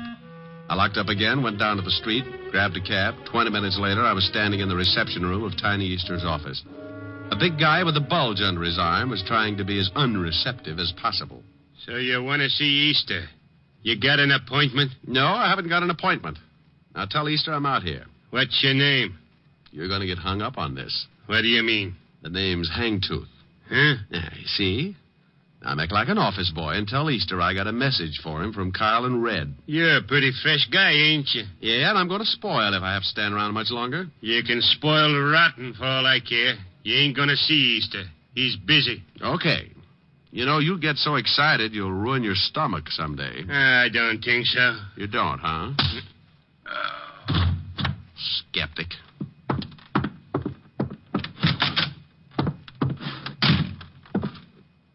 What do you want? I'm collecting scalps. Well, good for you. How'd you get by Lefty? He's tied up with a stomach ache. Swallowed a fist. All right, so you got muscles. Also, you got a pushed-in face. Lefty do that? Carl Tate and his blood brother Red. Oh? What'd you come to me for? They're working for you, aren't they? You smell like a cop. Name's Hangtooth. I doubt it. Good for you. I'd hate to go through that again. I'm a private cop. Why, not good for you. I was in a butcher shop when your two boys wandered in and started playing squash with me. I don't like to get pushed around, Easter. And I don't like your racket. I want Carl and Red. And if I get you along with them, the state will hang a medal on me. Looks like you kind of got nothing to lose. Look at it any way you like. Now, what about your two playmates? Well, I don't know what you're talking about, Seamus. I never heard of those two guys. I don't think you understand, Tiny. I'm pretty mad. I'm going to find these two guys, and I'm going to do it even if I have to be unpleasant with you. Why, Mr. Hangtooth, what do you mean by unpleasant? You break a leg, that's unpleasant. Oh? Well, I got something in this drawer might change your mind. Yeah? Oh, my hand. Okay, a busted hand. Unpleasant enough? Take your foot away. You're breaking it in two. Drop the gun in the drawer. Okay. Now, let me explain it again. If you go out and shoot 12 people tomorrow, I'm going to be sore about it. But when you start intimidating a bunch of hard-working little guys and their families, I go off like a skyrocket. Then when a couple of your cheap gunsels push me around, I explode. Look, friend, I tell you, I don't know these guys. Look, Easter, please believe me. I don't know. You worked with him in Chicago. I'm telling you the truth, Easter. I'll work you over like an eggplant in a subway. Look, whatever your name is, I got boys. They'll take care of you. Who's going to tell them to do it? I am. With your mouth swollen shut? Now, where do I find Carl and Red? Golly, you knocked one of my teeth loose. Then I got 31 to go. I guess you really don't understand. Yeah. Yeah, friend, I understand. Now, where are they? You still need some encouragement? No, that's all right. They're in a warehouse by the 14th Street docks. What warehouse? Rogers and Sons, big sign on the top. Mind if I use your phone? Yeah, go ahead, by all means. Don't you know it's not polite to listen, Easter? Well, what do you want me to do? Go to sleep.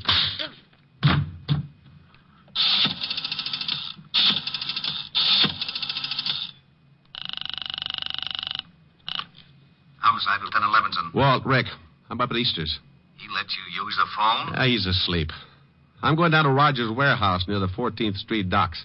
Carl and Red are down there. May need some help. I'll be right down. You better hop down here to Easter's and pick him up first. On what charge? I'll give you a charge after I see Red and Carl. Now step on it. But.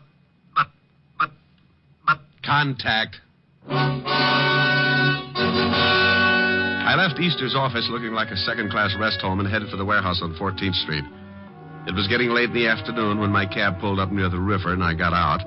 The cold breeze was kicking up little patches of white on the water, and a light fog was moving in from the Atlantic as I started toward a big building with a sign on the top that read, Rogers & Sons, Importing. The place was boarded up, but a window in the basement showed signs of recent use, so I jimmied it open and dropped down on the dark, cold pavement. I held my breath and listened. There was a radio playing from somewhere in the front of the building, so I started moving toward it. I went up a flight of stairs and onto the first floor. The radio was louder now, and I could make out an office door with a small light shining under the crack at the bottom. I moved up close and listened. Hey, Carl. Yeah? Shut off the radio. Okay. What do we have to hide out in here for? Because Easter said to. Besides, we don't know who that guy was we worked over this morning. He might have been a cop. So he was a cop. We worked cops over before. Look, Easter said we should stay undercover for a few days, so we stay undercover. Why not deal the cards? Oh. Off that top. Get it? That's probably Easter. Yeah. Yeah? Yeah. What? He did, huh? Hey, what's the matter? Boss! What's going on? I don't know. That was Easter.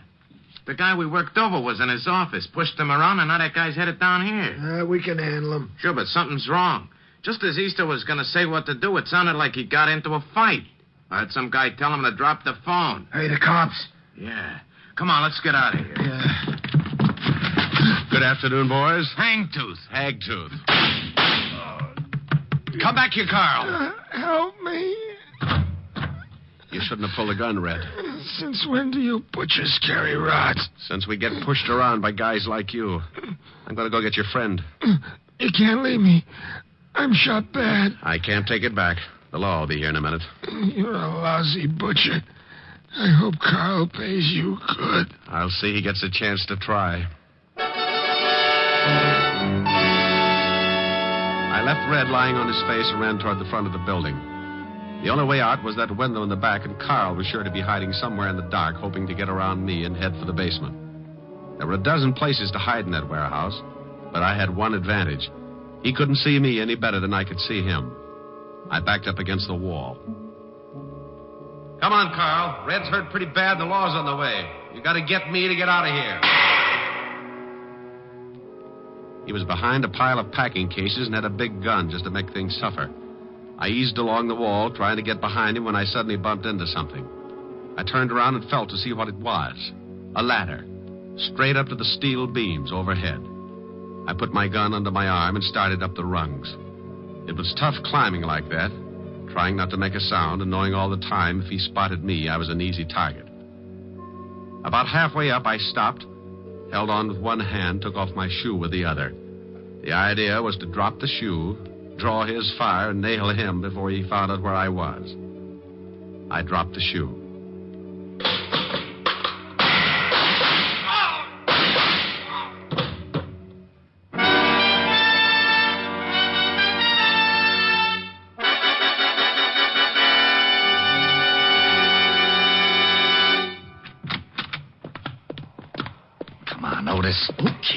Okay, only take it easy. I can't see nothing, Lieutenant. You can't say nothing either. Shut up. You sound awful. Oh.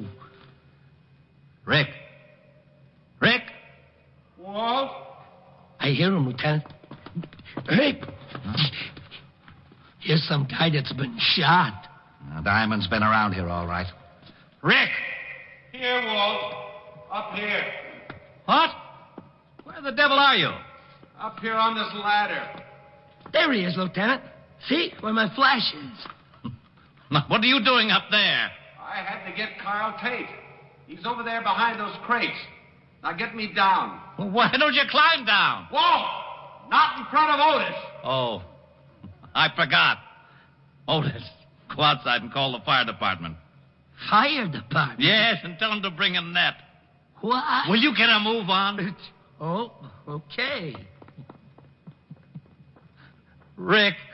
Yeah? Now you stop that! Oh, okay. But it's so seldom that I ever get a good laugh at your expense. Okay. But you know this is a serious thing with me. How far up am I? I'd say about 40 feet. Oh. Now, take it easy. Just don't look down. Walt, Yeah? promise me something? I won't tell Otis. I'll say you got stuck up there. Thanks. What did you go up there for, anyway? I told you. I had to get Carl Tate. I just didn't think until I was up. Imagine the guy who shoots it out with two of the toughest torpedoes in town having a horrible fear of heights. Boy, if that isn't one for the books. You know, I'll never forget the time that little blonde trapeze artist got stuck. Walt? Yeah? I hate you.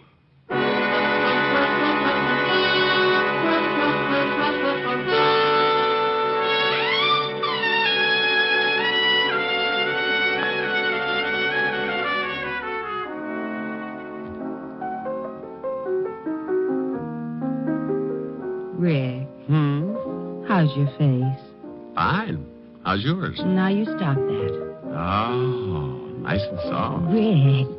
What's the matter? I'm just nuzzling a little. You're just nuzzling a lot. You want to nuzzle? You got to sing. Oh, no. No nuzzling. Oh, yes. No sing, no nuzzle. Fiend. Piker. Just a riddle nuzzle. I think you're after my earrings. No. If I sing? Yes. I was ready. I was listening. I will remember you in the silent and lonely night, and the memory of your smile will bring me back the light. I will remember you when the leaves lie upon the ground, with the memory of a kiss in summer found. When the winds of winter come crying through the darkness, your lovely voice will come to me. Even though in spirit across the miles that part us, crying I love you, I will remember you till the spring of another year, till I hold you close again. I will remember. Okay? Mm-hmm. Come here. Oh, wait a minute. Oh, now what? I just remembered. I got a surprise for you. Yeah? Mm-hmm. Got a new television set. Now you can watch the fights. Well, great. Where is it? In the den. But first you've got to do one thing for me. What's that? Well, the reception isn't very good yet. I called the repairman, but he said to check the aerial. He can't come over until tomorrow. I'll fix it. Where is it? On the roof. The roof? But be careful. You've got to climb a ladder to get to it. What's the matter? Look, Helen, wouldn't you rather... Fix the aerial first. First? First. Oh. Whom are you calling? Hello, operator. Give me the fire department.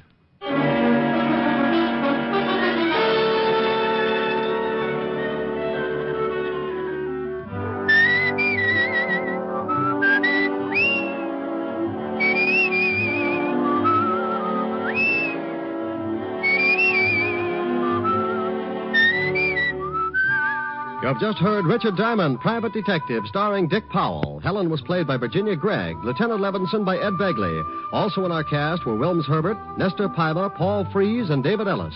Music was under the direction of Frank Worth. Richard Diamond is written and directed by Blake Edwards. Portions were transcribed. Dick Powell soon will be seen in the screen version of the best-selling novel, Mrs. Mike. Now, this is Eddie King with an important reminder. Richard Diamond will next be heard on Sundays 1 week from tomorrow. Remember, Richard Diamond, starring Dick Powell, will next be heard on Sundays beginning January 15th. Consult your local paper for time of broadcast. What's on NBC tomorrow? The hilarious Phil Harris Alice Faye Show. And for mystery, Sam Spade, directly following Phil and Alice. Next, Hollywood Star Theater with Dorothy Lamour on NBC.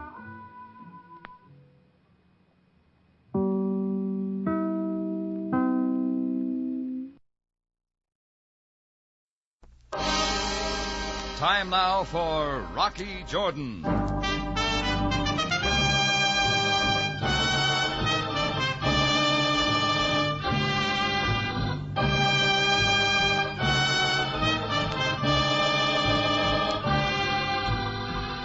Not far from the Mosque Sultan Hassan in Cairo stands the Cafe Tambourine, run by Rocky Jordan. The Cafe Tambourine, crowded with forgotten men, alive with the babble of many languages. For this is Cairo, where modern adventure and intrigue unfold against a backdrop of antiquity. Tonight's story, Fall Guy.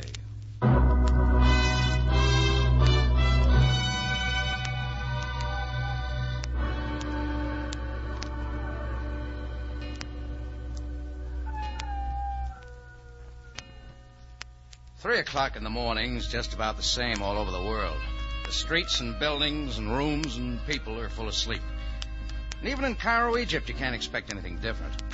The whole town's packed with a kind of air that moves all around so you can't hear it, like a lady in a soft dress. I don't generally sit up and wait for 3 in the a.m., but last night was different. I was working on the books in my place above the tambourine when things got noisy.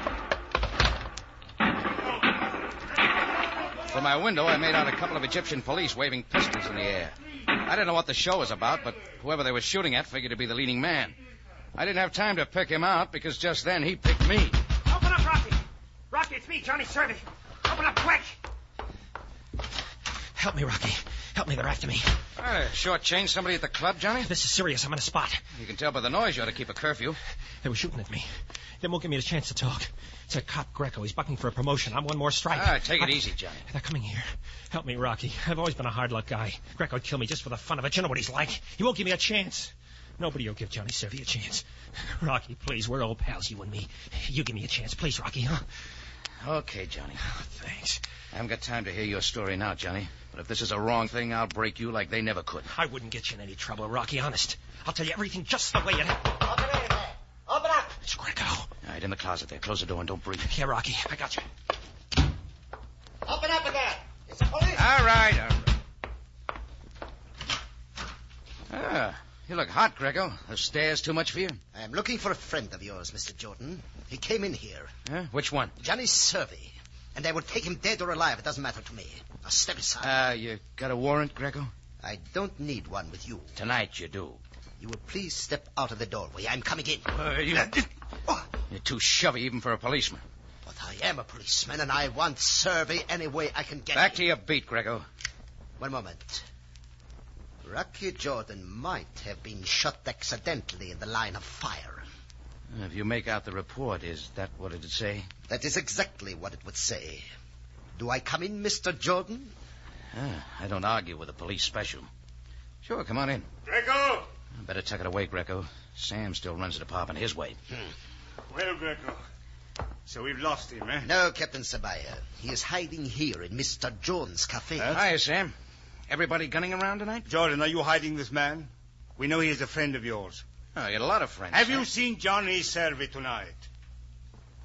Jordan, an important diplomatic official was robbed at the International Club tonight. The charge is against your friend Servey. It is a serious situation which might bring about complication. Now, Jordan, is this man here with you? I can make him answer that question, Captain. Greco, we represent the law. We do not violate it. You ought to remind him more often, Sam. He forgets easy. Within the hour, I will have a warrant issued to search these premises, Jordan. For your sake, as a guest of the Egyptian government, I hope we do not find Johnny Servey here. I hope so, too. All right, Greco. You mean we are not going to search this place now? We will do everything the law enables us to do. Jordan. Yeah? Friendship is a most admirable attainment. It is the single proof that men are no longer barbarians. Sometimes, however, it is taken advantage of. And then it is a sin against civilization. Good night, Sam. Good night, Jordan. I heard their story, Johnny. Hope you write a better one. You covered for me swell. Come on, give it to me. Give it to me. All right. You know, I rake in the chips for Ed Solomon at the International Club. Yeah? Well, tonight a guy from one of the embassies takes the plunge, loses more than he's got with him. He leaves his briefcase for security. Well, I figure the briefcase full of important papers will bring him back with the money he owes the house. What does that lead to? Well, the next thing I know, Greco and a couple of uniforms are knocking on the door telling me how I robbed the embassy guy of his briefcase. You made a break for it? Well, I told Greco what really happened, but he wanted to write it his way. It'd look good, him hauling me in. Even better if I came dead. People talk in places besides Cairo with an embassy guy in the deal. Greco'd get a promotion, and I'm his water boy. Hey, you did real good, Johnny. What happens now? Big Ed Solomon, he owns the International Club. Greco wouldn't tangle with him, and Ed could do all my talking to the right people. Now, you can help me, Rocky. Keep going. Ed Solomon lives in an apartment on the river. Will you see him for me, Rocky? Will you tell him what happened and get me out of this? I'm not going to get any sleep anyhow. Oh, you're a pal, Rocky. And I sure can use a pal. Yeah, Johnny. That's what scares me.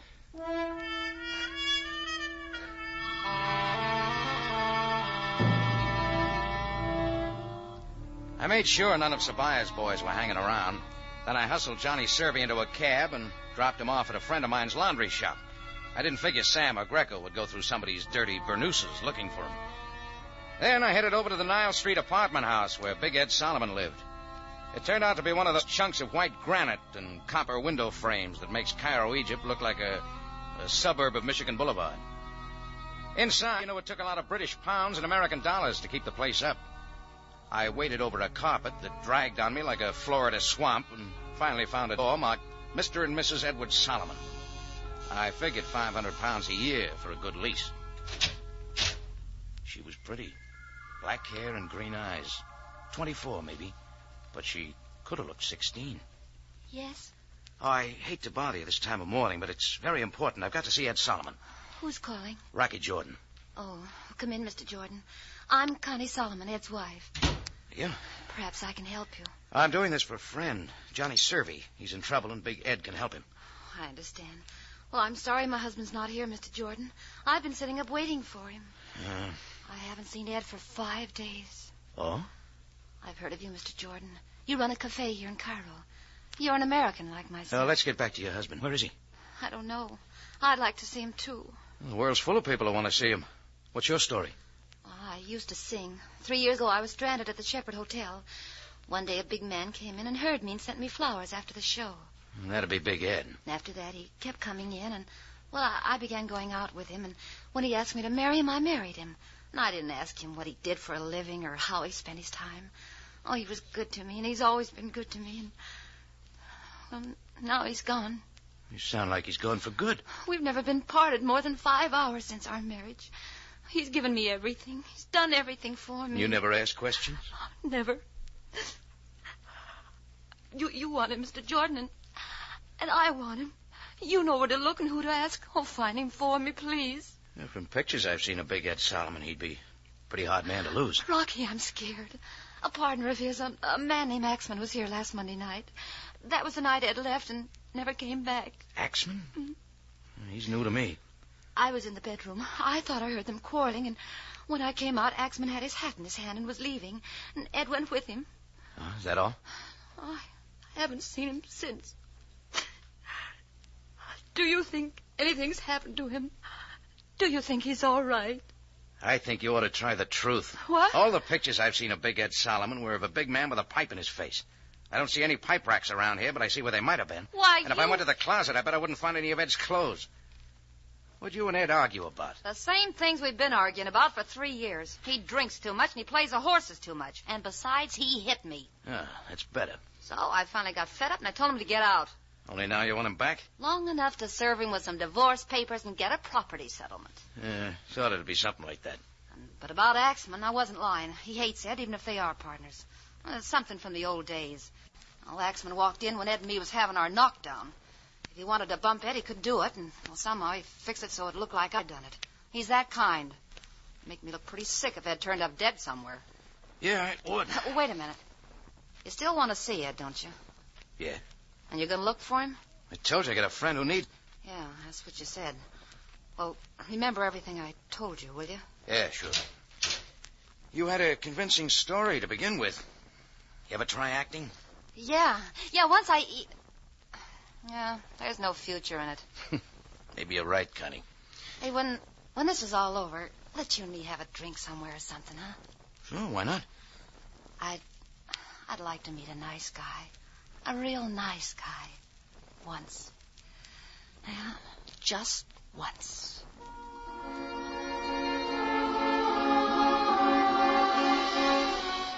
Oh, when I left her place, the morning sun already had the hangover crowd on the ropes. And it looked like a pretty busy day for me. I'd covered for Johnny Servey, and the only way I could square myself was to find Ed Solomon and clear things up. So I started looking. I ran up a tab at 5 different places asking questions. Everybody talked, but nobody said anything. That is, until I ran into Sam Sabaya at the Courtney Club. He was standing at the bar, sucking in on one of those long Egyptian cigarettes. His eyes didn't shift when they saw me. He just came my way like they were pulling him around. When he stopped, the tuft on his fez hadn't moved. We searched your place, Jordan. Huh? Find enough liquor? Jordan, I have known you for a long time. You have a code that puzzles me. Hmm? And perhaps it is the difference between the East and the West. Whatever it is, the end is always the same. What are you trying to say, Sam? I know that you were hiding Johnny Servey when Sergeant Greco and I were looking for him tonight. I know that you have hidden him somewhere else in the city. Listen, I posted no men to watch your cafe. I hope you can produce Servey when I ask for him, Jordan. Why don't you try an American cigarette, Sam? And I hope you have done the right thing this time. I'll handle Servey if you handle Greco. Jordan, there are some people who are controlled only with patience. Good night again. Or rather, good morning. See you, Sam.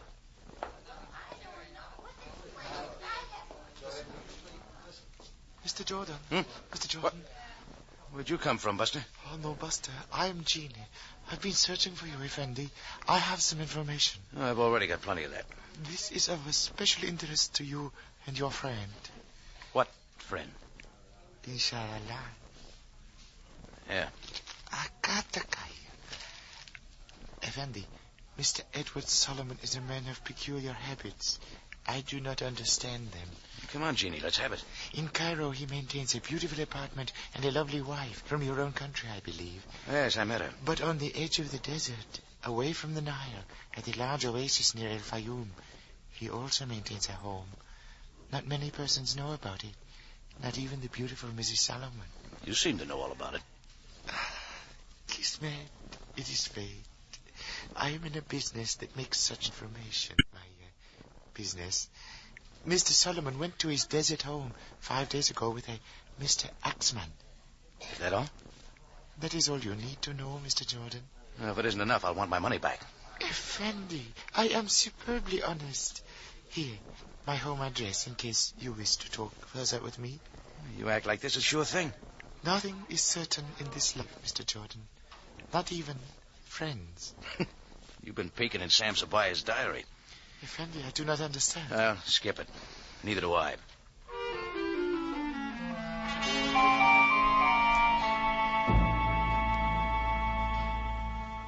When I left the little guy with all the information, nothing looked right.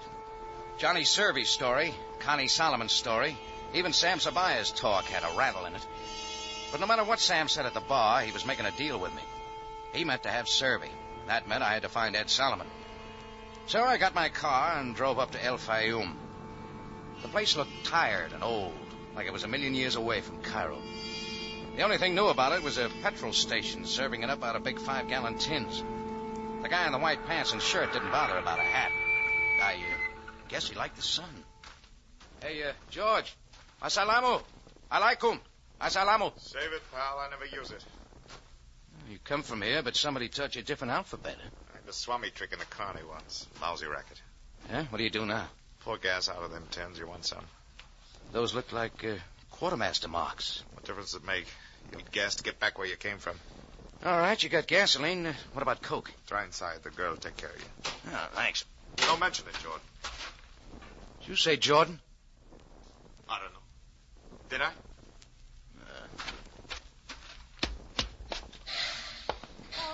Oh, darling, I cannot go on. Oh, I'm sorry. I thought you were Paul. Paul? Who's that? Paul Carew. This is his place. Oh, yes, I just met him. Nice fellow. He said I could find a coke in here. Oh, yes, of course. You are traveling far? No. No, just to the Oasis. Oh, that is just over the dune. But there is none there this time of year. Oh, I heard different. Oh, perhaps you had your own home there? I'm looking for a guy. Big Ed Solomon. Solomon? You are a friend of his? Oh, never met him, lady. Let me tell you. Car's all ready to go. Oh, thanks. Lisa, don't you think you ought to see how the fire's doing? Fire? What fire? Build one. Of course, Paul, of course.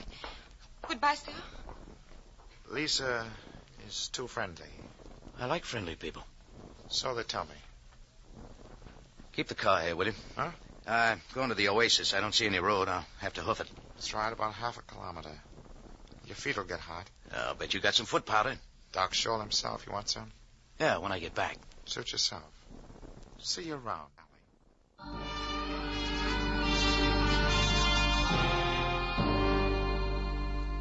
Big Ed Solomon's house was there, all right. Well-ordered palm trees surrounded by an all-white job with a lot of grill work. I pounded on the door. Nobody answered. I smelled an oil lamp burning somewhere, so I pounded on the door some more. And some more people didn't answer. When I put my hand on the latch, the door opened. People or no people, and I went in. You can believe it or not, somebody was there, right in front of the fireplace. Only he was dead. One side of his head was bashed in. No, you're wrong. It wasn't Big Ed Solomon. It was a guy I'd never seen before in my life.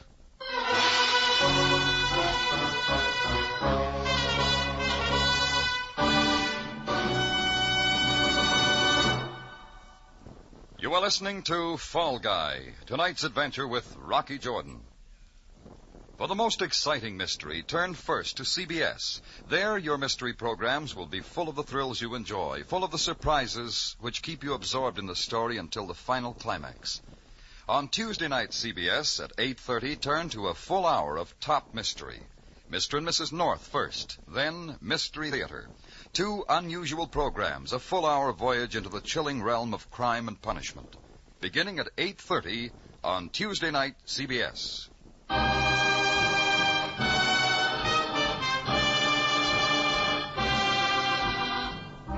Now we return you to Cairo and tonight's adventure with Rocky Jordan, Fall Guy.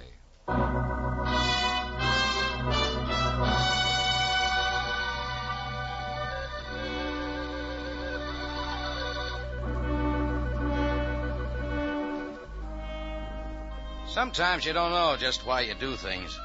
Anyhow, when the police came looking for my friend Johnny Servey, I covered for him.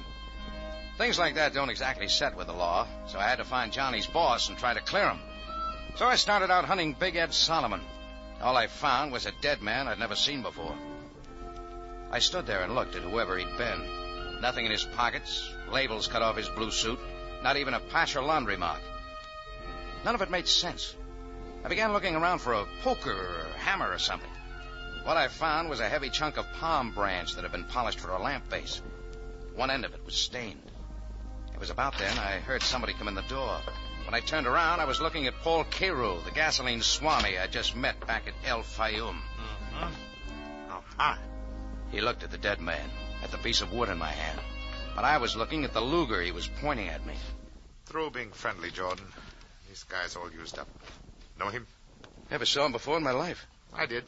Name's Tom Axman. Friend of Big Ed Solomon. Tom Axman? You killed him? You did. Why, you... There was a big fight. I don't know what it was all about. Just heard parts of it from my place. You conked him with that piece of wood. Pretty neat. I saw it all. And Lisa, she saw it too. That makes me the patsy. You're it, Pally. Let's go find ourselves a cop. Cairo waved the Luger at me, and I started ahead of him for the door. He was good at doing frame-ups, and he was good at running things, but he was only an amateur when it came to pushing a man with a gun. I waited to feel it in my back. It was there by the time I got to the door, and that was his mistake. Hey, come back here! I shoved him against the wall, but he held onto the gun. There wasn't anything for me to do but make a break for the Oasis. Come back, Jordan! Come back there!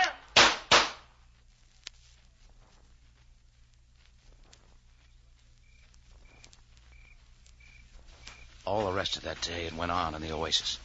Cairo crashing around looking for me. I hid behind date palms and in the underbrush. Found out a lot of things that bug experts would have gone buggy about. As far as helping Johnny Servey or finding Ed Solomon, I was doing no good at all. As soon as it got real dark, I figured it was safe enough to cross the patch of sand and hit the highway. Cairo must have figured the same way, because I didn't hear him crashing around anymore. So I went back to see Paul Cairo's wife, Lisa.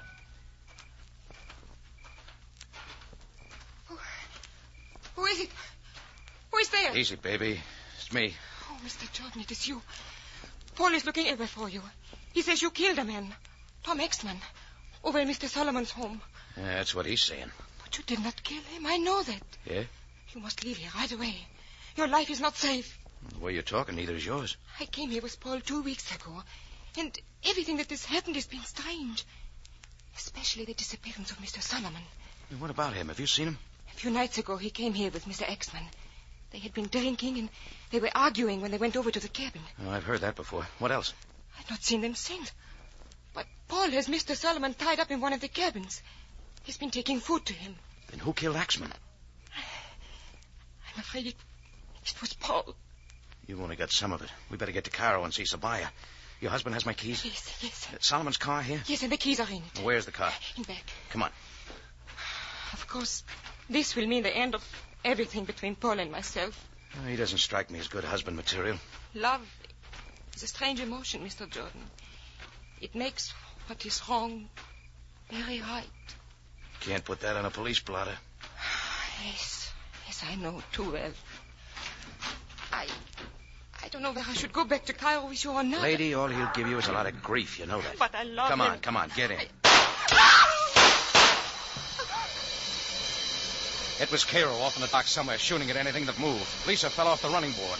I scrambled down, but when I got one look at her face, I knew she couldn't use any help. So I shoved the car into gear and burned tires straight for the road to Cairo.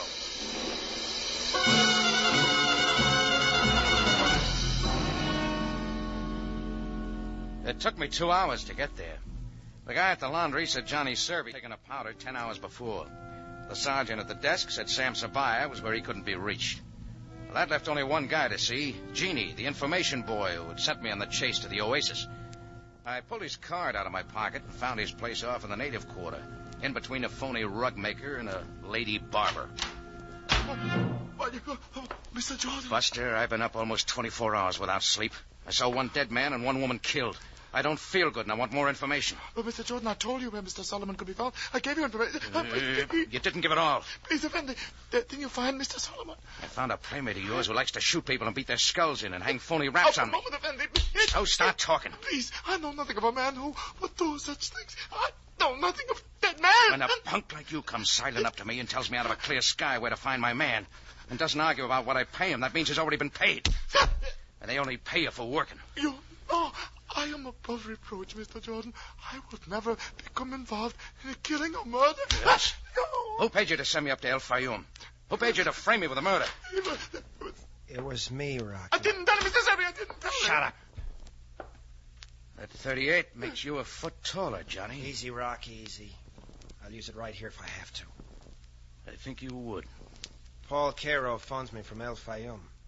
Said you lammed out twice. You're awful tough, Rocky. Too tough to call a friend. Here, take this and buy yourself a new fez, Yini. And forget you ever saw Jordan. Oh, yes, Mr. Servey. Yes, sir. All right, Rocky, let's get going. Long drive ahead of us. I'll be able to drive it blindfolded someday. Someday. I'm still the fall guy? I hate to do it to you, Rocky, but you're it. This is my chance not to be a punk anymore. I take you back there and we call Sabaya. Me and Cairo fix it up like you did it all. Now, come on. Cairo will be getting anxious.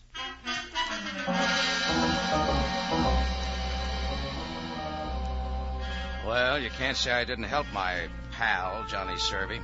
And you can't say I didn't find my man. Even if he was sitting in that same cabin with a couple of corpses on the floor. Big Ed Solomon needed his shave, but his face was a funny color. Maybe that was because he was looking at two bodies, Axman's and Lisa's. I guess K-Road brought Lisa over from where she dropped by the car.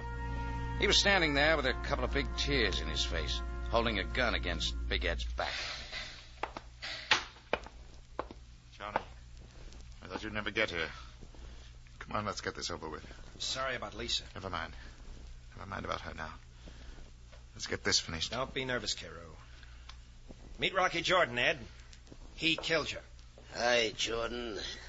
You're the fall guy, huh? Tough luck. Where'd you find him, Johnny? Where I said I'd find him. You still killing the wrong people, Cairo? Not quite finished, Pally. 2 down and 1 to go. I'm next, huh? Sorry, Ed. Business. The bill of sale's all signed. Me and Cairo will take over the International Club where you and Axman left off. Yeah, that's good enough reason. Hey, Jordan, we gonna let him rub me out and then pin all this on you? We're gonna do something about it. Take it easy, Ed. I think we ought to do something about Watch it. him, Captain. Big Ed Solomon was good. He stopped the first 2 slugs from Cairo's gun and the first 2 out of Johnny's, all in the chest. By that time, I'd gotten hold of a poker and brought it into Cairo's face. He looked sick in a big way and went down without a word. When I looked around, Big Ed had twisted the gun from Johnny's hand. I think he was already dead when he pulled the trigger. No, Ed! No!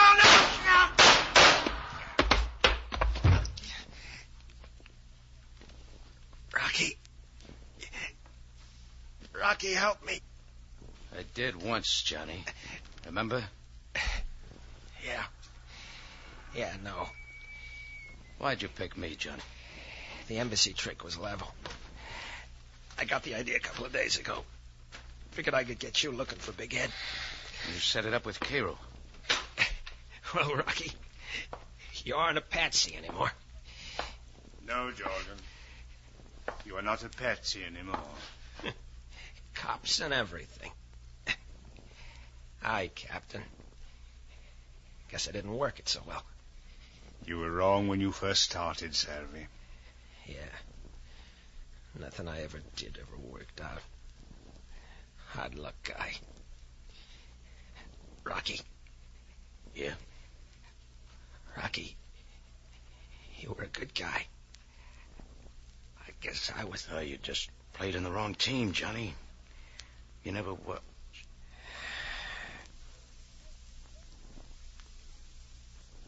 Let's go, Jordan.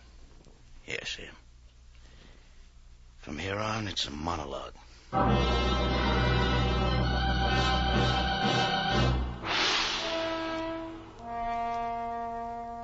Well, Sam and I picked up the pieces later on. It was like Johnny said. The embassy thing that night was true enough. Greco wanted Johnny bad.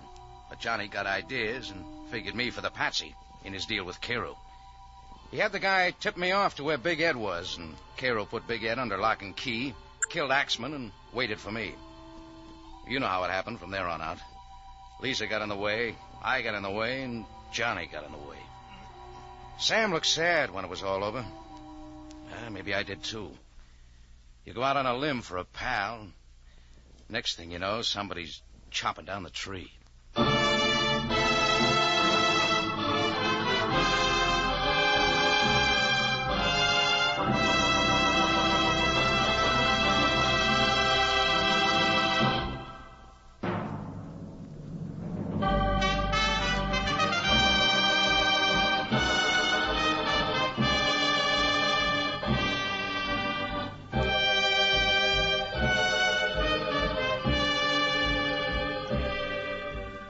It's CBS again at this same time next week for another story of adventure and intrigue when we take you back to Cairo and the Cafe Tambourine, run by Rocky Jordan. Jack Moyles plays the title role, with tonight's story by E. Jack Newman, edited by Larry Roman and Gomer Cool. Rocky Jordan is produced and directed by Cliff Howell, with original music by Richard Arant. Larry Thor speaking, this CBS, the Columbia Broadcasting System.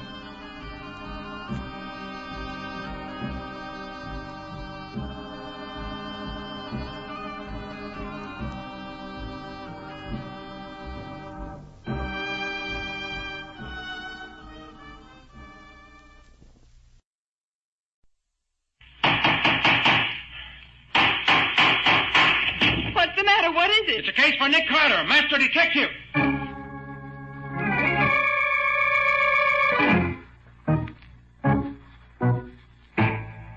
Yes, it's another case for that most famous of all manhunters, the detective whose ability at solving crime is unequaled in the history of detective fiction. Nick Carter, master detective.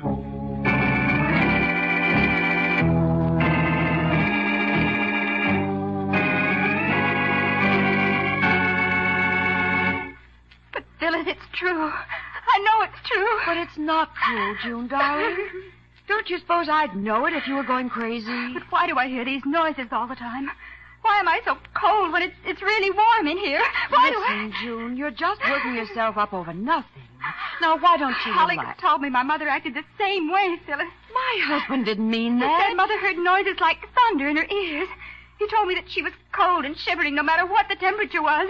Alex told me that. Well, even if that's true, it doesn't prove... It does. I'll kill myself before I let them take me away. I won't go to an asylum. I won't.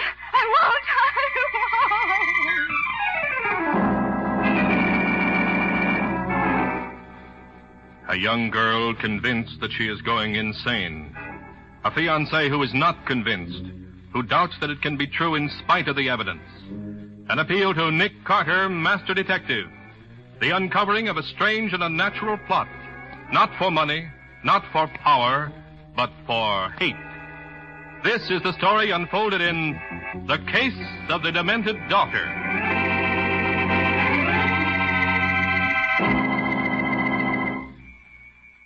That must be Randy Wyatt. I made a date for him to see you at 10:30. Is Mr. Carter here yet? Yes, he is. Won't you come in? Thank you. Mr. Carter? Yes? I'm Randy Wyatt. Your father and mine used to be pretty good friends. That's why I'm taking the liberty of asking you to help me now. Why, no liberty at all. Come in, sit down. Thank you, sir. What seems to be the trouble? Well, last night I got this note from the girl I'm engaged to. She sent my ring back with it. May I see it? It's no use, Randy, darling. I'm doomed. And I won't have you burdened with an insane wife. So this is goodbye. Your heartbroken June. I tried to call her as soon as I got the note, but the housekeeper wouldn't let me talk to her. Said she was too ill to come to the phone. Well, have you seen any signs of this insanity she speaks of? I know, and I don't believe it. There's been something funny going on somewhere. She's been a little more nervous than usual when we've been out together this past month, but that isn't insanity. You say when we've been out together. Does that mean that you don't see her at home much? Well, for the past month, she seemed to prefer to get out of the house. Doesn't want to stay home anymore. Well, have you seen her at home at all? Well, I was there one night about a week ago. Her sister Phyllis and her brother-in-law, Alex Benson, were out, and we spent the evening there alone. Did she seem to be the same as usual? Why, except for one little thing, yes. She complained that she felt cold, almost shivery. The house was cold even for me. The thermometer said 78, but it wasn't as warm as that in there. But the fact that she was cold when the thermometer said 78 seemed to prey on her mind. I tried to tell her the thermometer was wrong and that I was chilly too, but she insisted I was just being nice to her. I see. Well, has she any reason to be afraid of going out of her mind? When I was waiting for June the other night, Alex, her brother-in-law, warned me that she was acting queer. Said he felt I ought to know. Told me her mother died in the Harrah Hill Sanitarium. I tried to laugh at him, but he insisted he and Phyllis had seen definite symptoms. Uh-huh. Anyone else live there with June beside Phyllis and her husband? The housekeeper, Miss Everett, a cook, and a maid. They must have plenty of money. Oh, yes, June's father was a rich man, and he left his entire estate to be divided between the two girls. How long ago did her mother go to the sanitarium? Let me see. June was 6 then, so it must have been 1932. She died there in 1940. I see. What does this Alex Benson do? He has a very good business, I understand. Doing very well. And this housekeeper you spoke of, has she been with him long? Since a couple of years after Miss Kemper was taken away. She's a peppery old lady, but an excellent housekeeper. She and Phyllis brought June up. I'd like to talk to your fiancé, Wyatt. Can you arrange it? That's what I'd hoped you'd say, Mr. Carter. June isn't crazy, I know that. Just as sure as I know my own name. Well, when can we see her? Around 5 this afternoon, perhaps? We can try. Where shall I meet you? You better be here at the office about 4:30. We'll go up together. I'll be here. Oh, Mr. Carter, I do hope you can straighten this out. Well, I'll certainly do what I can, Wyatt. You're swell, Mr. Carter. Well, see you at 4:30. Goodbye. So long. Goodbye, Mr. Wyatt. Oh, the poor kid. Losing her mind at her age. I'm not at all sure she is, Patsy. Huh? Look at this note she sent Wyatt. Well, what about it? Writing looks awkward, but she was probably upset. Well, look closely. See how the pencil bears down much harder in some places than in others? Yes. And it's not always in the places where the lines would naturally be heavier. Which means? One explanation would be that somebody was guiding her hand, forcing her to write this. Oh. Patsy, I think we'll do some checking up. Okay. What'll we do? Call Scubby at the paper. Ask him for a full report on both Phyllis and Alex Benson. Uh-huh. The society doings and any other information he may find in the morgue. Yeah. Also tell him to check up on Alex's business and financial ratings. All right. Anything else? Yes, I want you to call in the housekeeper. Give her some excuse. Find out all you can about her. I'll tell you what. I'll pretend I'm making a checkup of the conditions under which housekeepers work for some magazine, say. That'll do it. Good. While you do that, I'm going down to the surrogate's office and take a look at the father's will. If there's any conspiracy going on, there's very likely to be money involved. Okay, Nick. See you here as soon as I get the dope on Mrs. Everett.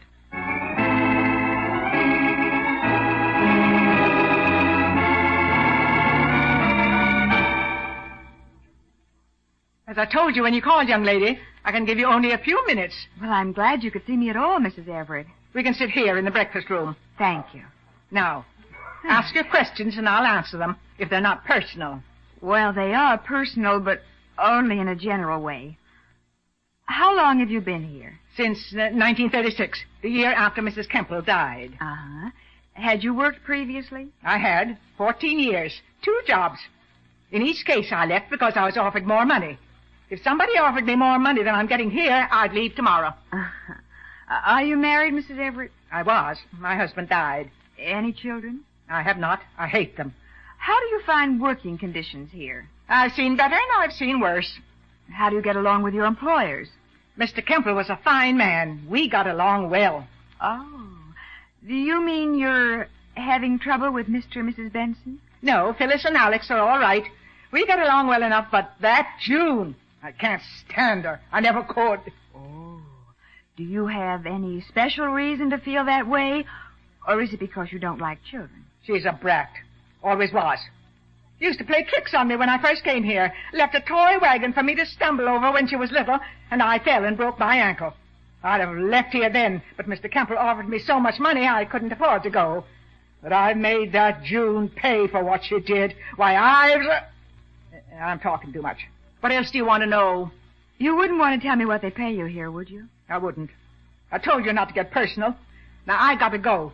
Good day. Goodbye, and thank you, Mrs. Everett.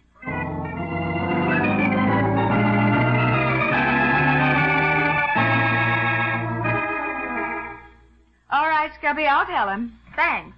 Goodbye. Oh, hi, Patsy. Hello. How'd you make out? Here's a typewritten report of my interview.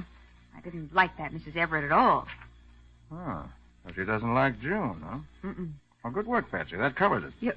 You really like it, Nick? I do. Get your hat. We're taking a ride out to Harrow Hill Sanitarium where Mrs. Kemple died. I want to talk to the doctor out there. Right with you, Nick.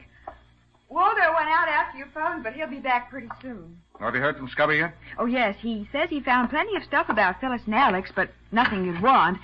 Except that Alex's business is in a pretty bad shape. He needs to expand and has been having trouble getting capital to do it. Yes? Scubby says he couldn't find out whether he'd put any of his wife's money into it or not. I see. What'd you find out at the surrogate's office? I found that Mr. Kemple left a large fortune, divided equally between the 2 girls.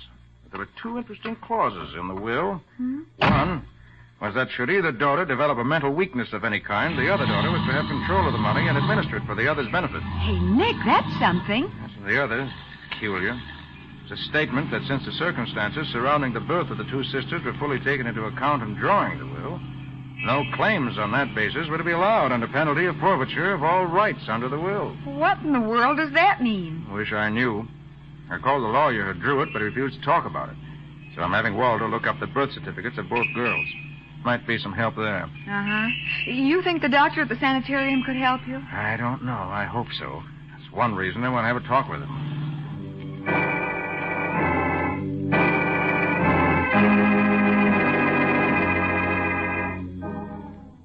I'm sorry I can't be of more help to you, Mr. Carter, but my knowledge of the Kemple family is limited to Mrs. Kemple herself, as I said. Doctor, tell me, did Mrs. Kemple know what was happening to her? Oh, yes, some years before it actually happened, it became evident that sooner or later she would have trouble. Hers, as I said, was a case of schizophrenia, split personality. And in her case, the other side of her was homicidal. But you say it can be inherited, Doctor. It can be, but fortunately, it rarely is. Well, thank you for your time, Dr. Lennox, and for your information. I think it'll help us to get to the bottom of this.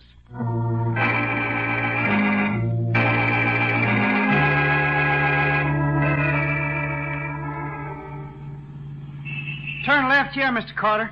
The Kemple place is halfway down the next block. Nick, did I hear Walter telling you he could find only Phyllis's birth certificate? That's right, Patsy. No record of June's birth at all. Oh. Wyatt, do you know where June was born? No, I don't. Oh, by the way, Mr. Carter, I tried to get in touch with June to tell her we were coming, but the housekeeper wouldn't let me speak to her. Said she was asleep. Darn that woman, I don't trust her at all. Is this the house? Yeah, that's it. You'll have to wait in the car, Patsy. Mrs. Everett knows you. Right, Nick. I hope we can get in. Oh, I think we'll manage somehow.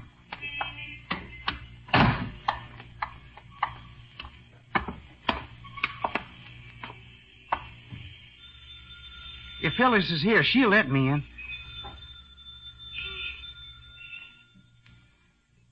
Maybe there's nobody here.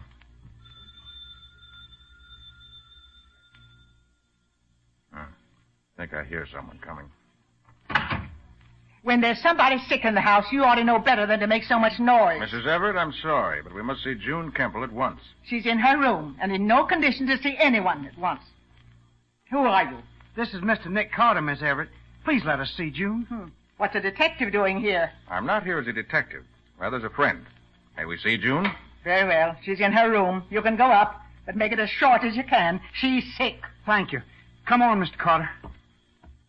I can't understand Miss Everett's dislike for June. She never has a good word for her. Some people are like that, Wyatt. Some people just don't seem... Randy, help! Help! That's June. Come on. Oh, Randy. June, honey, what's wrong? I couldn't open the door. I couldn't make my hands open the door. It was probably stuck, June. No, it wasn't the door. It was me. My hands. Why, what do you mean by that, Miss Kemple? It's just the way my mother acted when she was sick. Alex told me about it last night. She couldn't make her hands do what she wanted. I tried to open my door, and I couldn't. I just couldn't. I had to try and try before I could get it open. Oh, Randy. It was like a nightmare. A horrible nightmare. Come now, honey. Don't cry like that. I just can't stand it. Please, honey. What? Look here. Oh, what is it, sir? Notice this? Why, well, that's wax, isn't it? It is. Wax that someone stuffed in the latch of a door to make it difficult to open. Not impossible, just difficult. Then there is a plot to drive her insane. I knew it. Either that or a plot to make her think she's insane. Nothing very mental about a piece of wax and a door lock. Listen, June, honey, marry me right now. Let me get you out of this house. You'll be safe once I get you away from here. Oh, no, Randy, I can't. It wouldn't be fair to you. Listen. Someone just came in. I'm glad you got that. Randy Wyatt and the detective are up talking to June, and she shouldn't be seeing anyone. She's sick. I tried to keep them out, but I couldn't. I'll go up and see what they're doing. Is everything all right, June? Yes, Miss Benson. There's nothing wrong with June. I'm surprised you felt you had to see her when she's so ill. Miss Benson, this is Mr. Carter, a friend of mine. How do you do? I wanted him to see June. Well, now that you've seen her, you better go. Come, June. I'll take you back to your room. You better lie down and be quiet. All right, Phyllis, but it's no use. It's no use. Well, Mr. Carter, I guess we... Yes. Come on, Wyatt. I'm sorry that Phyllis seemed a little abrupt, but we're really very much worried about June. As I told you, Randy, she's exhibiting all the symptoms her mother had just before she was taken away. Alex, this is Mr. Carter. He knew my father years ago. How are you, Mr. Benson? How do you do, sir? Mr. Benson, do you happen to know where June was born? June? Yes. But No, I don't think I do. Oh, wait a minute. It seems to me I've heard Phyllis say that she was born in Barnstable. And where's that? Well, it's about an hour out of the city, I believe, on the River Turnpike. Phyllis, wasn't June born in Barnstable? Yes, she was. Oh, Alex, I don't know what we're going to do with that girl. She's possessed with that one idea. And since Mother... Oh, I don't know what to do. Come on, Mr. Carter. We better get out of here. Yes. Our work is finished here. For now.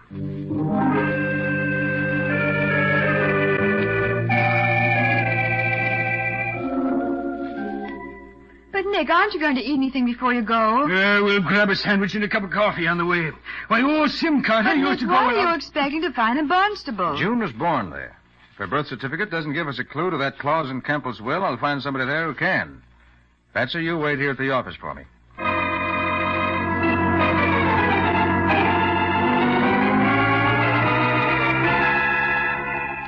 But what do you expect from me, Mr. Carter? You say you found the birth certificate in good order? After we finally got that guy to open up town hall so we could have a look. Boy, was he hopping mad at being called away from his supper. Dr. Jessup, you signed the birth certificate, so you should be able to answer my question. What is there about June's birth that would cause her father to put that strange clause in his will? I couldn't tell you, Mr. Carter. Mrs. Kemper came up here for a rest, and June was born while she was here. Dr. Jessup, suppose I should tell you that I think someone is trying to make June think she's losing her mind because her mother did. Would that stir your memory?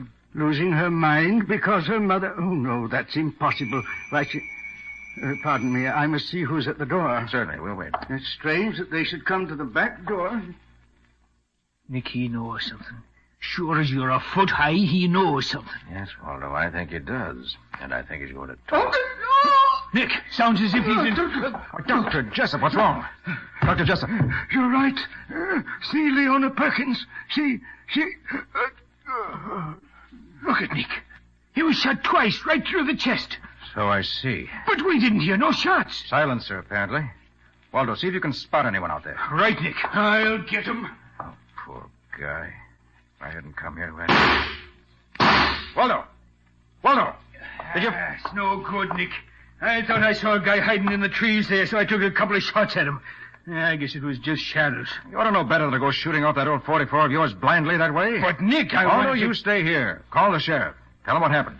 I'm going to find Leona Perkins before someone tries to eliminate her, too.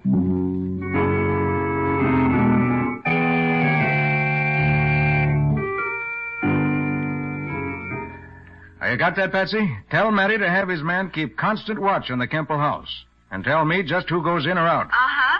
And he's to wait until you come and report to you. Right. I'll pick you up at the office on my way back. Oh, and have Randy Wyatt there, too, so he can go with us. Where did you say you are now? In Barnstable, at the home of Leona Perkins. She was June's nurse after she was born. She knows the answers if anyone does. All right, I'll see you at the office, Patsy. Sorry, Mrs. Perkins, but I had to get that call through without delay. Now, you know Dr. Jessup, of course. Yes, of course. I worked with him for 15 years. He sent you to me? Yes. I'm sorry to have to tell you this, but Dr. Jessup has just been killed. Dr. Jessup? Killed? Yes, shot.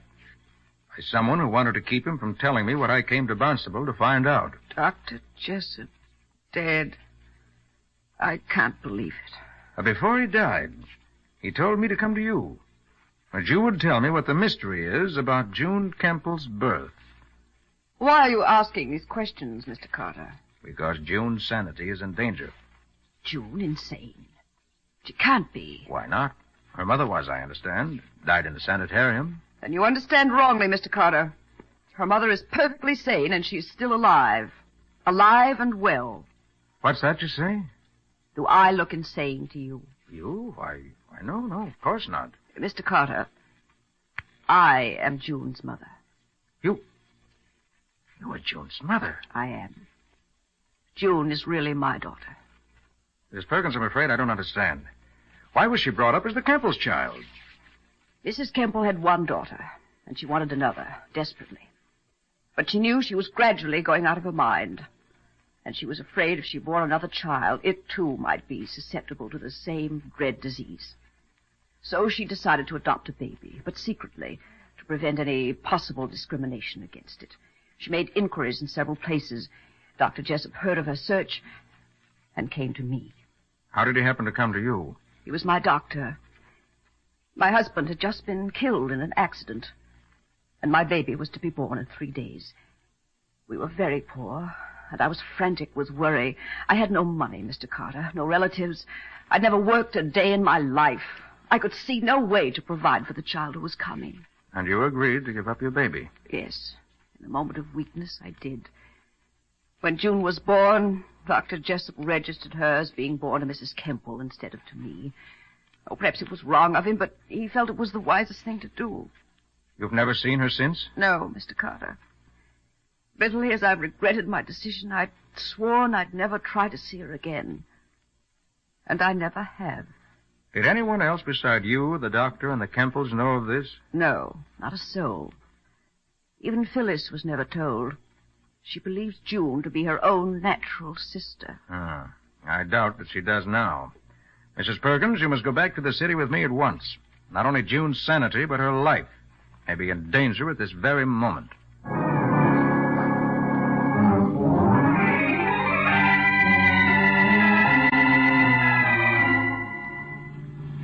And you say you found some real evidence, Nick? The best in the world, Patsy.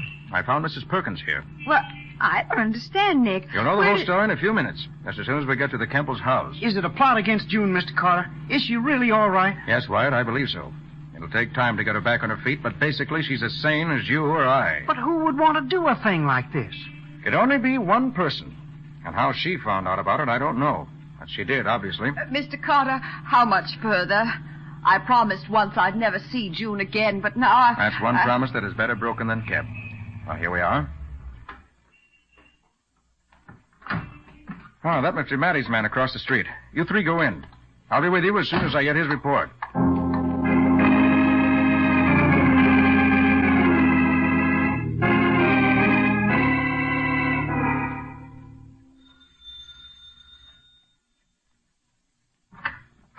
I must protest, Mr. Carter. This is outrageous. Sorry, this Mrs. time Everett. of night. It has to be done this way. Everybody's here, Nick, all except Phyllis. She's been in bed with a migraine headache ever since dinner. Oh, well, we'll go ahead without her. Okay.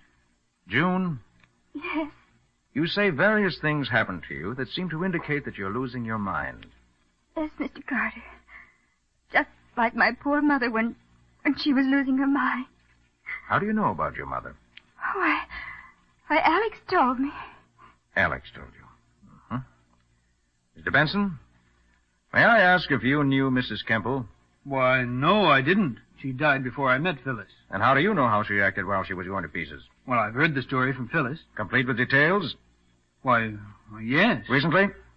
Why, I guess she has told me more in the last few weeks than she ever did before, but what are you getting at? I won't let them take me away. I'll kill myself first. I will. Steady, June, steady. That won't be necessary. There's nothing wrong with you mentally, and there never has been. But all those queer things. Every single one of those things is a trick, suggestion, planted in your mind. But my mother died in that place. No, June, you're wrong. She didn't. Why, Nick? June's mother is alive and well today. I'd like to introduce her to you. Mrs. Leona Perkins. Nick, this is the most fantastic story I ever heard. Are you sure? I am. I have positive proof. Dr. Jessup's story and Mrs. Perkins' story, which can be backed up with documentary proof. And if you want something you can see for yourself, look at June's little finger. I've just now noticed how she has the same peculiar little crook at the end of it that Mrs. Perkins has.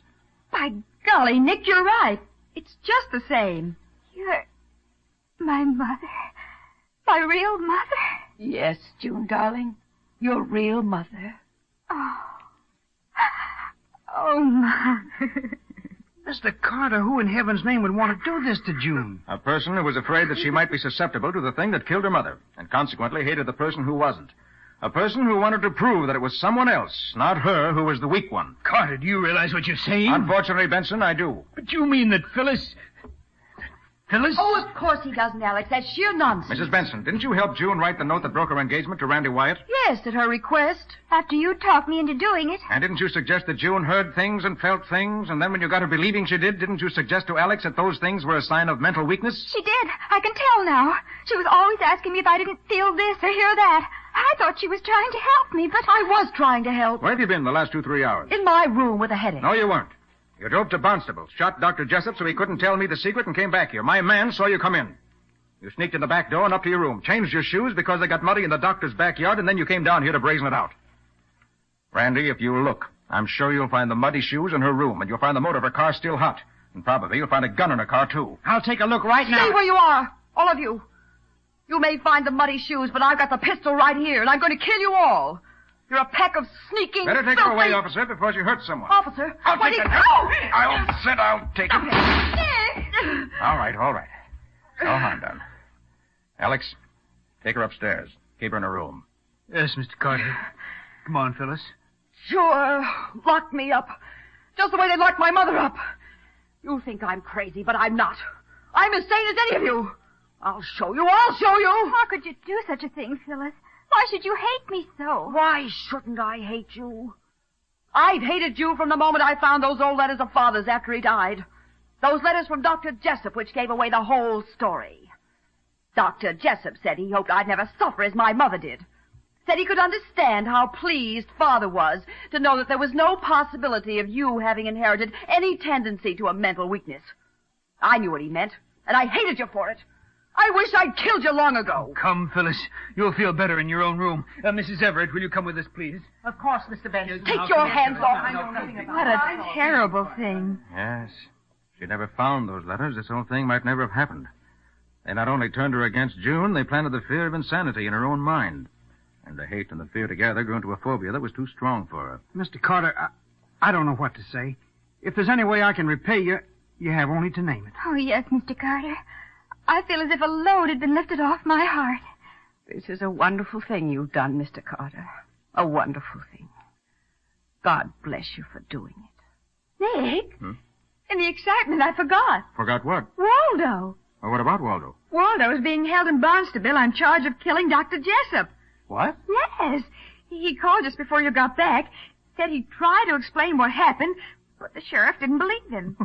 Especially since 2 shots had been fired from his pistol, and 2 shots killed Dr. Jessup. Oh, poor Waldo. I suppose the more they questioned him, the more excited he got that he finally talked himself right into his cell. Well, you better do something about it, Nick, before Waldo goes crazy. Before he... Okay, Patsy. Yeah, use your phone, June. Certainly. Poor Waldo. Oh, operator, I want the sheriff's office in Barnstable. Yes, the sheriff's office, that's right. I want to talk to the sheriff himself. Yes, the sheriff. Well, Nick, how about a little look into next week's story? No sooner said than done, Hugh. It all started with a man being strangled in his hotel room in the very early hours of the morning. And then went on to include a piece of silk torn from a shirt, a dictaphone record, and a missing wife. Who was missing because her husband wanted it that way. But refused to stay missing when she received a letter containing a railroad ticket. It was really the hotel maid. Patsy, save something for next week. What do you call your story, Nick? I call it The Case of the Dictaphone Murder.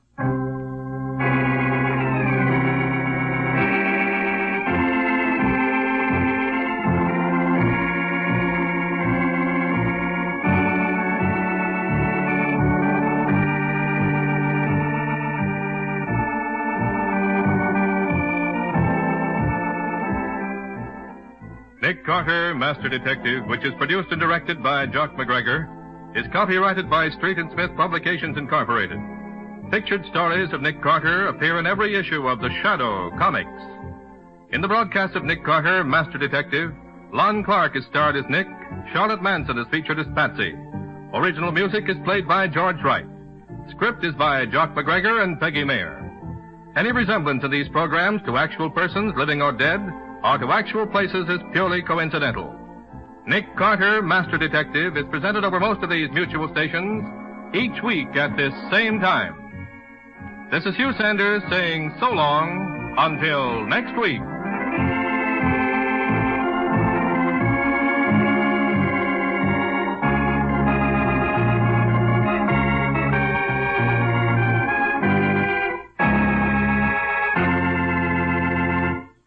This program was heard in Canada through the facilities of the Canadian Broadcasting Corporation. From Hollywood, it's time now for... Johnny Dollar. This is Orrin Vance. Orrin Vance? Yeah, you sent me up to Ossining 7 years ago, you remember? Huh? Oh, yes, I think I do. You know, I thought a lot about coming out and killing you, Dollar. Mm-hmm. But instead, I'm going to do you a favor. Yeah? Yeah. I think maybe you and I can work out something. You know, this sounds like double talk to me. Don't you give me any routine, Dollar. I heard 'em all. I'm calling you with information about the Todd case. Todd? I don't remember. Well, look it up. It cost your company $75,000. Hey. Hello? Vance?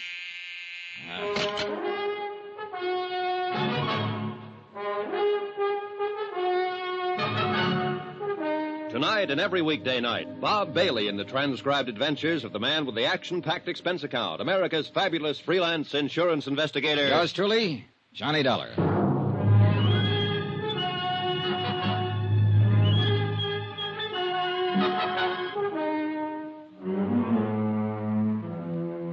Expense account submitted by Special Investigator Johnny Dollar to Four State Insurance Company, Wilmington, Delaware.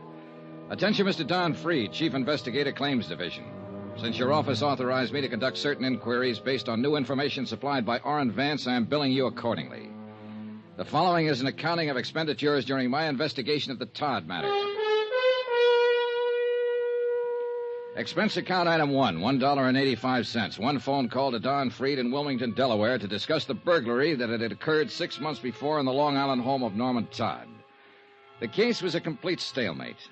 The police and the insurance investigators had been unable to locate the thieves or trace any of the loot, which included jewelry, silver, and wearing apparel that had been taken from the residence. I requested Don to forward whatever details they had, along with an accurate list of the stolen items and complete descriptions.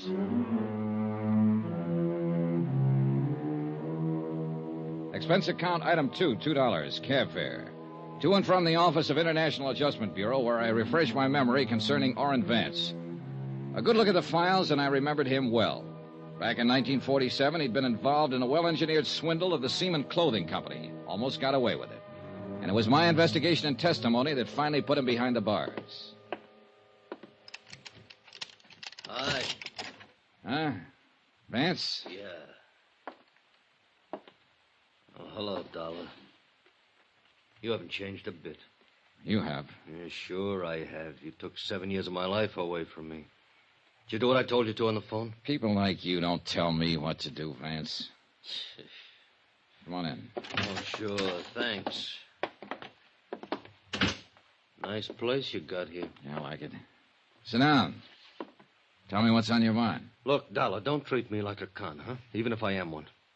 I'll sit down, yeah. I'll have a smoke with you. I'll talk with you. Okay. Okay, have one. Thanks. It's just that everybody's doing it. Treating me like that. Even my wife. Went over to see her the first day I got out. You know what? She wouldn't let me in the house. She gave me $40 and told me to go out and get a decent job. Work hard, she said, and in 6 months, if everything is okay and you're not in any trouble, you can come home to me and the kids. And if not, she says, I'm going to divorce you. Mm-hmm. Well, what do you want me to say? Offer me a seat. Invite me to sit down. I'm a human being, too. Sure. Thanks again. Well? Well, I thought about it a lot. You know, if you hadn't been out to get me 8 years ago, I might have had you over to dinner. Maybe we could have been friends. Yeah, maybe. Now, what's this all about, Vance? Oh, okay. I can't get a job. I'll have to go in business for myself. I need a stake. That's why I called you. Go on. Now, did you do like I asked you to? Look up the Todd case? I called Wilmington about it. There's nothing new happening. I'm happening. That's something new. And I can help. For a price. All right, go on. But I want my name out of the picture. Could you fix that? Probably. But I'd have to talk to the police sooner or later. All I'm asking is your promise to keep my name out of it. Otherwise, it's no go. Well, tell me something about it before I make any promises, Vance. Fair enough. You got a list of the stolen items? Not yet. Won't be here until tomorrow. Now, when it gets here, you'll find it was a mink coat in that lot. I think most of it was jewelry, but it was a mink coat, labeled from Zellerback Furs in New York. And the inside lining carried this serial number, 27356. All right. Take it easy, Vance. Expense account item 3, $2.50. Another long-distance phone call to Wilmington and Don Freed, who verified that the serial numbers furnished by Orrin Vance fitted those in the stolen mink coat. I explained how I'd come about the information at hand, leaving out any mention of names. Freed talked with his boss and phoned me back a half an hour later. You can go ahead and work on it, Dollar. There's a $5,000 reward posted. $5,000? We'll split it between you and your friend, if anything worthwhile turns up. Okay? Suppose it's nothing. Okay. Swindle sheet 2. Right. Okay, Vance. You're in business. How does it work? You tell me where the coat is and who has it, and I'll handle it from there. If it turns out to be anything, you'll get paid for it. All I've had so far is talk. I'll tell you where the coat is and who has it, but before I do that, you give me a check. What? A check for $2,500. You date it 2 days from now. That'll give you a chance to look into it and see if I know what I'm talking about. And you can stop payment any time within 2 days if my tip doesn't work out. Mm-hmm. On the other hand, I'll have the check and bye-bye. Where to? Homewood, Indiana. My plane leaves in an hour. I may want you around for some questions. No, I'll give you the tip. That's all. You ask somebody else the questions. Well? Okay. What's the matter? You afraid? Sure. Haven't you noticed? I'm a stool pitcher.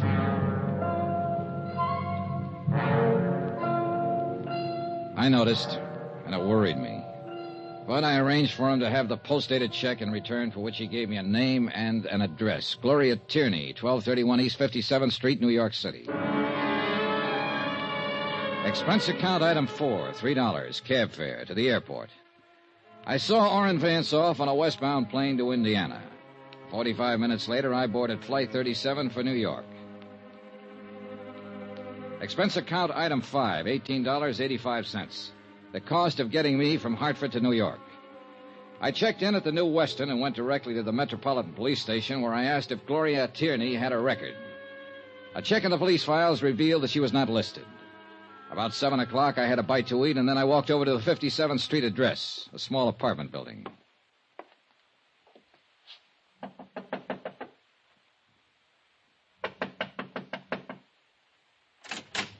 Yes? Hello. I'm looking for Gloria Tierney. Oh, you have the wrong apartments right across the hall. I was over there. No one answered. Well, she must be out. I'm the manager here. Would you like to leave your name? I'm Johnny Dollar, but I wonder if you could tell me where to find her. No, I can't, but I'll be glad to give her your name and ask her to call you. Well, that sounds fair enough.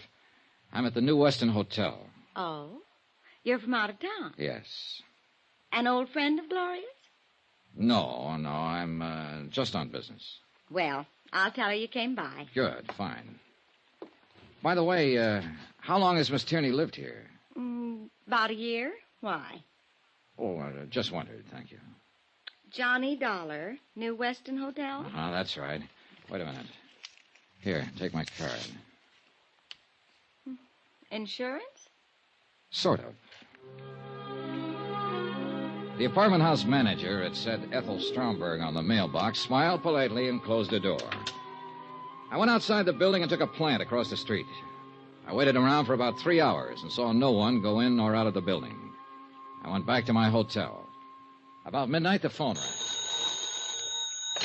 Johnny Dollar. Hello, Mr. Dollar, please. I'm Mr. Dollar. You left word for me. I'm Gloria Tierney. Oh, yes, Miss Tierney. I intend to leave town, possibly in the morning, so I thought I'd better call you tonight. I hope it isn't too late. Not at all, Miss Tierney. What's it all about, Mr. Dollar? I'm an insurance investigator. I'd rather tell you about it in person. As I said, I expect to leave town tomorrow. Is it important? I think so, yes. Could I see you tonight? Well, I don't know. I could be there in 15 minutes. I don't understand. I'll come right over. Well, all right.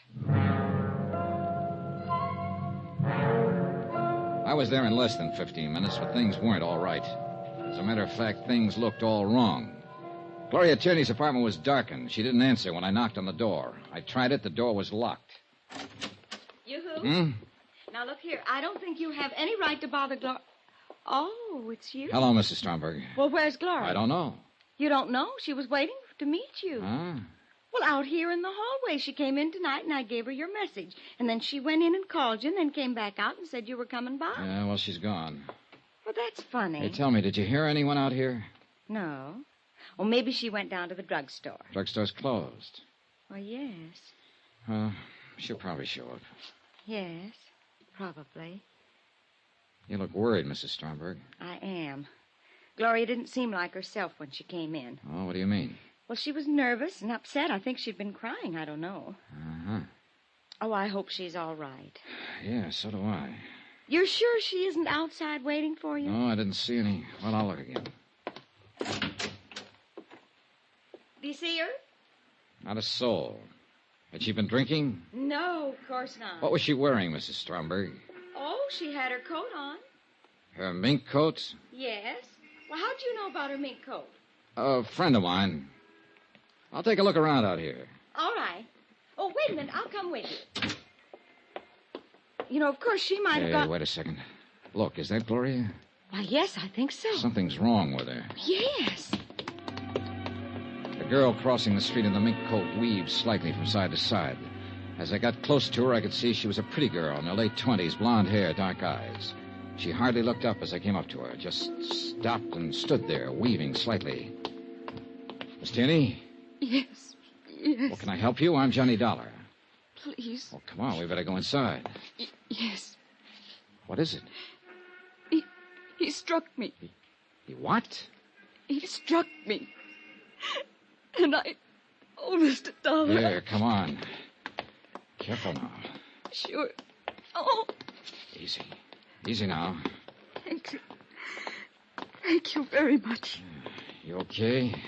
Yes. Look out, that car. What? That car, no! All 3 slugs had hit her, and she fell back into my arms. By the time I could reach for it and get my gun out, the black Cadillac and whoever was driving it were out of sight around the corner. And there'd been no light on the rear license plate. Oh. Easy now, easy. Mr. Dollar, those were shots. But... Mr. Dollar. Call the police, quick. But Yes, right away. You know, let's see if we can... Mr. Dollar. Mr. Dollar. Don't try to talk, Gloria. Don't try to move. We'll have help here in a minute. Oh.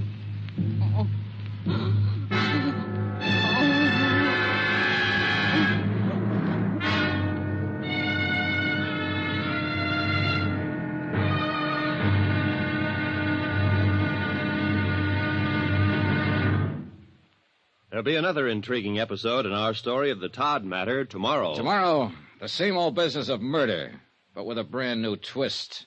Join us, won't you? Yours truly, Johnny Dollar.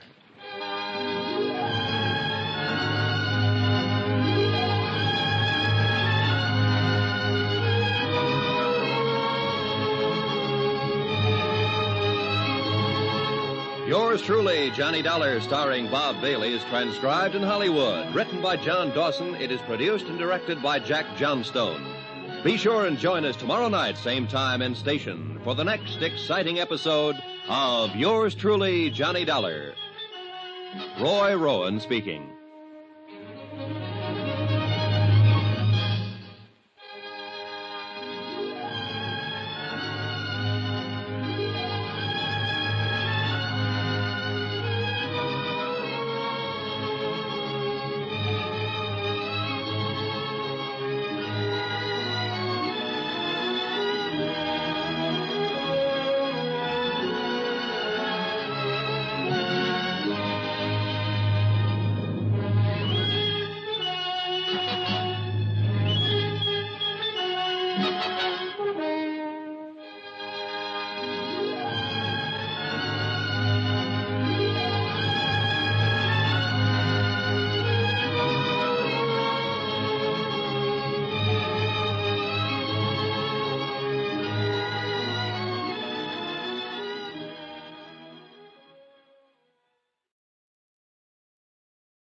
From Hollywood, it's time now for... Johnny Dollar. Dan Mapes, New York Police Department, Mr. Dollar. Oh, hi. I just went over your statement to the officers who went to the scene of the shooting.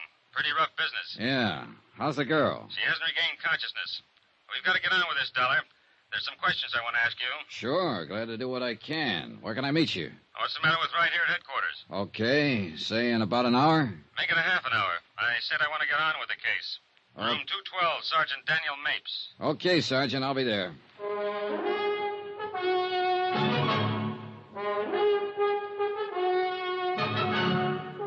Tonight and every weekday night, Bob Bailey in the transcribed adventures of the man with the action-packed expense account, America's fabulous freelance insurance investigator. Yours truly, Johnny Dollar.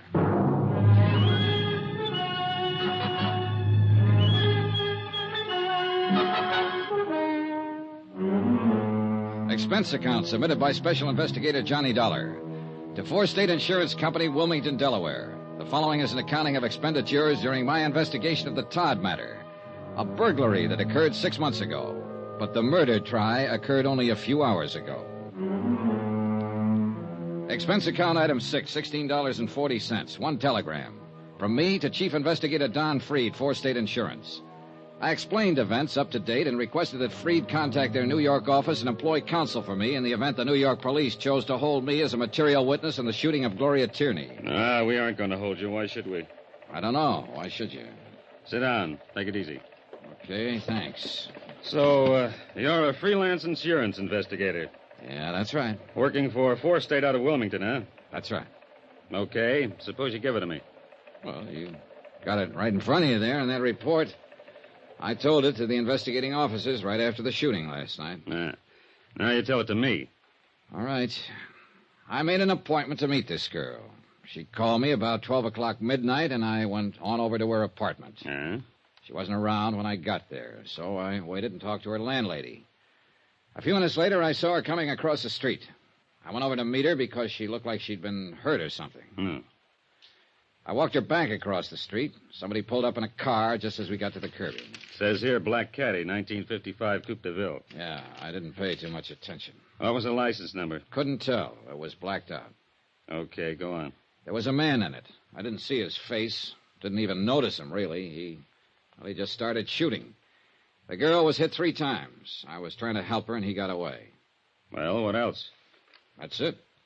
Okay.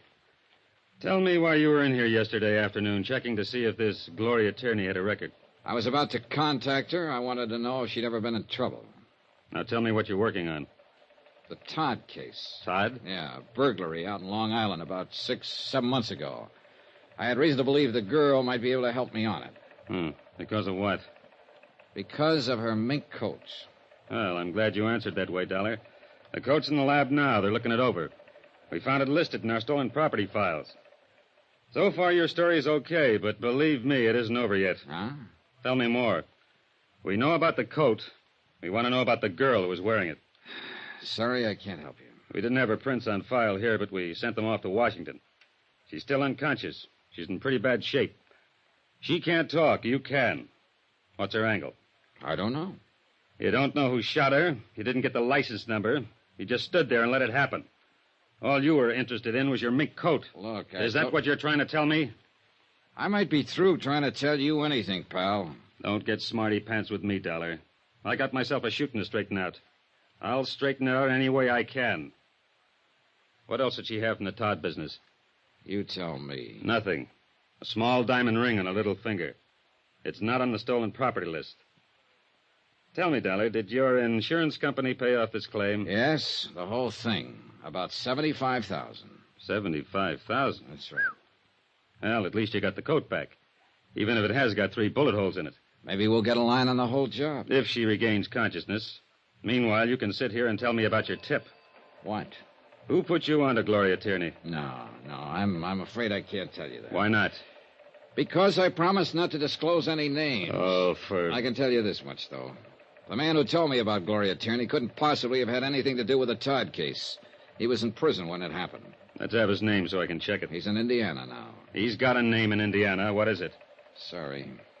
You going to sit there and tell me he gave you a name to start with and that's all you bought? Yep. Suppose I told you I don't believe anything. And that I think I'll hold you for a while until you forget about whatever deal you made with an ex-con. Well, suppose I told you that a lawyer for my insurance company is on his way down here right now just to see that I get treated right. What's funny? You. You insurance guys. You know what? You give me a pain. Right here. We went on like that a little while. Then I accompanied Sergeant Mapes to Gloria Tierney's apartment. A full crew of technicians were there, giving the premises a complete check. Mapes dispatched 2 sets of detectives to cover the neighborhood for possible witnesses to the shooting. Another pair began to cover the apartment house itself. I went with Mapes to talk to the manager, Mrs. Stromberg. She looked white and shaken. You remember, Mr. Dollar? Yes. Hello, Mr. Dollar. How's poor Gloria? Not very good, Mrs. Stromberg. She's still unconscious. And we're still pretty much in the dark about all this, Mrs. Stromberg. Where is she? What hospital? I'd like to go see her. Maybe there's something I can do. Best thing you can do is try to help us find out who shot her. She's at the police emergency hospital right now, Mrs. Stromberg. I'll have them phone you when she can see people. Well, thank you. Oh, what an awful thing.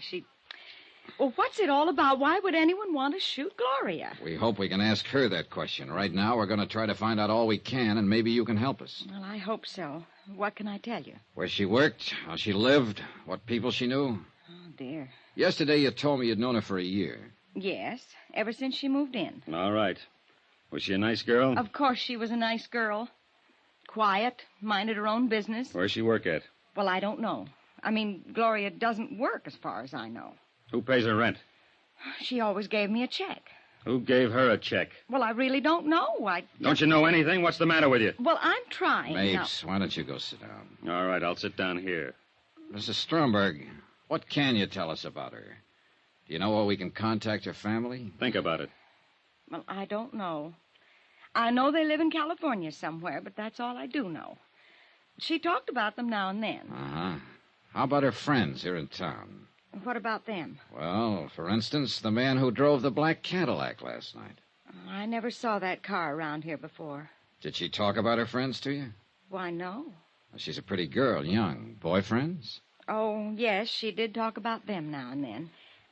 Do you suppose one of them had something to do with this? Mrs. Stromberg, some guy pulled up in a black caddy last night and pumped 3 slugs into her. She acted funny before that, according to you. Run out when she was supposed to meet Dollar here. Don't you know if any of her friends drove a car like that? No. You know this, but you don't know that. What kind of a friend were you? What? What kind of a friend were you? That girl's lying in a hospital right now. She's got a slug here, another one here, and here. They've operated twice. You weep and holler and stand around wringing your hands about her, but you won't open your mouth about helping us find who did it. Now, let's start with that car again. You've got the front apartment here. You can see the street from those 2 windows. Have you ever seen that black caddy here before? Yes. Well, why didn't you say so in the first place? Whose is it? I don't know. I don't know his full name. Well, what do you know about him? His name is Bill something. Bill something. Yes? That's a big help.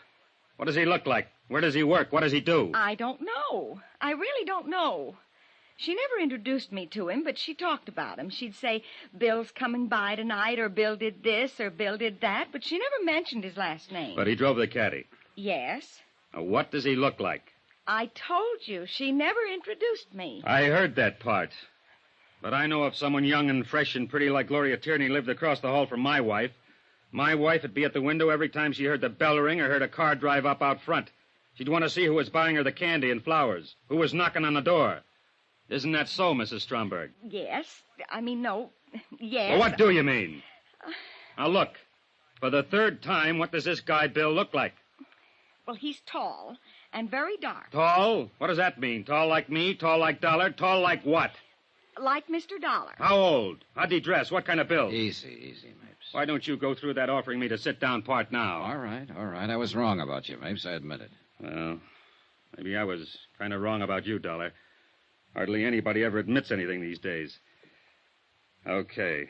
I'm sorry I'm raising my voice, Mrs. Stromberg. But tell us about the man. All you can remember about Bill. Heavy? Light? A husky fella, and he dressed very nicely, too. What color was his hair? Dark, I think. He always wore a hat. How about his eyes? I don't know. Uh-huh. About how old would you say? Oh, 30, maybe 35. I'm not very good at ages. How often did he come here to see her? Oh, once or twice a week. Gloria's been going with him? Yes. Did she ever mention where he works or what he does? No, she never mentioned that. Do you have any idea how long she's known him? How long she's been going with him? Well, I have no idea. I just know he's been coming to see her ever since she moved in here. This, Bill. Would you say he had money, Mrs. Stromberg? Yes, I'd say so. He drove that big, expensive car and always dressed so nice. And, of course, he gave Gloria that coat. The mink coat? Yes. Oh. Do you know if he ever gave her any jewelry? I don't know. I don't think so. Gloria'd usually run across the hall and show me when he gave her something. Mostly they were small gifts, candy, and things like that, but I don't remember if he ever gave her any jewelry. Did he ever bring any friends here? I don't know. All right. Was Gloria going to marry him? Oh, she never talked about it. You sure about that? Yes, she never said, and I never asked. Why? Why not? Well, I don't know. I never asked her. I wanted to, but I never asked her. You think right away I've been a busybody watching that girl and so on. Well, yes, I watched her from time to time, and I was her friend here. But there are some things we just didn't talk about. There sure were. Well, as you ask me questions, I realize how much we didn't talk about. I can't tell you where she came from or where her family is or who Bill is or what she planned for the future. I just know she was a nice, decent, honest sort of a girl. Yes, we got that impression, Mrs. Stromberg. Anything you want to ask, Dollar? No. My apologies again for raising my voice. Thank you for the information, Mrs. Stromberg. Come on, Dollar. Okay. Goodbye. Goodbye. Goodbye. Well, you got it out of her. Yeah, but I don't trust her. Took too much work. Are you really as tough as you look? Sure. You're a good cop, Mapes. Thanks. I like to have somebody mention that every 5 years. Well, better get out this guy's description. Yeah. There's a hall phone right there. Uh-huh.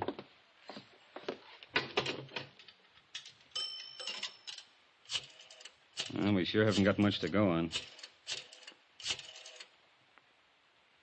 Communications, please. Yes, Dan Mapes. I want an APB out on... What?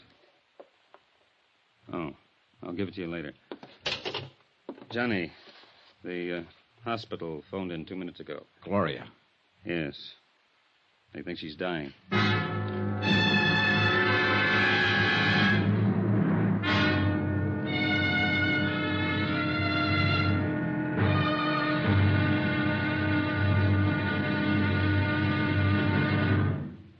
There'll be another intriguing episode in our story of the Todd matter tomorrow. Tomorrow, I take some lessons from a good policeman on how to find out what has to be found out.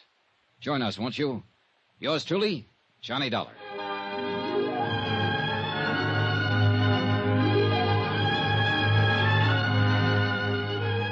Yours truly, Johnny Dollar, starring Bob Bailey, is transcribed in Hollywood. Written by John Dawson, it is produced and directed by Jack Johnstone. Be sure and join us tomorrow night, same time and station, for the next exciting episode of Yours truly, Johnny Dollar. Roy Rowan speaking.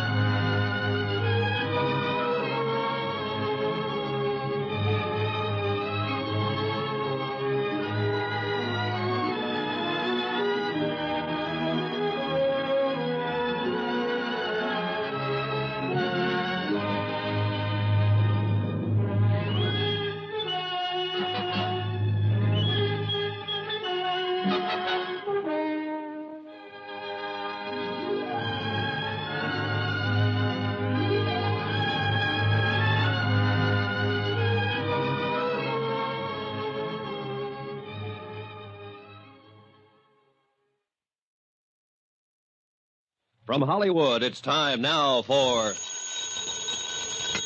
Johnny Dollar. This is Dr. Kane, Police Emergency Hospital. You left word for me to call you, Mr. Dollar? Yes, sir. I'm with Sergeant Mapes. Has there been any change in Miss Tierney's condition?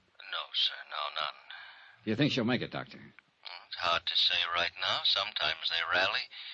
Sometimes not at all. Doctor, it's very important that we see her. I don't know whether it'll do any good, Mr. Dollar. We want to question her. Yes, I know. Well, why don't you and Sergeant Mapes come on over to the hospital? All right, sir. We'll be right there.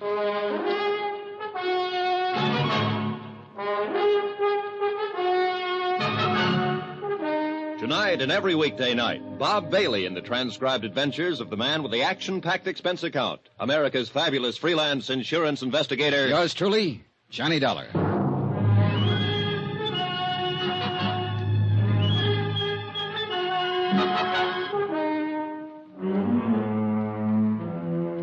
Expense account submitted by Special Investigator Johnny Dollar to Four State Insurance Company, Wilmington, Delaware. The following is an accounting of expenditures incurred during my investigation of the Todd matter, the burglary that resulted in a shooting. On a tip from an ex-convict named Orrin Vance, I came to New York to question one Gloria Tierney. My information was that she had in her possession an expensive mink coat, part of a $75,000 burglary at the Todd home on Long Island.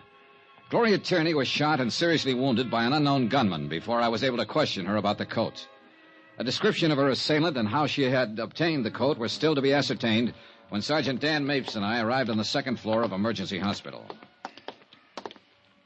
Mr. Dollar? Yes. Oh, I'm Dr. Kane. Oh, yes, this is Sergeant Mapes. How do you do? Has she managed to talk yet, Doctor? No, and she may not. I see. Now, before we go in, I hope both of you will carefully frame only your most pertinent questions. 2 minutes is about all I can give you with her. Sure, Doctor. Better put your cigarettes out in that. Oh, yeah.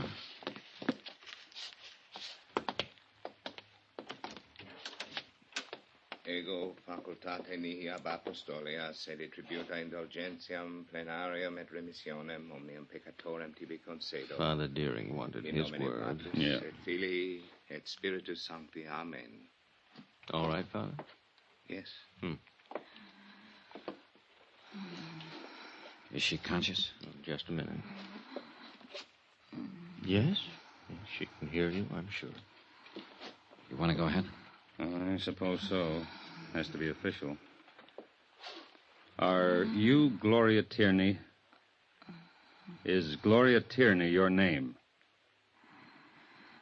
Yes. Do you understand that you're seriously hurt? Do you understand that? Yes. Can you tell us how you came about these injuries, Miss Tierney? Miss Tierney. Bill. Bill. Bill shot you?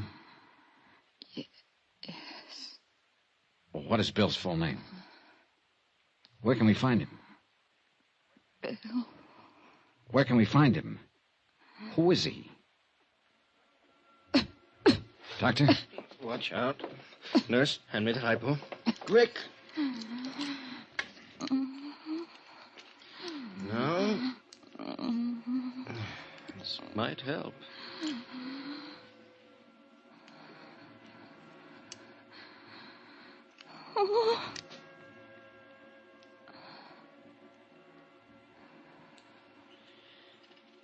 Sorry, fellows. Nothing more I could do.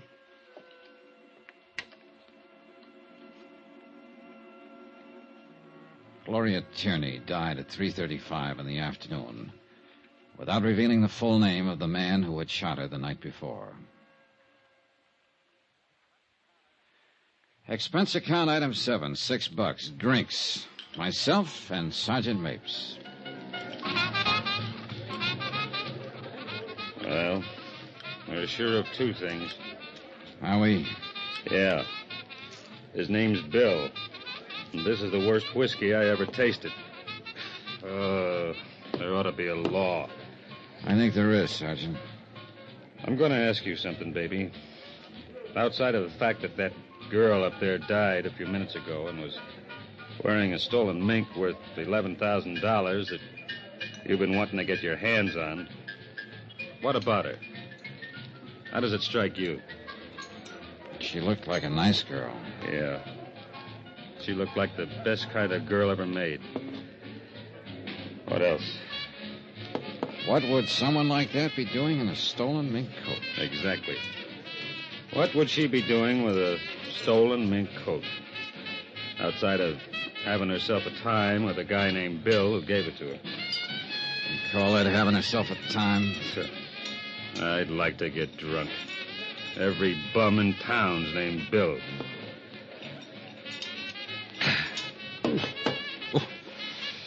This is bad. Terrible. Worst stuff I ever drank. You can say that again, baby. Worst stuff I ever drank. Waiter, Yes, sir. Yes, sir. bring us 2 more of the same.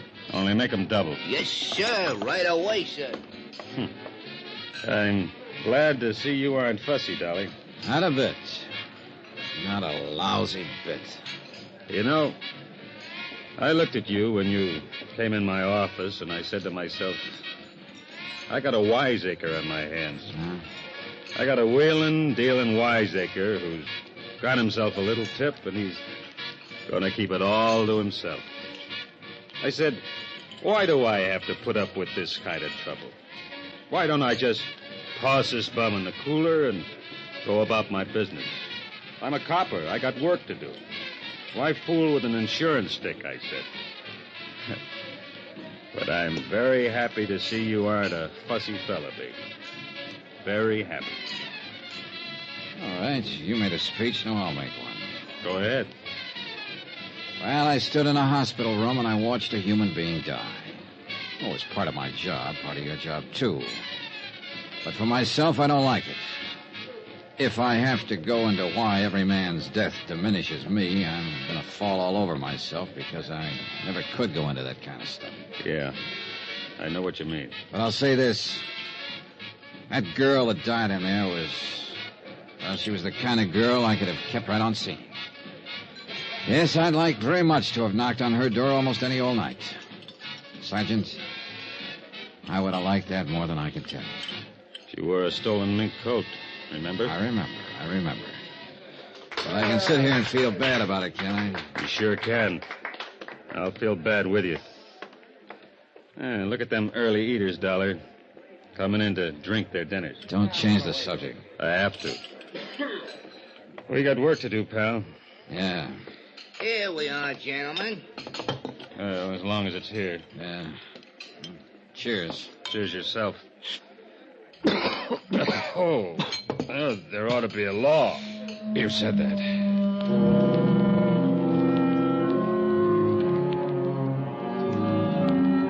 I remained with Sergeant Mapes the rest of the day as he continued his investigation of the death of Gloria Tierney and the Todd burglary. The apartment where she'd lived finally yielded some information. Here it is. Letters from a Robert J. Tierney in Riverside, California. Looks like her father, maybe. Yeah. I'll have the business office down at headquarters notify him. Hey, what's this? Huh? Picture. Oh, nice-looking guy. Yeah. Love Bill. He loved her, all right. Anybody identified this yet? That Mrs. Stromberg's supposed to be here right now. What time you got? 1:30. She said she'd be here at 6. Hey, Sergeant, did you get anything on the bullets? Well, they didn't check with anything in our lab. Ballistic says it was an Army Colt, old model. Pretty good for killing. And what gun isn't? Yeah, you're right. Hello? Oh, hello, Mrs. Stromberg. We've been waiting for you. Come in. Hello? Hello, Mr. Dollar. Hi. Do I have to answer any more questions? Oh, a couple, if you don't mind. I'm just all worn out. I can't get over this terrible thing happening to Gloria. Did you ever find out about her family? We're going to contact them right now. Seems they live in Riverside, California. Yes. Yes, I believe that's what she said. I want to ask you one question, Mrs. Stromberg. Take a look at this picture. Yes. Do you know him? Oh, yes, that's Bill. The man Gloria Tierney's been going out with these last few months? Yes. The man who drives the black Cadillac? Yes, the Cadillac. Oh, I wish I could tell you his full name. Did he do this terrible thing? It looks like it, Mrs. Stromberg. Oh, dear. Have you arrested him yet? We haven't found him yet. Well, I hope you do. I hope you clear this up. I left word for the office to get me here. What about her things? Hello. Her family will probably take charge as soon as they're contacted. Oh, that poor girl. That poor girl. So alone now. Yeah. Mrs. Stromberg, did Gloria Tierney ever mention to you that she'd been married? Married? Gloria? Yeah. Why, no, she never mentioned it. Was she? Married in the state of New York in 1951. Divorced in 1953. Routine check of vital statistics. What was her husband's name? Bill. Bill Powers. Sergeant Mapes requested immediate file checks on William B. Powers, the ex-husband of Gloria Tierney. From it, he learned he had no criminal record in the state of New York. His home address was up in Westchester County, one of the suburbs of the big city. I drove out there with Sergeant Mapes. Oh, what's this all about? Do you know a woman named Gloria Tierney, Mr. Powers? Well, sure. We were married once. Why? She was shot to death last night, Mr. Powers. Gloria? Yeah. Are you sure? We're sure. Shot? Oh, what happened? How could a thing like that happen? That's what we're trying to find out, Mr. Powers. Can't believe it. Gloria dead. Have you seen her lately? What? Have you? What? Yes. I saw her last week. We had a drink together. Are you sure it's Gloria? We'd make sure before we came here with news like that. That's right. Mr. Dollar here isn't a policeman. He's an insurance investigator. Miss Tierney was wearing a stolen mink coat when it happened. Stolen? Are you sure? We're sure. We checked everything, Well, Mr. Gloria Powers. would never steal anything. She was a fine girl. A wonderful girl. Fool to ever let our marriage go on the rocks. Can you come with us, Mr. Powers? We'd like an identification. What? Oh, yes, of course. I'll get my coat. Excuse me. Want to smoke, Johnny? Yeah, thanks. Well, he isn't the bird in the picture, Johnny. No, not at all. Still, he... What is it, Johnny? You checked the driveway out there? No. Take a look, the side window. Uh-oh. Yeah. 55 Cadillac Coupe de Ville. Sure is, Sergeant.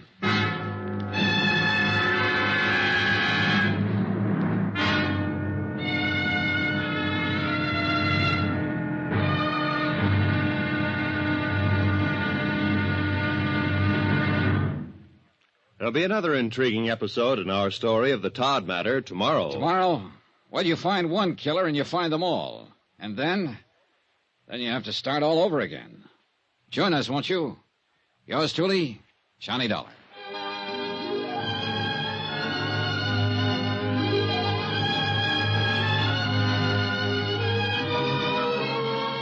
Yours truly, Johnny Dollar, starring Bob Bailey, is transcribed in Hollywood. Written by John Dawson, it is produced and directed by Jack Johnstone.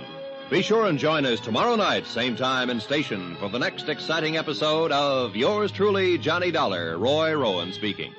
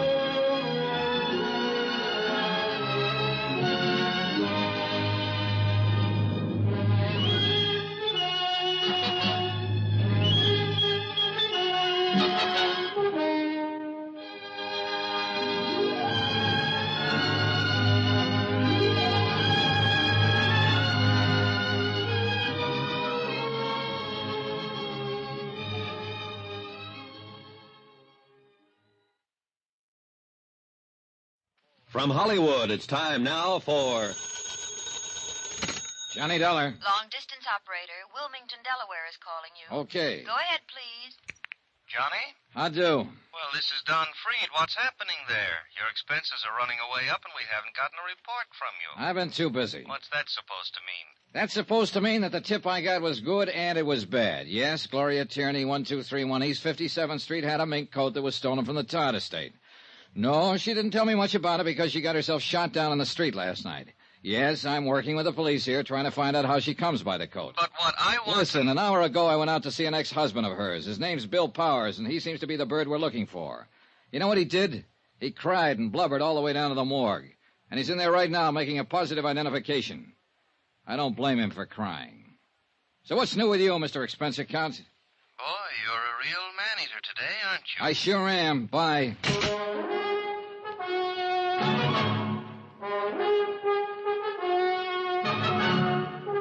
Tonight and every weekday night, Bob Bailey in the transcribed adventures of the man with the action-packed expense account, America's fabulous freelance insurance investigator. Yours truly, Johnny Dollar.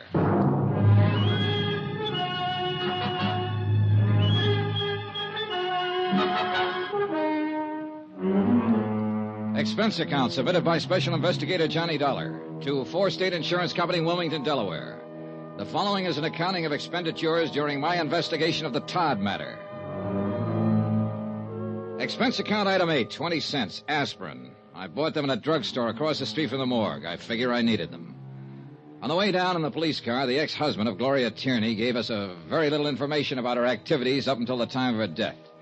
After he made the identification, we all walked across the street. Expense account item 9, 30 cents, 3 cups of coffee. Sergeant Mapes, Bill Powers, and myself. Powers cried a while, then straightened out somewhat.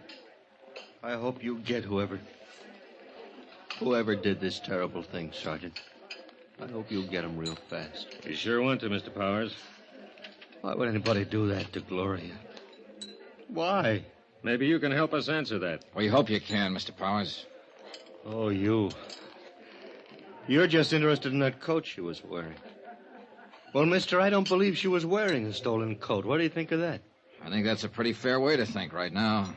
But it's not very practical since we already have proof that it is a stolen fur and that she was wearing it. Yeah. How about some more coffee? That's cold. What? Oh, no. Look, we're just trying for the facts of the matter, Mr. Powers. I saw Gloria Tierney. I know what kind of a person she was. But we have to start somewhere. You can understand that. Yeah, I suppose so. Now, you told us you saw her last week for a drink. That's right. Have you been seeing her right along? Yeah, sure. Even though you were divorced a year or so ago? Yeah.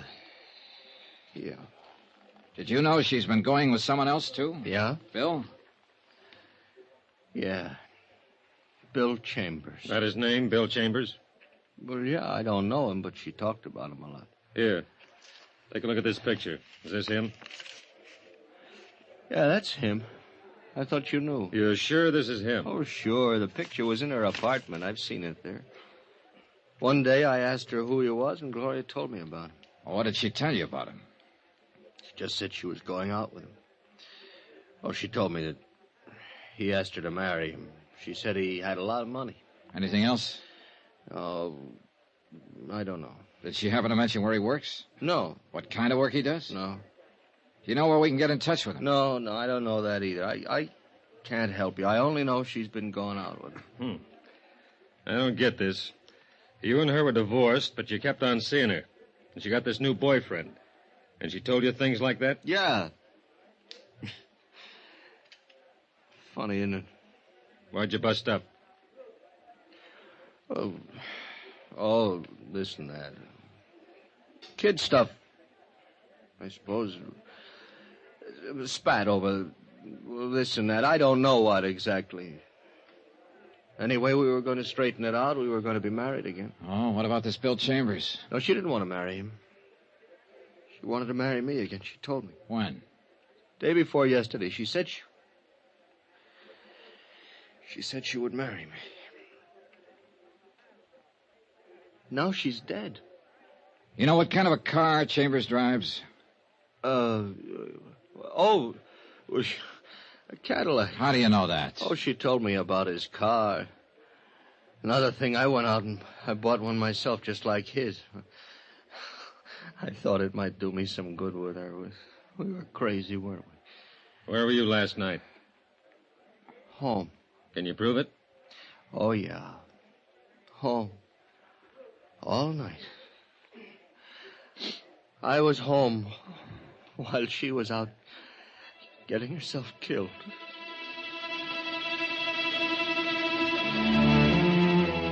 The name William Chambers was checked through the New York police files. 24 persons more or less fit the general description of the suspect. It took 2 days for Sergeant Mapes and his men to track down all the leads. Neither Mrs. Stromberg or Bill Powers could identify any of them. An all-points bulletin was issued describing the suspect in his car. Same results, nothing. On the third day, the pawn shop detail turned up 2 items that had been taken in the Todd burglary. There they are, Johnny. Uh-huh. Watch and a ring. Todd lost a watch and a ring with a lot of other stuff. Case numbers in the watch check out. The ring's engraved. Uh-huh, yeah. Where were they picked up? Shop on 3rd Street. The proprietor bought them yesterday. A man who signed the buy book used the name James Agenian. Phony? Yeah. Gave an address on Polk Street. That was phony, too. We got a good description from the proprietor.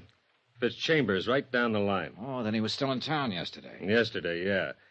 But this stuff's been on the hot sheet for a long time. If he's had any experience at all, he knew he was taking a chance trying to unload it. Probably trying to raise money to get out of town. What I was thinking. Well, if he keeps on trying to raise money and unload all these things, I'll have all the loot back. If he keeps on trying, we'll keep on trying. Johnny, we're going to get this, baby. Sergeant Mapes. Where? Okay. He does need money. Huh? They found his car. Used car lot up in the Bronx. He sold it at 10 o'clock this morning.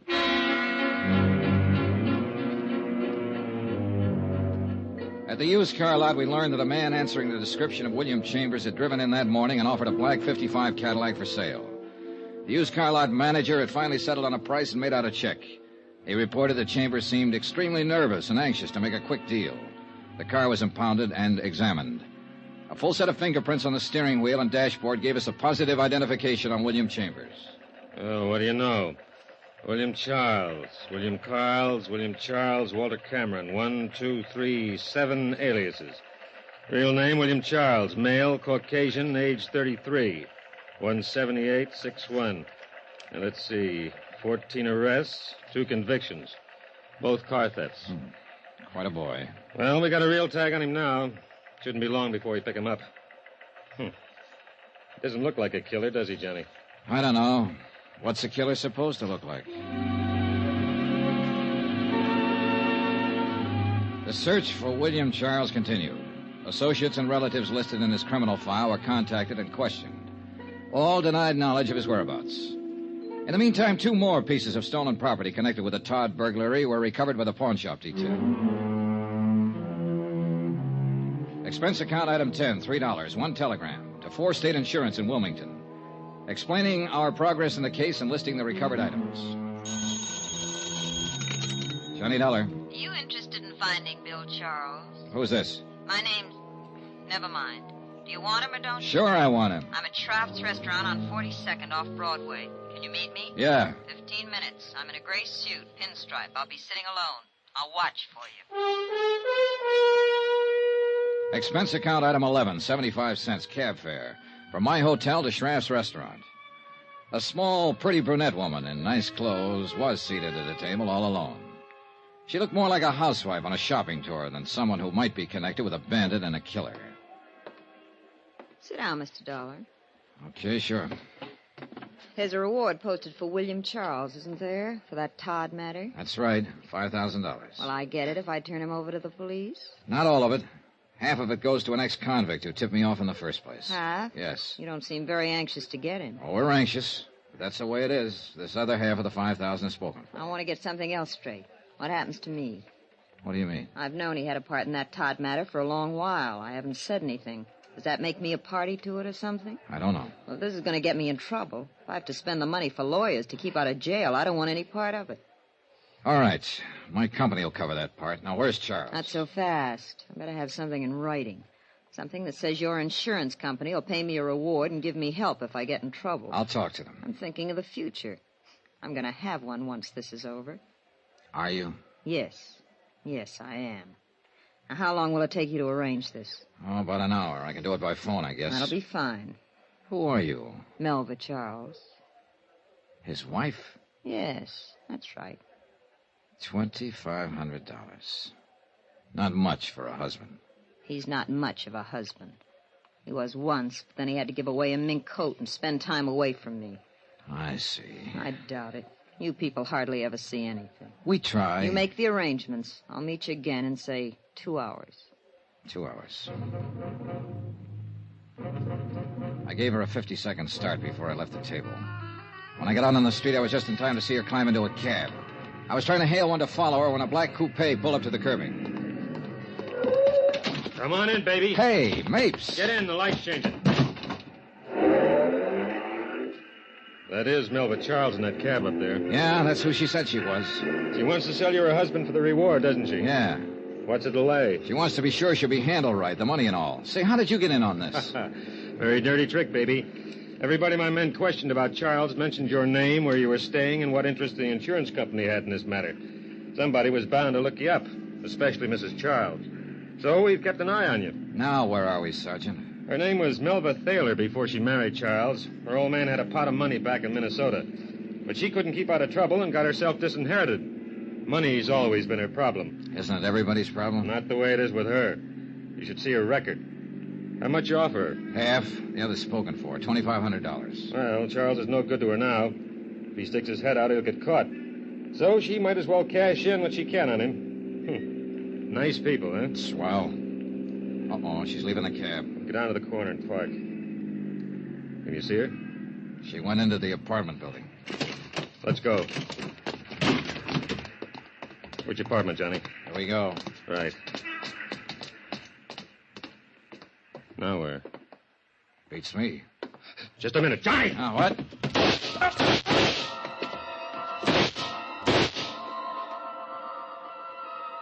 Before I went down, I heard it go off a couple more times. It must have been 6 inches from my head. My eyes couldn't see, and my feet couldn't move. But I could hear. Johnny! Hold on! Hold on, baby!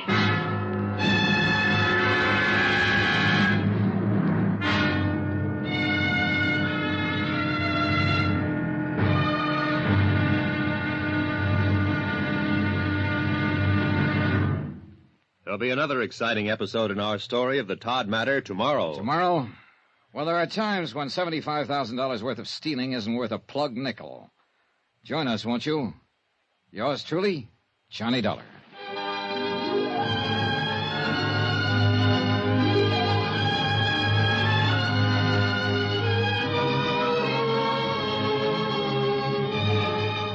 Yours truly, Johnny Dollar, starring Bob Bailey, is transcribed in Hollywood. Written by John Dawson, it is produced and directed by Jack Johnstone.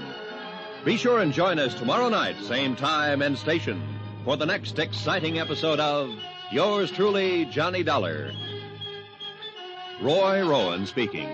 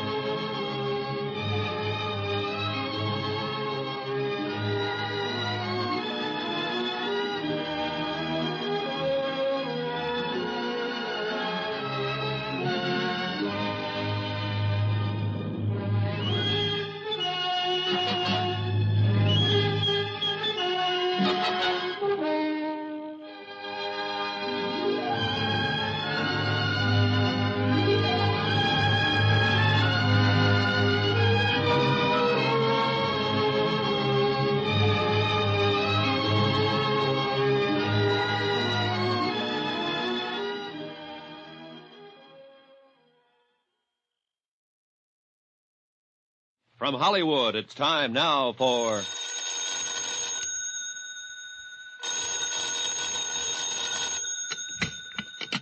Johnny Dollar. Hi, baby. Dan Mapes. Glad they gave you a telephone in your room. Yeah, that's the only thing good about it. Well, hospitals are designed to make a man impatient. You're a pretty lucky fella at that. Let me tell you about your operation. Yeah, please do. You stopped 2 slugs. They pried one out of your neck and another one out of your rib cage. Missed your heart by a snake's whisker. I was luckier than Gloria Tierney. Yeah. Yes, you were. I'm on my way up to see you. Don't run out on me. Oh, fat chance.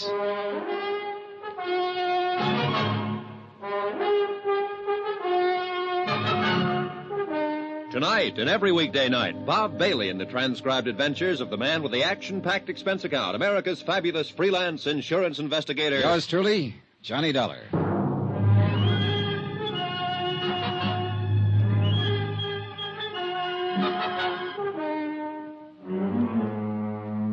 Expense account submitted by Special Investigator Johnny Dollar to 4 State Insurance Company, Wilmington, Delaware. The following is an accounting of expenditures during my investigation of the Todd matter.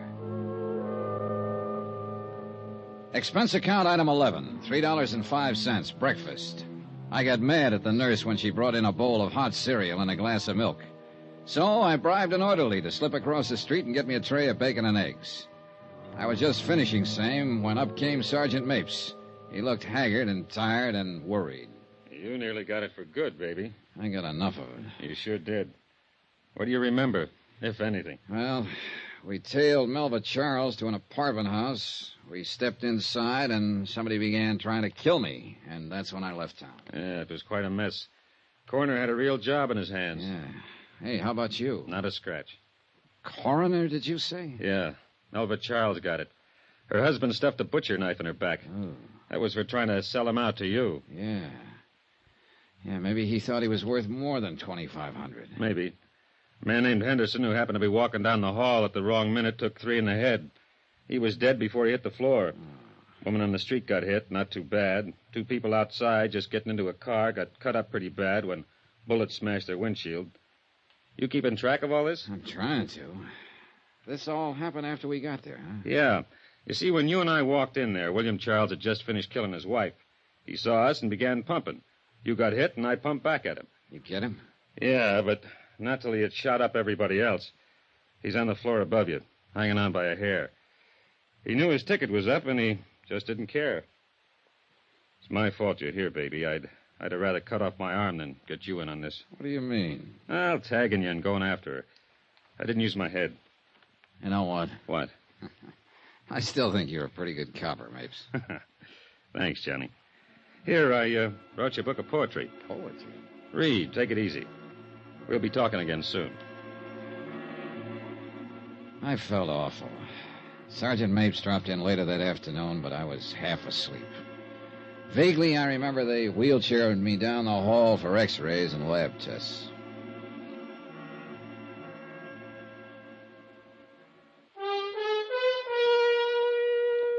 Expense account item 12, 10 cents, the morning paper. The story of the shooting was splashed all over page 1, and the solution to the Gloria Tierney killing in part.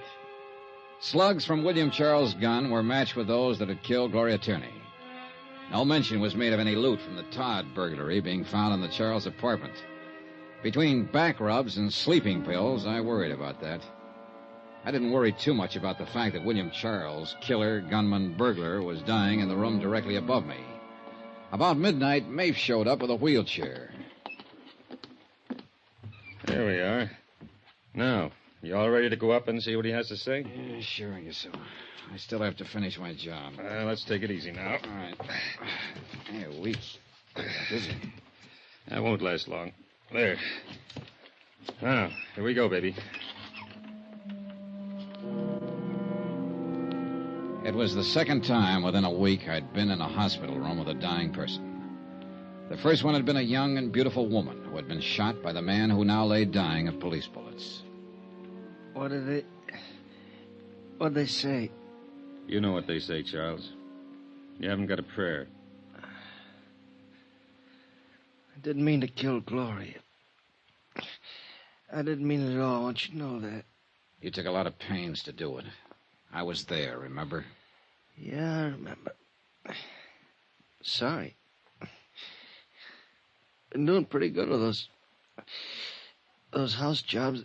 Todd Place, another one in St. Louis. Doing all right. Enough to buy a nice car, live in a decent place, get around a little bit. Worked all alone.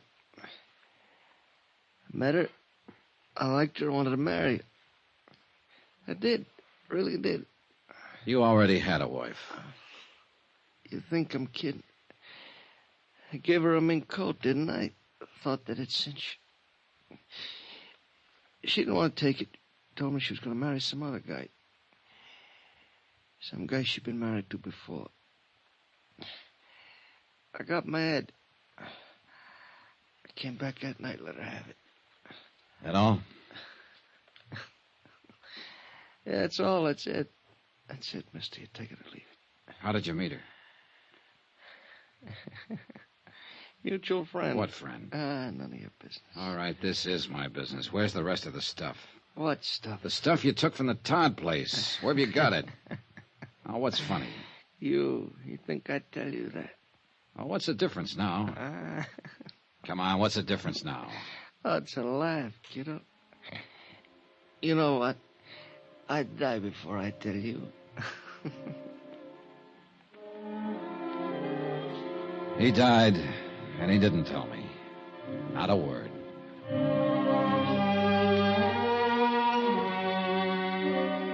Later, a private ambulance took me from police emergency hospital to my hotel room. 3 days after that, I was able to get back on my feet. I went right down to Mapes' office at headquarters. How do you feel? Better now. Boy, you sure look lousy. Here, sit down, baby. All right, thanks. Should you be out of bed? Yeah, sure. You're lying and you know it. I suppose so. Well, how's it going? You mean have we located the rest of the stuff? No, not a lick of it. Funny guy, wasn't he? He had his last laugh. Well, you shouldn't be worrying about this stuff now. You ought to be taking care of yourself. I am. I'm sitting here helping you worry. I'm not worried about anything. You're worried about the same thing I am. Where's all the rest of the Todd stuff? Oh, it'll turn up somewhere.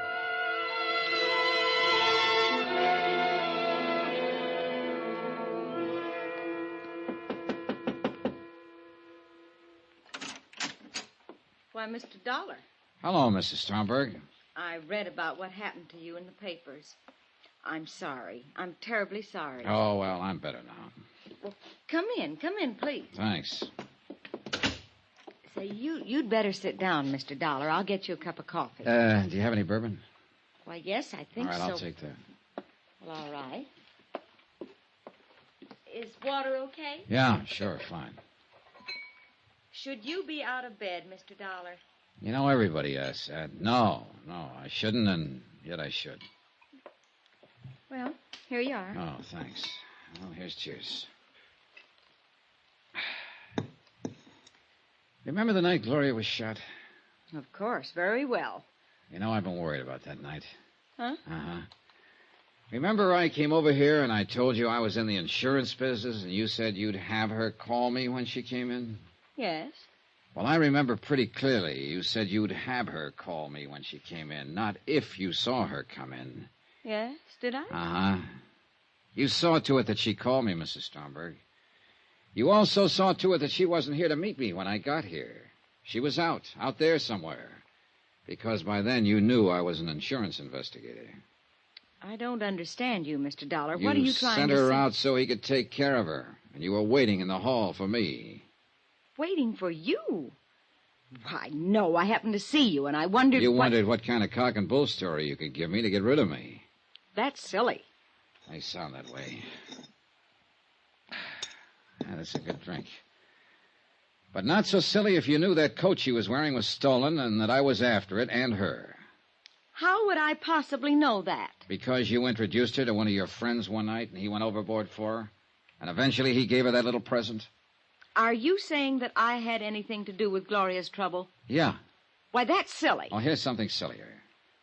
A small-time burglar and thief lay on a hospital bed yesterday and wouldn't tell me how he met Gloria Tierney. Oh, he was a real gallant one, this bird. He killed an innocent girl because she was wearing a mink coat and might tell me who gave it to her. Mr. Dollar. He shot up 2 or 3 people in an apartment, including me. He got shot himself. He knew he was dying. But a simple thing like telling me how he met her wouldn't come out. He wouldn't tell me that for anything. Now, where could he meet her? Was he her kind? Did he go in the same circles? Did he? Nah. He was introduced by a mutual friend, Mrs. Stromberg. You, the manager of the apartment house. No. Something else he wouldn't tell me. What happened to the rest of the loot from the Todd burglary? 2 things he wouldn't tell me. He didn't have to when I sat down and thought it out. You've been working with him right along. You've been keeping all the stuff here. Oh, that's fantastic. Not so fantastic at all, Mrs. Stromberg, when you think that his wife, and she was a girl who'd do anything for money, they tell me, was willing to sell him to me for $2,500. $2,500, when there's still over $60,000 worth of loot from the Todd burglary lying around. She didn't know where it was. But you do, Mrs. Stromberg. Well, if you say I do, I do. Now what? Let's go down to Sergeant Mapes. Oh, no, I'd like a good excuse to use this. Yes. Suppose you would. If I can't charm you or plead with you, can I buy you? You could have prevented her death. You practically ordered it.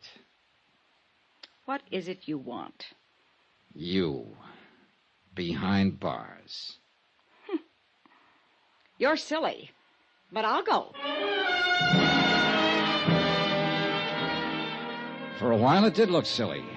Mapes and his men searched the apartment house from top to bottom and found no trace of the Todd loot. That is, until they found a movable cement block in the basement. Well, the Todd matter ended with a 90% recovery of the stolen items. About $70,000 in dollars and cents. In lives, Gloria Tierney, one innocent bystander, and William Charles. For me, let's see. Expense account item 14, $162.30. Hotel and board while in New York. Item 15, $17.40. Airfare and incidentals back to Hartford. Item 18, $230. Miscellaneous. Expense account total, $1,095. Remarks, nil. Yours truly, Johnny Dollar.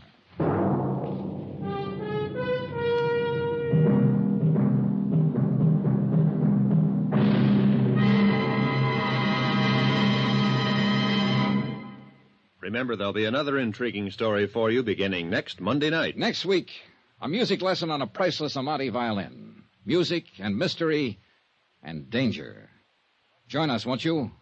Yours truly, Johnny Dollar.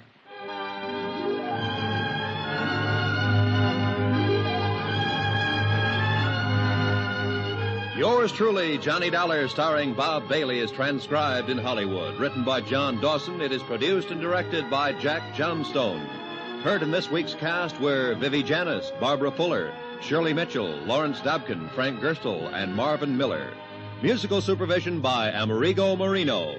Be sure to join us on Monday night, same time and station, for another exciting story of Yours truly, Johnny Dollar. This is Roy Rowan speaking.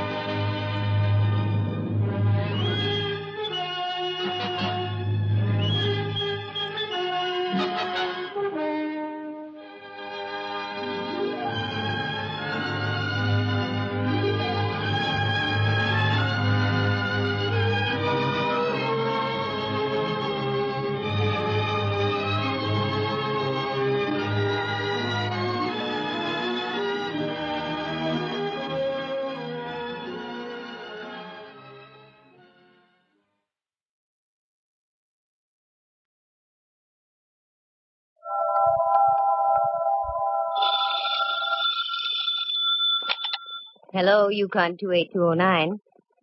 Yes, this is Candy Matson.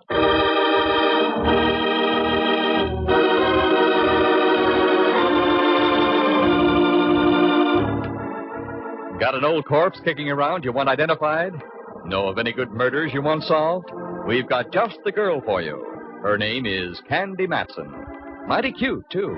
She fills out a size 12 suit to just the right proportions. Soft blonde hair, 2 sparkling blue eyes, and all in all, she looks as though she might have stepped right off a Varga calendar. And what's more, she's a private eye.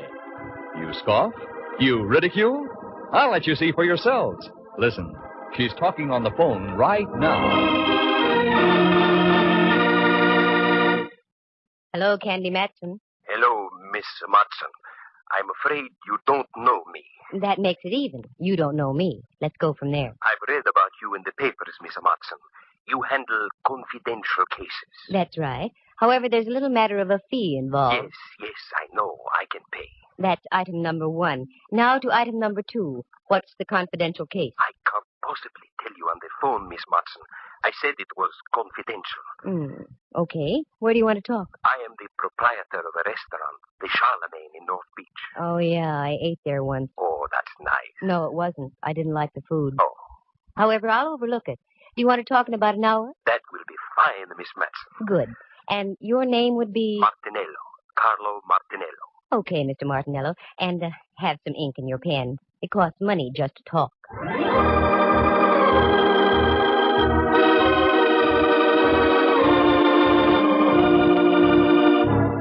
I probably sounded rough and commercial, but you have to be in this racket. Most people look on a private eye as a musician. They invite you to a party and expect you to bring your harp for free. But I learned the hard way a long time ago. So now they pay in advance and take their chances later. That's the way it was with this Martinello. I was at home in my penthouse on Telegraph Hill out on the porch taking a sunbath when the phone rings and it's this Carlo character. That part was all right because I can always use new customers. But what made me mad was the fact that I had to stop listening to the 49ers belt the bejabers out of the Cleveland Browns at Kezar Stadium. But I followed through and uncovered a couple of very done-in bodies along the way. Do you like the grotesque in your whodunit? Then follow me and we'll tiptoe lightly through the Tibbets, the Ponds, and the Baccalones. Because part of the story unfolds at the Opera House. Reluctantly, I dressed into something Charlemagne-ish, turned off the 49ers Cleveland game, and went down to talk to Martinello. His place was typical. Located on Powell Street, a garish neon sign, and as you walked in, the place was air-conditioned by eau de garlic. Yes, miss. You wish a table? I wish a table, yes. With the right party. I'm looking for the owner. I am the owner. I am Candy Matson. Oh, Miss Matson. Walk this way, please. If I could walk that way, I'd revive vaudeville. Pardon? Where's your office? Right over here. Allow me.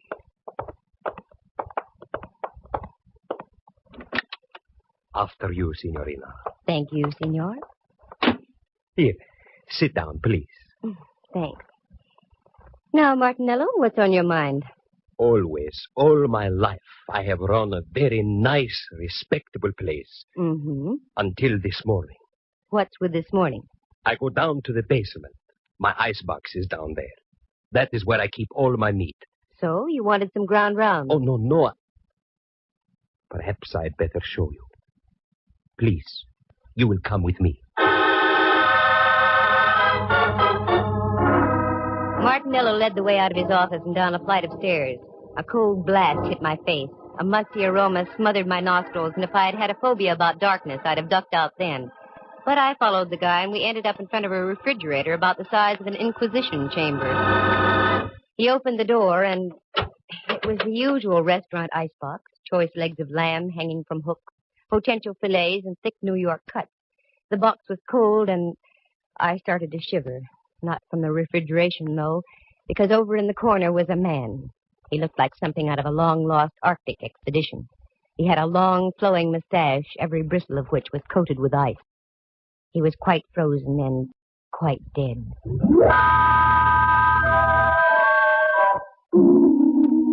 I slammed the door shut and reeled out. The sight had staggered my thought processes. Martinello reached over by a salami-slicing table and turned on a Mazda, a weak affair that cast dim shadows about the damp basement. Is that your little surprise? Yes, Mr. Matson. That is what I was greeted with this morning. Have you notified the police? Oh, no. Why not? As I told you, I have run a very respectable place. And, too, that is why I am hiring you. You can get in trouble, you know. Yes, that is why you must help me. Please, Miss Matson, say you will help me. I will pay you anything you say. I stick my neck out in the strangest places. Now it's a refrigerator. Okay, Martinello, $2,000. What? Make up your mind. Either I freeze your assets or the police find your frozen friend. Yes. All right. Come. I give you the money now. Now we're getting somewhere. What about him? Oh, he'll keep. He's on ice. Well, this was one for the books. Refrigeration the ugly way. I had to ask a few questions if I was to get anywhere, such as like, do you know the guy? No. Had you ever seen him before? No. Who was the last one to close the icebox last night? I was. Does it lock from the inside? Unfortunately, yes. I was getting places like Wiley was with Hauser. It was inevitable. I had to take my courage in my hand and go down and look at that thing again. There it was, a male Mona Lisa etched in ice. This time I looked closer. I had to. And as I did, I realized I wasn't going to get any identification because this guy was a study in crimson. Underneath all that coating of ice, he was dressed in a devil's costume. I slammed the door once again and went upstairs. There I gave Martinello strict orders not to do a thing. Usually in cases like this, you have to wait for a break. They come along like a forcing hand in poker. So I went home to do some thinking. As I arrived, there was an old friend of mine, Rembrandt Watson. Hello, Dove. I'd almost given up. Rembrandt, how did you get in? Your door was open, dear. I took the liberty of coming in. Oh, sure, that's okay. How are things, Candy? All right, I guess. I'm kind of bushed, though. I feel about as devaluated as a British pound. You look wonderful, Dove. What's wrong? I've got a deal, but I don't know where to start. Anything I can help you with? No, thanks, Rembrandt. If I told you about it, you wouldn't believe it. I've never doubted you in the past, dear. I know. Well, I was just called in by a minestrone merchant in North Beach. The guy is stuck with a corpse. That's about par for the course. The deceased had been sealed in the icebox overnight. I've never seen one like that before. That's the way it is, dear. Many are called, but few are frozen. Oh, get out of here. But, Dove, I just got here. I know, but I've got to change and get down to see Mallard. I'll wait for you, Candy. I haven't seen the Gumshoe since before me vacation. All right. I'll be with you in a few moments. I did a fast change, and Rembrandt and I climbed into my car, and we dropped off Telegraph Hill and down Kearny Street. The Hall of Justice, where Mallard hangs his star, is only a few blocks away, so we made it in about 5 minutes. Inspector Ray Mallard, Homicide, San Francisco Police. A lovable, shaggy dog type of character. Very keen with the crime, but dumb with the dame. Me, for instance. If I want him to say yes, he says no, and vice versa. Well, my ever-loving Candy. What's new in the private eye business? Very little. How's the legitimate flatfoot racket? Oh, we're holding our arches up. Well, and Rembrandt, I haven't seen you since Pup was a Hector. Please, Inspector, you're meeting your mixer-paws. Who writes this dialogue? I'm pretty weak, I know. What's on your mind, Candy? A character named Carlo Martinello. Have you got anything on him? What's so funny, Mallard? Nothing, except I eat lunch there about every day of the week. Well, answer my question. Well, there's nothing on Martinello. Arrested a couple of times during Prohibition. He was dabbling in grappa a la under the table. Have you got a case against the guy, Detective Matson? Oh, cut it out. No, seriously.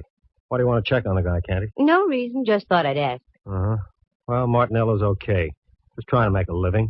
Only thing I don't like, he loves to sing to his customers.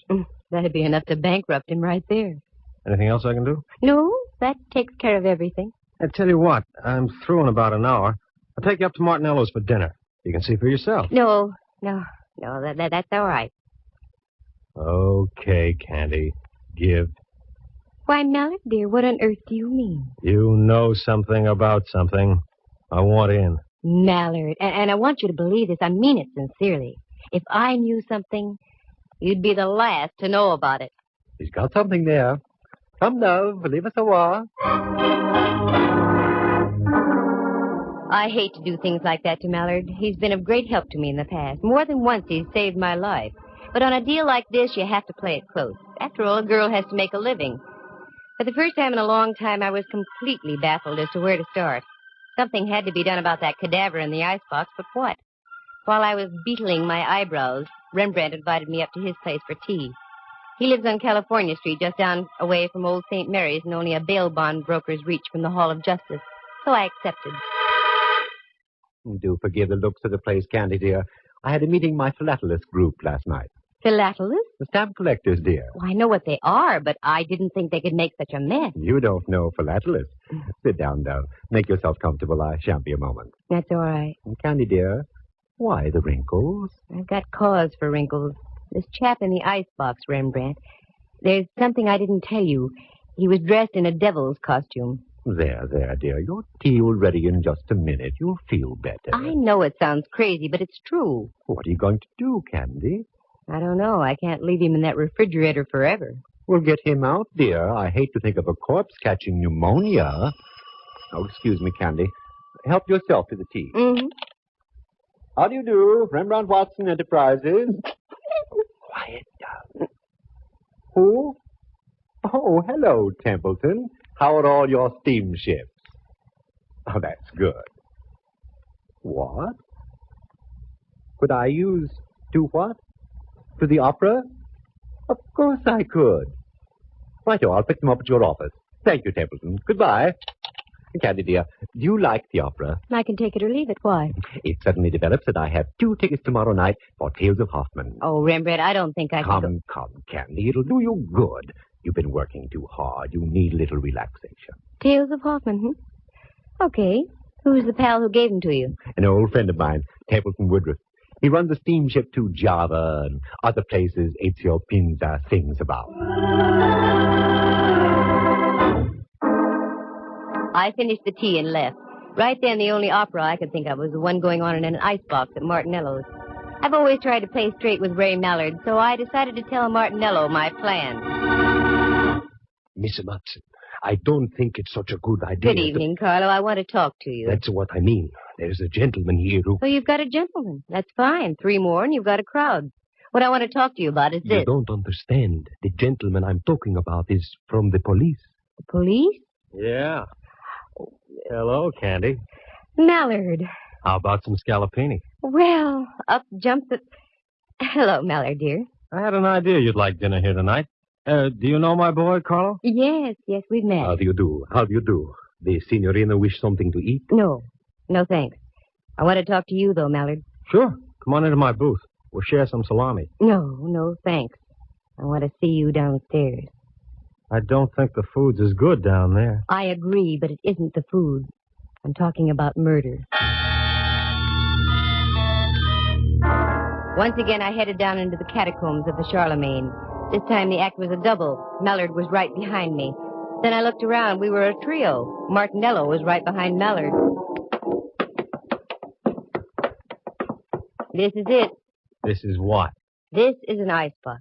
Inside, you'll find a body dressed in a devil's costume. Okay, Carlo, let's humor the lady. Open the thing, will you? Yes, I'll open it.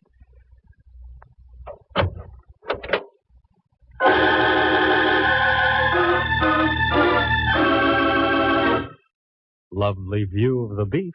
It's gone. The body's gone. Okay, Martinello, start talking and make some sense while you're doing it. Please, Miss Matson, I don't know anything. I haven't been down here all day. Get rid of those arched eyebrows, Martinello. You know something. What is it? Wait a minute, Candy. I'll do the questioning. In the first place, Carlo, was there or was there not a body in here? Well... Sure there was. He can't deny it. Here's a check for $2,000 signed by Martinello himself. Well, Carlo? Yes. There was a body, all right. Who was it? Friend of yours? No, Inspector. I never saw him before. Why did you call Miss Matson? Why didn't you come to see me about it? Well, you know, Inspector, the police... Just because you were once arrested for bootlegging, Carlo, is no reason to be afraid of the police. Well, I'll put a couple of my men on the job and see what we can turn up. What? Is that all you're going to do, Mallard? No. Right now, I'm going back upstairs and have some of Carlo's scallopini. Mallard, are you out of your head? Look, Candy, in order to have a murder case, you've got to have a body. Obviously, we're fresh out. And until your pal with the devil's costume turns up, I intend to live my typical everyday life. Don't forget the mushrooms, Carlo. There are times when I get so mad at Mallard I want to scream. I didn't, though. I only scrammed. I hung on to the $2,000, however. I felt I deserved it just for getting my curiosity aroused, and it was aroused plenty. Corpses don't get up and walk out of iceboxes by themselves. But after all, Mallard had a point. There was nothing to be done without a body. So I went home and waded into a stack of dirty dishes that had been piling up. Then I fixed dinner and started a new stack of dirty dishes. Got a book and ducked into bed. In the morning, I had an idea. After breakfast, I went down to the corner of Broadway and Columbus. That's where North Beach does a neat blend with Chinatown. On the corner was a Joe who sold newspapers. I'd known him for some time, and he seemed to like me.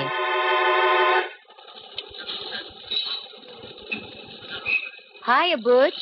Well, hello there, lady. How are you? Good, can't complain. Who won the football game yesterday? Yeah, funny thing. I got all the news right inside here for 7 cents. I get your point. Give me a chronicle, will you? Sure. Here. Thanks. Who do you like in the feature at Bay Meadows? A goat named Candy. What did you say? There's a pig named Candy running in the 7th. Take it or leave it. What a tip. I don't get it. Well, what's really on your mind, lady? Here's a 20. You can play it on Candy all for yourself. Well. Do you know a gent named Martinello Butch? He owns the Charlemagne down the block. Sure. What about him? That's what I'm asking you. What about him? Oh, he's all right. A little screwy, but he keeps his nose clean. Is that all? Yeah. Should there be more? I don't know. Thanks, Butch. I hope Candy pays off.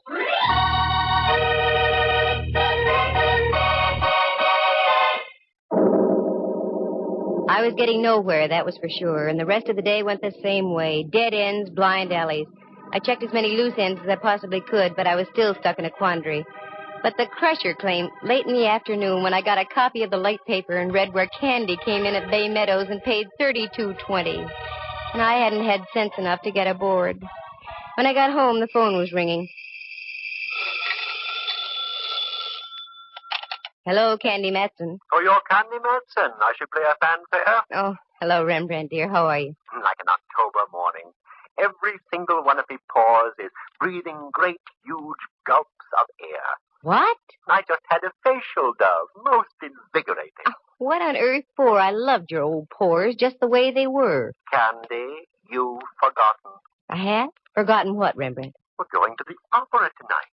Oh, Ducky, I'm sorry. I had forgotten. I'm afraid I'll have to renege. Now, Candy, you promised, and I don't care what you're involved in. It'll do you good. But, Rembrandt, I'm working on it. Perhaps you're right. Okay, I'll get ready. Wonderful, dear. Pick me up about 8:15, will you? Pick you up 8:15. Yeah. Oh, and another thing, Lamb. We may have to do some entertaining afterward. Do bring some cash, will you? Mm-hmm. That's the girl.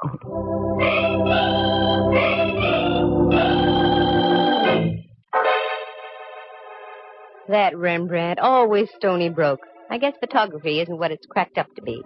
I didn't mind, though. He's been a friend to me on more than one occasion. Then if I was going to the opera, I had to start thinking in operatic terms. I fished around in the closet and came up with something that would have done any woman's heart good.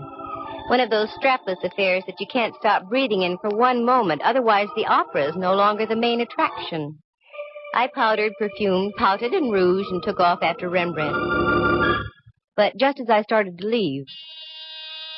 Just a moment. Well, get a load of the Duchess. Mm-hmm. It won't be Halloween for another couple of weeks yet. Oh, very funny. Come on in, Millard. What are you decked out for, Candy? Something you wouldn't understand. I'm going to the opera. Oh, I love the opera. Any horse opera with Tex Acuff in it. That's what I thought. What's on your mind, Millard? I've got to pick up Rembrandt in 10 minutes. Well, I was just driving by, so I thought I'd stop and tell you the news. News? About what? We found El Diablo. The guy in the icebox? Yeah. Martinello identified him. He was floating in the water off Aquatic Park. Any lead on him? The best. He was Salavini, the second baritone with the opera company. That's all, Candy. I hope you enjoy the performance tonight. A baritone with the opera company. Well, that explained the costume, but it didn't explain a lot of other things. I walked down the stairs with Mallard. He got in his squad car, flicked on the flashing red light, and with a burst of his siren, rolled down the street. I'd have to speak to Mallard about that. All the neighbors had their heads out of their windows as I climbed into my car and followed. What an exit. I picked up Rembrandt, and we drove up to the Civic Center. I found a place to park. A minor miracle. The last time I went to the opera, I had to drive almost to Palo Alto and come back by train. Rembrandt's friend must have been very influential. We had seats in the Diamond Horseshoe. They were presenting Tales of Hoffman, and a friend of mine, Dorothy Warrenshould, was singing the role of Antonia. It was a fine performance, and after the last curtain, I took Rembrandt, and we went backstage to see Dorothy.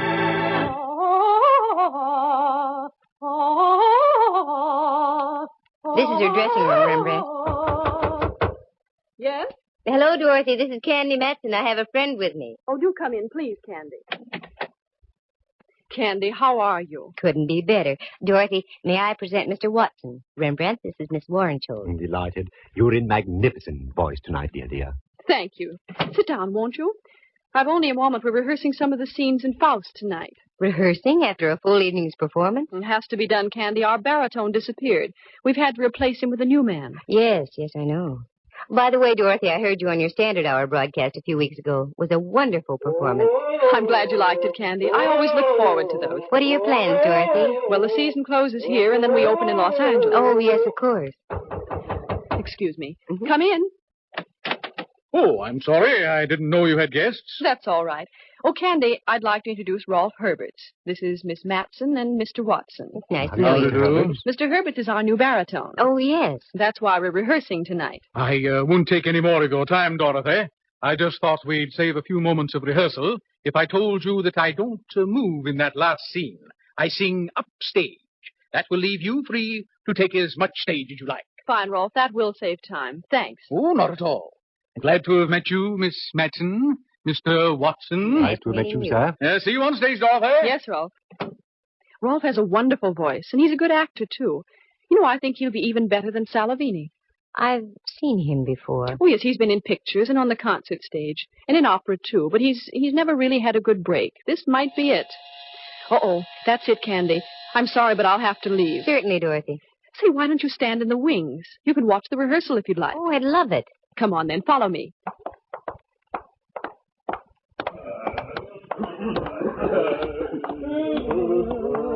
All right, the places, everyone. Places. This is all right, Candy. You can stay right here. Thanks, Dorothy. Glad to have met you, Mr. Watson. Also, as we used to say in the theater, go out there and kill 'em. See you later. Where is Miss Waddenshaw? Ah, there you are. Herberts? Where's Herberts? I saw him just a moment ago in the dressing room. Well, it's late. We've got to keep moving. Please, somebody find Herberts.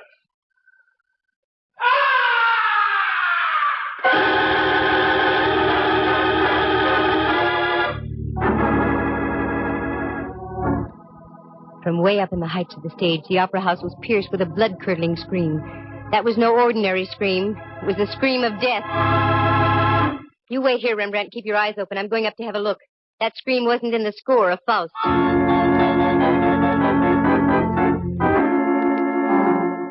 I punched the button for the backstage elevator. It's a good thing they work fast and are speedy. Once inside, I pressed the button for the fourth gallery. I got out. This was the top of the opera house. The place was loaded with old sets, props, papier-mâché alligators, gold goblets. Then, over on the other side of the catwalk, I saw it. The body of a man all crumpled and distorted. I hit the catwalk and ran over. It was 100 feet above the stage, and as I looked down, I could see a score of strained faces looking up through the darkness. I got on the other side and bent over the body. It was that of Rolf Herbert. Candy, down here. I think your man just ducked down underneath the stage. Again, I did a Mel Patton. The elevator shot me down to the stage level, and there was Rembrandt, wild-eyed. He came down the elevator on the other side, Candy. Then he cut across the stage and down those steps. Come on, Rembrandt, follow me. I may need help.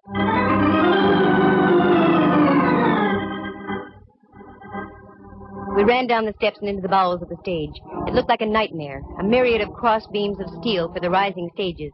We cleared those and went around by the chorus dressing rooms. There was only one out. I remembered it. A door over in the corner, very seldom used, but it was open. It led into a long tunnel with giant steam pipes running overhead and to the right. This went underground over to the Veterans Building. Down by your feet, there's a stream of water flowing in a trough. It's the old Hayes Valley Creek. Our killer decidedly knew his opera house. As we entered the tunnel, I could see him up ahead running like crazy, so we took off after him. We made the other side, and it breaks into a big engine room. As we came into the opening, I looked around. The engineer was lying on the floor out like a light, blood spurting from his scalp. Then I glanced up. There was another door. This led into the Veterans Building itself and an avenue of escape onto Van Ness. I ran up. Then as we got into the long corridor, I saw Martinello breaking for the door. Stop! Stop, Martinello! Stop. You think I am a fool? I do if you don't stop. Try and get me. Okay, pal. You asked for it.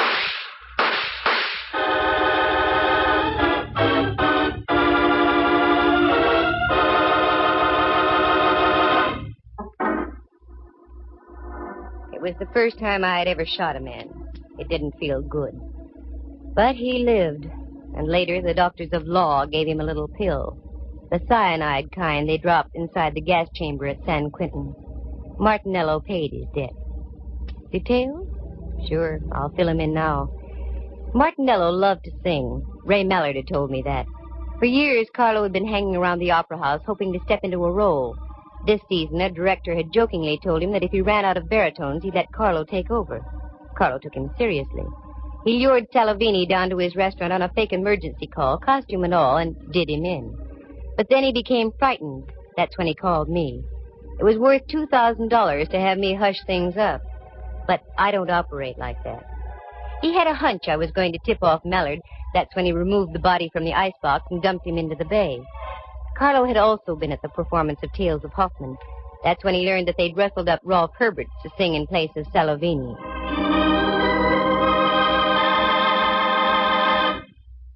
By this time, Martinello was obsessed with the idea of singing in the opera house and wouldn't stop at anything. Right after Herberts left Warrenshold's dressing room, he managed to get Herberts into the elevator and up to the fourth gallery behind the stage. That scream was produced by a 6-inch stiletto through Herbert's heart from the hands of Martinello. And that's when our chase began. I hope I never see that tunnel under the opera house again. That Mallard and his sentiments. It was he who gave me that gun just a week before, for my birthday. He said I needed protection. Well, darn it, I do. But I can't get Mallard to believe me. Instead, he just gives me guns.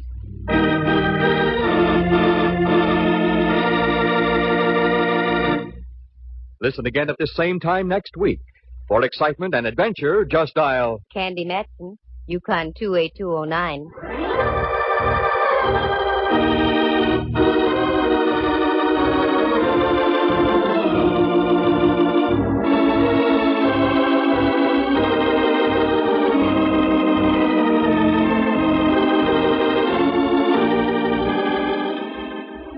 Heard tonight were Harry Bechtel as Rolf Herberts, Jerry Walter as Carlo Martinello.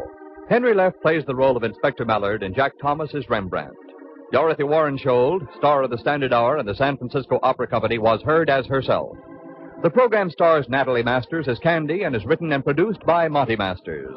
With the exception of Miss Warrenshold, any resemblance to actual people in tonight's play is purely coincidental.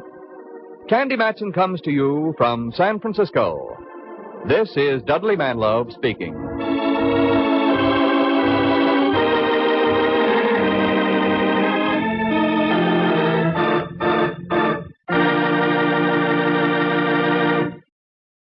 You are tuned for the stars on NBC.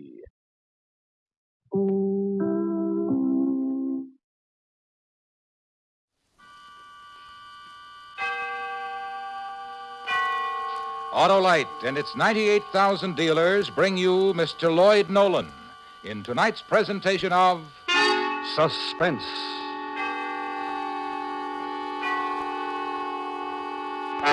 Tonight, Autolite presents a story based on fact. The documented report of a man who lost a jar which contained the destruction of a city. Vial of Death. Our star, Mr. Lloyd Nolan.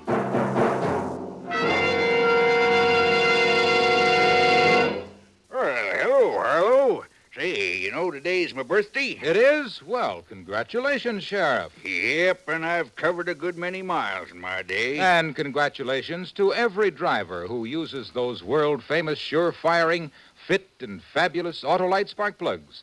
The spark plugs that are ignition engineered for the finest performance money can buy. Hello, my car's slow in the pickup. Not performing up to par? Well, why not take that car into your Autolite spark plug dealer for a spring checkup? If your spark plugs are worn out, he'll recommend a new set of Autolite spark plugs, either standard or resistor type. Then you'll be set for smooth driving days ahead. Well, how can I find his address? Just call Western Union by number and ask for Operator 25. She'll quickly tell you the location of your nearest Autolite spark plug dealer, the man with ignition-engineered Autolite spark plugs. And remember, from bumper to tail light, you're always right with Autolite.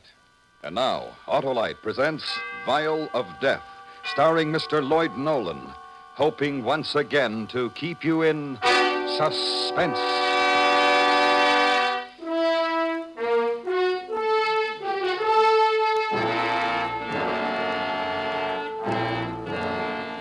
When it happened, you knew nothing about it. The events of that long, frightening night began about the time you were catching a bus or a streetcar toward home. Probably you had dinner that night, played with the children, then went to bed. You slept. In the morning, you got up, came to work, and it was just another day. By then, it was all over. Many innocent people missed an appointment with death that morning. You might have been one of them.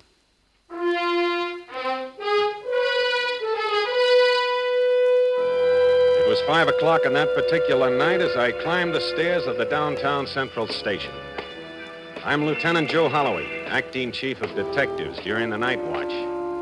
Most of the men on the day watch had deserted their desks and were climbing into overcoats as I passed them in the hall. Evening, Lieutenant. Sam? Hey, weren't you off yesterday? Yeah, Have a nice day. I guess so. I stayed up when I should have been in bed. Took the kids out to the zoo. And when I should have been up, I went to bed. Today, instead of going to bed, I was up.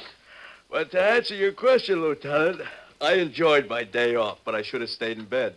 Well, I guess I should spend more time with my kids, but I don't. Working nights 6 days a week, I never have time to see them. I can understand that, Lieutenant, but today... Yeah, I don't. Maybe next week. There, anything interesting on the hot shot sheet? Nah, nothing exciting.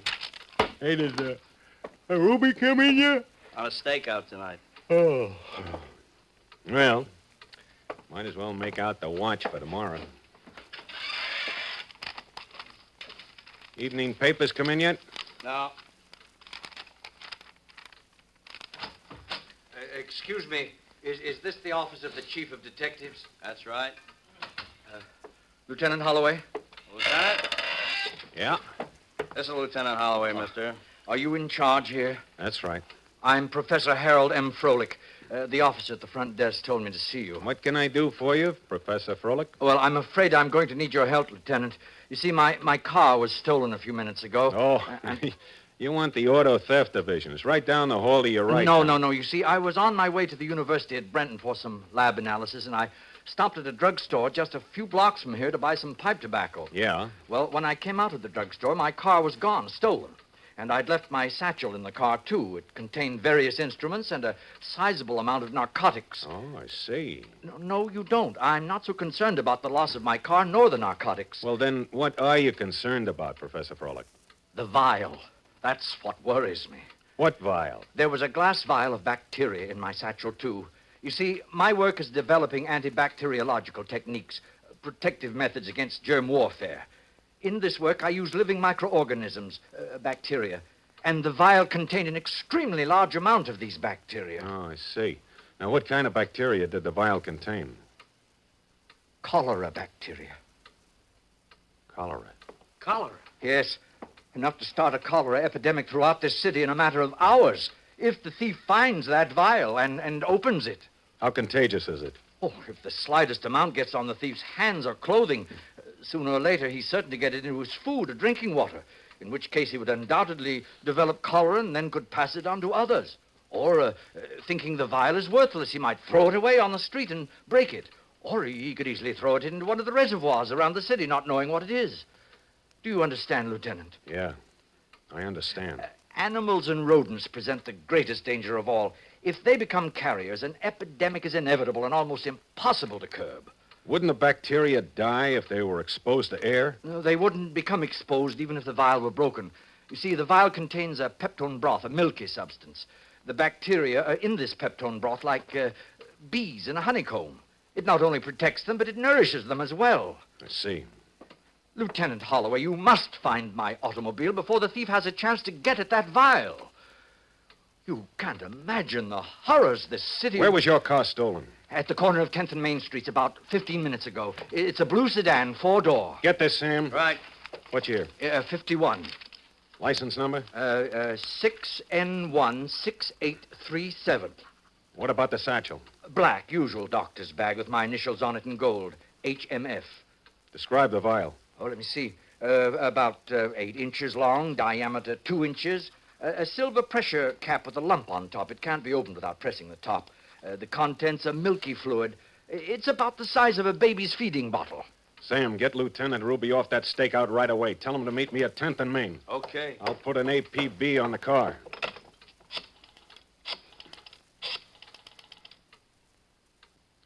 Radio room, this is Lieutenant Holloway. Broadcast this immediately. To all units, stolen car, registered to a Professor Harold M. Froelich. License number in the 8 column, 6, Nora, 16837. A 1951 blue 4-door sedan. If this car is located, hold and notify Lieutenant Holloway's Central Division immediately. You got that? Yeah.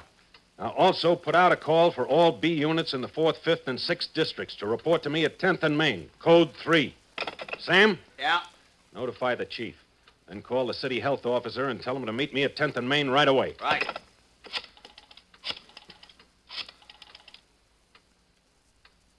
This is Holloway. Send every available man to 10th and Main, code 3. I'll be there in 5 minutes. We'll start a search of the neighborhood where your car was stolen. Maybe we'll find the car nearby, maybe not, but it's a start. Lieutenant. Yes, what? We must anticipate a cholera epidemic should the bacteria get loose. Serums, facilities, doctors. We'll take that up with the city health officer. And we must notify all hospitals and emergency wards to report immediately any case that appears with the symptoms of cholera. Then, if a case is reported, we will have something to work on. Yeah, we will indeed have something to work on. It was 7 o'clock that evening when 120 officers and reserves gathered at the intersection of 10th and Main, where Professor Froelich's car had been stolen. The curious was shuffled off, the press banned. Lieutenant Ruby reported for duty, and I briefed him. At 7:30, the city health officer arrived. Serums were ordered, the Red Cross alerted, doctors and nurses notified to be on call if an epidemic started. Hospitals have been told to notify us if a case appeared with symptoms of extreme intestinal pain, spasms, vomiting, and severe dehydration. Everything was done without attaching the word cholera to the operation. At 8:15, a break, just a small one. Professor Froelich's car was found 10 blocks away. This is it. This is my car. He didn't drive it far. Oh, I hope the satchel is still in it. Well, we'll soon know. There's nothing in the front seat. Key's still in it. Oh, Ruby, check the trunk. Right. Don't touch anything, Doctor. No. Maybe it's in the back seat. Oh, nothing. Find anything, Ruby? Nothing in the trunk, Joe. Well, I guess he took the satchel with him. I don't know why. Pawn it, probably. Ruby. Yeah. Get a latent fingerprint man down here to dust this car. Right. Tell him to hurry. Okay. Now what, Lieutenant? Now, we try to find that satchel. An hour passed. 2. No progress. The only fingerprints found on Professor Froelich's car were his own. Suspects were picked up, no make. The search for the satchel continued. Midnight, still no progress. I thought about the other parts of the city, quiet, asleep, unaware of the night and what it had produced. At 1:30, another break. One we'd hoped wouldn't come.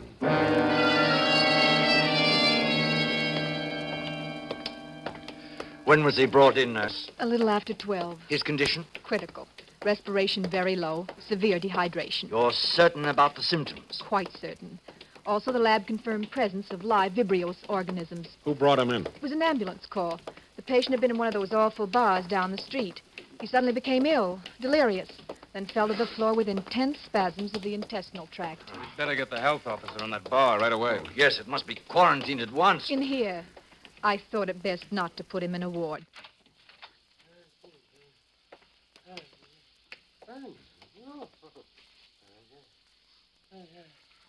Well, Professor Froelich? Can you visualize this happening all over the city? Your wife, possibly your children. Any chance of a mistake? Presence of live Vibrios organisms, there's no doubt now. Nurse, was there any identification? Just the wallet there on the stand. Anything there, Joe? His name was Al Walker, 8200 Carl Street. Al? Al Walker. Can you hear me?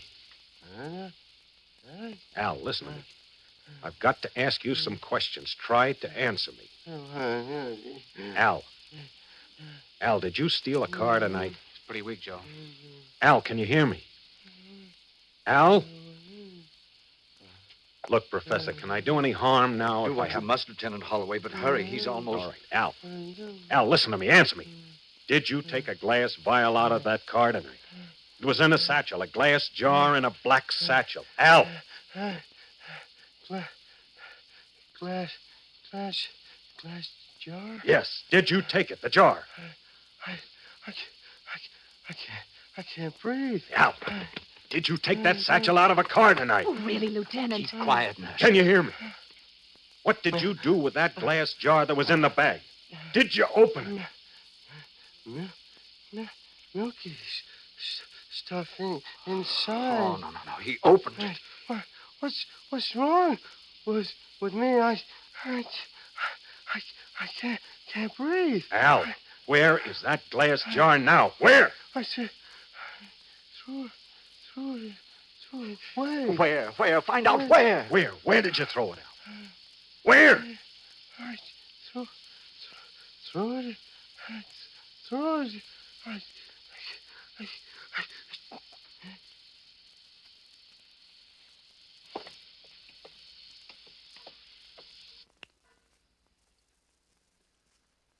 Well, they're loose. Enough cholera bacteria to start this all over the city in the morning.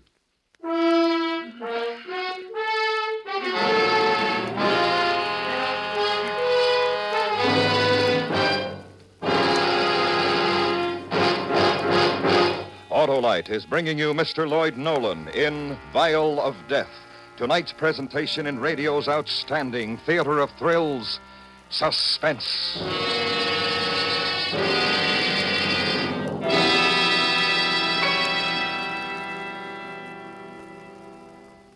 Hey, Harlow, my friend Slim corralled himself a whole herd of wonder workers. He did, Sheriff? Yep, he got a set of them Autolite resistor spark plugs.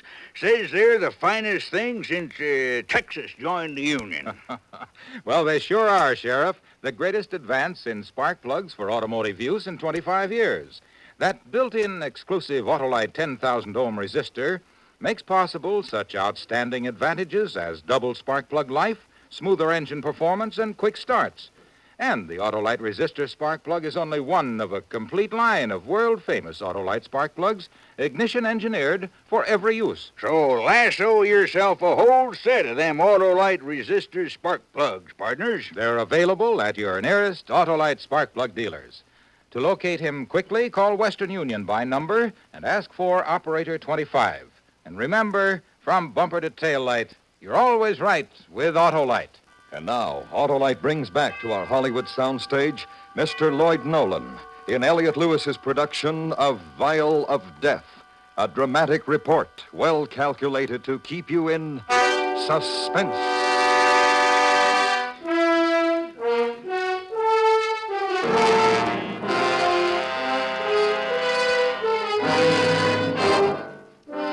Al Walker was dead. Not knowing what the stolen vial contained, he had opened it and exposed himself to disease. Then he'd thrown it away. This is what faced us in our city that night. An epidemic of cholera. Professor Froelich, Ruby, and myself left the hospital. We crossed a sleeping city to the address found in Al Walker's wallet, 8200 Carl Street. It was an apartment house. We woke the landlady, and she led us into Al Walker's room. We searched. I always said that Al Walker was a good-for-nothing. He never worked, loafed, drank. You're certain he was here about 7 o'clock? Positive. I heard him come in and go out. Well, no vial, no satchel. Nothing but dirty laundry. Well, what did he do? Steal them things? Where do we go from here, Lieutenant? I guess we'll have to go back and start with that bar. You know, you better quarantine this place and get the health department out here. What's that? Anyone who came in contact with Al Walker will have to be vaccinated. Well, what was the matter with him? He was, sick. Yeah, very bad? Bad enough to kill him. Al's dead? That's right. And you say anyone who was near him might catch what he had? If they aren't vaccinated right away, they might. Well, then, Mrs. There's something you haven't told us. Well, I don't want to cause anybody no trouble, but when Al was here earlier tonight, he stopped in to see Mrs. Pierce. They were friends. Where does Mrs. Pierce live? In 306, the end of the hall. I wasn't snooping. It's just that I like to know what's going on in my place, that's all. Okay. Now, you better get back to bed, lady. Bed? Who can sleep with a thing like this in the house? Well, what will the tenants say? What time is it, Lieutenant? 3 a.m. Here it is. Be daylight in a few hours. There's much time. I know.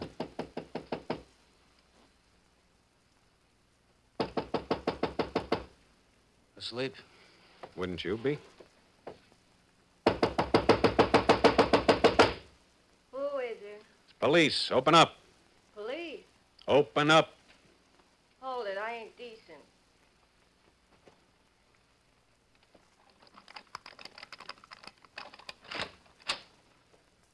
What do you want? You Mrs. Pierce? Yeah, why? Do you know Al Walker? Al Walker? Yeah. You hold it down, my husband's asleep. When was the last time you saw Al Walker? Last time? I couldn't say. A week ago, maybe. Evie, what's going on out there? Nothing, Klaus. Go back to bed. Who are these guys? The police. Hey, what's the matter? Now, look, it's very important. We've got to know if either one of you saw Al Walker last night. Al Walker? I told you no, we ain't seen him. Evie, you ain't been seeing that punk again, have you? I ain't seen him. I told you I wouldn't. Mrs. Pierce, last night Al Walker stole a car. When he left it, he took some things with him. Among them, a black satchel containing a small glass vial, a jar. This vial was filled with a milky substance. That milky substance would... Well, because of it, he's dead now. Dead? He died a few hours ago. Al? Dead? Anyone who came in contact with Al last night after he opened that vial can expect the same thing. Oh, no! You saw him. What? Yes. I thought you promised me you wouldn't see that punk no more. Shut up, you big ape. Mrs. Pierce, did Al have that vial when you saw him? Yes. What did he do with it? Well, he opened it here in this apartment. He opened it and smelled it. Oh, good Lord. He put the top back on because he said it smelled like rotten eggs. What was it?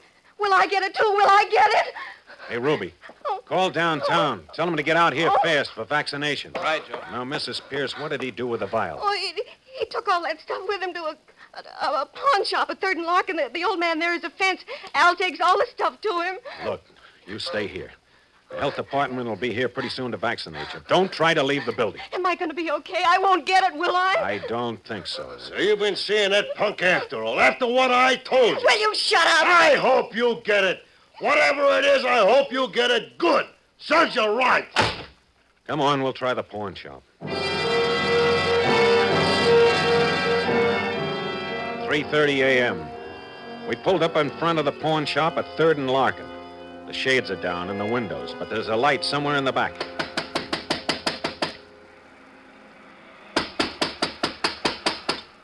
Someone's coming. Yeah, he's up late, eh? Oh, it has to be here. We've got to find it before morning. We'll soon know. What do you want? Open up, police. Police? Open up.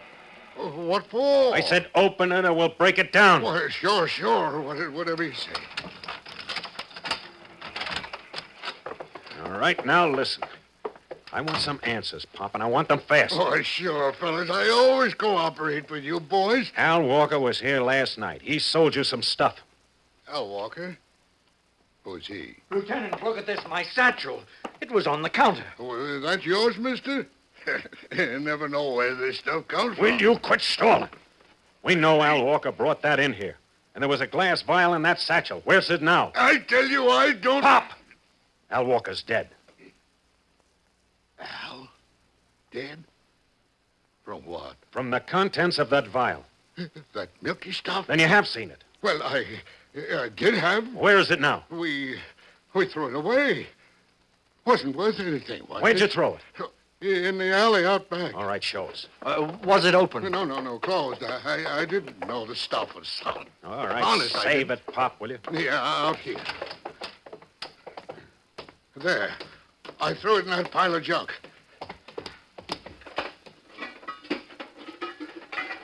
I don't see it. I don't either. Are you sure you threw it here? Oh, right on top. I'm trying to cooperate with you boys, honest. Oh, it isn't here, Lieutenant. Keep looking, it has to be. But he threw it there. Threw all the junk out there and... Damn kids. What kids? Well, some kids were playing here late last night. Always play here, and they're always picking things up and taking them away. You say kids? Do you know any of them? Oh, I don't know for sure. Joe, look at this chalk drawing on the wall. What about it? Well, them kids drew that there, always doing it. Under this face it says Louis is a gooey. Louis? Sure, I know Louis. He was one of them. He lives over there, in one of them apartment buildings. Which one? I don't know which one. I seen him go that way sometimes. It's nearly 4 o'clock, Lieutenant. Can we get through all those buildings before morning? Well, we'll have to try. We'd better get Pop here vaccinated before we run him in. Say, Joe. What? Don't you think it would be a good idea if we got vaccinated, just in case? Well, sure, yeah. But we haven't got time, Ruby. Come on.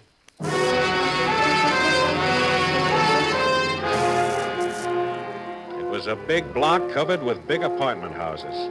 An additional 60 men were called in, and we started checking from apartment to apartment asking for a kid named Louis and the glass vial.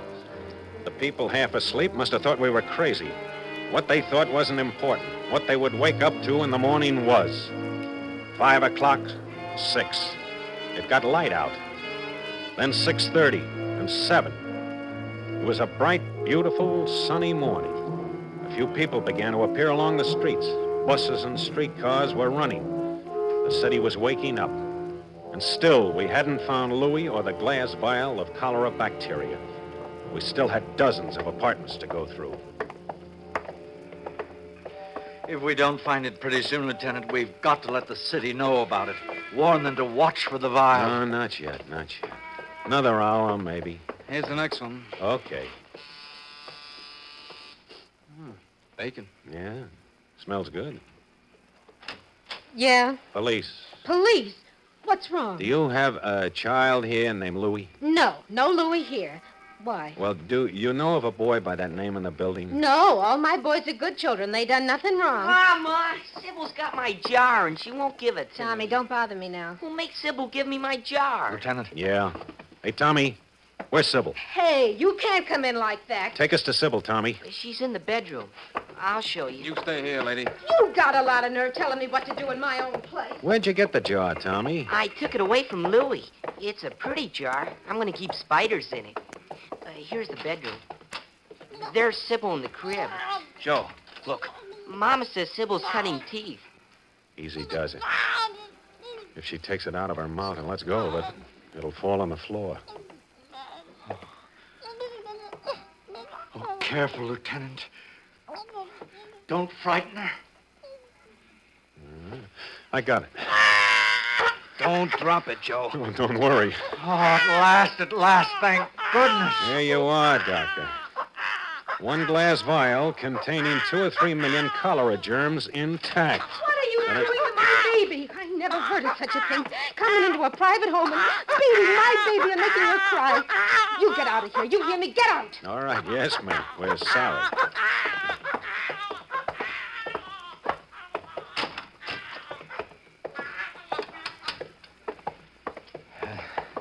If the people in this city only knew what you boys... But they won't know, Professor. No, I guess not, Lieutenant.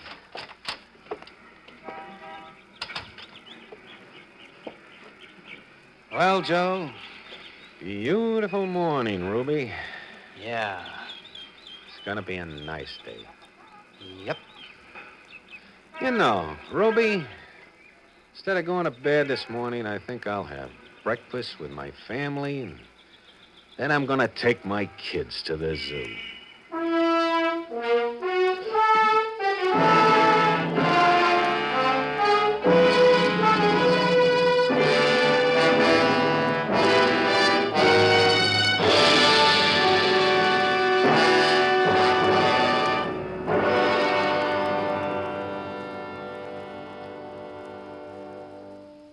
Suspense.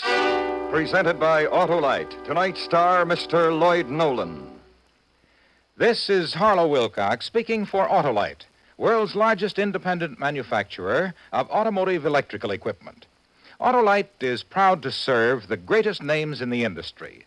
They are members of the Autolite family, as well as are the 98,000 Autolite distributors and dealers in the United States and thousands more in Canada and throughout the world. Our family also includes the nearly 30,000 men and women in 28 great Autolite plants from coast to coast and Autolite plants in many foreign countries, as well as the 18,000 people who have invested a portion of their savings in Autolite. Every Autolite product is backed by constant research and precision built to the highest standards of quality and performance. So remember, from bumper to tail light, you're always right with Autolite.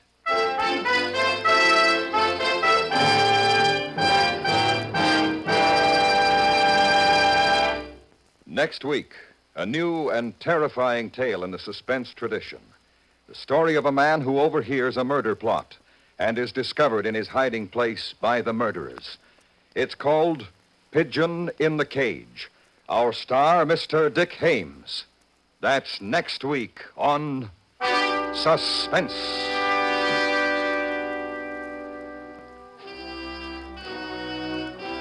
Suspense is produced and directed by Elliot Lewis, with music composed by Lucian Morowick and conducted by Lud Gluskin.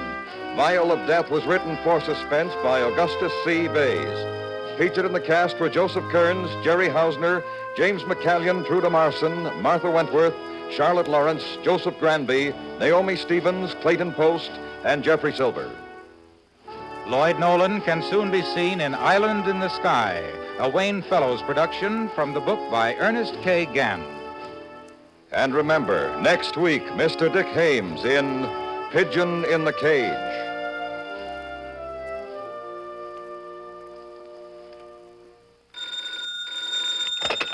You can buy Autolite resistor or standard type spark plugs, Autolite electrical parts, and Autolite Stay Full batteries at your neighborhood Autolite dealers. Switch to Autolite. Good night. This is the CBS Radio Network.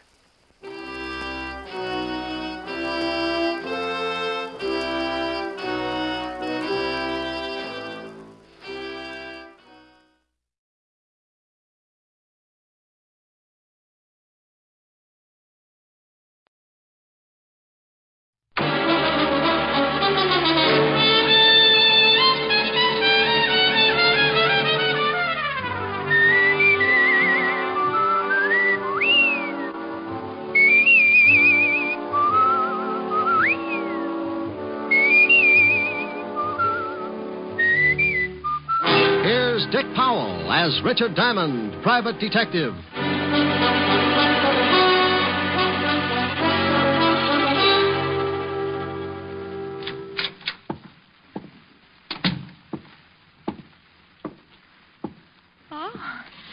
May I do something for you, sir? I'll repeat the offer while I think of something. I beg your pardon? That's not the way I heard it first. Did you want to see... Mr. George Victor. May I have your name? Well, let's trade. Mine's Diamond, Richard Diamond. Oh, of course. Mr. Victor's expecting you. That's too much to hope that you were... He's waiting for you, Mr. Diamond. Thanks. Any door? Huh? Oh, straight ahead. Go right in. Mm-hmm. Yes?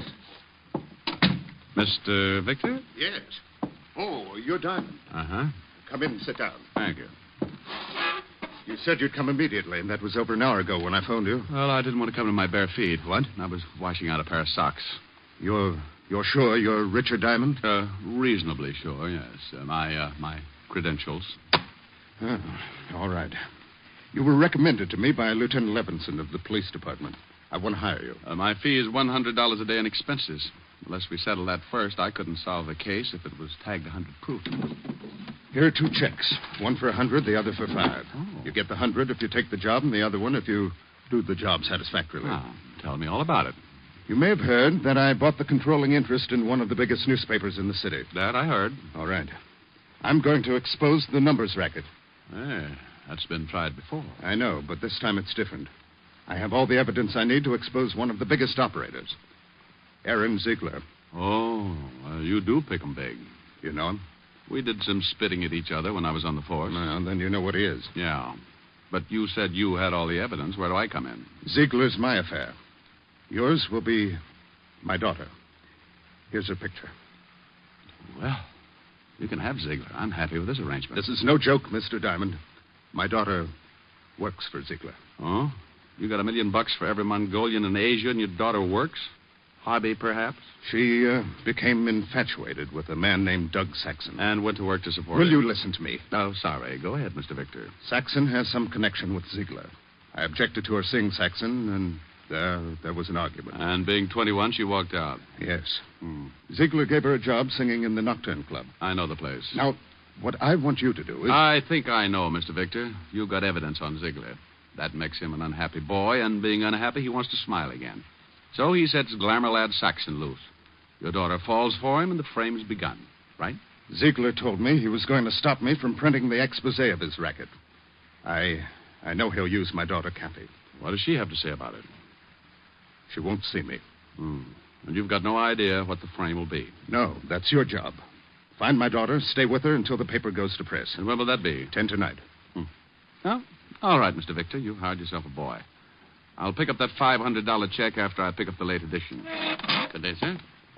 Oh, Yes? If you will excuse the expression, the retainer, $100. Oh, here you are. Oh, well, thank you. I'd bow from the waist, but my empty money belt might choke me. I'll keep in touch. A couple of phone calls to old acquaintances who still kept in touch with the shady side of our city, and I had Saxon's address. A half hour after I left George Victor, I was punching the buzzer to Saxon's apartment.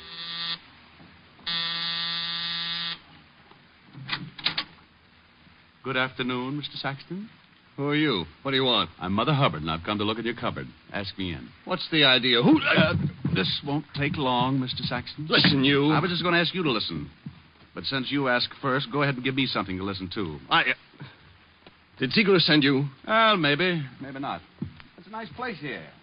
All the scenery. Phonograph, big overstuffed chairs. I'm glad you like it, but don't make yourself comfortable. What's in the other room? Look here, I don't know who you are or what you want, but... Maybe Ziegler did send me. Did he? No. You a cop? Used to be. Always enjoyed my work. And I never enjoyed it more than when I was up against a character like you. Get out of here. Oh, now somehow getting tough doesn't look well on you. You're not the type, Saxon. From a quick but thorough study, I'd say you were more used to soft lights, sweet music, and setting up pigeons to be knocked over by your boss. I don't know what you're talking about. Kathy Victor. Know her? What if I do? You know her. And, Saxon. Keep away from her. Oh, now you're scaring me. Sure. Hey, what do you want from me? Why are you doing this? I'm hired to do it. The name's Diamond, Richard Diamond, occupation private detective. Private detective? Yeah. You're going to make a phone call now. I won't. You're calling Ziegler to tell him you quit. I can't do that. Unless you want this floor lamp on your head. Diamond, please don't. Now, that's better. Now, go ahead. What'll I tell him? Your health is bad. You're going to take a boat trip. Well, that's ridiculous. Well, then you think of something, but think. But Hello, this is Saxon. I'd like to talk to Aaron. Oh. Well, I'll call back. It's important. Oh, it's important. I've got to talk to him. All right. Get him? They're putting me through in. Hello, Aaron. Listen, I can't go through with the deal. Something came up. I mentioned my name. A man named Diamond. Richard... Yeah, that's right. I don't know, Aaron, but please, don't blame me. I did... Hello, Aaron. Aaron. He hung up. Good. You do the same. You don't know what he'll do, Diamond. You don't know him. Oh, but I do. Well, happy landings, Glamour Boy. You can't leave me like this. You know, after a long look at you, I don't think I'd like to stay. Bye, Saxon. 20 feet of the East River will look good on you. Okay, so it was a bluff. I knew Ziegler wouldn't be scared off that easily, but when you go hunting ducks, you put out a decoy. I did. The decoy was me. It was an hour later that I got back to my office building and walked into the lobby. The elevator door there was open, but the jockey was missing. I was about to take the hard way up the stairs when... Diamond. Oh, hello. Where'd you come from? I'm under a cabbage leaf. Don't believe it. Get in the elevator. I'll walk. Hey, Mac. Mr. Diamond don't want to get in the elevator. Maybe he gets car sick. Get in, Diamond.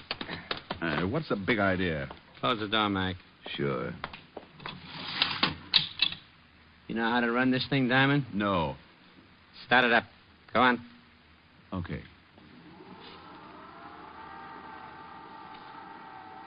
Floors, please. I'll tell you when. This is far enough. Stop it. And keep your hands away from that door. What are you going to do? Eat your way out? He's a card, ain't he? Oh, now, come on. Fun's fun, but I got business. So have we. We told you to take your hands off those doors. Oh, you did, huh? Yeah. Oh, he won't go down. Sure he will. He's just stubborn. Give me that sap. You see? Yeah. Think he's still tuned in? Let's see. Diamond. Hey, Diamond. Oh, he should know better than that. It ain't polite not to listen. Kick him in the ribs. Now, how about it, Diamond? You want to listen? He's shaking his head. He says yes. Okay. Now, stay away from the dame you're supposed to take care of. Go back to Victor and tell him you don't want the job. Tell him it's too rough, and if he don't understand, show him your bruises. Hey, give him a bruise where it shows. Look at that. I don't think he likes you kicking him in the chops. What does he want? Bedroom slippers? Okay, open the doors and let's get out of here. Hey, think I ought to give him another boot, just to make sure? Ain't you ever satisfied? Go ahead. Okay, let's go. You know something? You got an awful disposition. You don't come out of a beating like that right away. A professional working over is like spending a weekend in a taffy machine. I reached out and tried to touch things, but it was like trying to paint the inside of a balloon with a hammer.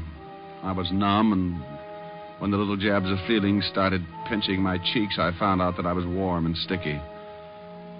Finally, I pulled myself up, stood there for a minute, decided my legs weren't macaroni, and went to the washroom to clean up.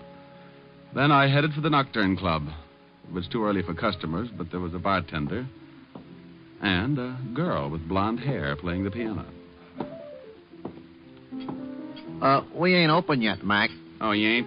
Well, give me a bib. I may cry all over the place. You look awful. Truck hit you or something? I was blowing a tuba in a high wind. Yeah? Yeah. Screwed me 8 feet into the ground. Ain't that terrible? Yeah, ain't it? Hey, who's the dame with the fingers? Oh, entertains here. Name's Victor, Kathy Victor. Got a swell set of pipes. If you're looking for a job, we don't need no tuba players. Look, here's for a drink and here's something for you because you ain't open yet. Fix me something that will turn me all one color. Sure. Will it be black or blue? Anything that goes with my tie. Bring it to the piano. I thought you wanted it. Oh, I'll laugh later. I thought it was pretty good.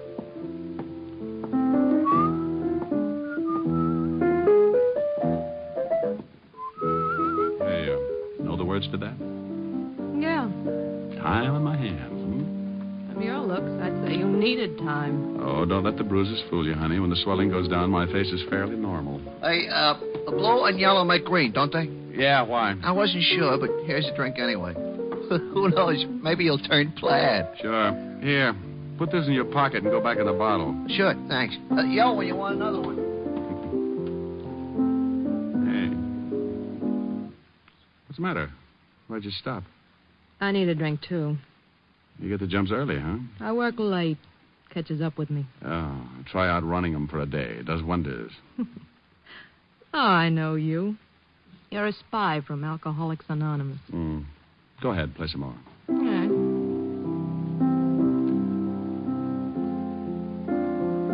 Kathy. Your father sent me. What? Remember him? Why don't you leave now? Before we're really acquainted? I don't know who you are or what you want, but if my father sent you, I'm not buying. Okay, so you're having a good time now, but there's always the next morning. Thought of that? I don't need anyone to take care of me. Miss Victor, I'm not trying to take care of you. I'm doing a job. Maybe you don't know this, but you're being measured for a patsy. And your father's going to fit the same frame Saxon and Ziegler are working up for you. You're crazy. But I like you, so I'll forgive him. Cut it out. I thought you wanted me to play. Look, you're spoiled. You had a mouthful of silver spoons and a handful of gold pieces for building blocks when you were a kid. But you're not a kid anymore. You're playing with bad boys. Maybe that's the way I like them. What do I have to say to make you realize, young lady? What, Diamond? Doug. Oh, well, Mr. Saxon. I thought you weren't going to be around here anymore. I changed my mind. You're changed, too, since I last saw you. Well, only my looks. They'll heal. But tomorrow, you'll still be a greasy little gigolo. You can't talk that way to me. Oh, shut up. Well, never mind. Mr. Ziegler would like to see you. He saw you come in. And where is Mr. Ziegler? In his office, right back that way. Okay. I haven't seen Ziegler for a long time. Maybe he wants me to set his broken arm. His arm's all right. Well, stick around. You may find out you're a chronic liar. Keep playing, baby. I'll be right back. Like I said, I knew my bluff with Saxon wouldn't work, but I had what I wanted. A look in on Ziegler. And maybe a hint on what the frame was going to be. I walked to and into his office. Well, Diamond. Hello, Ziegler. Oh, what happened to your face? Oh, got it caught in an elevator. Oh. What do you want with me? Diamond, here's $1,000. Go out and have fun tonight, huh? All night. Oh, that money won't do me any good. Why not? That ain't counterfeit. Well, it's yours. That makes it so lousy it's liable to crawl right out of my pocket. Well, then get rid of it in a hurry. You get rid of it. You know, it's better waking up with a headache than not being able to find your head at all. Oh, look, Ziegler, you don't scare me. Now, let's level. You know why I'm here. Let Kathy Victor alone. You want to see me, boss? Well, look who's here. Oh, you know Tony Diamond? We met, yes. Mm-hmm. He stubbed his toe on my chin. I don't know what you're talking about. When was this, Diamond? You know what it was, about an hour ago. You're crazy. Yes, Diamond. Tony was right here with me all morning. Okay. Mm-hmm. Are you leaving, Diamond? Yeah. Got any other ideas? Yes. I think you should consider my proposition. I'll let you know. About what? Things in general. Oh, no. All of a sudden, you're happy. You make me that way, Diamond. You're working the dark, aren't you? I'll feel my way around. Believe me, Diamond, there ain't a thing wrong.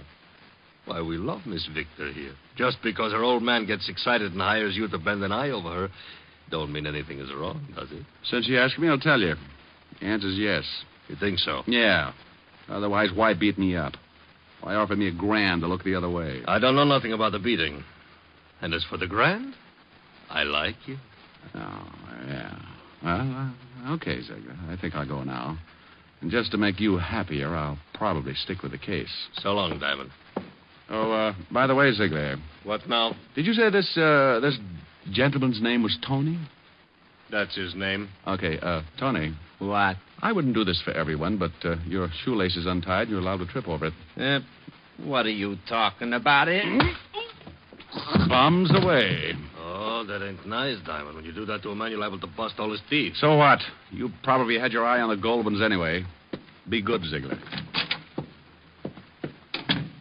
Well, hi there. You looking for another drink? Now, I got one here that I just fixed. You know, you kind of got me started on that color business. Where'd the girl go? Huh?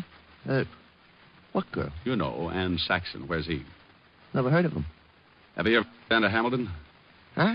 Has his picture on all $10 bills. This one's suitable for framing. In your pocket. Can't do it, mister. 2 pictures of Hamilton?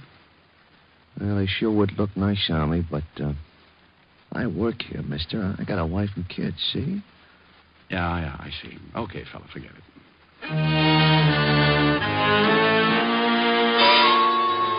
Well, I fell for the oldest gag in the world. Kept busy someplace else while Saxon walked out with the girl. Now I had to find her. But where? I had until 10 that night to stop a frame-up I didn't know anything about. But I played a hunch and headed for the 5th Precinct Police Station and Lieutenant Walt Levinson. I walked in on him.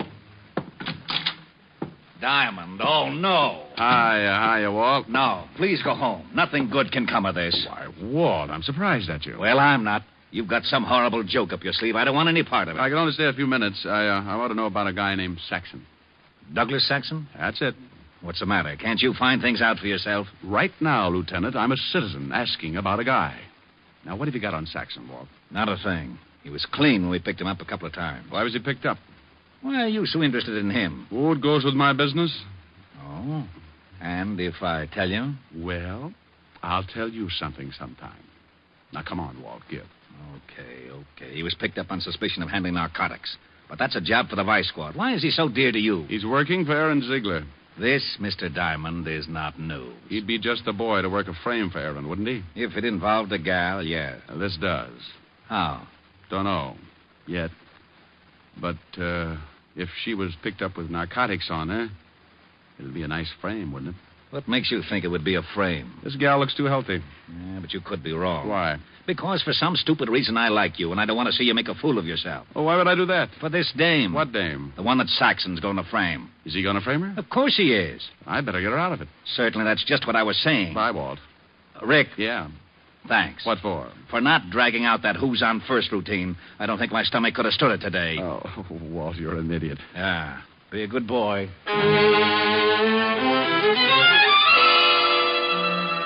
When you pound a police beat in New York, you make a lot of unusual friends. And if you ever get in plain clothes, those friends come in handy sometimes. I grabbed a cab in front of the precinct station and headed for Chinatown. Walt and I had known an old Chinese named Wu Li who had been around a long time. He knew everyone and everything that went on in Chinatown. And if anyone knew where we could find Saxon, he did. Saxon, is possible I do not know him. Oh, I think you do. Just so. He said this man Saxon deals in sweet dreams. However, is rumor not proved. Does he ever come to Chinatown? You like perhaps a cup of tea? I ask this as a favor, Wu Li. Enemies are made to do evil. Friends to ask favors. Sometimes is no difference. Will you tell me, Wu Li? You ask in name of friendship? I do. Very well. In Chinatown is establishment owned by a man named Fu Shen. Perhaps, I say perhaps, this man Saxon is there. He's been there before, My eyes are old, perhaps mistaken. Not your eyes. I shall give you address, then make call to Fu Shen. You will be allowed to enter his establishment. May you live 10,000 years. And may you live to mourn at my funeral. The old boy gave the address, and I left his shop. 5 minutes later, I walked through the back door of the old frame building, and Fu Shen bowed from the waist to let me upstairs to a private room that fronted a long hall. I noticed there were 3 other closed doors in the floor, aside from the big room downstairs. If Kathy Victor was in the building, she had to be in one of those rooms. I walked into my room, closed the door behind me. There was a bed in one corner and a chair near it. A low table was near the bed, and a dim light threw diagonal shadows like fingers across the walls. I waited until the proprietor had time to get downstairs, then I opened the door and looked out in the hall. It was empty, so I started throwing open doors. I had to be quick before I had a dozen hopped-up thugs on my back. The first was a cold turkey.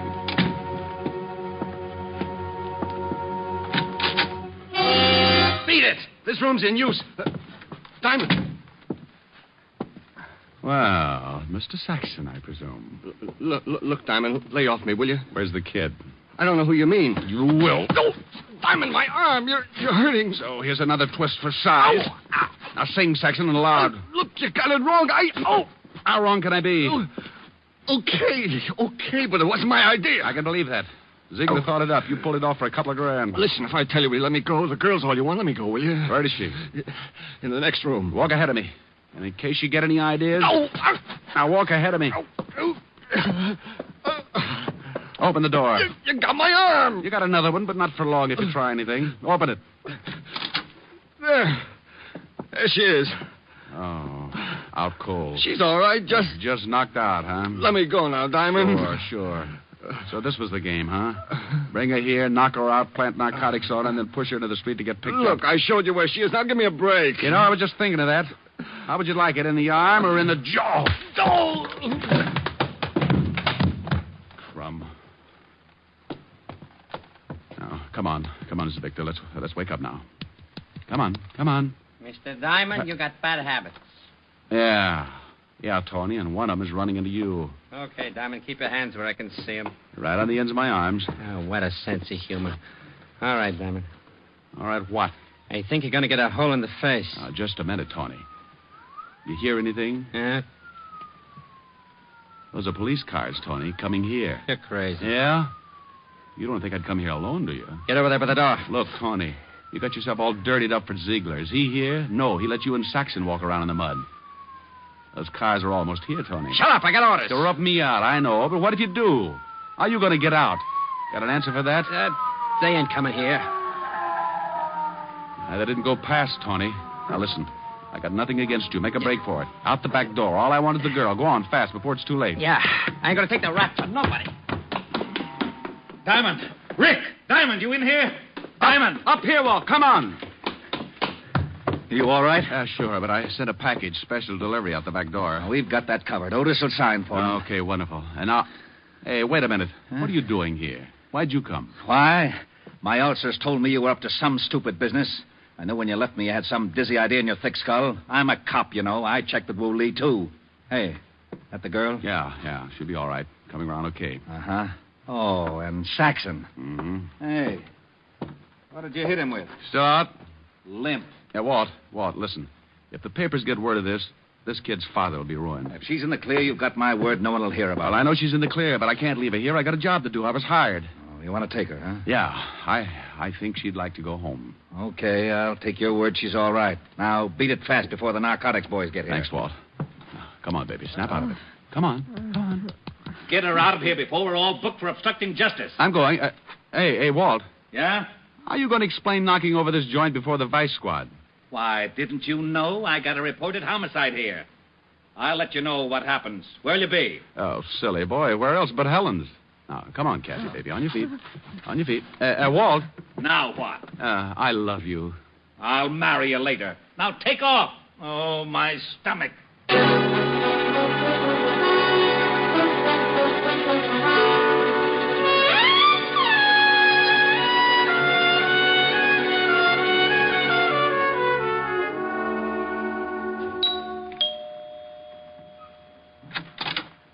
Oh.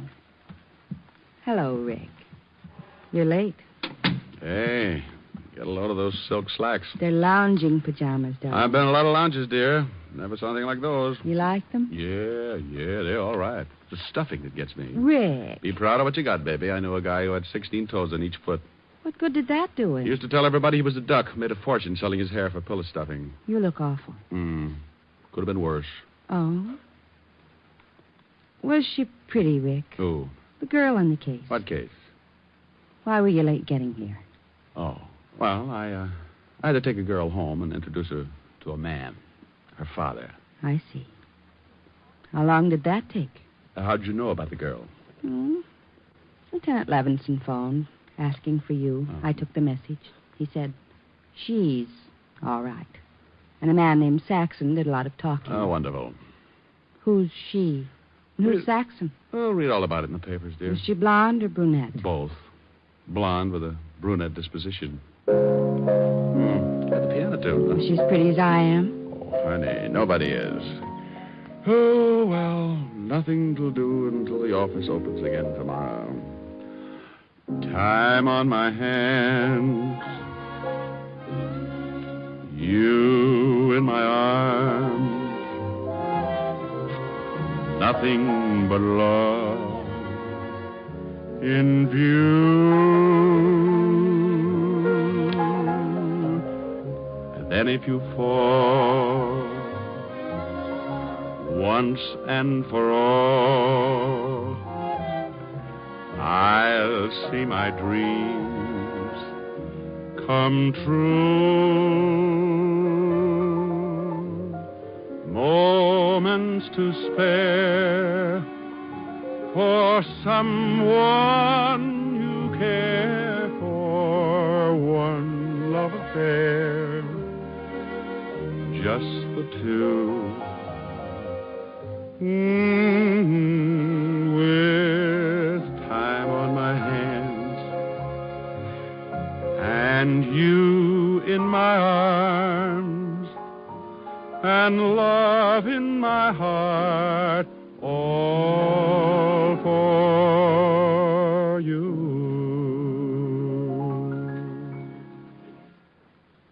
How long did it take you to take her home? Oh, let's forget her, Helen. I'm willing. But are you? Mm-hmm. Look. Oh, what nice big checks. Yeah, another day, another $600. Are we going out for dinner? With what? Well, you've got a handful of checks. Baby, I got news for you. The banks are closed. Oh, come on. I know the bartender at the Nocturne Club. Oh, no.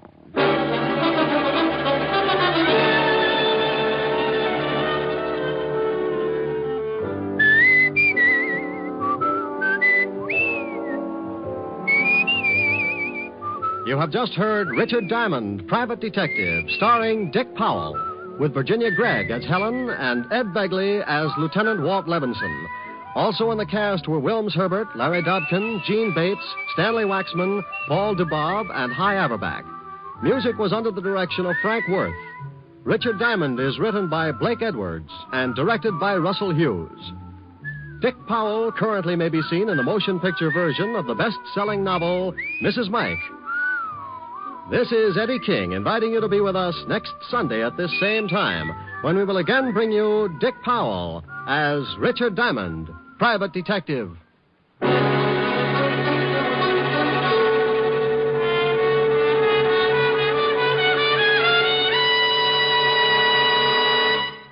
What's on NBC today?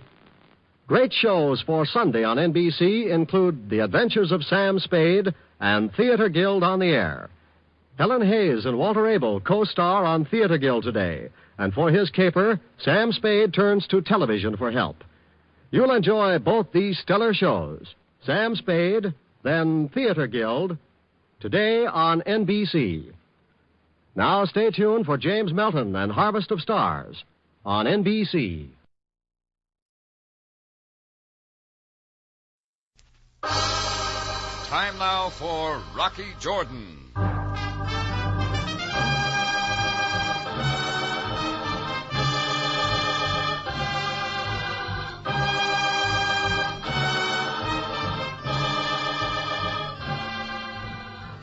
Not far from the Mosque Sultan Hassan in Cairo stands the Cafe Tambourine, run by Rocky Jordan.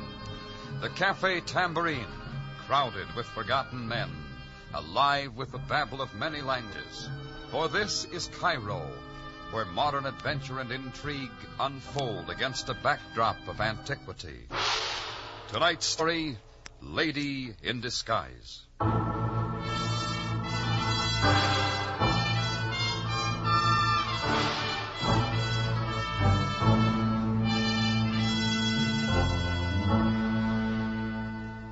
I'd met this Francine a couple of months before through a friend.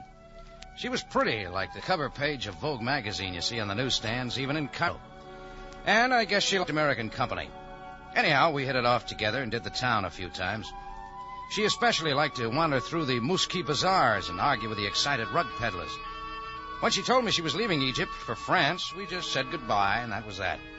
But when my phone buzzed with a long-distance call from Marseille that afternoon, I'll admit my heart skipped a beat. Rocky, darling! Hello, Francine. Can you hear me? Oh, clear as a bell. Save the bells for tomorrow night. I will be there to ring them with you. You in Cairo, Francine? Yes. Now, darling, don't tell me you have a date for that night. For you, lady, I'd break a date with Cleopatra. When do you get in? Eventime. Give me a chance to fresh up and meet me at the Hotel Anton. About 8:30, eh? Sure. How long you be here? Darling, if we talk any longer, I will not have enough money left to pay for my plane ticket. 8:30 then? It's a date, Francine. Au revoir, darling.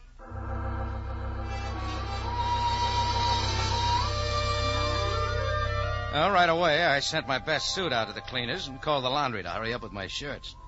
I was feeling so good that morning, I decided to open up the Tambourine early before the help got there. I'd hardly unlocked the front door before the parade started. It was headed by a familiar egg-shaped Egyptian in elevator shoes and an elongated tarbouche on his head to bring him up to his idea of a big politician. Bringing up the rear was a big Senegalese and various native ward healers. The egg-shape walked up to me and kept right on coming. Step to one side, Jordan. Keep your fez out of my face, Kafar. Kafar Bey to you now, Jordan. Very important man, huh? Certain people have learned to respect me, yes. Jordan, you and I had certain difficulties when you first came to Cairo.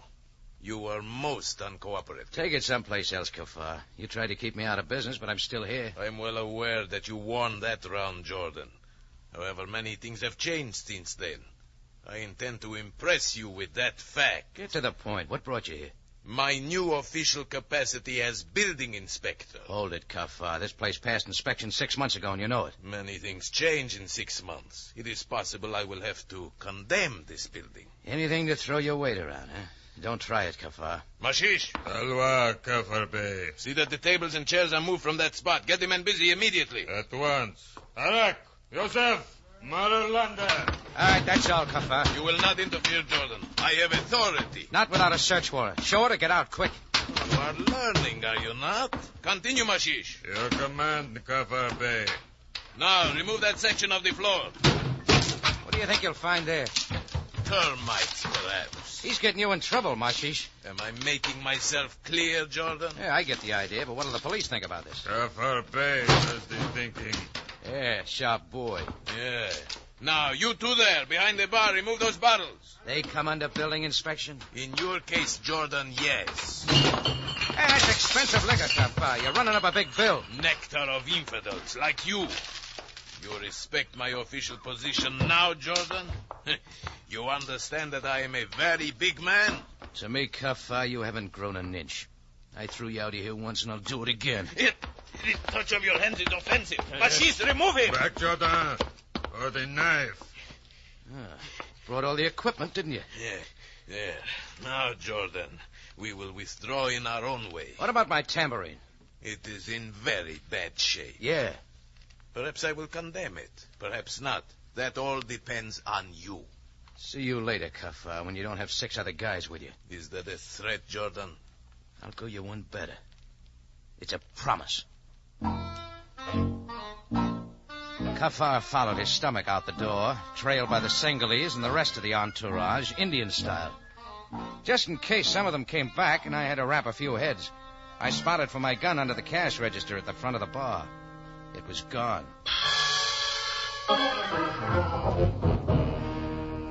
It took me and my bartender and the waiters and the cook and the dishwasher all that day and most of the next to get the tambourine back in shape and replace the broken bottles of liquor with some more stuff from the cellar. But I wasn't going to let that trouble ruin my date with Francine. The cleaner brought my suit back in time, and Chang Li did a good job on my shirts, and I was off for the Anton Hotel. It was off the main drag a little, not very imposing. At exactly 8:30, I stepped up to the desk. Yes? I'm calling for Francine Tournay. One moment, please. Room 502. Miss Tournay? Gentlemen see you in the lobby. Pardon? Yes, I'll tell him. Sorry, Miss Tournay is not to be disturbed. But I had a date with her. Call her back. Tell her it's Rocky Jordan. Miss Tournay does not wish to be... Give me that phone. Mr. Jordan, you will find the house phone. Give me room 502 and hurry it up. This is highly irregular. Yes? Hello? Hello, Francine. Who's this? Oh, what's the idea? This is Rocky Jordan. Hello? Now, if you will kindly hand me that phone. Take it, Sonny, but I still say she's seeing me. The room clerk looked worried, but I punched the elevator button, and just 43 seconds and 5 floors later, I was knocking at room 502. She didn't open the door very far, so I pushed it the rest of the way. Well? We had a date. I did not have a date. Oh, that's right. Mine was with Francine. I am Francine Tournay. Uh-uh. Don't you think I know who I am? Oh, sure you do, so why don't you tell me? And while you're about it, who are you trying to pass yourself off as? I am going to call the house detective. Yeah, let's do. Are you Rocky Jordan? Yes. Now, where's Francine? She is not coming. She said she would write you and explain. She didn't write me anything. It looks like you know who I am, though. Why didn't you want to see me? I did not want to see anyone. Explain some more. Who are you? I am Marna Zenda. You got a passport, Marna? Francine's passport. I had to use it. It was the only way. The only way you could get into Egypt? Why? Rocky, it is none of your affair. Keep out of it. Francine will explain everything. No, I'd rather hear it from you. My father was an importer here in Cairo. It was a partnership. They were accused of running guns. My father knew nothing about it, but he got all the blame. He and all our family were driven out of Egypt. We lost our citizenship. What about the partner? He had political affiliations and was not touched. It was he who was running guns, not my father. Look, supposing your story's true. It is, Rocky. Why is Francine taking all this chance? What does it mean to her? Francine is my dearest friend. She was employed by my father's partner. She, of all people, should know that my father was innocent. She offered me her passport, her plane ticket, and hotel reservation. Well, it might work. You look a little like her. My mother is French, my father Egyptian. This is our home. I had to get back to Cairo and square things. Exactly with who? His name is Kafar. Kafar Bey? You know him? A nodding acquaintance. Just how are you going to square things? That is still my business. Okay, let's keep it that way. Only watch your step around Kafar. He's a very big man. I didn't leave Marna any too soon. As I came out, I bumped into the room clerk. He had a house dick with him. I waved goodbye to him and went on out. Well, I figured if Marna was out after Kafar, I might as well get my licks in first. I'd made out an itemized bill for the damage Kafar and his boys had done to my tambourine the day before, so I was off to deliver it in person. It was getting late, and there was a chance I might catch him alone. Kafar had moved to a big all-white place surrounded by a 5-foot wall a little way outside of Cairo. I got there about 10 o'clock and buzzed the gate, but no answer. I finally tried it. With a rusty squeak, it opened, and I walked into the courtyard and started for the house. Near the fountain was a statue, arms outspread, looking down. It struck me the statue seemed surprised. When I saw what it was looking at, so was I. There lay Kafar, still wearing his elevator shoes and oversized fez. But Kafar wasn't a big man anymore. Part of his shoulder pad was ripped away by a .45 slug, and a couple of more had finished the job. When I turned him over, he was still warm. Just then, the gate squeaked up front, and I saw Kafar's big Senegalese coming across the court. I didn't know if he recognized me or not, and I wasn't waiting to find out. Who is there? Stop at once! I went over the wall and kept going. I figured Marna had gotten to Kafar first, and I didn't want any part of it. Well, I got back to the tambourine. I tried for some sleep and got nothing but bad dreams. I kept looking for Francine, with Marna showing up in her place.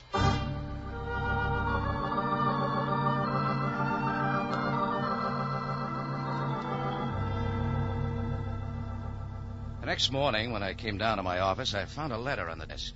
Airmail special delivery from Marseille. Yeah, it was from Francine. Dear Rocky, I hope and trust that this letter reaches you before our date. You see, I won't be coming to Cairo this time. A very dear friend of mine, Marna Zandar, is using my passport and accommodations. She will also be using my name while in Cairo. This must seem very strange to you, but there is no other way for Marna to get into Cairo, and this is most important to her. Please, Rocky, do not interfere, for her sake and for mine. You can understand why I did not think it best to call and tell you this by phone. When we see each other again, I will explain everything. Sorry, darling, signed Francine. Good morning, Jordan. Coming in the door, flanked by two of his uniformed men, was Captain Sam Sabaya, Cairo Police. You have no greeting, Jordan? Yeah, sure. Have some coffee, Sam. It is an offense to refuse proffered hospitality, but I have no choice. Meaning what? That I am here on very serious matter. Jordan, no doubt you were acquainted with one Kafar Bey? The Bey is your idea. He's just Kafar to me. Was he not here in your tambourine 2 days ago? Yeah, he and a lot of other guys. They tore up things. Want me to show you? In a moment. Is it true that you made certain threats toward this man? Well, you might call them threats. I didn't like his way of showing me how big he was. Why? Kafar is dead. Murdered. You better get busy, Sam. Kafar had a lot of influence. Jordan, you must know me better than that. Duty is no respecter of position. I'm sorry. Where do I fit in? That remains to be seen. You have a gun, I believe. A .45. I did have. Went for it after Kafar and his mob left the other day, but it was gone. Indeed. Will you show me where you kept it? Anything to oblige. I kept it under the cash register out front. You turn it up and you get a reward. Jordan, has it ever occurred to you that a thorough investigation is to your advantage as well as... Go on. About that reward, Jordan. Don't tell me, Sam. Is this your gun? It looks like it. I tell you, it was gone. 3 empty shells.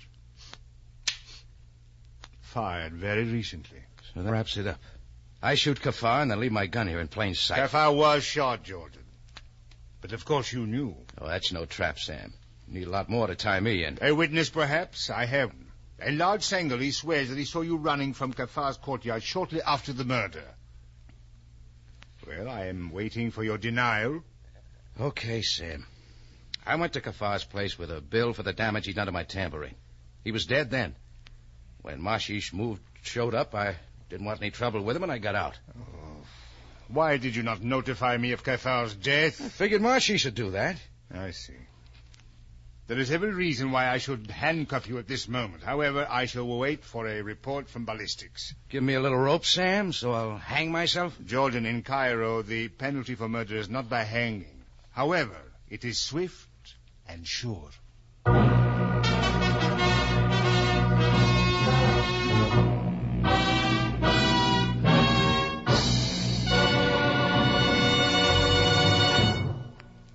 You are listening to Lady in Disguise, tonight's adventure with Rocky Jordan.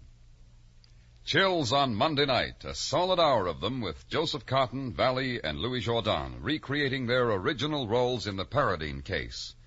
CBS Radio Theater presents an exciting and suspenseful adaptation of this fine motion picture, which was directed by Alfred Hitchcock. Don't miss the tense and sinister thrills at 6 Monday night on CBS.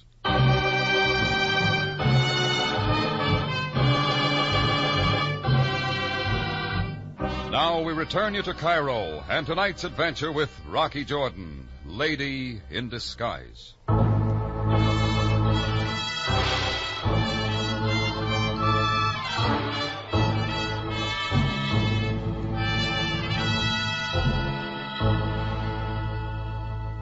There were a lot more things I could have told Captain Sabaya about Kafar's death.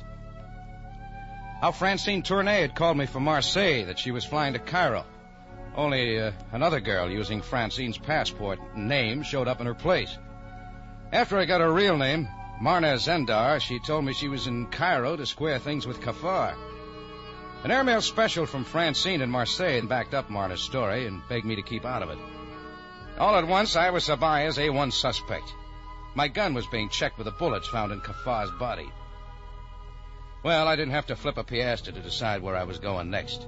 It looked like Marna had squared things in a hurry, so I was off for the Hotel Anton. I was walking toward the Sharia Makal to spot a taxi when all at once the sidewalk got crowded. Over, Jota. Hey, what the... Oh, Mashish. Salva. It is Mashish. Sengali's bodyguard to his honor Kafar Bey. Looks like you're out of a job, Mashish. It's true. But one more task remains. Over, Jota. You're getting in trouble again. I was trusted with Kafar's life. But you didn't protect him so good. It's true. I failed. I am disgraced. Into the alley, Jota. Let's stay right here. The alley. Okay, Mr. The Alley. Now, what's on your mind? The death of my master. Well, you act like I did it. I saw you. You kill him. Now you die. Oh, that knife again. Drop it, Mashish. You let go my arm. You was good with a gun. Maybe you shot Kafar. No, you. Let it drop. When we're alone, I can take care of guys like you. No, I kill. I had him by the wrist, but he was a tough boy, and the knife was getting too close. So I slammed him against the wall. His loose arm went around my neck, and I slammed again. This time the knife dropped. Mashish dived for it. I landed on top. He rolled around, picking up a lot of alley dirt. Then I had him on his feet again. He was lost without the knife, and like most natives, he didn't know how to use his fists. So I gave him the 1-2. He called things off and was running away fast. Well, he could go. I didn't want him.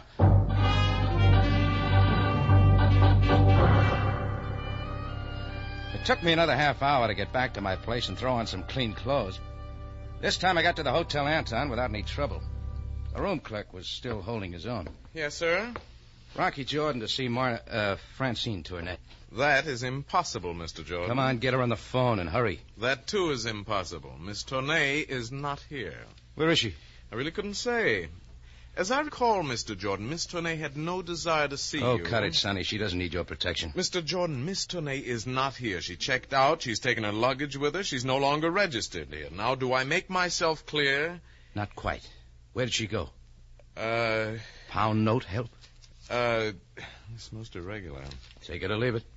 She left for the airport not more than a half hour ago.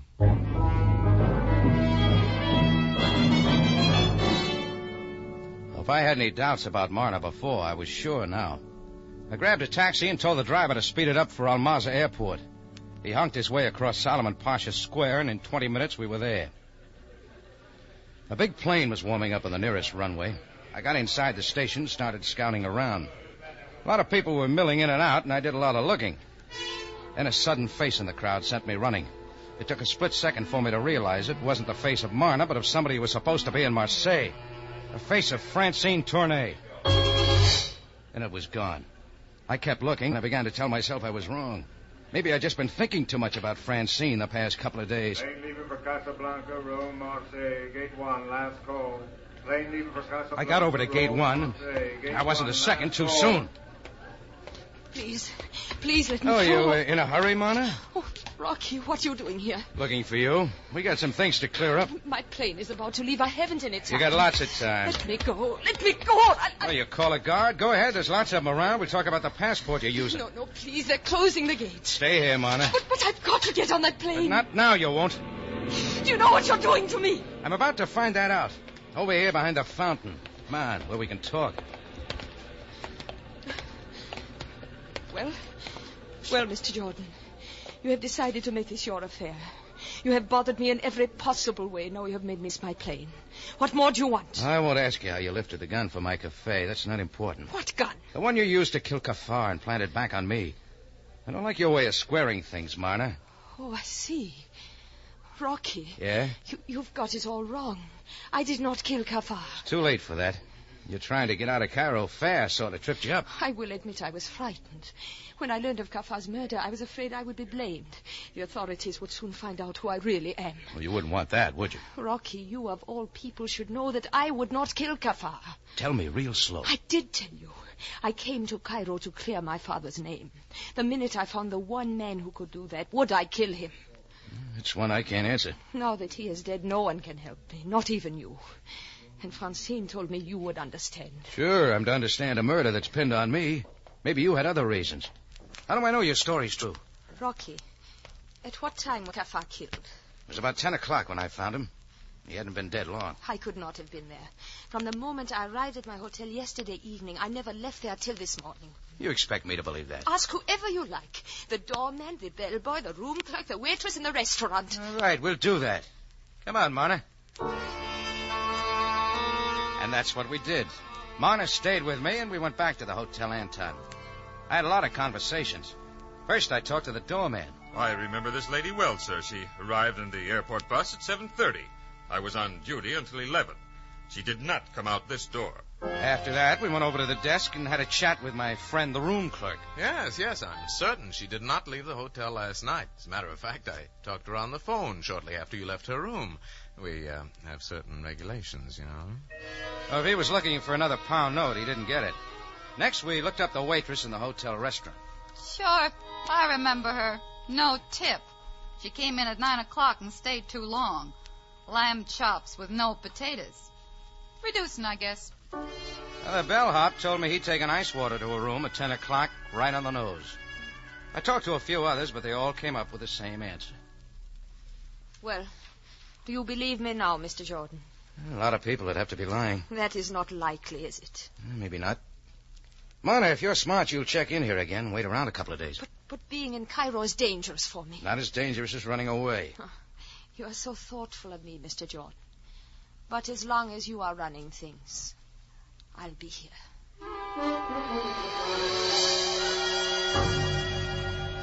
That's when I went back to the tambourine. It looked like Marna had cleared herself for Kafar's murder. But after running all over Cairo, I still hadn't helped my own case a bit.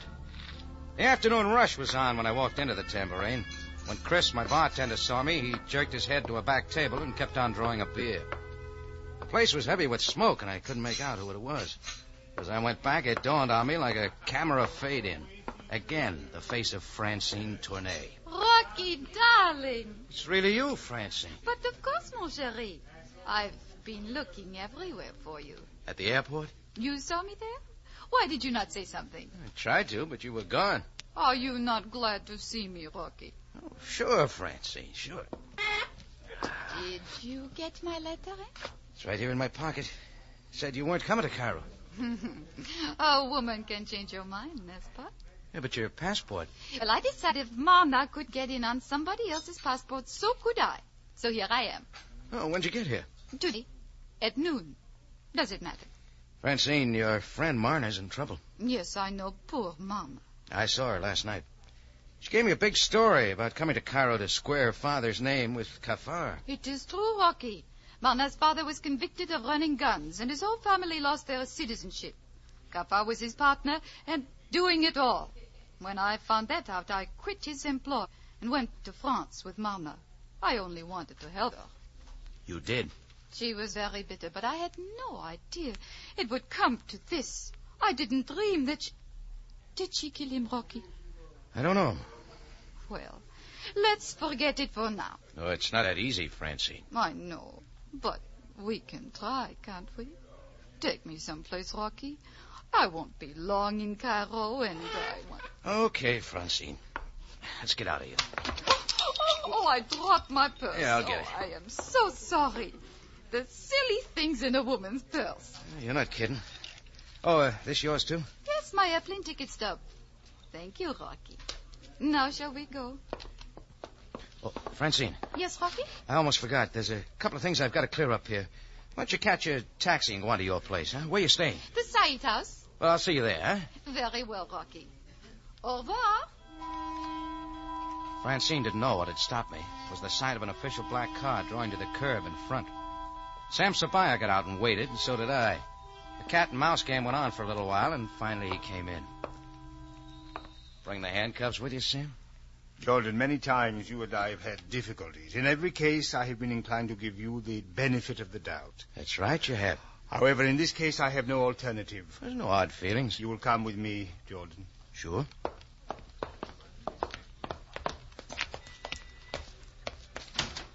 Oh, front seat, Sam? Where's the rest of you boys? I prefer it this way. Get in, Jordan. Is there anything new I don't know? The gun I found in your cafe this morning, you still say it is yours? I won't argue. I have a report from ballistics. It is the same gun which killed Kafar. So you're arresting me for murder? What would you do, Jordan? I'm glad I don't have to answer that one. Anyhow, it looks like you're ruining my evening. That's the Said house up ahead, isn't it? Yes, it is. I had a date with a pretty little French girl there. Just got in from Marseille. That's when it hit me, like lightning hits the desert. Sam, stop the car. Stop it quick. Jordan, what are you doing? Come with me, Sam. Get back in the car. It's holding you, Sam. Come on. I barreled into the lobby of the Said house with Sam trailing close behind. I had a quick look at the registration book on the desk, then grabbed it up and took it with me and made for the stairs. Sam kept protesting all the way, but I didn't wait to explain. In 15 seconds flat, we were looking at a room on the second floor. Why, Rocky, you made it in a hurry. Not any too soon, Francine. Come in, Sam. Who is this? Captain Sabaya, police. But I don't understand. At the moment, madame, neither do I. Well, come on, Jordan. Let's clean it up. I'd like another look in your purse, Francine. My purse? Rocky, darling, what is wrong? The airplane ticket stub. You told me you flew in today, Francine. Rocky! When I picked that stub up off the floor back at the tambourine, the date didn't register at first. Here, look at it, Sam. This ticket was used 2 days ago. Sure. Now, exhibit number 2, the hotel register. You will not find my name there. Any name will do, just so the handwriting checks with this letter I got from you this morning. Let's see. Here we are. Mona Hargis, alias Francine Tournay, checked in 2 days ago. You're being stupid. Worked fine, didn't it? You made it here in plenty of time to kill Kafar. But the letter, I mailed it yesterday from Marseille. That proves I was not here last night. Who you're trying to protect, Marna. You're in love with her. That is One moment, Miss Honey.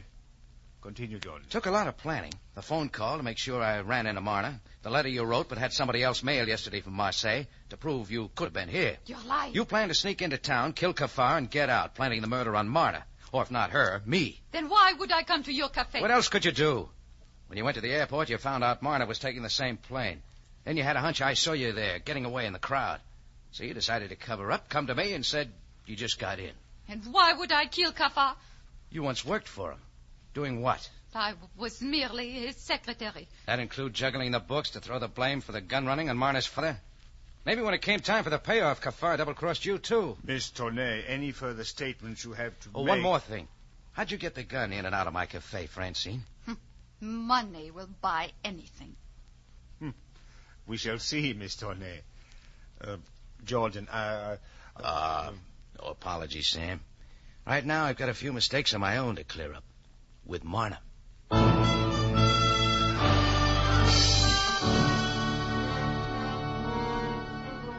Well, when Sabaya finally got the full story out of Francine, it checked pretty close with mine. That cleared things for Marna Zandar and her family, and they were permitted to return to Cairo. And I finally had my date. Francine was tied up, shall we say. So Marna and I did the town. That suited me. She liked Americans, too.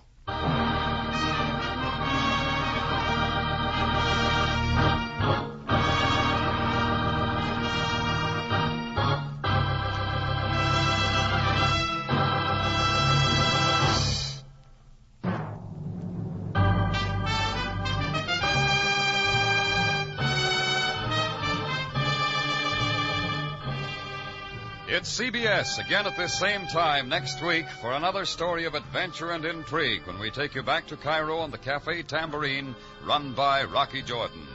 Jack Moyles plays the title role with tonight's story by Larry Roman and Gomer Cool. Rocky Jordan is produced and directed by Cliff Howell with original music by Richard Arant. Larry Thor speaking. This is CBS, the Columbia Broadcasting System.